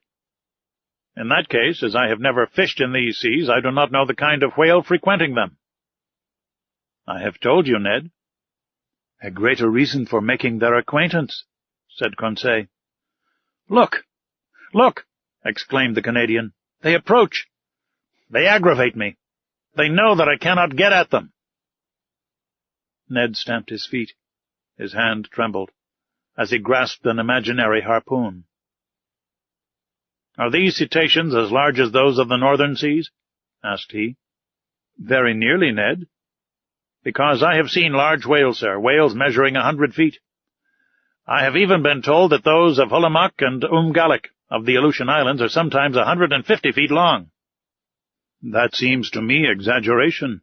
These creatures are generally much smaller than the Greenland whale." "Ah!" exclaimed the Canadian, whose eyes had never left the ocean. "They are coming nearer. They are in the same water as the Nautilus." Then, returning to the conversation, he said, "You spoke of the cachalot as a small creature. I have heard of gigantic ones. They are intelligent cetacea. It is said of some that they cover themselves with seaweed and fucus, and then are taken for islands. People encamp upon them, and settle there, lights a fire—" "And build houses," said Conseil. "Yes, joker," said Ned Land. "And one fine day the creature plunges, carrying with it all the inhabitants to the bottom of the sea." "Something like the travels of Sinbad the Sailor," I replied, laughing. "Ah!" suddenly exclaimed Ned Land. "It is not one whale, there are 10. There are 20. It is a whole troop. And I not able to do anything, hands and feet tied."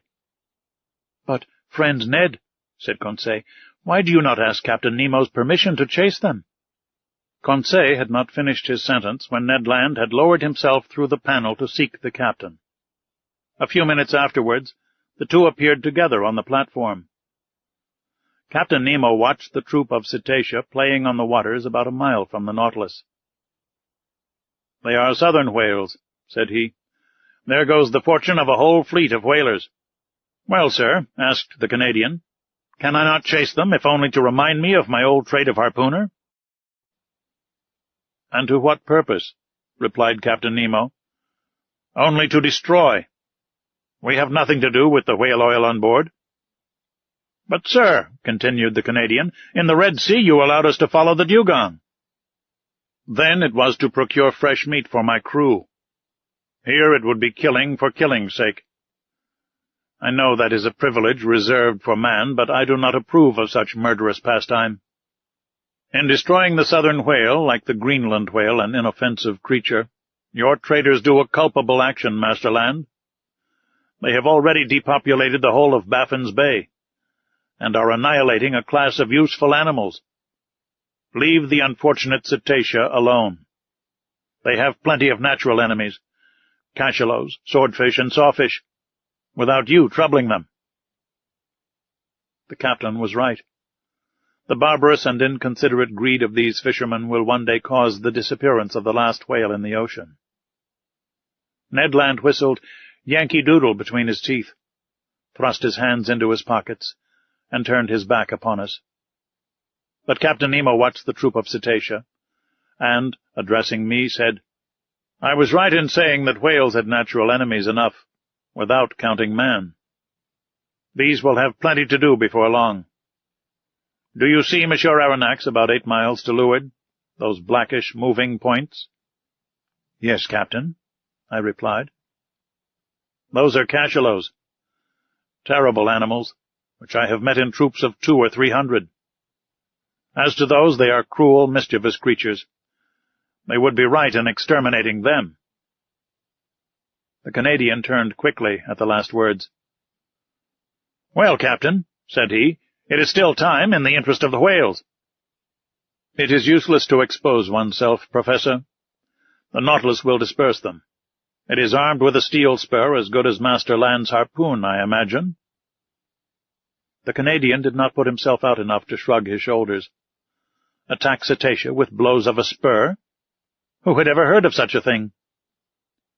"Wait, Monsieur Aronnax," said Captain Nemo. "We will show you something you have never yet seen. We have no pity for these ferocious creatures. They are nothing but mouth and teeth." Mouth and teeth. No one could better describe the macrocephalous cachalot, which is sometimes more than 75 feet long. Its enormous head occupies 1/3 of its entire body. Better armed than the whale, whose upper jaw is furnished only with whalebone, it is supplied with 25 large tusks, about 8 inches long, cylindrical and conical at the top, each weighing 2 pounds. It is in the upper part of this enormous head, in great cavities divided by cartilages, that is to be found from 600 to 800 pounds of that precious oil called spermaceti. The cachalot is a disagreeable creature, more tadpole than fish, according to Frédol's description. It is badly formed, the whole of its left side being, if we may say it, a failure, and being only able to see with its right eye. But the formidable troop was nearing us. They had seen the whales and were preparing to attack them.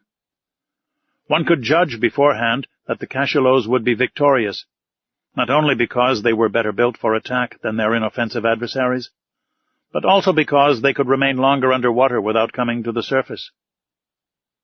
There was only just time to go to the help of the whales. The Nautilus went under water. Conseil, Ned Land, and I took our places before the window in the saloon, and Captain Nemo joined the pilot in his cage to work his apparatus as an engine of destruction. Soon I felt the beatings of the screw quicken, and our speed increased. The battle between the cachalots and the whales had already begun when the Nautilus arrived. They did not at first show any fear at the sight of this new monster joining in the conflict, but they soon had to guard against its blows. What a battle! The Nautilus was nothing but a formidable harpoon, brandished by the hand of its captain. It hurled itself against the fleshy mass, passing through from one part to the other, leaving behind it 2 quivering halves of the animal. It could not feel the formidable blows from their tails upon its sides, nor the shock which it produced itself much more. One cachalot killed, it ran at the next, tacked on the spot that it might not miss its prey, going forwards and backwards, answering to its helm, plunging when the cetacean dived into the deep waters, coming up with it when it returned to the surface, striking it front or sideways, cutting or tearing in all directions and at any pace, piercing it with its terrible spur. What carnage! What a noise on the surface of the waves! What sharp hissing, and what snorting peculiar to these enraged animals! In the midst of these waters, generally so peaceful, their tails made perfect billows.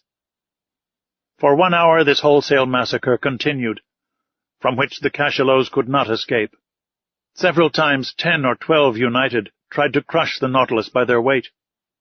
From the window we could see their enormous mouths, studded with tusks, and their formidable eyes. Ned Land could not contain himself. He threatened and swore at them.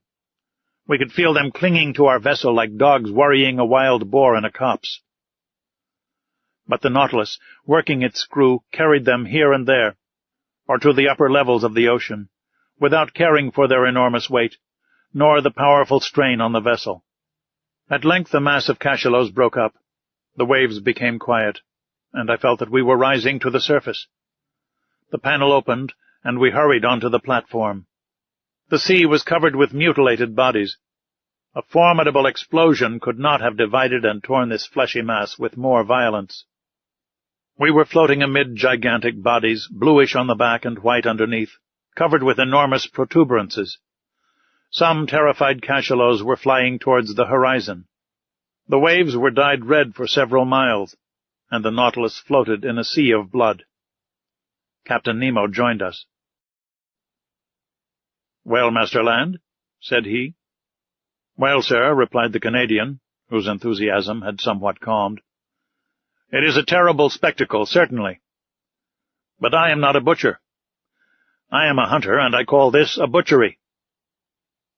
"It is a massacre of mischievous creatures," replied the captain, "and the Nautilus is not a butcher's knife." "I like my harpoon better," said the Canadian. "Every one to his own," answered the captain, looking fixedly at Ned Land. I feared he would commit some act of violence, which would end in sad consequences. But his anger was turned by the sight of a whale which the Nautilus had just come up with. The creature had not quite escaped from the cachalot's teeth. I recognized the southern whale by its flat head, which is entirely black. Anatomically, it is distinguished from the white whale and the North Cape whale by the 7 cervical vertebrae, and it has 2 more ribs than its cousins. The unfortunate cetacean was lying on its side, riddled with holes from the bites, and quite dead. From its mutilated fin still hung a young whale which it could not save from the massacre. Its open mouth let the water flow in and out, murmuring like the waves breaking on the shore. Captain Nemo steered close to the corpse of the creature. 2 of his men mounted its side, and I saw, not without surprise, that they were drawing from its breasts all the milk which they contained, that is to say, about 2 or 3 tons. The captain offered me a cup of the milk, which was still warm. I could not help showing my repugnance to the drink, but he assured me that it was excellent, and not to be distinguished from cow's milk. I tasted it, and was of his opinion. It was a useful reserve to us, for in the shape of salt butter or cheese, it would form an agreeable variety from our ordinary food. From that day I noticed with uneasiness that Ned Land's ill will towards Captain Nemo increased, and I resolved to watch the Canadian's gestures closely.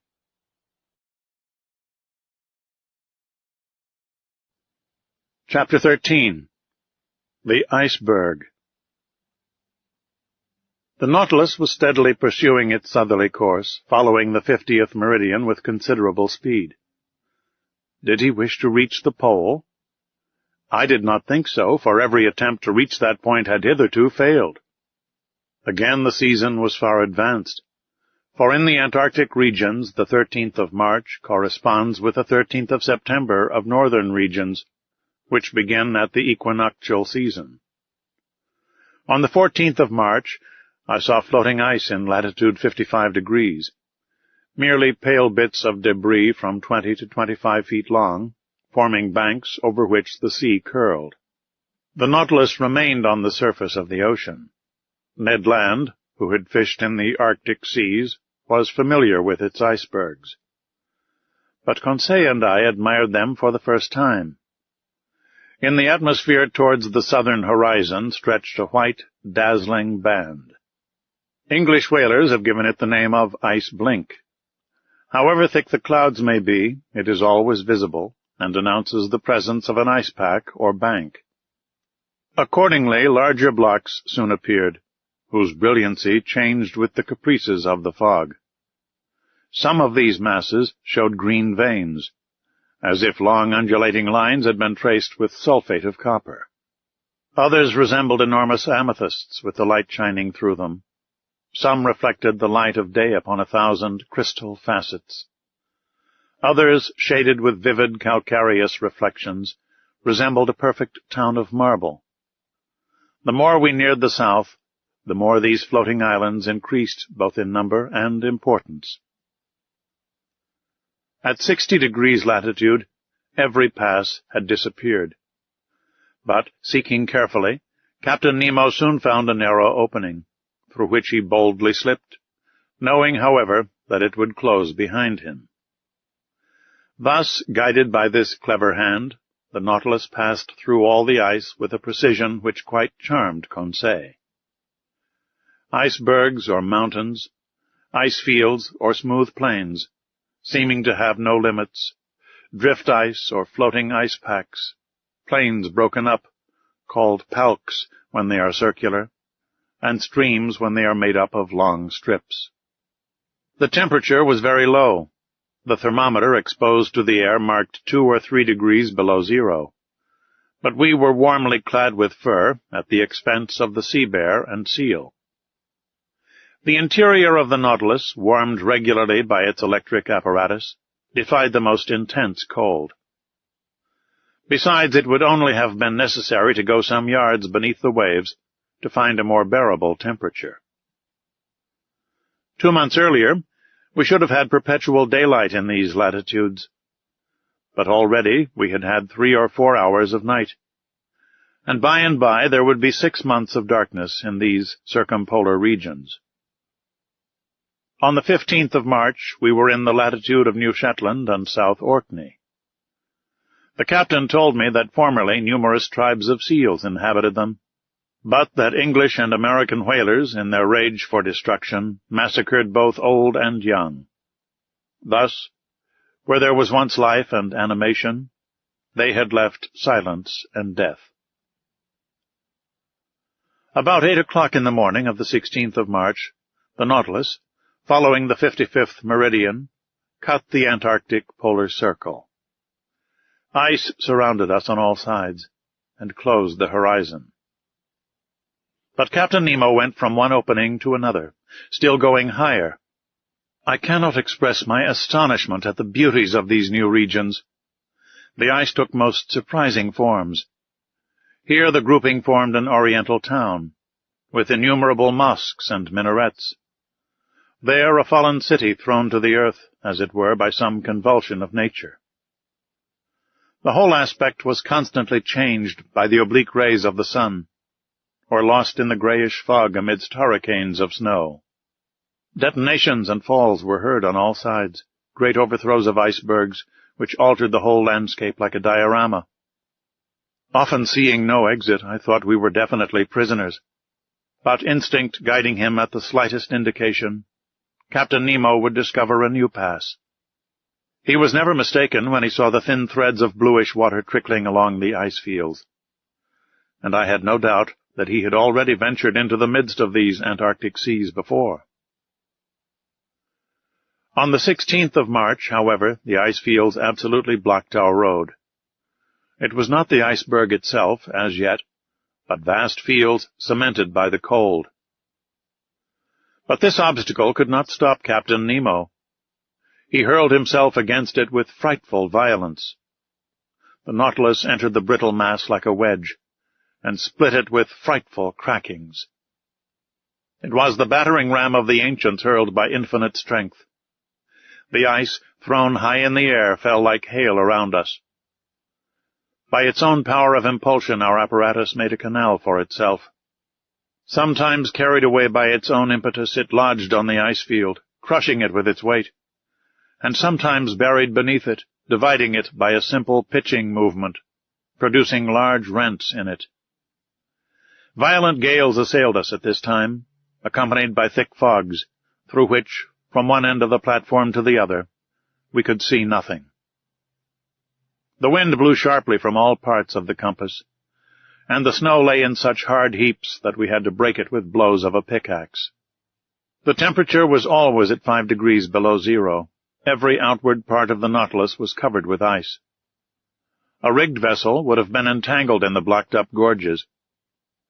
A vessel without sails, with electricity for its motive power, and wanting no coal, could alone brave such high latitudes. At length, on the 18th of March, after many useless assaults, the Nautilus was positively blocked.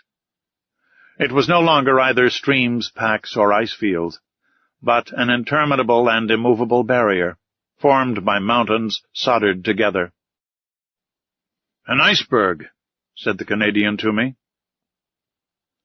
I knew that to Ned Land, as well as to all other navigators who had preceded us, this was an inevitable obstacle. The sun appearing for an instant at noon, Captain Nemo took an observation as near as possible, which gave our situation at 51 degrees 30 minutes longitude and 67 degrees 39 minutes of south latitude. We had advanced 1 degree more in this Antarctic region. Of the liquid surface of the sea, there was no longer a glimpse. Under the spur of the Nautilus lay stretched a vast plain, entangled with confused blocks. Here and there sharp points and slender needles rising to a height of 200 feet. Further on, a steep shore, hewn as it were with an axe, and clothed with grayish tints. Huge mirrors, reflecting a few rays of sunshine, half drowned in the fog. And over this desolate face of nature, a stern silence reigned, scarcely broken by the flapping of the wings of petrels and puffins. Everything was frozen, even the noise. The Nautilus was then obliged to stop in its adventurous course amid these fields of ice. In spite of our efforts, in spite of the powerful means employed to break up the ice, the Nautilus remained immovable. Generally, when we can proceed no further, we have return still open to us. But here return was as impossible as advance, for every pass had closed behind us. And for the few moments when we were stationary, we were likely to be entirely blocked, which did indeed happen about 2 o'clock in the afternoon, the fresh ice forming around its sides with astonishing rapidity. I was obliged to admit that Captain Nemo was more than imprudent. I was on the platform at that moment. The captain had been observing our situation for some time past, when he said to me, "Well, sir, what do you think of this?" "I think that we are caught, Captain." "So, Monsieur Aronnax, you really think that the Nautilus cannot disengage itself?" "With difficulty, Captain. For the season is already too far advanced for you to reckon on the breaking of the ice." "Ah, sir," said Captain Nemo in an ironical tone, "you will always be the same. You see nothing but difficulties and obstacles. I affirm that not only can the Nautilus disengage itself, but also that it can go further still." "Further to the south?" I asked, looking at the captain. "Yes, sir. It shall go to the pole." "To the pole?" I exclaimed, unable to repress a gesture of incredulity. "Yes," replied the captain coldly, "to the Antarctic pole, to that unknown point from whence springs every meridian of the globe. You know whether I can do as I please with the Nautilus?" Yes, I knew that. I knew that this man was bold even to rashness. But to conquer those obstacles which bristled round the South Pole, rendering it more inaccessible than the North, which had not yet been reached by the boldest navigators, was it not a mad enterprise, one which only a maniac would have conceived? It then came into my head to ask Captain Nemo if he had ever discovered that pole which had never yet been trodden by a human creature. "No, sir," he replied, "but we will discover it together. Where others have failed, I will not fail. I have never yet led my Nautilus so far into southern seas, but, I repeat, it shall go further yet." "I can well believe you, Captain," said I, in a slightly ironical tone. "I believe you. Let us go ahead. There are no obstacles for us. Let us smash this iceberg. Let us blow it up, and if it resists, let us give the Nautilus wings to fly over it." "Over it, sir," said Captain Nemo quietly. "No, not over it, but under it." "Under it?" I exclaimed. a sudden idea of the captain's projects flashing upon my mind. I understood. The wonderful qualities of the Nautilus were going to serve us in this superhuman enterprise. "I see we are beginning to understand one another, sir," said the captain, half smiling. "You begin to see the possibility, I should say the success, of this attempt. That which is impossible for an ordinary vessel is easy to the Nautilus. If a continent lies before the pole, it must stop before the continent. But if, on the contrary, the pole is washed by open sea, it will go even to the pole." "Certainly," said I, carried away by the captain's reasoning. "If the surface of the sea is solidified by the ice, the lower depths are free by the providential law which has placed the maximum of density of the waters of the ocean 1 degree higher than freezing point. And if I am not mistaken, the portion of this iceberg which is above the water is as 1:4 to that which is below." "Very nearly, sir. For 1 foot of iceberg above the sea, there are 3 below it. If these ice mountains are not more than 300 feet above the surface, they are not more than 900 beneath. And what are 900 feet to the Nautilus?" "Nothing, sir." "It could even seek at greater depths that uniform temperature of sea-water, and there brave with impunity the 30 or 40 degrees of surface cold." "Just so, sir. Just so," I replied, getting animated. "The only difficulty," continued Captain Nemo, "is that of remaining several days without renewing our provision of air." "Is that all? The Nautilus has vast reservoirs. We can fill them, and they will supply us with all the oxygen we want." "Well thought of, Monsieur Aronnax," replied the captain, smiling.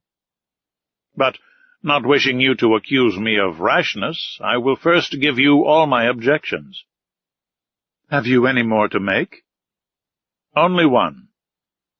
It is possible, if the sea exists at the South Pole, that it may be covered, and consequently we shall be unable to come to the surface." "Good, sir. But do you forget that the Nautilus is armed with a powerful spur? And could we not send it diagonally against these fields of ice, which would open at the shocks?" "Ah, sir, you are full of ideas today." "Besides, Captain," I added enthusiastically, "why should we not find the sea open at the South Pole as well as at the North? The frozen poles of the earth do not coincide, either in the southern or in the northern regions.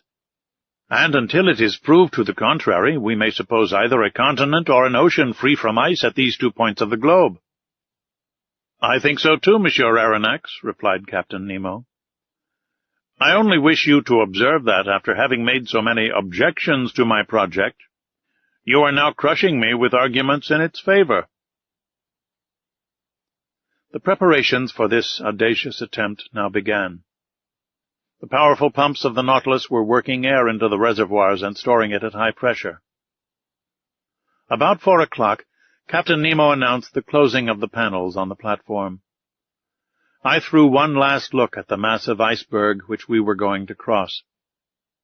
The weather was clear, the atmosphere pure enough, the cold very great, being 12 degrees below zero.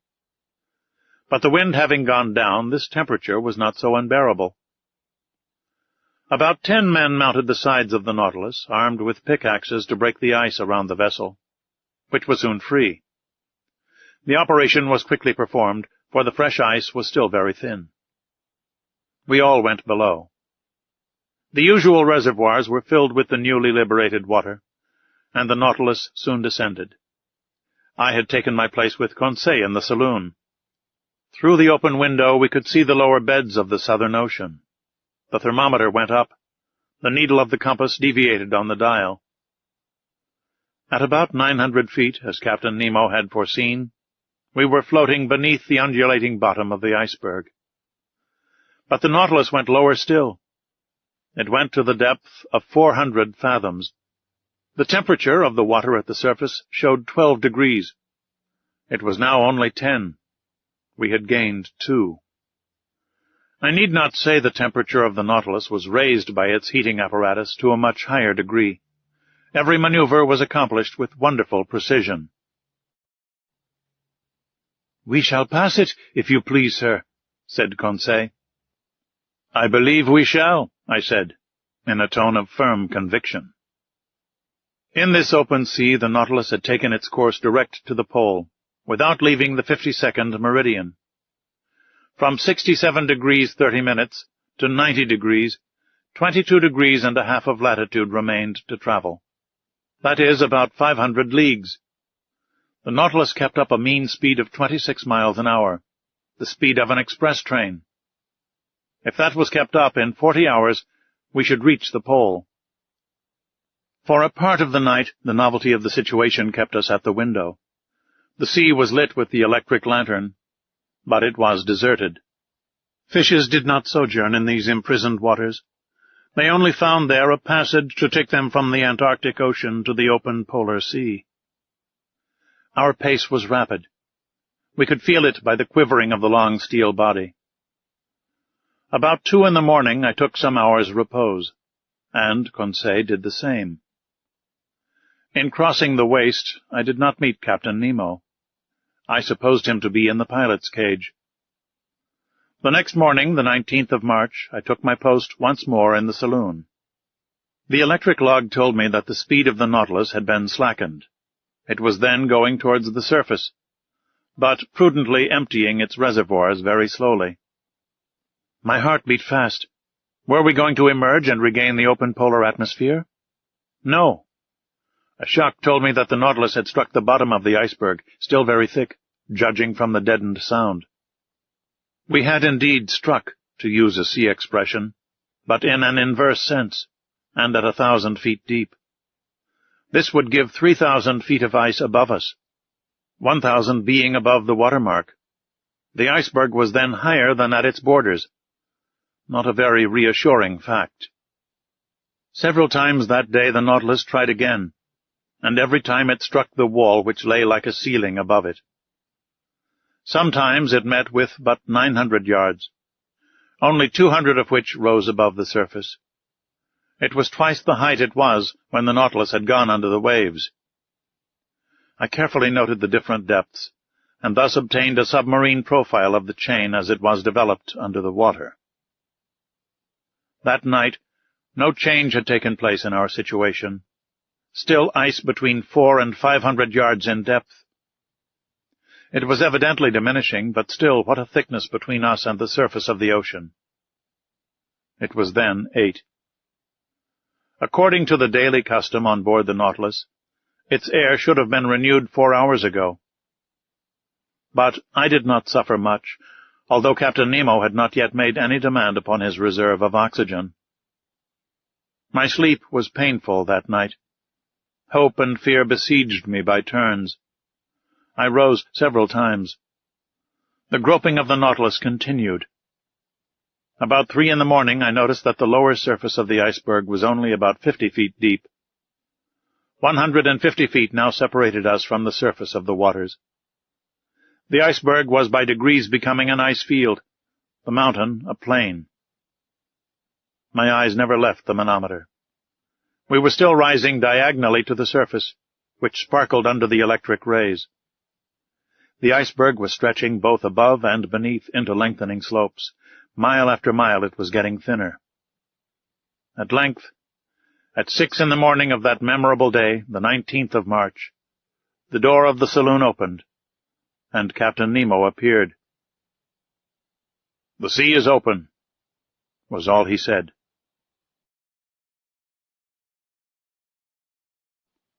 Chapter 14. The South Pole. I rushed onto the platform. Yes, the open sea with but a few scattered pieces of ice and moving icebergs.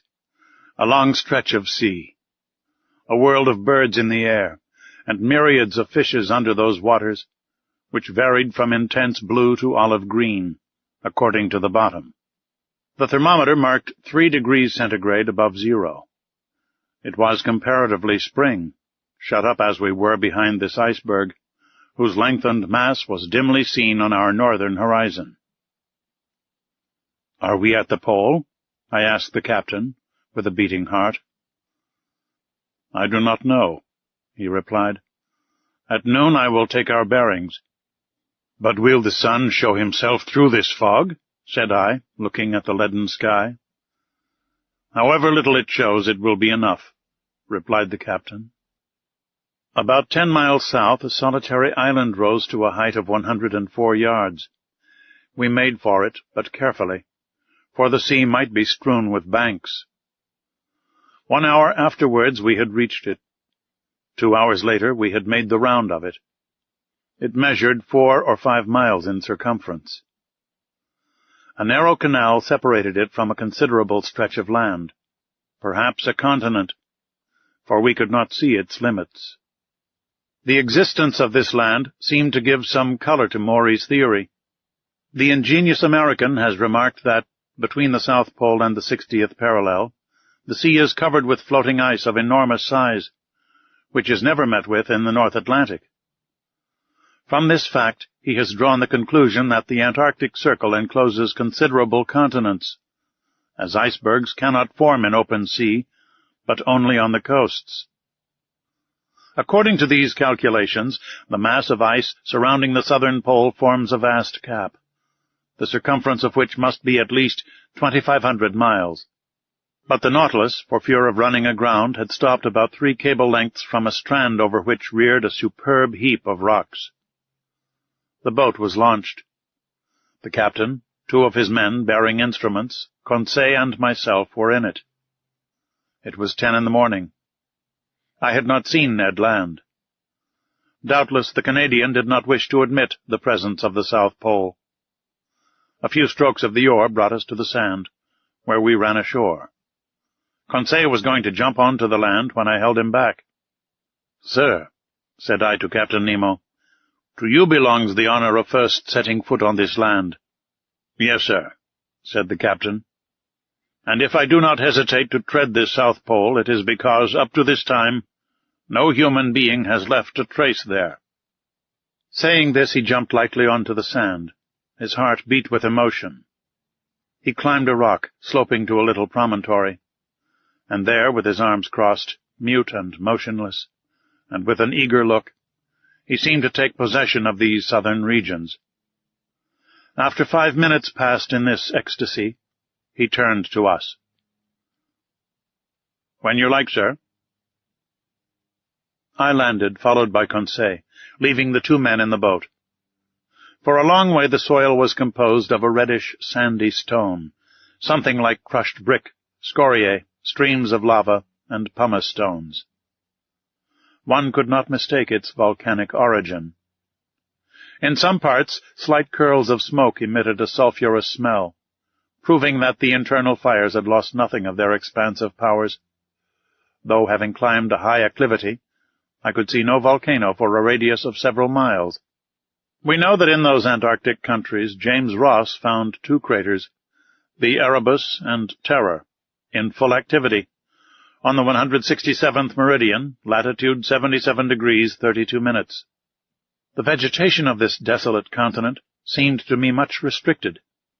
Some lichens lay upon the black rocks, some microscopic plants, rudimentary diatomas, a kind of cells placed between 2 quartz shells, long purple and scarlet weed, supported on little swimming bladders, which the breaking of the waves brought to the shore.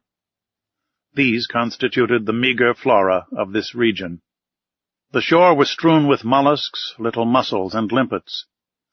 I also saw myriads of northern clios, 1 1/4 inches long, of which a whale would swallow a whole world at a mouthful, and some perfect sea butterflies, animating the waters on the skirts of the shore. There appeared on the high bottoms some coral shrubs, of the kind which, according to James Ross, live in the Antarctic seas to the depth of more than 1,000 yards. Then there were little kingfishers and starfish studding the soil. But where life abounded most was in the air. There thousands of birds fluttered and flew of all kinds, deafening us with their cries. Others crowded the rock, looking at us as we passed by without fear, and pressing familiarly close by our feet. There were penguins, so agile in the water, heavy and awkward as they are on the ground. They were uttering harsh cries, a large assembly, sober in gesture but extravagant in clamor. Albatrosses passed in the air, the expanse of their wings being at least 4 yards and a half, and justly called the vultures of the ocean. Some gigantic petrels, and some damiers, a kind of small duck, the underpart of whose body is black and white. Then there were a whole series of petrels, some whitish, with brown-bordered wings, others blue, peculiar to the Antarctic seas, and so oily, as I told Conseil, that the inhabitants of the Faroe Islands had nothing to do before lighting them but to put a wick in. "A little more," said Conseil, "and they would be perfect lamps. After that we cannot expect nature to have previously furnished them with wicks." About half a mile farther on the soil was riddled with ruffs' nests, a sort of laying ground, out of which many birds were issuing. Captain Nemo had some hundreds hunted. They uttered a cry like the braying of an ass, were about the size of a goose, slate color on the body, white beneath, with a yellow line round their throats. They allowed themselves to be killed with a stone, never trying to escape. But the fog did not lift, and at 11 the sun had not yet shown itself. Its absence made me uneasy. Without it, no observations were possible. How then could we decide whether we had reached the pole? When I rejoined Captain Nemo, I found him leaning on a piece of rock, silently watching the sky. He seemed impatient and vexed. But what was to be done? This rash and powerful man could not command the sun as he did the sea. Noon arrived without the orb of day showing itself for an instant. We could not even tell its position behind the curtain of fog, and soon the fog turned to snow. "Till tomorrow," said the captain quietly, and we returned to the Nautilus amid these atmospheric disturbances. The tempest of snow continued till the next day. It was impossible to remain on the platform. From the saloon, where I was taking notes of incidents happening during this excursion to the polar continent, I could hear the cries of petrels and albatrosses sporting in the midst of this violent storm. The Nautilus did not remain motionless, but skirted the coast, advancing 10 miles more to the south, in the half-light left by the sun as it skirted the edge of the horizon. The next day, the 20th of March, the snow had ceased. The cold was a little greater, the thermometer showing 2 degrees below zero. The fog was rising, and I hoped that that day our observations might be taken.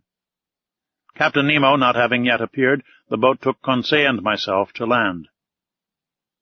The soil was still of the same volcanic nature. Everywhere were traces of lava, scoriae, and basalt. But the crater which had vomited them I could not see. Here, as lower down, this continent was alive with myriads of birds. But their rule was now divided with large troops of sea mammals, looking at us with their soft eyes.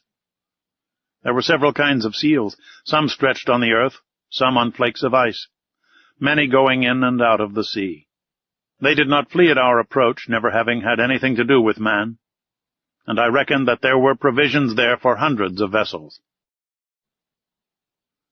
"Sir," said Conseil, "will you tell me the names of these creatures?" "They are seals and morses." It was now 8 in the morning. 4 hours remained to us before the sun could be observed with advantage. I directed our steps towards a vast bay cut in the steep granite shore. There I can aver that earth and ice were lost to sight by the numbers of sea mammals covering them, and I involuntarily sought for old Proteus, the mythological shepherd who watched these immense flocks of Neptune. There were more seals than anything else, forming distinct groups, male and female, the father watching over his family, the mother suckling her little ones, some already strong enough to go a few steps. When they wished to change their place, they took little jumps, made by the contraction of their bodies, and helped awkwardly enough by their imperfect fin, which, as with the manatee, their cousins, forms a perfect forearm. I should say that in the water, which is their element, the spine of these creatures is flexible, with smooth and close skin and webbed feet. They swim admirably. In resting on the earth, they take the most graceful attitudes. Thus the ancients, observing their soft and expressive looks, which cannot be surpassed by the most beautiful look a woman can give, Their clear, voluptuous eyes, their charming positions, and the poetry of their manners metamorphosed them, the male into a Triton and the female into a mermaid. I made Conseil notice the considerable development of the lobes of the brain in these interesting cetaceans. No mammal, except man, has such a quantity of brain matter. They are also capable of receiving a certain amount of education, are easily domesticated, and I think, with other naturalists, that if properly taught, they would be of great service as fishing dogs. The greater part of them slept on the rocks or on the sand. Amongst these seals, properly so called, which have no external ears, in which they differ from the otter, whose ears are prominent, I noticed several varieties of seals about 3 yards long, with a white coat, bulldog heads, armed with teeth in both jaws, 4 incisors at the top and 4 at the bottom, and 2 large canine teeth in the shape of a fleur-de-lis. Amongst them glided sea elephants, a kind of seal with short, flexible trunks. The giants of this species measured 20 feet round and 10 yards and a half in length. But they did not move as we approached. "These creatures are not dangerous?" asked Conseil. "No, not unless you attack them. When they have to defend their young, their rage is terrible, and it is not uncommon for them to break the fishing boats to pieces." "They are quite right," said Conseil. "I do not say they are not." 2 miles farther on we were stopped by the promontory which shelters the bay from the southerly winds. Beyond it we heard loud bellowings, such as a troop of ruminants would produce. "Good," said Conseil, "a concert of bulls." "No, a concert of morses." "They are fighting." "They are either fighting or playing." We now began to climb the blackish rocks, amid unforeseen stumbles, and over stones which the ice made slippery. More than once I rolled over at the expense of my loins. Conseil, more prudent or more steady, did not stumble, and helped me up, saying, "If, sir, you would have the kindness to take wider steps, you would preserve your equilibrium better." Arrived at the upper ridge of the promontory, I saw a vast white plain covered with morses. They were playing amongst themselves, and what we heard were bellowings of pleasure, not of anger. As I passed these curious animals, I could examine them leisurely, for they did not move. Their skins were thick and rugged, of a yellowish tint, approaching to red. Their hair was short and scant. Some of them were 4 yards and a quarter long. Quieter and less timid than their cousins of the north, they did not, like them, place sentinels round the outskirts of their encampment. After examining this city of morses, I began to think of returning. It was 11 o'clock, and if Captain Nemo found the conditions favorable for observations, I wished to be present at the operation. We followed a narrow pathway running along the summit of the steep shore. At 11:30 we had reached the place where we landed. The boat had run aground, bringing the captain. I saw him standing on a block of basalt, his instruments near him, his eyes fixed on the northern horizon, near which the sun was then describing a lengthened curve. I took my place beside him, and waited without speaking. Noon arrived, and as before the sun did not appear. It was a fatality. Observations were still wanting. If not accomplished tomorrow, we must give up all idea of taking any. We were indeed exactly at the 20th of March. Tomorrow, the 21st, would be the equinox. The sun would disappear behind the horizon for 6 months, and with its disappearance the long polar night would begin. Since the September equinox it had emerged from the northern horizon, rising by lengthened spirals up to the 21st of December. At this period, the summer solstice of the northern regions, it had begun to descend, and tomorrow was to shed its last rays upon them. I communicated my fears and observations to Captain Nemo. "You are right, Monsieur Aronnax," said he. "If tomorrow I cannot take the altitude of the sun, I shall not be able to do it for 6 months. But precisely because chance has led me into these seas on the 21st of March, my bearings will be easy to take, if at 12 we can see the sun." "Why, Captain?" "Because then the orb of day describes such lengthened curves that it is difficult to measure exactly its height above the horizon, and grave errors may be made with instruments." "What will you do then?" "I shall only use my chronometer," replied Captain Nemo. "If tomorrow, the 21st of March, the disk of the sun, allowing for refraction, is exactly cut by the northern horizon, it will show that I am at the South Pole." "Just so," said I. "But this statement is not mathematically correct, because the equinox does not necessarily begin at noon." "Very likely, sir. But the error will not be 100 yards, and we do not want more. Till tomorrow, then." Captain Nemo returned on board. Conseil and I remained to survey the shore, observing and studying until 5 o'clock. Then I went to bed, not, however, without invoking, like the Indian, the favor of the radiant orb. The next day, the 21st of March, at 5 in the morning, I mounted the platform. I found Captain Nemo there. "The weather is lightening a little," said he. "I have some hope. After breakfast we will go on shore and choose a post for observation." That point settled, I sought Ned Land. I wanted to take him with me. But the obstinate Canadian refused, and I saw that his taciturnity and his bad humor grew day by day. After all, I was not sorry for his obstinacy under the circumstances. Indeed, there were too many seals on shore, and we ought not to lay such temptation in this unreflecting fisherman's way. Breakfast over, we went on shore. The Nautilus had gone some miles further up in the night. It was a whole league from the coast, above which reared a sharp peak about 500 yards high.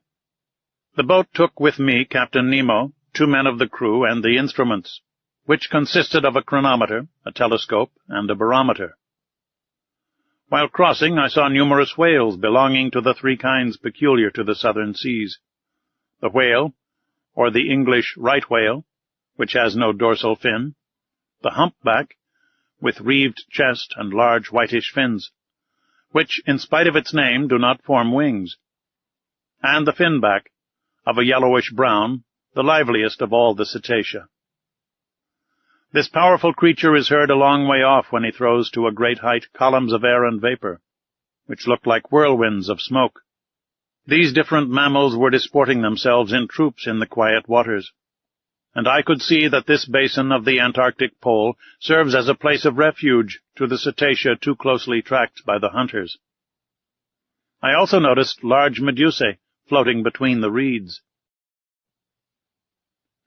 At 9 we landed. The sky was brightening, the clouds were flying to the south, and the fog seemed to be leaving the cold surface of the waters. Captain Nemo went towards the peak, which he doubtless meant to be his observatory. It was a painful ascent over the sharp lava and the pumice stones, in an atmosphere often impregnated with a sulphurous smell from the smoking cracks. For a man unaccustomed to walk on land, the captain climbed the steep slopes with an agility I never saw equaled, and which a hunter would have envied. We were 2 hours getting to the summit of this peak, which was half porphyry and half basalt. From thence we looked upon a vast sea, which, towards the north, distinctly traced its boundary line upon the sky. At our feet lay fields of dazzling whiteness. Over our heads a pale azure, free from fog. To the north, the disk of the sun seemed like a ball of fire, already horned by the cutting of the horizon. From the bosom of the water rose sheaves of liquid jets by hundreds.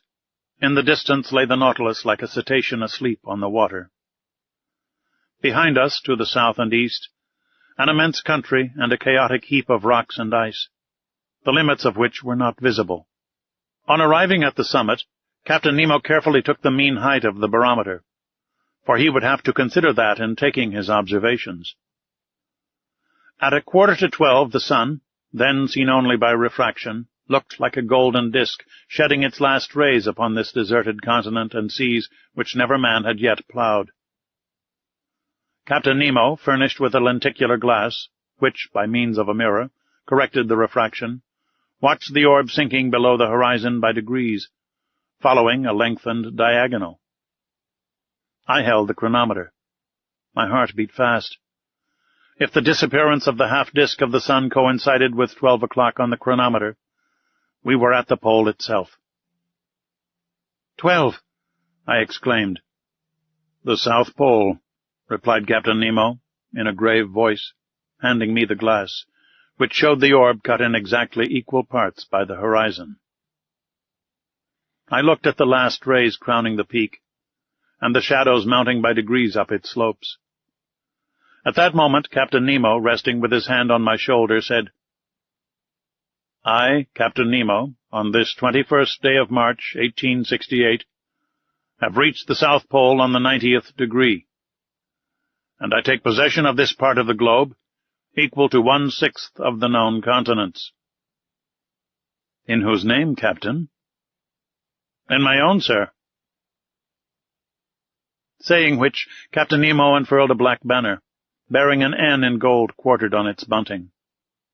Then, turning towards the orb of day, whose last rays lapped the horizon of the sea, he exclaimed, Adieu, sun! Disappear, thou radiant orb! Rest beneath this open sea, and let a night of 6 months spread its shadows over my new domains. Chapter 15. Accident or Incident. The next day, the 22nd of March, at 6 in the morning, preparations for departure were begun. The last gleams of twilight were melting into night. The cold was great. The constellations shone with wonderful intensity. In the zenith glittered that wondrous Southern Cross, the polar bear of Antarctic regions. The thermometer showed 120 below zero, and when the wind freshened it was most biting.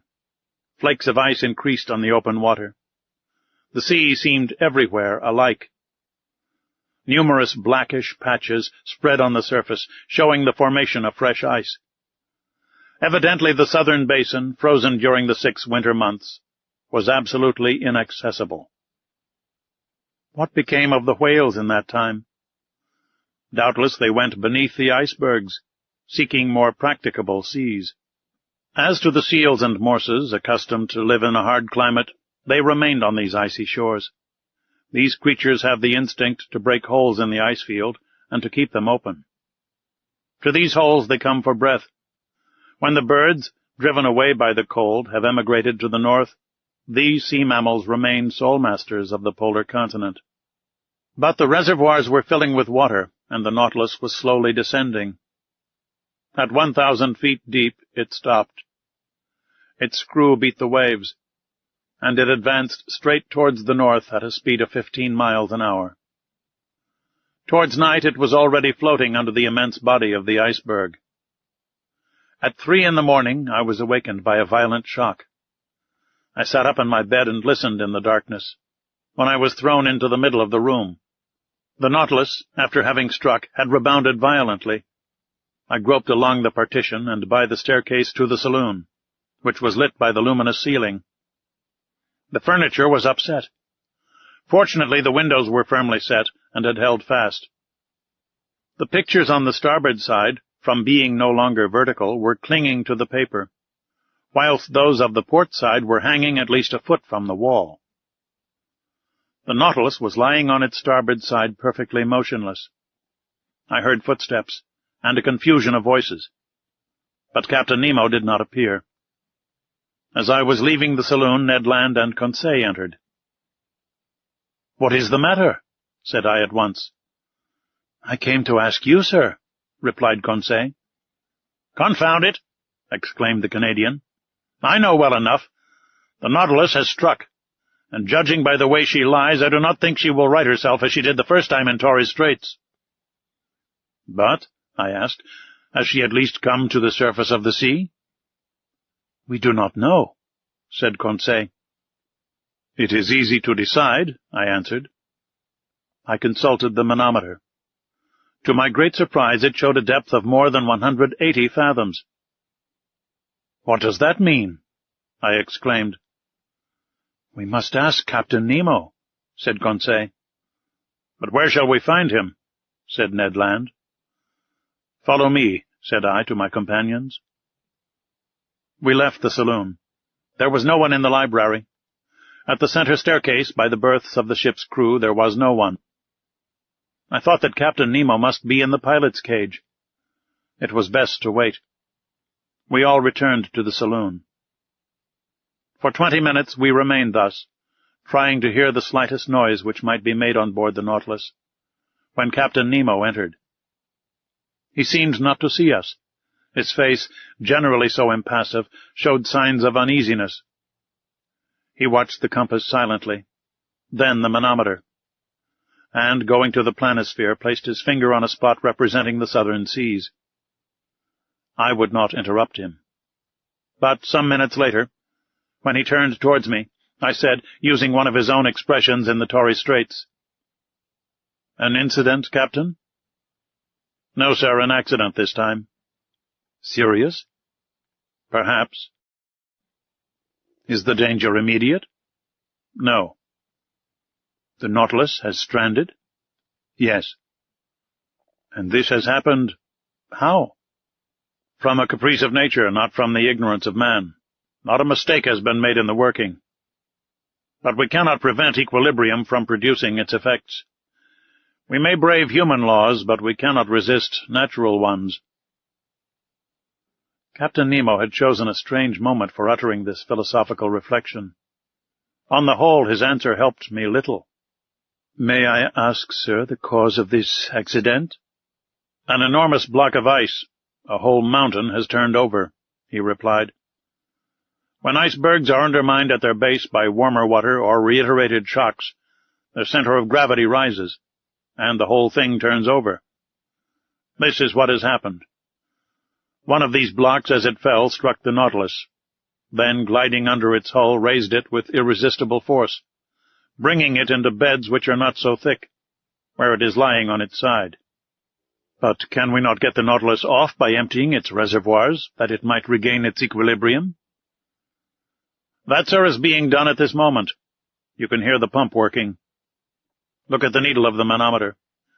It shows that the Nautilus is rising, but the block of ice is floating with it. And until some obstacle stops its ascending motion, our position cannot be altered." Indeed, the Nautilus still held the same position to starboard. Doubtless it would right itself when the block stopped. But at this moment, who knows if we may not be frightfully crushed between the two glassy surfaces? I reflected on all the consequences of our position. Captain Nemo never took his eyes off the manometer. Since the fall of the iceberg, the Nautilus had risen about 150 feet, but it still made the same angle with the perpendicular. Suddenly a slight movement was felt in the hold. Evidently it was righting a little. Things hanging in the saloon were sensibly returning to their normal position. The partitions were nearing the upright. No one spoke. With beating hearts we watched and felt the straightening. The boards became horizontal under our feet. 10 minutes passed. "At last we have righted," I exclaimed. "Yes," said Captain Nemo, going to the door of the saloon. "But are we floating?" I asked. "Certainly," he replied, "since the reservoirs are not empty, and when empty the Nautilus must rise to the surface of the sea." We were in open sea, but at a distance of about 10 yards, on either side of the Nautilus, rose a dazzling wall of ice. Above and beneath the same wall. Above, because the lower surface of the iceberg stretched over us like an immense ceiling. Beneath, because the overturned block, having slid by degrees, had found a resting place on the lateral walls, which kept it in that position. The Nautilus was really imprisoned in a perfect tunnel of ice, more than 20 yards in breadth, filled with quiet water. It was easy to get out of it by going either forward or backward, and then make a free passage under the iceberg, some hundreds of yards deeper. The luminous ceiling had been extinguished, but the saloon was still resplendent with intense light. It was the powerful reflection from the glass partition sent violently back to the sheets of the lantern. I cannot describe the effect of the voltaic rays upon the great blocks so capriciously cut. Upon every angle, every ridge, every facet was thrown a different light, according to the nature of the veins running through the ice. A dazzling mine of gems, particularly of sapphires, their blue rays crossing with the green of the emerald. Here and there were opal shades of wonderful softness, running through bright spots like diamonds of fire, the brilliancy of which the eye could not bear. The power of the lantern seemed increased 100-fold, like a lamp through the lenticular plates of a first-class lighthouse. "How beautiful! How beautiful!" cried Conseil. "Yes," I said, "it is a wonderful sight, is it not, Ned?" "Yes, confound it, yes," answered Ned Land. "It is superb. I am mad at being obliged to admit it. No one has ever seen anything like it, but the sight may cost us dear. And if I must say all, I think we are seeing here things which God never intended man to see." Ned was right. It was too beautiful. Suddenly a cry from Conseil made me turn. "What is it?" I asked. "Shut your eyes, sir. Do not look, sir." Saying which, Conseil clapped his hands over his eyes. "But what is the matter, my boy?" "I am dazzled, blinded." My eyes turned involuntarily towards the glass, but I could not stand the fire which seemed to devour them. I understood what had happened. The Nautilus had put on full speed. All the quiet luster of the ice walls was at once changed into flashes of lightning. The fire from these myriads of diamonds was blinding. It required some time to calm our troubled looks. At last the hands were taken down. "Faith, I should never have believed it," said Conseil. It was then 5 in the morning, and at that moment a shock was felt at the bows of the Nautilus. I knew that its spur had struck a block of ice. It must have been a false maneuver, for this submarine tunnel, obstructed by blocks, was not very easy navigation. I thought that Captain Nemo, by changing his course, would either turn these obstacles or else follow the windings of the tunnel. In any case, the road before us could not be entirely blocked. But, contrary to my expectations, the Nautilus took a decided retrograde motion.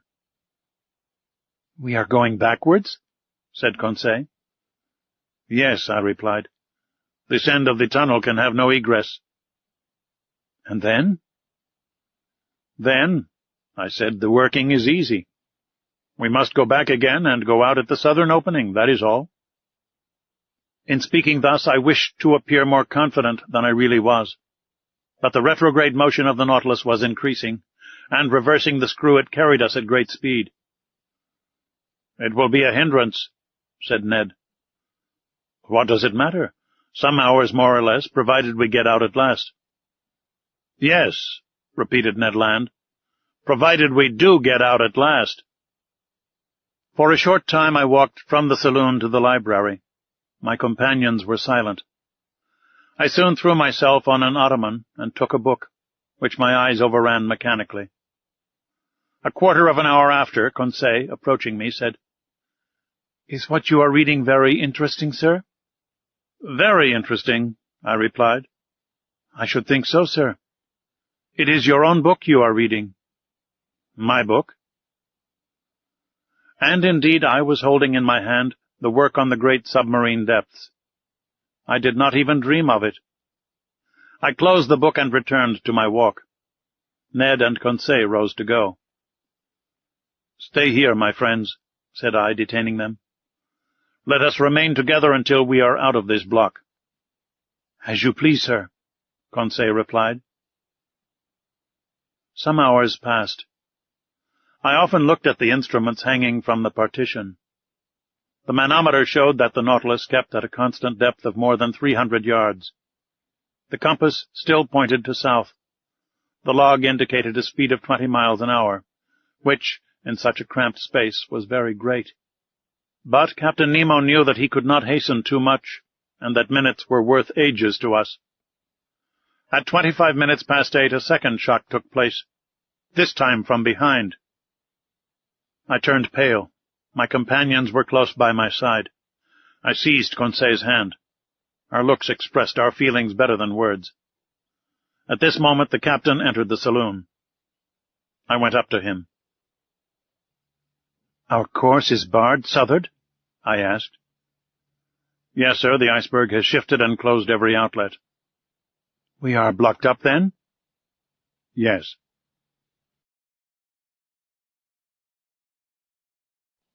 Chapter 16. Want of Air. Thus, around the Nautilus, above and below, was an impenetrable wall of ice. We were prisoners to the iceberg. I watched the captain. His countenance had resumed its habitual imperturbability. "Gentlemen," he said calmly, "there are two ways of dying in the circumstances in which we are placed." This puzzling person had the air of a mathematical professor lecturing to his pupils. "The first is to be crushed. The second is to die of suffocation. I do not speak of the possibility of dying of hunger, for the supply of provisions in the Nautilus will certainly last longer than we shall. Let us then calculate our chances." "As to suffocation, Captain," I replied, "that is not to be feared, because our reservoirs are full."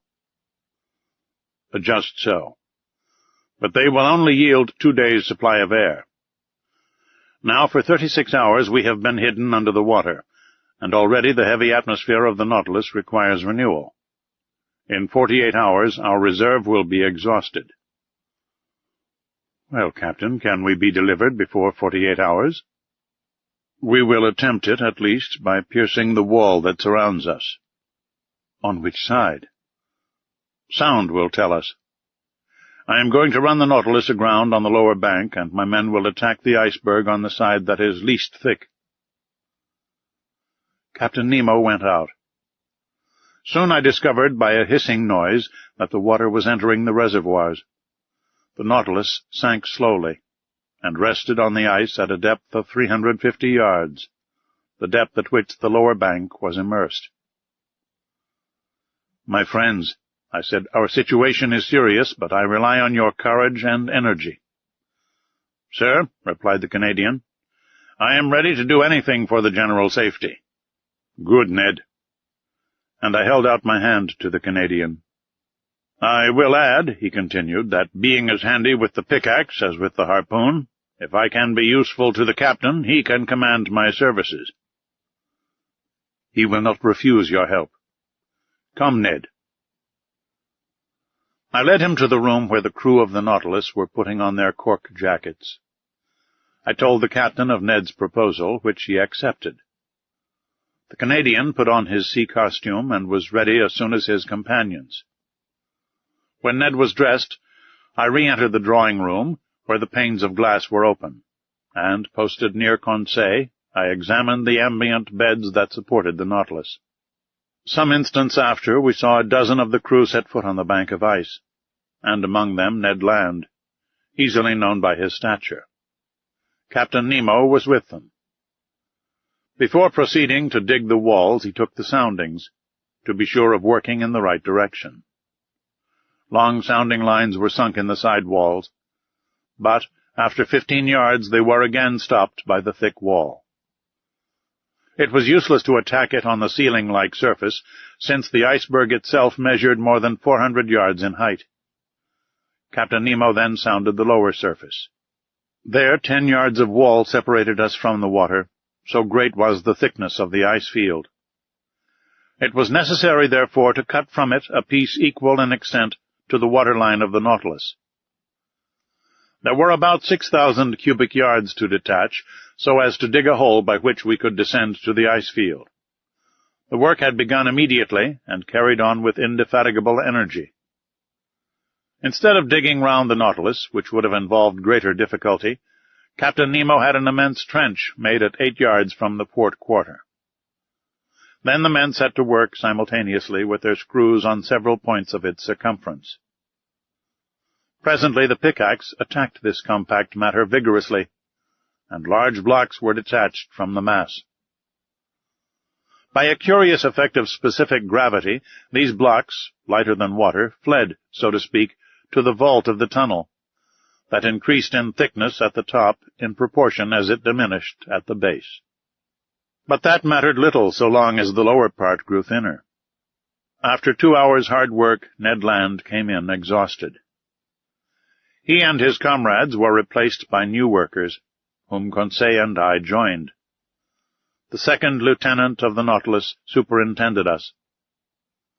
The water seemed singularly cold, but I soon got warm handling the pickaxe. My movements were free enough, although they were made under a pressure of 30 atmospheres. When I re-entered after working 2 hours to take some food and rest, I found a perceptible difference between the pure fluid with which the Rouquayrol engine supplied me and the atmosphere of the Nautilus, already charged with carbonic acid. The air had not been renewed for 48 hours, and its vivifying qualities were considerably enfeebled. However, after a lapse of 12 hours, we had only raised a block of ice 1 yard thick on the marked surface, which was about 600 cubic yards. Reckoning that it took 12 hours to accomplish this much, it would take 5 nights and 4 days to bring this enterprise to a satisfactory conclusion. 5 nights and 4 days. And we have only air enough for 2 days in the reservoirs. Without taking into account, said Ned, that even if we get out of this infernal prison, we shall also be imprisoned under the iceberg, shut out from all possible communication with the atmosphere. True enough. Who could then foresee the minimum of time necessary for our deliverance? We might be suffocated before the Nautilus could regain the surface of the waves. Was it destined to perish in this ice tomb with all those it enclosed? The situation was terrible. But everyone had looked the danger in the face, and each was determined to do his duty to the last. As I expected, during the night a new block a yard square was carried away, and still further sank the immense hollow. But in the morning, when, dressed in my cork jacket, I traversed the slushy mass at a temperature of 6 or 7 degrees below zero, I remarked that the side walls were gradually closing in. The beds of water farthest from the trench, that were not warmed by the men's work, showed a tendency to solidification. In presence of this new and imminent danger, what would become of our chances of safety, and how hinder the solidification of this liquid medium that would burst the partitions of the Nautilus like glass? I did not tell my companions of this new danger. What was the good of damping the energy they displayed in the painful work of escape? But when I went on board again, I told Captain Nemo of this grave complication. "I know it," he said, in that calm tone which could counteract the most terrible apprehensions. "It is one danger more. But I see no way of escaping it. The only chance of safety is to go quicker than solidification. We must be beforehand with it, that is all." On this day for several hours I used my pickaxe vigorously. The work kept me up. Besides, to work was to quit the Nautilus, and breathe directly the pure air drawn from the reservoirs, and supplied by our apparatus, and to quit the impoverished and vitiated atmosphere. Towards evening the trench was dug 1 yard deeper. When I returned on board, I was nearly suffocated by the carbonic acid with which the air was filled. Ah, if we had only the chemical means to drive away this deleterious gas! We had plenty of oxygen. All this water contained a considerable quantity, and by dissolving it with our powerful piles, it would restore the vivifying fluid. I had thought well over it. But of what good was that, since the carbonic acid produced by our respiration had invaded every part of the vessel? To absorb it, it was necessary to fill some jars with caustic potash, and to shake them incessantly. Now this substance was wanting on board, and nothing could replace it. On that evening, Captain Nemo ought to open the taps of his reservoirs, and let some pure air into the interior of the Nautilus. Without this precaution, we could not get rid of the sense of suffocation. The next day, March 26th, I resumed my miner's work in beginning the 5th yard. The side walls and the lower surface of the iceberg thickened visibly. It was evident that they would meet before the Nautilus was able to disengage itself. Despair seized me for an instant. My pickaxe nearly fell from my hands. What was the good of digging if I must be suffocated, crushed by the water that was turning into stone? A punishment that the ferocity of the savages even would not have invented. Just then Captain Nemo passed near me. I touched his hand and showed him the walls of our prison. The wall to port had advanced to at least 4 yards from the hull of the Nautilus. The captain understood me, and signed me to follow him. We went on board. I took off my cork jacket and accompanied him into the drawing-room. "Monsieur Aronnax, we must attempt some desperate means, or we shall be sealed up in this solidified water as in cement." "Yes, but what is to be done?" "Ah, if my Nautilus were strong enough to bear this pressure without being crushed." "Well?" I asked, not catching the captain's idea. "Do you not understand," he replied, "that this congelation of water will help us? Do you not see that by its solidification it would burst through this field of ice that imprisons us, as when it freezes it bursts the hardest stones? Do you not perceive that it would be an agent of safety instead of destruction?" "Yes, Captain, perhaps. But whatever resistance to crushing the Nautilus possesses, it could not support this terrible pressure, and would be flattened like an iron plate." "I know it, sir. Therefore we must not reckon on the aid of nature, but on our own exertions. We must stop this solidification. Not only will the side walls be pressed together, but there is not 10 feet of water before or behind the Nautilus. The congelation gains on us on all sides." "How long will the air in the reservoirs last for us to breathe on board?" The captain looked in my face. "After tomorrow, they will be empty." A cold sweat came over me. However, ought I to have been astonished at the answer? On March 22nd the Nautilus was in the open polar seas. We were at 26 degrees. For 5 days we had lived on the reservoir on board. And what was left of the respirable air must be kept for the workers. Even now, as I write, my recollection is still so vivid that an involuntary terror seizes me, and my lungs seem to be without air. Meanwhile Captain Nemo reflected silently, and evidently an idea had struck him. But he seemed to reject it. At last these words escaped his lips. "Boiling water," he muttered. "Boiling water?" I cried. "Yes, sir. We are enclosed in a space that is relatively confined. Would not jets of boiling water, constantly injected by the pumps, raise the temperature in this part and stay the congelation?" "Let us try it," I said resolutely. "Let us try it, Professor." The thermometer then stood at 7 degrees outside. Captain Nemo took me to the galleys where the vast distillatory machines stood that furnished the drinkable water by evaporation. They filled these with water, and all the electric heat from the piles was thrown through the worms bathed in the liquid. In a few minutes this water reached 100 degrees. It was directed towards the pumps, while fresh water replaced it in proportion. The heat developed by the troughs was such that cold water, drawn up from the sea after only having gone through the machines, came boiling into the body of the pump.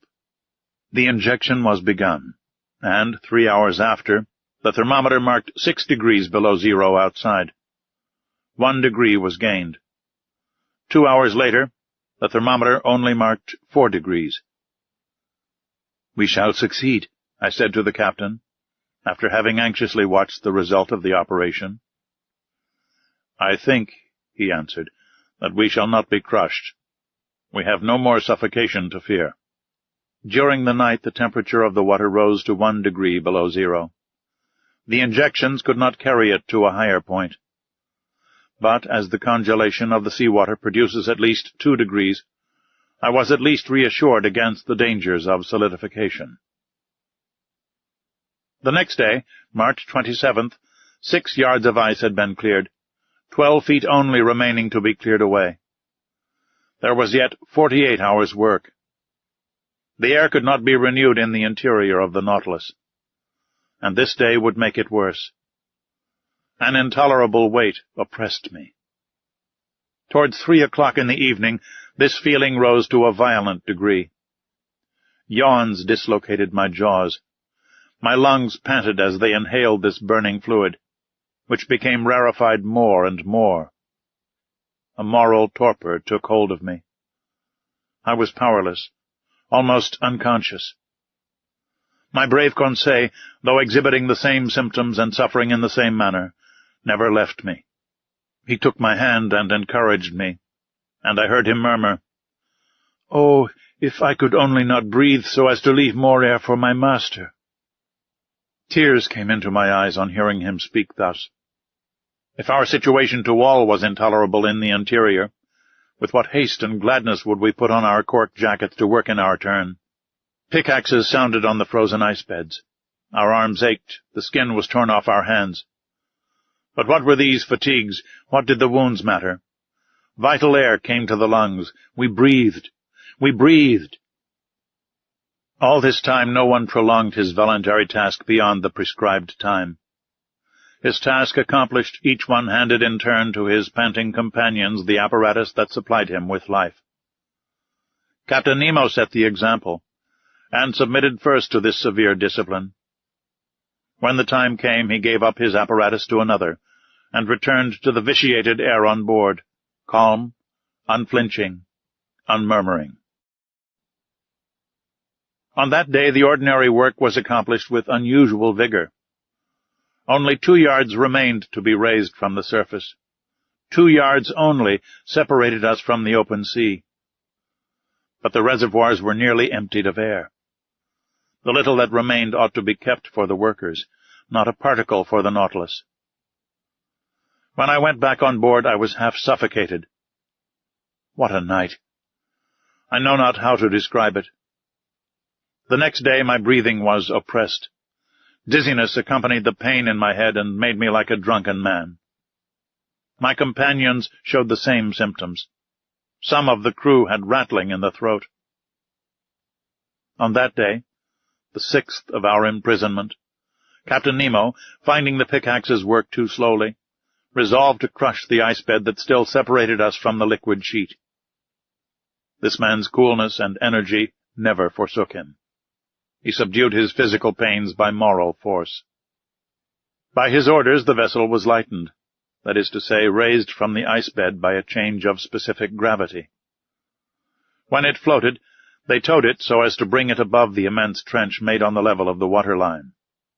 Then, filling his reservoirs of water, he descended and shut himself up in the hole. Just then all the crew came on board, and the double door of communication was shut. The Nautilus then rested on the bed of ice, which was not 1 yard thick, and which the sounding leads had perforated in 1,000 places. The taps of the reservoirs were then opened, and 100 cubic yards of water was let in, increasing the weight of the Nautilus to 1,800 tons. We waited. We listened, forgetting our sufferings in hope. Our safety depended on this last chance. Notwithstanding the buzzing in my head, I soon heard the humming sound under the hull of the Nautilus. The ice cracked with a singular noise, like tearing paper, and the Nautilus sank.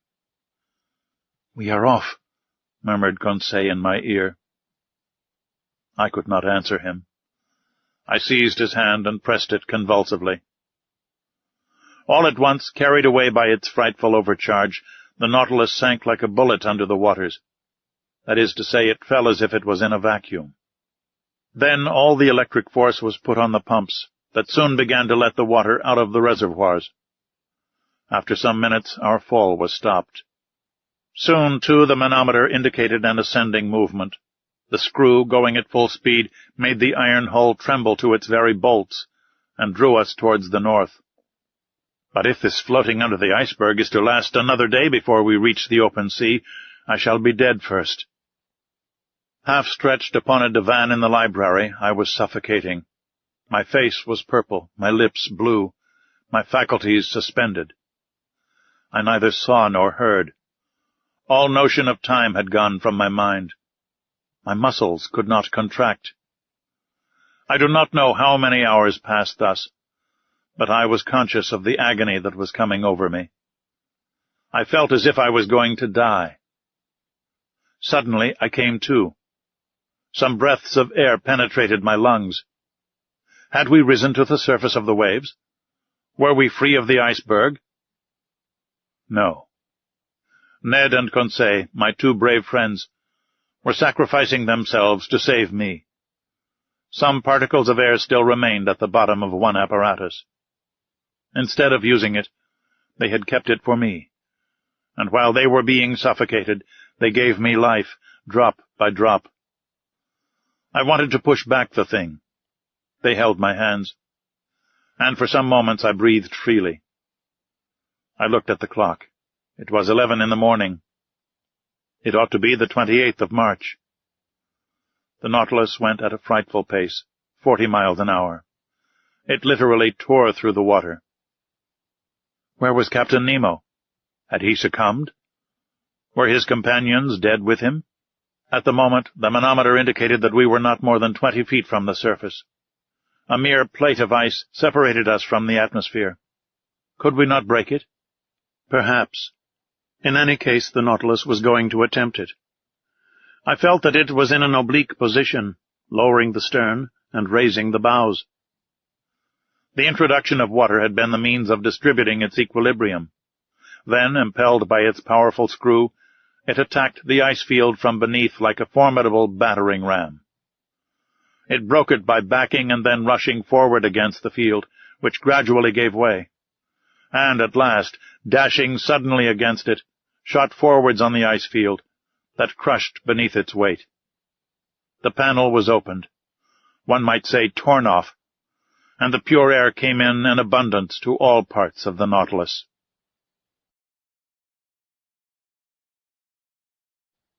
Chapter 17. From Cape Horn to the Amazon. How I got onto the platform, I have no idea. Perhaps the Canadian had carried me there. But I breathed. I inhaled the vivifying sea air. My two companions were getting drunk with the fresh particles. The other unhappy men had been so long without food that they could not with impunity indulge in the simplest aliments that were given them. We, on the contrary, had no end to restrain ourselves. We could draw this air freely into our lungs, and it was the breeze alone, that filled us with this keen enjoyment. "Ah," said Conseil, "how delightful this oxygen is! Master need not fear to breathe it. There is enough for everybody." Ned Land did not speak, but he opened his jaws wide enough to frighten a shark. Our strength soon returned, and when I looked round me, I saw we were alone on the platform. The foreign seamen in the Nautilus were contented with the air that circulated in the interior. None of them had come to drink in the open air. The first words I spoke were words of gratitude and thankfulness to my two companions. Ned and Conseil had prolonged my life during the last hours of this long agony. All my gratitude could not repay such devotion. "My friends," said I, "we are bound one to the other forever, and I am under infinite obligations to you." "Which I shall take advantage of," exclaimed the Canadian. "What do you mean?" said Conseil. "I mean that I shall take you with me when I leave this infernal Nautilus." "Well," said Conseil, "after all this, are we going right?" "Yes," I replied, "for we are going the way of the sun, and here the sun is in the north." "No doubt," said Ned Land. "But it remains to be seen whether he will bring the ship into the Pacific or the Atlantic Ocean, that is, into frequented or deserted seas." I could not answer that question, and I feared that Captain Nemo would rather take us to the vast ocean that touches the coasts of Asia and America at the same time. He would thus complete the tour round the submarine world, and return to those waters in which the Nautilus could sail freely. We ought, before long, to settle this important point. The Nautilus went at a rapid pace. The polar circle was soon passed, and the course shaped for Cape Horn. We were off the American point, March 31st, at 7 o'clock in the evening. Then all our past sufferings were forgotten. The remembrance of that imprisonment in the ice was effaced from our minds. We only thought of the future. Captain Nemo did not appear again either in the drawing-room or on the platform. The point shown each day on the planisphere, and marked by the lieutenant, showed me the exact direction of the Nautilus. Now, on that evening, it was evident, to my great satisfaction, that we were going back to the north by the Atlantic. The next day, April 1st, when the Nautilus ascended to the surface some minutes before noon, we sighted land to the west. It was Tierra del Fuego, which the first navigators named thus from seeing the quantity of smoke that rose from the natives' huts. The coast seemed low to me, but in the distance rose high mountains. I even thought I had a glimpse of Mount Sarmiento that rises 2,070 yards above the level of the sea, with a very pointed summit, which, according as it is misty or clear, is a sign of fine or of wet weather. At this moment the peak was clearly defined against the sky. The Nautilus, diving again under the water, approached the coast, which was only some few miles off. From the glass windows in the drawing-room I saw long seaweeds and gigantic fuci and varech, of which the open polar sea contains so many specimens, with their sharp, polished filaments. They measured about 300 yards in length, real cables, thicker than one's thumb, and having great tenacity, they are often used as ropes for vessels. Another weed known as velp, with leaves 4 feet long, buried in the coral concretions, hung at the bottom. It served as nest and food for myriads of crustacea and mollusks, crabs and cuttlefish. There seals and otters had splendid repasts, eating the flesh of fish with sea vegetables, according to the English fashion. Over this fertile and luxuriant ground the Nautilus passed with great rapidity. Towards evening it approached the Falkland group, the rough summits of which I recognized the following day. The depth of the sea was moderate. On the shores our nets brought in beautiful specimens of seaweed, and particularly a certain fucus, the roots of which were filled with the best mussels in the world. Geese and ducks fell by dozens on the platform, and soon took their places in the pantry on board. When the last heights of the Falklands had disappeared from the horizon, the Nautilus sank to between 20 and 25 yards, and followed the American coast. Captain Nemo did not show himself. Until the 3rd of April we did not quit the shores of Patagonia, sometimes under the ocean, sometimes at the surface. The Nautilus passed beyond the large estuary formed by the Uruguay. Its direction was northwards, and followed the long windings of the coast of South America. We had then made 1,600 miles since our embarkation in the seas of Japan. About 11 o'clock in the morning the Tropic of Capricorn was crossed on the 37th meridian, and we passed Cape Frio standing out to sea. Captain Nemo, to Ned Land's great displeasure, did not like the neighborhood of the inhabited coasts of Brazil, for we went at a giddy speed. Not a fish, not a bird of the swiftest kind could follow us, and the natural curiosities of these seas escaped all observation. This speed was kept up for several days, and in the evening of the 9th of April we sighted the most westerly point of South America that forms Cape San Roque. But then the Nautilus swerved again, and sought the lowest depth of a submarine valley which is between this cape and Sierra Leone on the African coast. This valley bifurcates to the parallel of the Antilles, and terminates at the mouth by the enormous depression of 9,000 yards. In this place the geological basin of the ocean forms, as far as the Lesser Antilles, a cliff to 3.5 miles perpendicular in height, and at the parallel of the Cape Verde Islands, another wall not less considerable, that encloses thus all the sunk continent of the Atlantic. The bottom of this immense valley is dotted with some mountains, that give to these submarine places a picturesque aspect.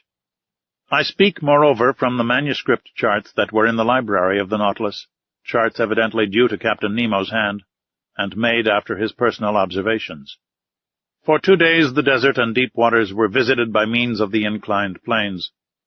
The Nautilus was furnished with long diagonal broadsides which carried it to all elevations.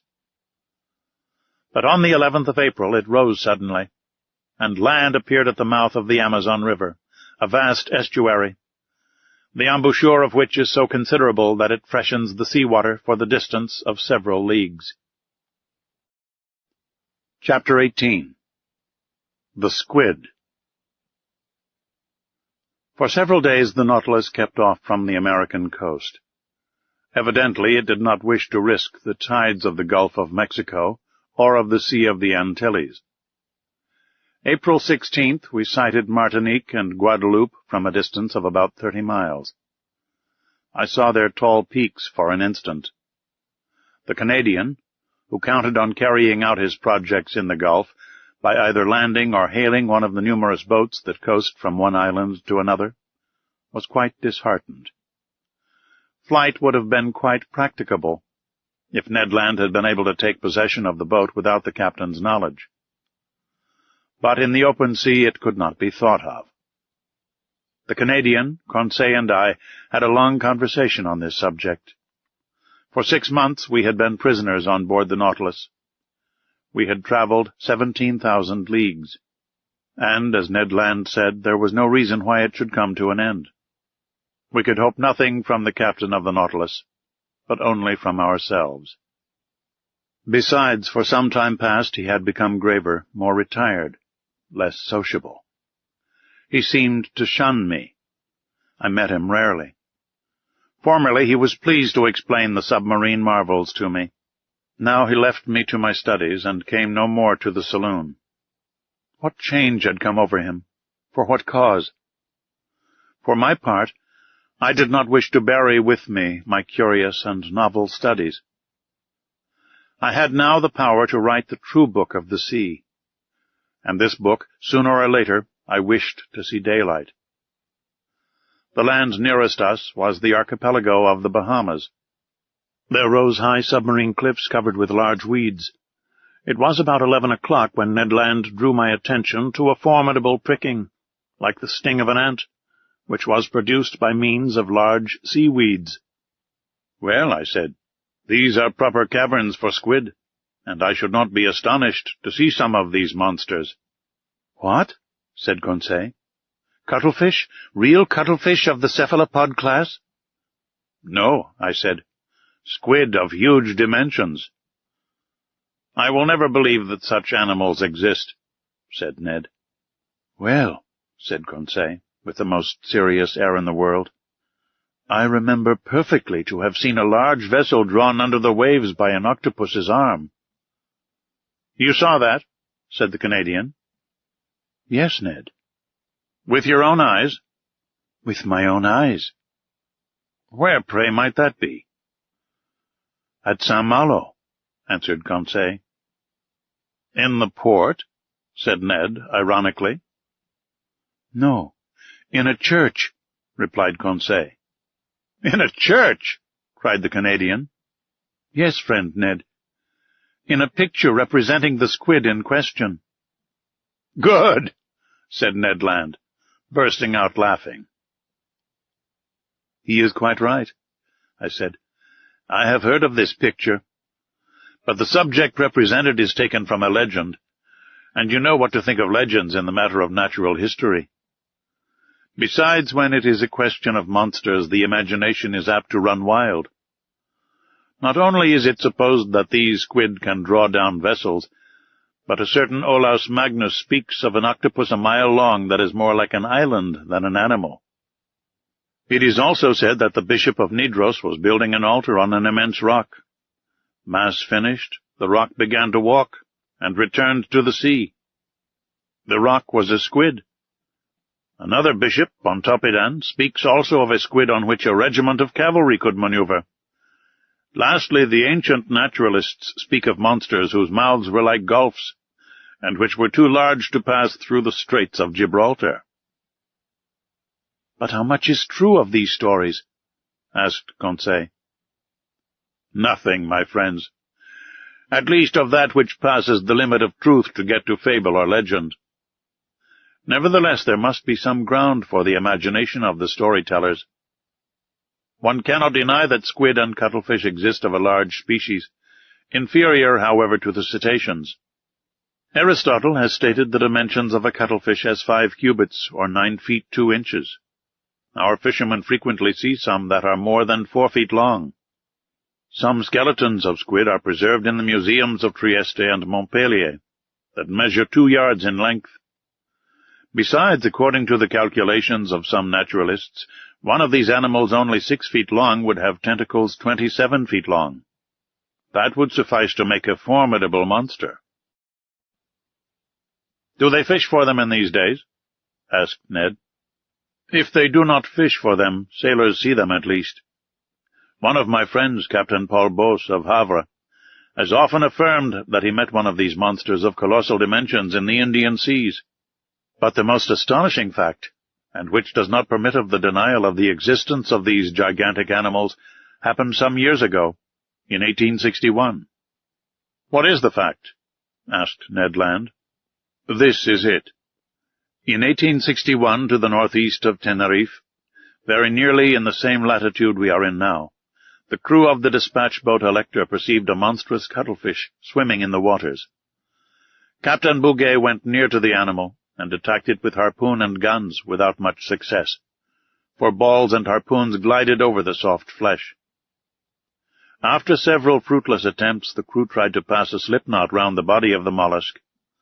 The noose slipped as far as the tail fins, and there stopped. They tried then to haul it on board, but its weight was so considerable that the tightness of the cord separated the tail from the body, and, deprived of this ornament, he disappeared under the water." "Indeed? Is that a fact?" "An indisputable fact, my good Ned. They proposed to name this squid Bouguer's cuttlefish." "What length was it?" asked the Canadian. "Did it not measure about 6 yards?" said Conseil, who, posted at the window, was examining again the irregular windings of the cliff. "Precisely," I replied. "Its head," rejoined Conseil, "was it not crowned with 8 tentacles that beat the water like a nest of serpents?" "Precisely." "Had not its eyes, placed at the back of its head, considerable development?" "Yes, Conseil." "And was not its mouth like a parrot's beak?" "Exactly, Conseil." "Very well. No offense to master," he replied quietly. "If this is not Bouguer's cuttlefish, it is at least one of its brothers." I looked at Conseil. Ned Land hurried to the window. "What a horrible beast!" he cried. I looked in my turn, and could not repress a gesture of disgust. Before my eyes was a horrible monster worthy to figure in the legends of the marvelous. It was an immense cuttlefish, being 8 yards long. It swam crossways in the direction of the Nautilus with great speed, watching us with its enormous, staring green eyes. Its 8 arms, or rather feet, fixed to its head, that have given the name of cephalopod to these animals, were twice as long as its body, and were twisted like the Fury's hair. One could see the 250 air holes on the inner side of the tentacles. The monster's mouth, a horned beak like a parrot's, opened and shut vertically. Its tongue, a horned substance, furnished with several rows of pointed teeth, came out quivering from this veritable pair of shears. What a freak of nature! A bird's beak on a mollusk! Its spindle-like body formed a fleshy mass that might weigh 4,000 to 5,000 pounds. The varying color changing with great rapidity, according to the irritation of the animal, passed successively from livid gray to reddish-brown. What irritated this mollusk? No doubt the presence of the Nautilus, more formidable than itself, and on which its suckers or its jaws had no hold. Yet what monsters these squid are! What vitality the Creator has given them! What vigor in their movements! And they possess 3 hearts! Chance had brought us in presence of this cuttlefish, and I did not wish to lose the opportunity of carefully studying this specimen of cephalopods. I overcame the horror that inspired me, and, taking a pencil, began to draw it. "Perhaps this is the same which the Elector saw," said Conseil. "No," replied the Canadian, "for this is whole, and the other had lost its tail." "That is no reason," I replied. "The arms and tails of these animals are reformed by renewal, and in 7 years the tail of Bouguer's cuttlefish has no doubt had time to grow." By this time other squid appeared at the port light. I counted 7. They formed a procession after the Nautilus, and I heard their beaks gnashing against the iron hull. I continued my work.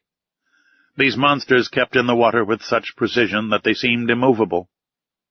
Suddenly the Nautilus stopped. A shock made it tremble in every plate. "Have we struck anything?" I asked. "In any case," replied the Canadian, "we shall be free, for we are floating." The Nautilus was floating, no doubt, but it did not move. A minute passed. Captain Nemo, followed by his lieutenant, entered the drawing-room. I had not seen him for some time. He seemed dull. Without noticing or speaking to us, he went to the panel, looked at the squid, and said something to his lieutenant. The latter went out. Soon the panels were shut. The ceiling was lighted. I went towards the captain. "A curious collection of squid?" I said. "Yes, indeed, Mr. Naturalist," he replied. "And we are going to fight them, man to beast." I looked at him. I thought I had not heard aright. "Man to beast?" I repeated. "Yes, sir. The screw is stopped. I think that the horny jaws of one of the cuttlefish is entangled in the blades. That is what prevents our moving." "What are you going to do?" "Rise to the surface and slaughter this vermin." "A difficult enterprise." "Yes, indeed. The electric bullets are powerless against the soft flesh where they do not find resistance enough to go off. But we shall attack them with the hatchet." "And the harpoon, sir," said the Canadian, "if you do not refuse my help." "I will accept it, Master Land." "We will follow you," I said. And, following Captain Nemo, we went towards the central staircase. There, about 10 men with boarding hatchets were ready for the attack. Conseil and I took 2 hatchets. Ned Land seized a harpoon. The Nautilus had then risen to the surface. One of the sailors, posted on the top ladder step, unscrewed the bolts of the panels. But hardly were the screws loosed when the panel rose with great violence, evidently drawn by the suckers of a squid's arm. Immediately one of these arms slid like a serpent down the opening, and 20 others were above. With one blow of the axe, Captain Nemo cut this formidable tentacle that slid wriggling down the ladder. Just as we were pressing one on the other to reach the platform, 2 other arms, lashing the air, came down on the seaman placed before Captain Nemo, and lifted him up with irresistible power. Captain Nemo uttered a cry and rushed out. We hurried after him. What a scene! The unhappy man, seized by the tentacle and fixed to the suckers, was balanced in the air at the caprice of this enormous trunk. He rattled in his throat. He was stifled. He cried, "Help! Help!" These words, spoken in French, startled me. I had a fellow countryman on board, perhaps several. That heart-rending cry! I shall hear it all my life. The unfortunate man was lost. Who could rescue him from that powerful pressure? However, Captain Nemo had rushed to the squid, and with one blow of the axe had cut through one arm. His lieutenant struggled furiously against other monsters that crept on the flanks of the Nautilus. The crew fought with their axes. The Canadian, Conseil, and I buried our weapons in the fleshy masses. A strong smell of musk penetrated the atmosphere. It was horrible. For one instant I thought the unhappy man, entangled with the squid, would be torn from its powerful suction. 7 of the 8 arms had been cut off. One only wriggled in the air, brandishing the victim like a feather. But just as Captain Nemo and his lieutenant threw themselves on it, the animal ejected a stream of black liquid. We were blinded with it. When the cloud dispersed, the cuttlefish had disappeared, and my unfortunate countryman with it. 10 or 12 squid now invaded the platform and sides of the Nautilus. We rolled pell-mell into the midst of this nest of serpents that wriggled on the platform in the waves of blood and ink. It seemed as though these slimy tentacles sprang up like the hydra's heads. Ned Land's harpoon, at each stroke, was plunged into the staring eyes of the cuttlefish. but my bold companion was suddenly overturned by the tentacles of a monster he had not been able to avoid. Ah, how my heart beat with emotion and horror! The formidable beak of a cuttlefish was open over Ned Land. The unhappy man would be cut in two. I rushed to his succor. But Captain Nemo was before me. His axe disappeared between the two enormous jaws, and, miraculously saved, the Canadian, rising, plunged his harpoon deep into the triple heart of the squid. "I owed myself this revenge," said the captain to the Canadian. Ned bowed without replying. The combat had lasted a quarter of an hour. The monsters, vanished and mutilated, left us at last, and disappeared under the waves. Captain Nemo, covered with blood, nearly exhausted, gazed upon the sea that had swallowed up one of his companions, and great tears gathered in his eyes. Chapter 19. The Gulf Stream. This terrible scene of the 20th of April none of us can ever forget. I have written it under the influence of violent emotion. Since then, I have revised the recital. I have read it to Conseil and to the Canadian. They found it exact as to facts, but insufficient as to effect. To paint such pictures, one must have the pen of the most illustrious of our poets, the author of the Toilers of the Deep. I have said that Captain Nemo wept while watching the waves. His grief was great. It was the second companion he had lost since our arrival on board. And what a death! That friend, crushed, stifled, bruised by the dreadful arms of a squid, pounded by his iron jaws, would not rest with his comrades in the peaceful coral cemetery. In the midst of the struggle, it was the despairing cry uttered by the unfortunate man that had torn my heart. The poor Frenchman, forgetting his conventional language, had taken to his own mother tongue to utter a last appeal. Amongst the crew of the Nautilus, associated with the body and soul of the captain, recoiling like him from all contact with men, I had a fellow countryman.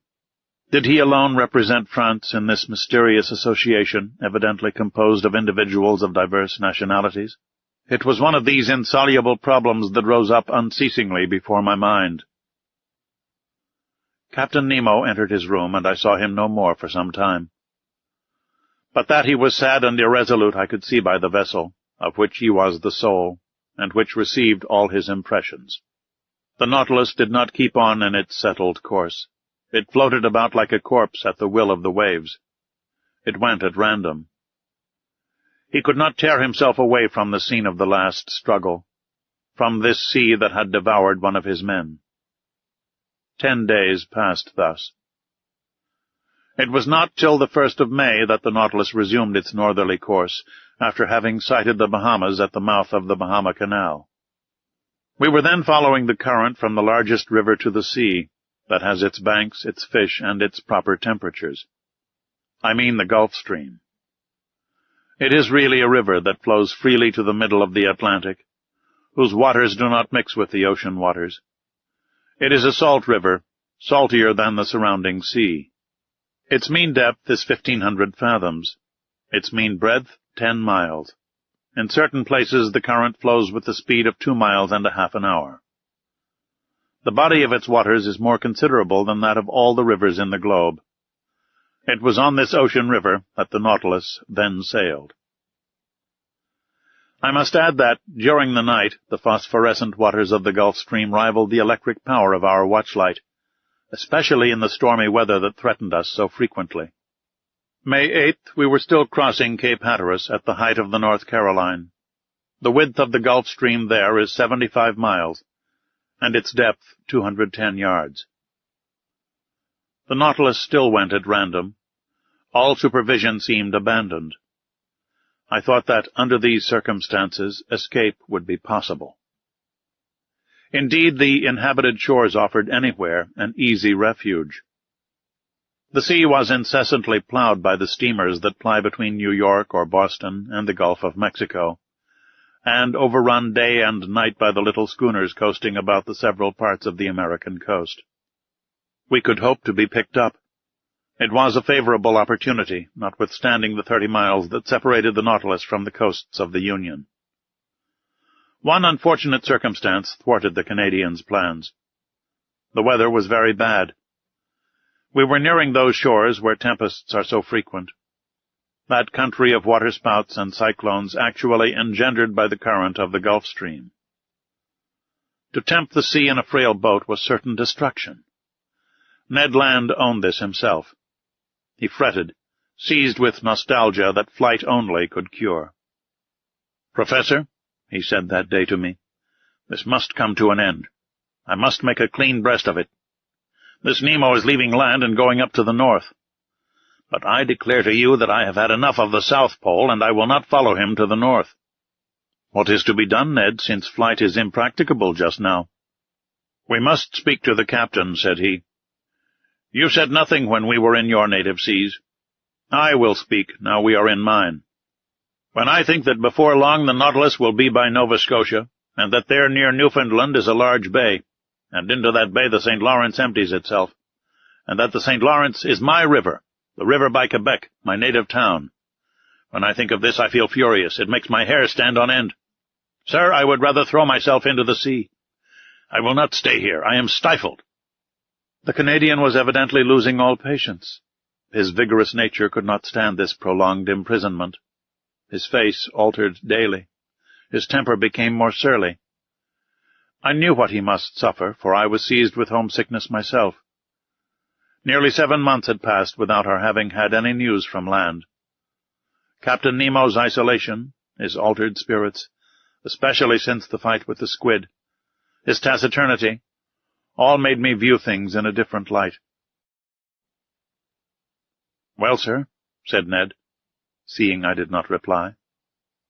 "Well, Ned, do you wish me to ask Captain Nemo his intentions concerning us?" "Yes, sir." "Although he has already made them known?" "Yes. I wish it settled finally. Speak for me, in my name only, if you like." "But I so seldom meet him. He avoids me." "That is all the more reason for you to go see him." I went to my room. From thence I meant to go to Captain Nemo's. It would not do to let this opportunity of meeting him slip. I knocked at the door. No answer. I knocked again, then turned the handle. The door opened, and I went in. The captain was there. Bending over his work table, he had not heard me. Resolved not to go without having spoken, I approached him. He raised his head quickly, frowned, and said roughly, "You here, what do you want?" "To speak to you, Captain." "But I am busy, sir. I am working. I leave you at liberty to shut yourself up. Cannot I be allowed the same?" This reception was not encouraging, but I was determined to hear and answer everything. "Sir," I said coldly, "I have to speak to you on a matter that admits of no delay." "What is that, sir?" he replied ironically. "Have you discovered something that has escaped me, or has the sea delivered up any new secrets?" We were at cross purposes, but before I could reply he showed me an open manuscript on his table, and said, in a more serious tone, "Here, Monsieur Aronnax, is a manuscript written in several languages. It contains the sum of my studies of the sea, and if it please God, it shall not perish with me. This manuscript, signed with my name, complete with the history of my life, will be shut up in a little floating case. The last survivor of all of us on board the Nautilus will throw this case into the sea, and it will go whither it is borne by the waves." This man's name, his history written by himself.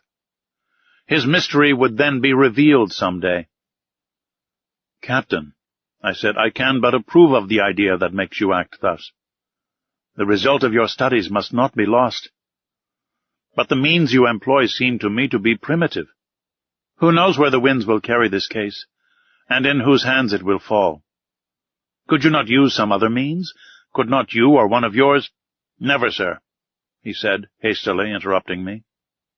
"But I and my companions are ready to keep this manuscript in store, and if you will put us at liberty—" "At liberty?" said the captain, rising. "Yes, sir. That is the subject on which I wish to question you. For 7 months we have been here on board, and I ask you today, in the name of my companions and in my own, if your intention is to keep us here always. Monsieur Aronnax, I will answer you today as I did 7 months ago. Whoever enters the Nautilus must never quit it.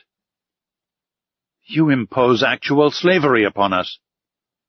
Give it what name you please. But everywhere the slave has the right to regain his liberty. Who denies you this right? Have I ever tried to chain you with an oath? He looked at me with his arms crossed. Sir, I said, to return a second time to this subject will be neither to your nor to my taste. But as we have entered upon it, let us go through with it. I repeat, it is not only myself whom it concerns. Study is to me a relief, a diversion, a passion that could make me forget everything. Like you, I am willing to live obscure, in the frail hope of bequeathing one day to future time the result of my labors. But it is otherwise with Ned Land. Every man worthy of the name deserves some consideration. Have you thought that love of liberty, hatred of slavery can give rise to schemes of revenge in a nature like the Canadian's? That he could think, attempt, and try? I was silenced. Captain Nemo rose. Whatever Ned Land thinks of, attempts, or tries, what does it matter to me? I did not seek him. It is not for my pleasure that I keep him on board. As for you, Monsieur Aronnax, you are one of those who can understand everything, even silence. I have nothing more to say to you. Let this first time you have come to treat of this subject be the last. For a second time I will not listen to you. I retired. Our situation was critical. I related my conversation to my 2 companions. We know now, said Ned, that we can expect nothing from this man. The Nautilus is nearing Long Island. We will escape, whatever the weather may be. But the sky became more and more threatening. Symptoms of a hurricane became manifest. The atmosphere was becoming white and misty. On the horizon, fine streaks of cirrus clouds were succeeded by masses of cumuli. Other low clouds passed swiftly by. The swollen sea rose in huge billows. The birds disappeared with the exception of the petrels, those friends of the storm. The barometer fell sensibly, and indicated an extreme extension of the vapors. The mixture of the storm glass was decomposed under the influence of the electricity that pervaded the atmosphere. The tempest burst on the 18th of May, just as the Nautilus was floating off Long Island, some miles from the port of New York. I can describe this strife of the elements. For instead of fleeing to the depths of the sea, Captain Nemo, by an unaccountable caprice, would brave it at the surface. The wind blew from the southwest at first. Captain Nemo, during the squalls, had taken his place on the platform. He had made himself fast, to prevent being washed overboard by the monstrous waves. I had hoisted myself up and made myself fast also, dividing my admiration between the tempest and this extraordinary man who was coping with it. The raging sea was swept by huge cloud drifts, which were actually saturated with the waves. The Nautilus, sometimes lying on its side, sometimes standing up like a mast, rolled and pitched terribly. About 5 o'clock a torrent of rain fell that lulled neither sea nor wind. The hurricane blew nearly 40 leagues an hour. It is under these conditions that it overturns houses, breaks iron gates, displaces 24-pounders. However, the Nautilus, in the midst of the tempest, confirmed the words of a clever engineer. There is no well-constructed hull that cannot defy the sea. This was not a resisting rock. It was a steel spindle, obedient and movable, without rigging or masts, that braved its fury with impunity. However, I watched these raging waves attentively. They measured 15 feet in height, and 150 to 175 yards long, and their speed of propagation was 30 feet per second. Their bulk and power increased with the depth of the water. Such waves as these at the Hebrides have displaced a mass weighing 8,400 pounds. They are they which, in the tempest of December 23, 1864, after destroying the town of Yedo in Japan, broke the same day on the shores of America. The intensity of the tempest increased with the night. The barometer, as in 1860 at Reunion during a cyclone, fell 7/10 at the close of day. I saw a large vessel pass the horizon, struggling painfully. She was trying to lie to under half steam, to keep up above the waves. It was probably one of the steamers of the line from New York to Liverpool, or Havre. It soon disappeared in the gloom. At 10 o'clock in the evening the sky was on fire. The atmosphere was streaked with vivid lightning. I could not bear the brightness of it, while the captain, looking at it, seemed to envy the spirit of the tempest. A terrible noise filled the air, a complex noise, made up of the howls of the crushed waves, the roaring of the wind, and the claps of thunder. The wind veered suddenly to all points of the horizon, and the cyclone, rising in the east, returned after passing by the north, west, and south, in the inverse course pursued by the circular storm of the southern hemisphere. Ah, that Gulf Stream! It deserves its name of the King of Tempests. It is that which causes those formidable cyclones by the difference of temperature between its air and its currents. A shower of fire had succeeded the rain. The drops of water were changed to sharp spikes. One would have thought that Captain Nemo was courting a death worthy of himself, a death by lightning. As the Nautilus, pitching dreadfully, raised its steel spar in the air, it seemed to act as a conductor, and I saw long sparks burst from it. Crushed and without strength, I crawled to the panel, opened it, and descended to the saloon. The storm was then at its height. It was impossible to stand upright in the interior of the Nautilus. Captain Nemo came down about 12. I heard the reservoirs filling by degrees, and the Nautilus sank slowly beneath the waves. Through the open windows in the saloon I saw large fish, terrified, passing like phantoms in the water. Some were struck before my eyes. The Nautilus was still descending. I thought that at about 8 fathoms deep we should find a calm. But no, the upper beds were too violently agitated for that. We had to seek repose at more than 25 fathoms in the bowels of the deep. But there, what quiet, what silence, what peace! Who could have told that such a hurricane had been let loose on the surface of that ocean?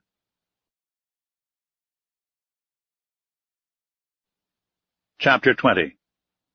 From latitude 47 degrees 24 minutes to longitude 17 degrees 28 minutes.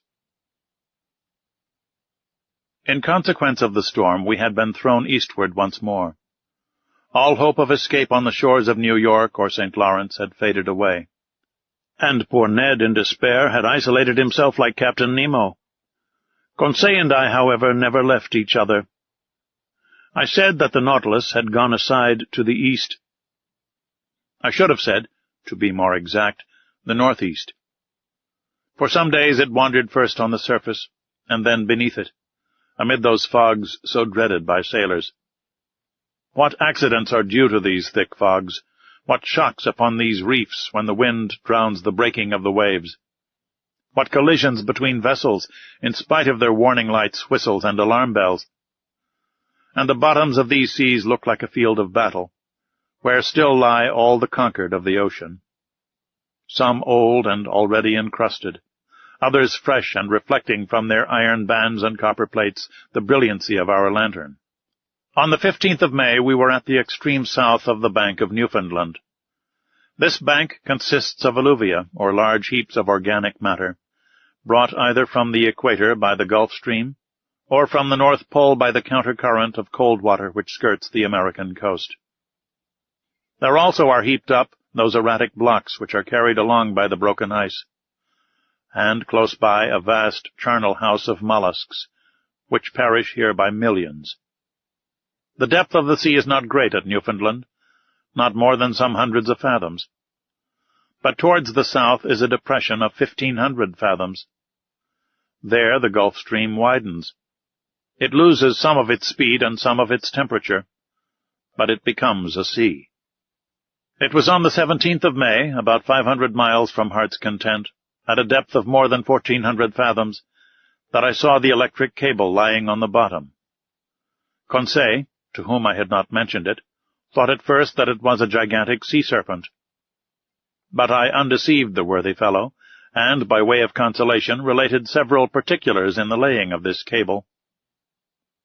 The first one was laid in the years 1857 and 1858, but, after transmitting about 400 telegrams, would not act any longer. In 1863 the engineers constructed another one, measuring 2,000 miles in length and weighing 4,500 tons, which was embarked on the Great Eastern. This attempt also failed.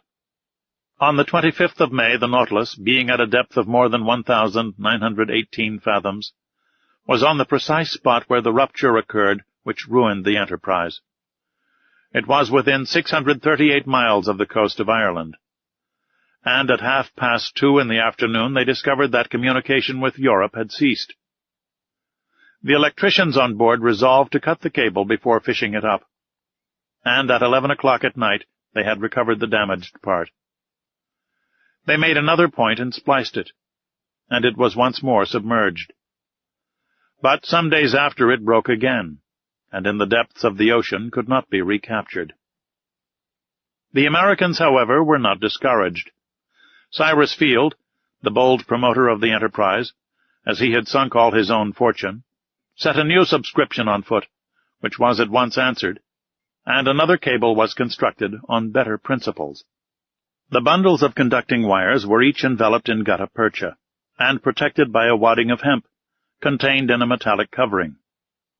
The Great Eastern sailed on the 13th of July, 1866. The operation worked well. But one incident occurred. Several times in unrolling the cable they observed that nails had recently been forced into it, evidently with the motive of destroying it. Captain Anderson, the officers and engineers consulted together, and had it posted up that, if the offender was surprised on board, he would be thrown without further trial into the sea. From that time the criminal attempt was never repeated.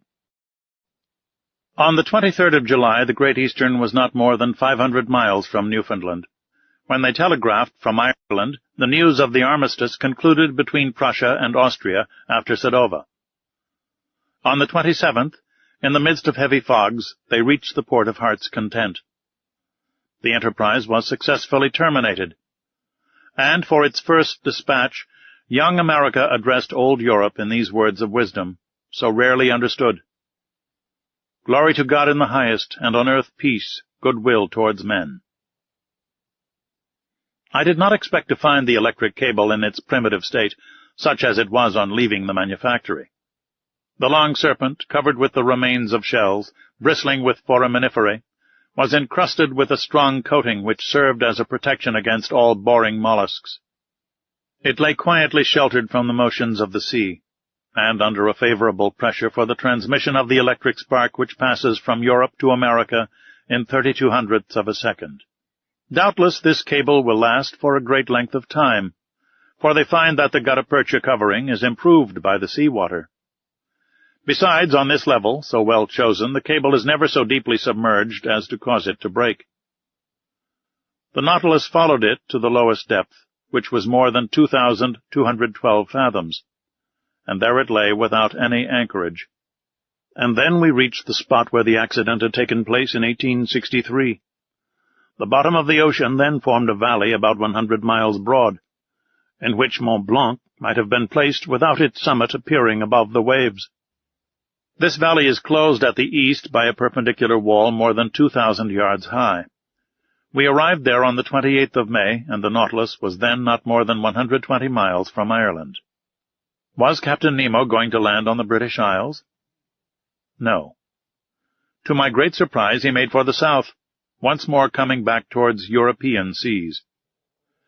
In rounding the Emerald Isle, for one instant I caught sight of Cape Clear, and the light which guides the thousands of vessels leaving Glasgow or Liverpool. An important question then arose in my mind. Did the Nautilus dare entangle itself in the Manche? Ned Land, who had reappeared since we had been nearing land, did not cease to question me. How could I answer? Captain Nemo remained invisible. After having shown the Canadian a glimpse of American shores, was he going to show me the coast of France? But the Nautilus was still going southward. On the 30th of May it passed in sight of Land's End, between the extreme point of England and the Scilly Isles, which were left to starboard. If we wished to enter the Manche, he must go straight to the east. He did not do so. During the whole of the 31st of May, the Nautilus described a series of circles on the water, which greatly interested me. It seemed to be seeking a spot it had some trouble in finding. At noon, Captain Nemo himself came to work the ship's log. He spoke no word to me, but seemed gloomier than ever. What could sadden him thus? Was it his proximity to European shores? Had he some recollections of his abandoned country? If not, what did he feel? Remorse or regret? For a long while this thought haunted my mind, and I had a kind of presentiment that before long chance would betray the captain's secrets. The next day, the 1st of June, the Nautilus continued the same process. It was evidently seeking some particular spot in the ocean. Captain Nemo took the sun's altitude as he had done the day before. The sea was beautiful, the sky clear. About 8 miles to the east, a large steam vessel could be discerned on the horizon. No flag fluttered from its mast, and I could not discover its nationality. Some minutes before the sun passed the meridian, Captain Nemo took his sextant and watched with great attention. The perfect rest of the water greatly helped the operation. The Nautilus was motionless. It neither rolled nor pitched. I was on the platform when the altitude was taken, and the captain pronounced these words, "It is here." He turned and went below. Had he seen the vessel which was changing its course and seemed to be nearing us? I could not tell. I returned to the saloon. The panels closed, I heard the hissing of the water in the reservoirs. The Nautilus began to sink, following a vertical line, for its screw communicated no motion to it. Some minutes later it stopped at a depth of more than 420 fathoms, resting on the ground. The luminous ceiling was darkened, then the panels were opened, and through the glass I saw the sea brilliantly illuminated by the rays of our lantern for at least half a mile round us. I looked to the port side, and saw nothing but an immensity of quiet waters. But to starboard, on the bottom, appeared a large protuberance, which at once attracted my attention. One would have thought it a ruin, buried under a coating of white shells, much resembling a covering of snow. Upon examining the mass attentively, I could recognize the ever-thickening form of a vessel bare of its masts, which must have sunk. It certainly belonged to past times. This wreck, to be thus encrusted with the lime of the water, must already be able to count many years past at the bottom of the ocean. What was this vessel? Why did the Nautilus visit its tomb? Could it have been aught but a shipwreck which had drawn it under the water? I knew not what to think, when near me in a slow voice I heard Captain Nemo say, "At one time this ship was called the Marseillais. It carried 74 guns and was launched in 1762. In 1778, the 13th of August, commanded by La Poisse-Vertrieux, it fought boldly against the Preston. In 1779, on the 4th of July, it was at the taking of Grenada, with the squadron of Admiral Estaing. In 1781, on the 5th of September, it took part in the Battle of Comte de Grasse, in Chesapeake Bay. In 1794, the French Republic changed its name. On the 16th of April, in the same year, it joined the squadron of Villeray-Joyeuse at Brest, being entrusted with the escort of a cargo of corn coming from America, under the command of Admiral Van Stabel. On the 11th and 12th Prairol, the 9th month of the French Revolutionary calendar of the second year, this squadron fell in with an English vessel. Sir, today is the 13th Prairol, the 1st of June, 1868. It is now 74 years ago, day for day on this very spot, in latitude 47 degrees 24 minutes, longitude 17 degrees 28 minutes, that this vessel, after fighting heroically, losing its 3 masts, with the water in its hold, and the third of its crew disabled, preferred sinking with its 356 sailors to surrendering. And, nailing its colors to the poop, disappeared under the waves to the cry of, "Long live the Republic!" "The Avenger!" I exclaimed. "Yes, sir. The Avenger." "A good name," muttered Captain Nemo, crossing his arms.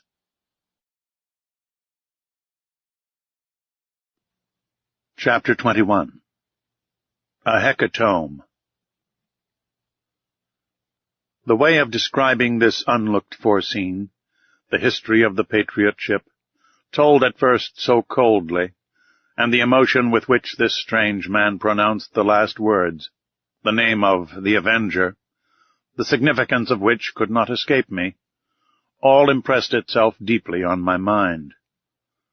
My eyes did not leave the captain, who, with his hand stretched out to sea, was watching with a glowing eye the glorious wreck. Perhaps I was never to know who he was, from whence he came, or where he was going to, but I saw the man move, and apart from the savant. It was no common misanthropy which had shut Captain Nemo and his companions within the Nautilus, but a hatred, either monstrous or sublime, which time could never weaken. Did this hatred still seek for vengeance? The future would soon teach me that. But the Nautilus was rising slowly to the surface of the sea, and the form of the Avenger disappeared by degrees from my sight. Soon a slight rolling told me that we were in the open air. At that moment a dull boom was heard. I looked at the captain. He did not move. "Captain?" said I. He did not answer. I left him and mounted the platform. Conseil and the Canadian were already there. "Where did that sound come from?" I asked. "It was a gunshot," replied Ned Land. I looked in the direction of the vessel I had already seen. It was nearing the Nautilus, and we could see that it was putting on steam. It was within 6 miles of us. "What is that ship, Ned?" "By its rigging and the height of its lower masts," said the Canadian, "I bet she is a ship of war. May it reach us, and if necessary sink this cursed Nautilus." "Friend Ned," replied Conseil, "what harm can it do to the Nautilus? Can it attack it beneath the waves? Can it cannonade us at the bottom of the sea?" "Tell me, Ned," said I, "can you recognize what country she belongs to?" The Canadian knitted his eyebrows, dropped his eyelids, and screwed up the corners of his eyes, and for a few moments fixed a piercing look upon the vessel. "No, sir," he replied, "I cannot tell what nation she belongs to, for she shows no colors. But I can declare she is a man of war, for a long pennant flutters from her mainmast." For a quarter of an hour we watched the ship which was steaming towards us. I could not, however, believe that she could see the Nautilus from that distance, and still less that she could know what this submarine engine was. Soon the Canadian informed me that she was a large, armored, 2-decker ram. A thick black smoke was pouring from her 2 funnels. Her closely furled sails were stopped to her yards. She hoisted no flag at her mizzenmast. The distance prevented us from distinguishing the colors of her pennant, which floated like a thin ribbon. She advanced rapidly. If Captain Nemo allowed her to approach, there was a chance of salvation for us. "Sir," said Ned Land, "if that vessel passes within a mile of us, I shall throw myself into the sea, and I should advise you to do the same." I did not reply to the Canadian's suggestion, but continued watching the ship. Whether English, French, American, or Russian, she would be sure to take us in if we could only reach her. Presently a white smoke burst from the forepart of the vessel. Some seconds after, the water, agitated by the fall of a heavy body, splashed the stern of the Nautilus, and shortly afterwards a loud explosion struck my ear. "What? They are firing at us!" I exclaimed. "So please you, sir," said Ned, "they have recognized the Unicorn, and they are firing at us." "But," I exclaimed, "surely they can see that there are men in the case." "It is perhaps because of that," replied Ned Land, looking at me. A whole flood of light burst upon my mind. Doubtless they knew now how to believe the stories of the pretended monster. No doubt, on board the Abraham Lincoln, when the Canadians struck it with the harpoon, Commander Farragut had recognized in the supposed narwhal a submarine vessel, more dangerous than a supernatural cetacean. Yes, it must have been so. And on every sea they were now seeking this engine of destruction. Terrible indeed, if, as we supposed, Captain Nemo employed the Nautilus in works of vengeance. On the night when we were imprisoned in that cell in the midst of the Indian Ocean, had he not attacked some vessel? The man buried in the coral cemetery, had he not been a victim to the shock caused by the Nautilus? Yes, I repeat it must be so. One part of the mysterious existence of Captain Nemo had been unveiled. And if his identity had not been recognized, at least the nations united against him were no longer hunting a chimerical creature, but a man who had vowed a deadly hatred against them. All the formidable past rose before me. Instead of meeting friends on board the approaching ship, we could only expect pitiless enemies. But the shot rattled about us. Some of them struck the sea and ricocheted, losing themselves in the distance. But none touched the Nautilus. The vessel was not more than 3 miles from us. In spite of the serious cannonade, Captain Nemo did not appear on the platform. But if one of the conical projectiles had struck the shell of the Nautilus, it would have been fatal. The Canadian then said, "Sir, we must do all we can to get out of this dilemma. Let us signal them. They will then perhaps understand that we are honest folks." Ned Land took his handkerchief to wave in the air, but he had scarcely displayed it when he was struck down by an iron hand and fell, in spite of his great strength, upon the deck. "Fool!" exclaimed the captain. "Do you wish to be pierced by the spur of the Nautilus before it is hurled at this vessel?" Captain Nemo was terrible to hear. He was still more terrible to see. His face was deadly pale, with a spasm at his heart. For an instant it must have ceased to beat. His pupils were fearfully contracted. He did not speak. He roared, as with his body thrown forward he wrung the Canadian's shoulders. Then, leaving him, and turning to the ship of war, whose shot was still raining around him, he exclaimed with a powerful voice, "Ah, ship of an accursed nation, you know who I am. I do not want your colors to know you by. Look, and I will show you mine." And on the forepart of the platform Captain Nemo unfurled a black flag, similar to the one he had placed at the South Pole. At that moment a shot struck the shell of the Nautilus obliquely, without piercing it, and, rebounding near the captain, was lost in the sea. He shrugged his shoulders, and, addressing me, said shortly, "Go down. You and your companions go down." "Sir," I cried, "are you going to attack this vessel?" "Sir, I am going to sink it." "You will not do that." "I shall do it," he replied coldly, "and I advise you not to judge me, sir. Fate has shown you what you ought not to have seen.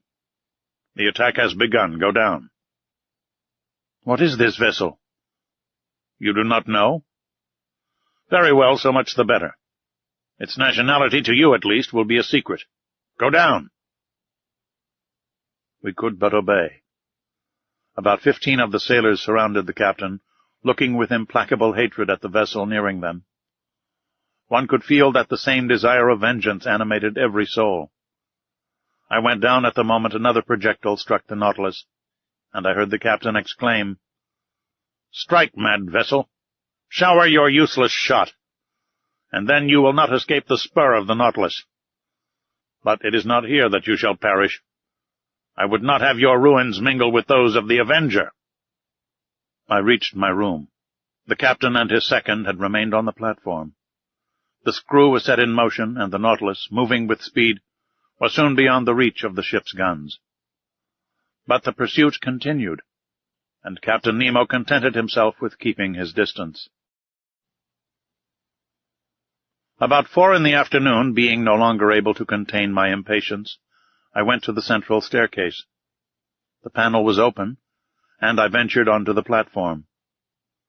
The captain was still walking up and down with an agitated step. He was looking at the ship, which was 5 or 6 miles to leeward. He was going round it like a wild beast, and, drawing it eastward, He allowed them to pursue. But he did not attack. Perhaps he still hesitated. I wished to mediate once more. But I had scarcely spoken when Captain Nemo imposed silence, saying, "I am the law, and I am the judge. I am the oppressed, and there is the oppressor. Through him I have lost all that I loved, cherished, and venerated. Country, wife, children, father, and mother. I saw all perish. All that I hate is there. Say no more." I cast a last look at the man-of-war, which was putting on steam, and rejoined Ned and Conseil. "We will fly," I exclaimed. "Good," said Ned. "What is this vessel?" "I do not know. But whatever it is, it will be sunk before night. In any case, it is better to perish with it than be made accomplices in a retaliation the justice of which we cannot judge." "That is my opinion, too," said Ned Land coolly. "Let us wait for night." Night arrived. Deep silence reigned on board. The compass showed that the Nautilus had not altered its course. It was on the surface, rolling slightly. My companions and I resolved to fly when the vessel should be near enough either to hear us or to see us, for the moon, which would be full in 2 or 3 days, shone brightly. Once on board the ship, if we could not prevent the blow which threatened it, we could, at least we would, do all that circumstances would allow. Several times I thought the Nautilus was preparing for attack, but Captain Nemo contented himself with allowing his adversary to approach, and then fled once more before it. Part of the night passed without any incident. We watched the opportunity for action. We spoke little, for we were too much moved. Ned Land would have thrown himself into the sea, but I forced him to wait. According to my idea, the Nautilus would attack the ship at her waterline, and then it would not only be possible, but easy to fly. At 3 in the morning, full of uneasiness, I mounted the platform. Captain Nemo had not left it. He was standing at the forepart near his flag, which a slight breeze displayed above his head. He did not take his eyes from the vessel. The intensity of his look seemed to attract and fascinate and draw it onward more surely than if he had been towing it. The moon was then passing the meridian. Jupiter was rising in the east. Amid this peaceful scene of nature, sky and ocean rivaled each other in tranquillity, the sea offering to the orbs of night the finest mirror they could ever have in which to reflect their image. As I thought of the deep calm of these elements, compared with all those passions brooding imperceptibly within the Nautilus, I shuddered. The vessel was within 2 miles of us. It was ever nearing that phosphorescent light which showed the presence of the Nautilus. I could see its green and red lights and its white lantern hanging from the large foremast. An indistinct vibration quivered through its rigging, showing that the furnaces were heated to the uttermost. Sheaves of sparks and red ashes flew from the funnels, shining in the atmosphere like stars. I remained thus until 6 in the morning, without Captain Nemo noticing me. The ship stood about 1.5 miles from us, and with the first dawn of day the firing began afresh. The moment could not be far off when, the Nautilus attacking its adversary, my companions and myself should forever leave this man. I was preparing to go down to remind them when the second mounted the platform, accompanied by several sailors. Captain Nemo either did not or would not see them. Some steps were taken which might be called the signal for action. They were very simple. The iron balustrade around the platform was lowered, and the lantern and pilot cages were pushed within the shell until they were flush with the deck. The long surface of the steel cigar no longer offered a single point to check its maneuvers. I returned to the saloon. The Nautilus still floated. Some streaks of light were filtering through the liquid beds. With the undulations of the waves, the windows were brightened by the red streaks of the rising sun, and this dreadful day of the 2nd of June had dawned. At 5 o'clock the log showed that the speed of the Nautilus was slackening, and I knew that it was allowing them to draw nearer. Besides, the reports were heard more distinctly, and the projectiles, laboring through the ambient water, were extinguished with a strange hissing noise. "My friends," said I, "the moment is come. One grasp of the hand, and may God protect us. Ned Land was resolute, Conseil calm, myself so nervous that I knew not how to contain myself. We all passed into the library. But the moment I pushed the door opening onto the central staircase, I heard the upper panel close sharply. The Canadian rushed onto the stairs, but I stopped him. A well-known hissing noise told me that the water was running into the reservoirs, and in a few minutes the Nautilus was some yards beneath the surface of the waves. I understood the maneuver. It was too late to act. The Nautilus did not wish to strike at the impenetrable cuirass, but below the waterline, where the metallic covering no longer protected it. We were again imprisoned, unwilling witnesses of the dreadful drama that was preparing. We had scarcely time to reflect. Taking refuge in my room, we looked at each other without speaking. A deep stupor had taken hold of my mind. Thought seemed to stand still. I was in that painful state of expectation preceding a dreadful report. I waited. I listened. Every sense was merged in that of hearing. The speed of the Nautilus was accelerated. It was preparing to rush. The whole ship trembled. Suddenly I screamed. I felt the shock, but comparatively light. I felt the penetrating power of the steel spur.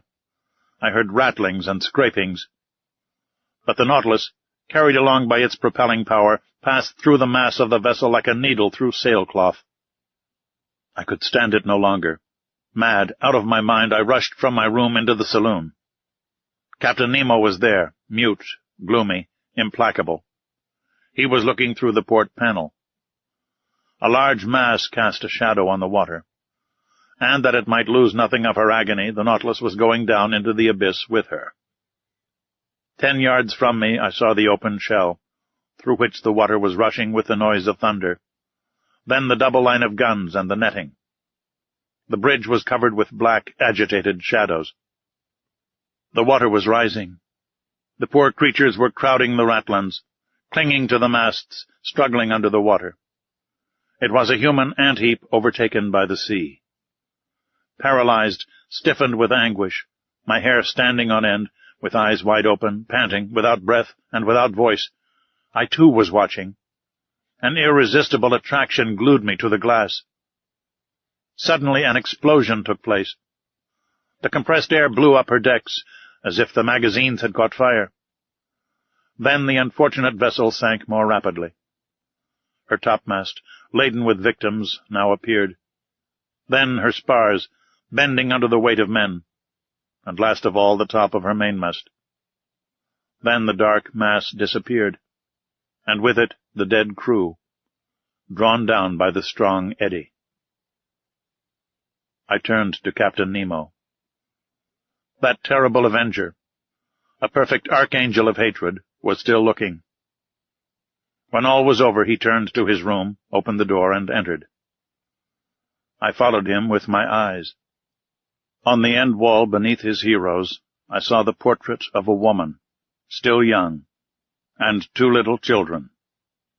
Captain Nemo looked at them for some moments, stretched his arms towards them, and, kneeling down, burst into deep sobs.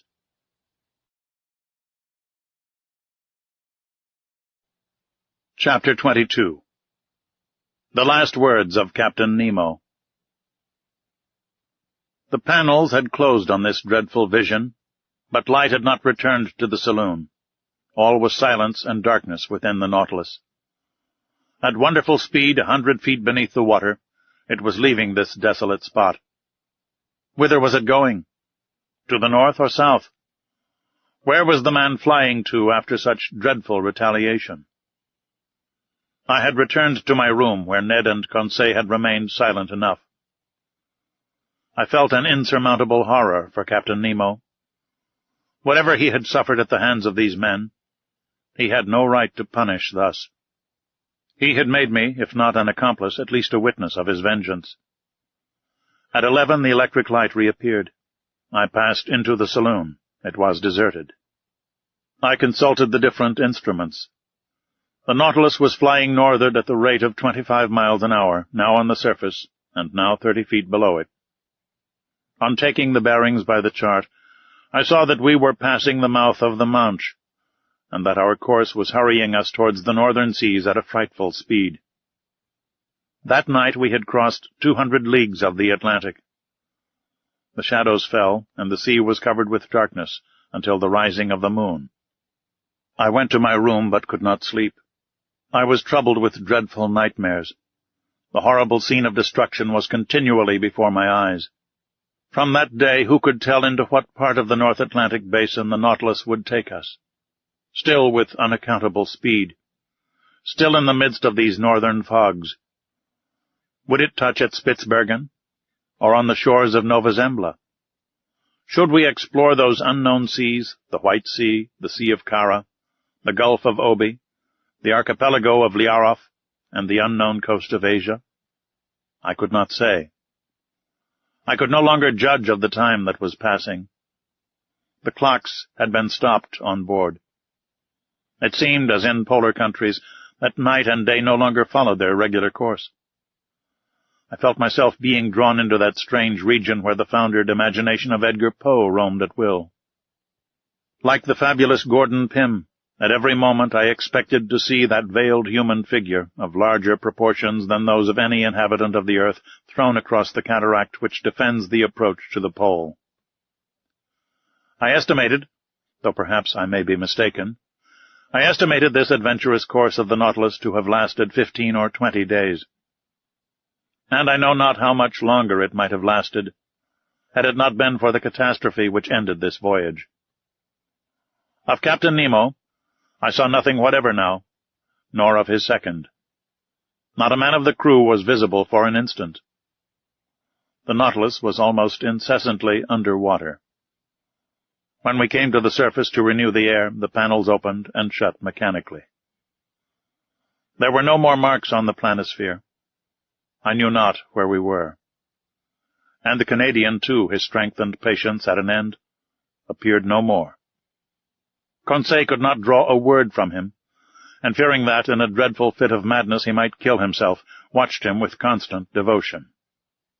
One morning, what date it was I could not say, I had fallen into a heavy sleep towards the early hours, a sleep both painful and unhealthy, when I suddenly awoke.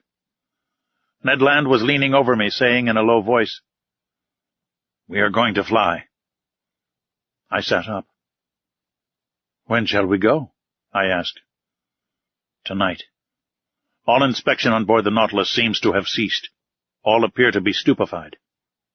"You will be ready, sir?" "Yes." "Where are we?" "In sight of land. I took the reckoning this morning in the fog, 20 miles to the east." "What country is it?" "I do not know, but whatever it is, we will take refuge there." "Yes, Ned, yes. We will fly tonight, even if the sea should swallow us up." "The sea is bad, the wind violent. But 20 miles in that light boat of the Nautilus does not frighten me. Unknown to the crew, I have been able to procure food and some bottles of water." "I will follow you." "But," continued the Canadian, "if I am surprised, I will defend myself. I will force them to kill me." "We will die together, friend Ned." I had made up my mind to all. The Canadian left me. I reached the platform on which I could with difficulty support myself against the shock of the waves. The sky was threatening. But as land was in those thick brown shadows, we must fly. I returned to the saloon, fearing and yet hoping to see Captain Nemo, wishing and yet not wishing to see him. What could I have said to him? Could I hide the involuntary horror with which he inspired me? No. It was better that I should not meet him face to face. Better to forget him. And yet, how long seemed that day, the last that I should pass in the Nautilus. I remained alone. Ned Land and Conseil avoided speaking, for fear of betraying themselves. At 6 I dined, but I was not hungry. I forced myself to eat in spite of my disgust, that I might not weaken myself. At 6:30, Ned Land came to my room, saying, "We shall not see each other again before our departure. At 10 the moon will not be risen. We will profit by the darkness. Come to the boat. Conseil and I will wait for you." The Canadian went out without giving me time to answer. Wishing to verify the course of the Nautilus, I went to the saloon. We were running north-northeast at frightful speed and more than 50 yards deep. I cast a last look on these wonders of nature, on the riches of art heaped up in this museum, upon the unrivaled collection destined to perish at the bottom of the sea, with him who had formed it. I wished to fix an indelible impression of it in my mind. I remained an hour thus, bathed in the light of that luminous ceiling, and passing in review those treasures shining under their glasses. Then I returned to my room. I dressed myself in strong sea clothing. I collected my notes, placing them carefully about me. My heart beat loudly. I could not check its pulsations. Certainly my trouble and agitation would have betrayed me to Captain Nemo's eyes. What was he doing at this moment? I listened at the door of his room. I heard steps. Captain Nemo was there. He had not gone to rest.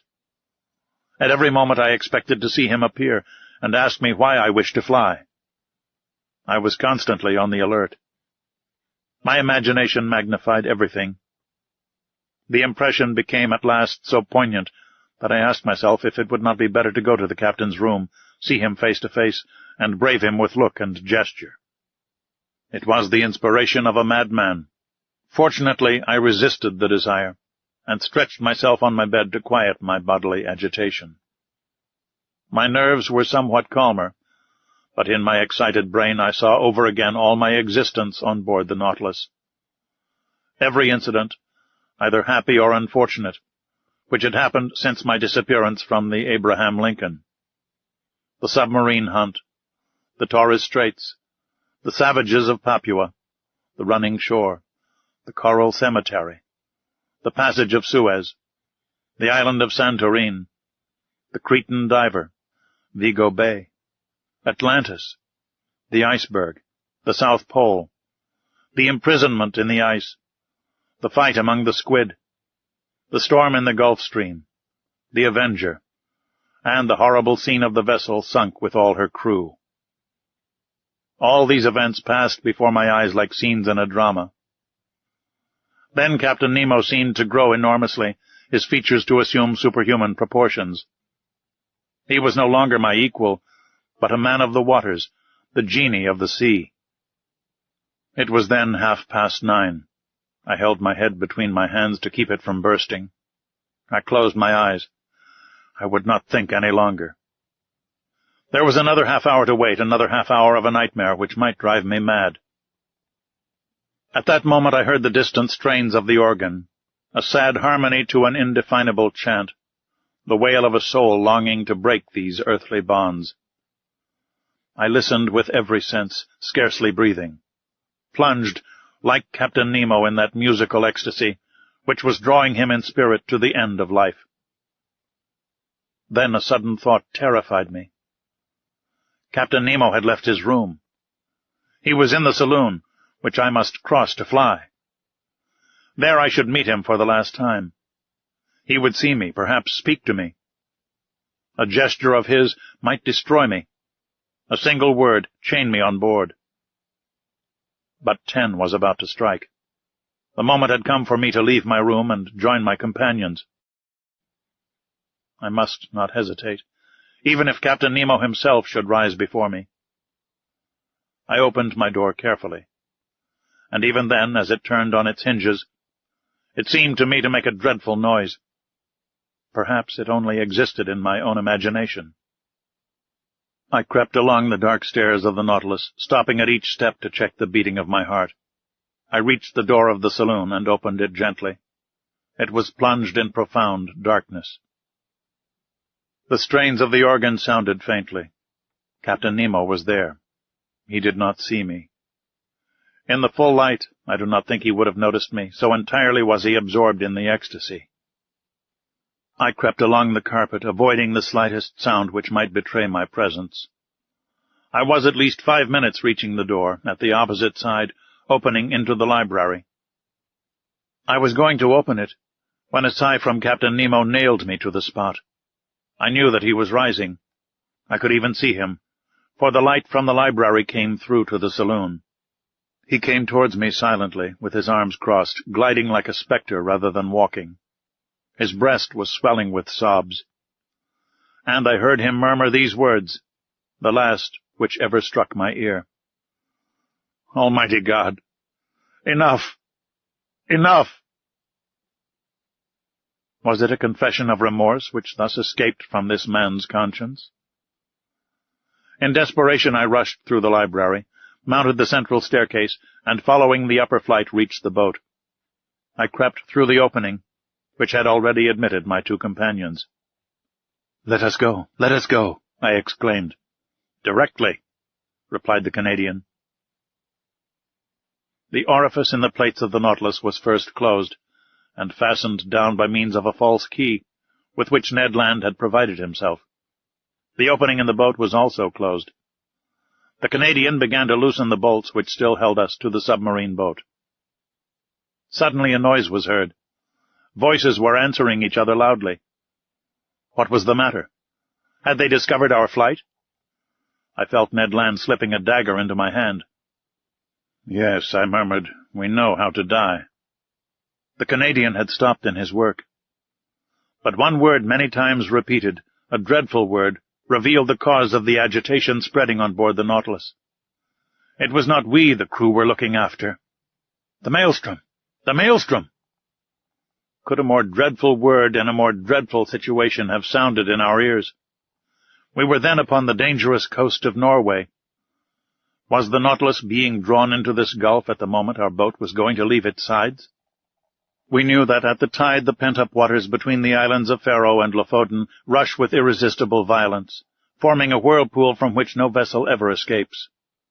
From every point of the horizon enormous waves were meeting, forming a gulf justly called the navel of the ocean, whose power of attraction extends to a distance of 12 miles.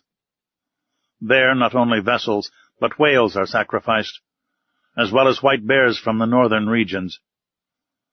It is thither that the Nautilus, voluntarily or involuntarily, had been run by the captain. It was describing a spiral, the circumference of which was lessening by degrees, and the boat, which was still fastened to its side, was carried along with giddy speed. I felt that sickly giddiness which arises from long-continued whirling round.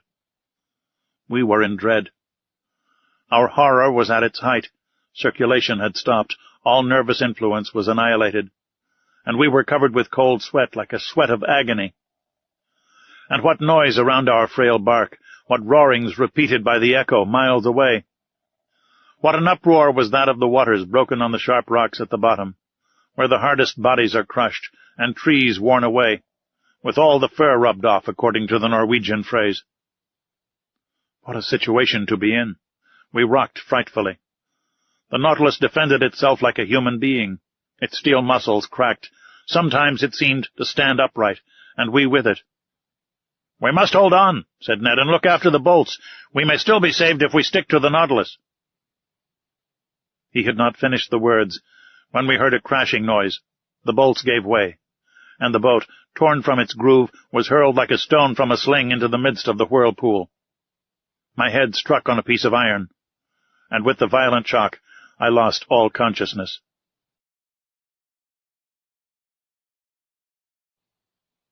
Chapter 23. Conclusion. Thus ends the voyage under the seas. What passed during that night, how the boat escaped from the eddies of the maelstrom, how Ned Land, Conseil, and myself ever came out of the gulf, I cannot tell. But when I returned to consciousness, I was lying in a fisherman's hut on the Lofoten Isles. My two companions, safe and sound, were near me, holding my hands.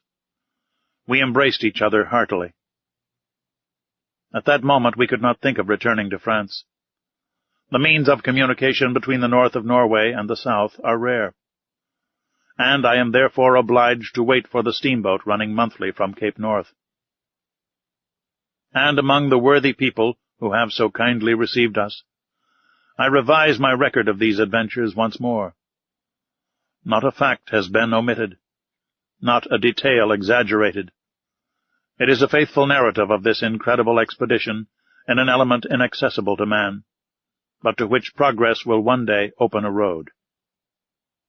Shall I be believed? I do not know. And it matters little after all. What I now affirm is that I have a right to speak of these seas, under which, in less than 10 months, I have crossed 20,000 leagues in that submarine tour of the world, which has revealed so many wonders. But what has become of the Nautilus? Did it resist the pressure of the maelstrom? Does Captain Nemo still live? And does he still follow under the ocean those frightful retaliations? Or did he stop after the last hecatomb? Will the waves one day carry to him this manuscript containing the history of his life? Shall I ever know the name of this man?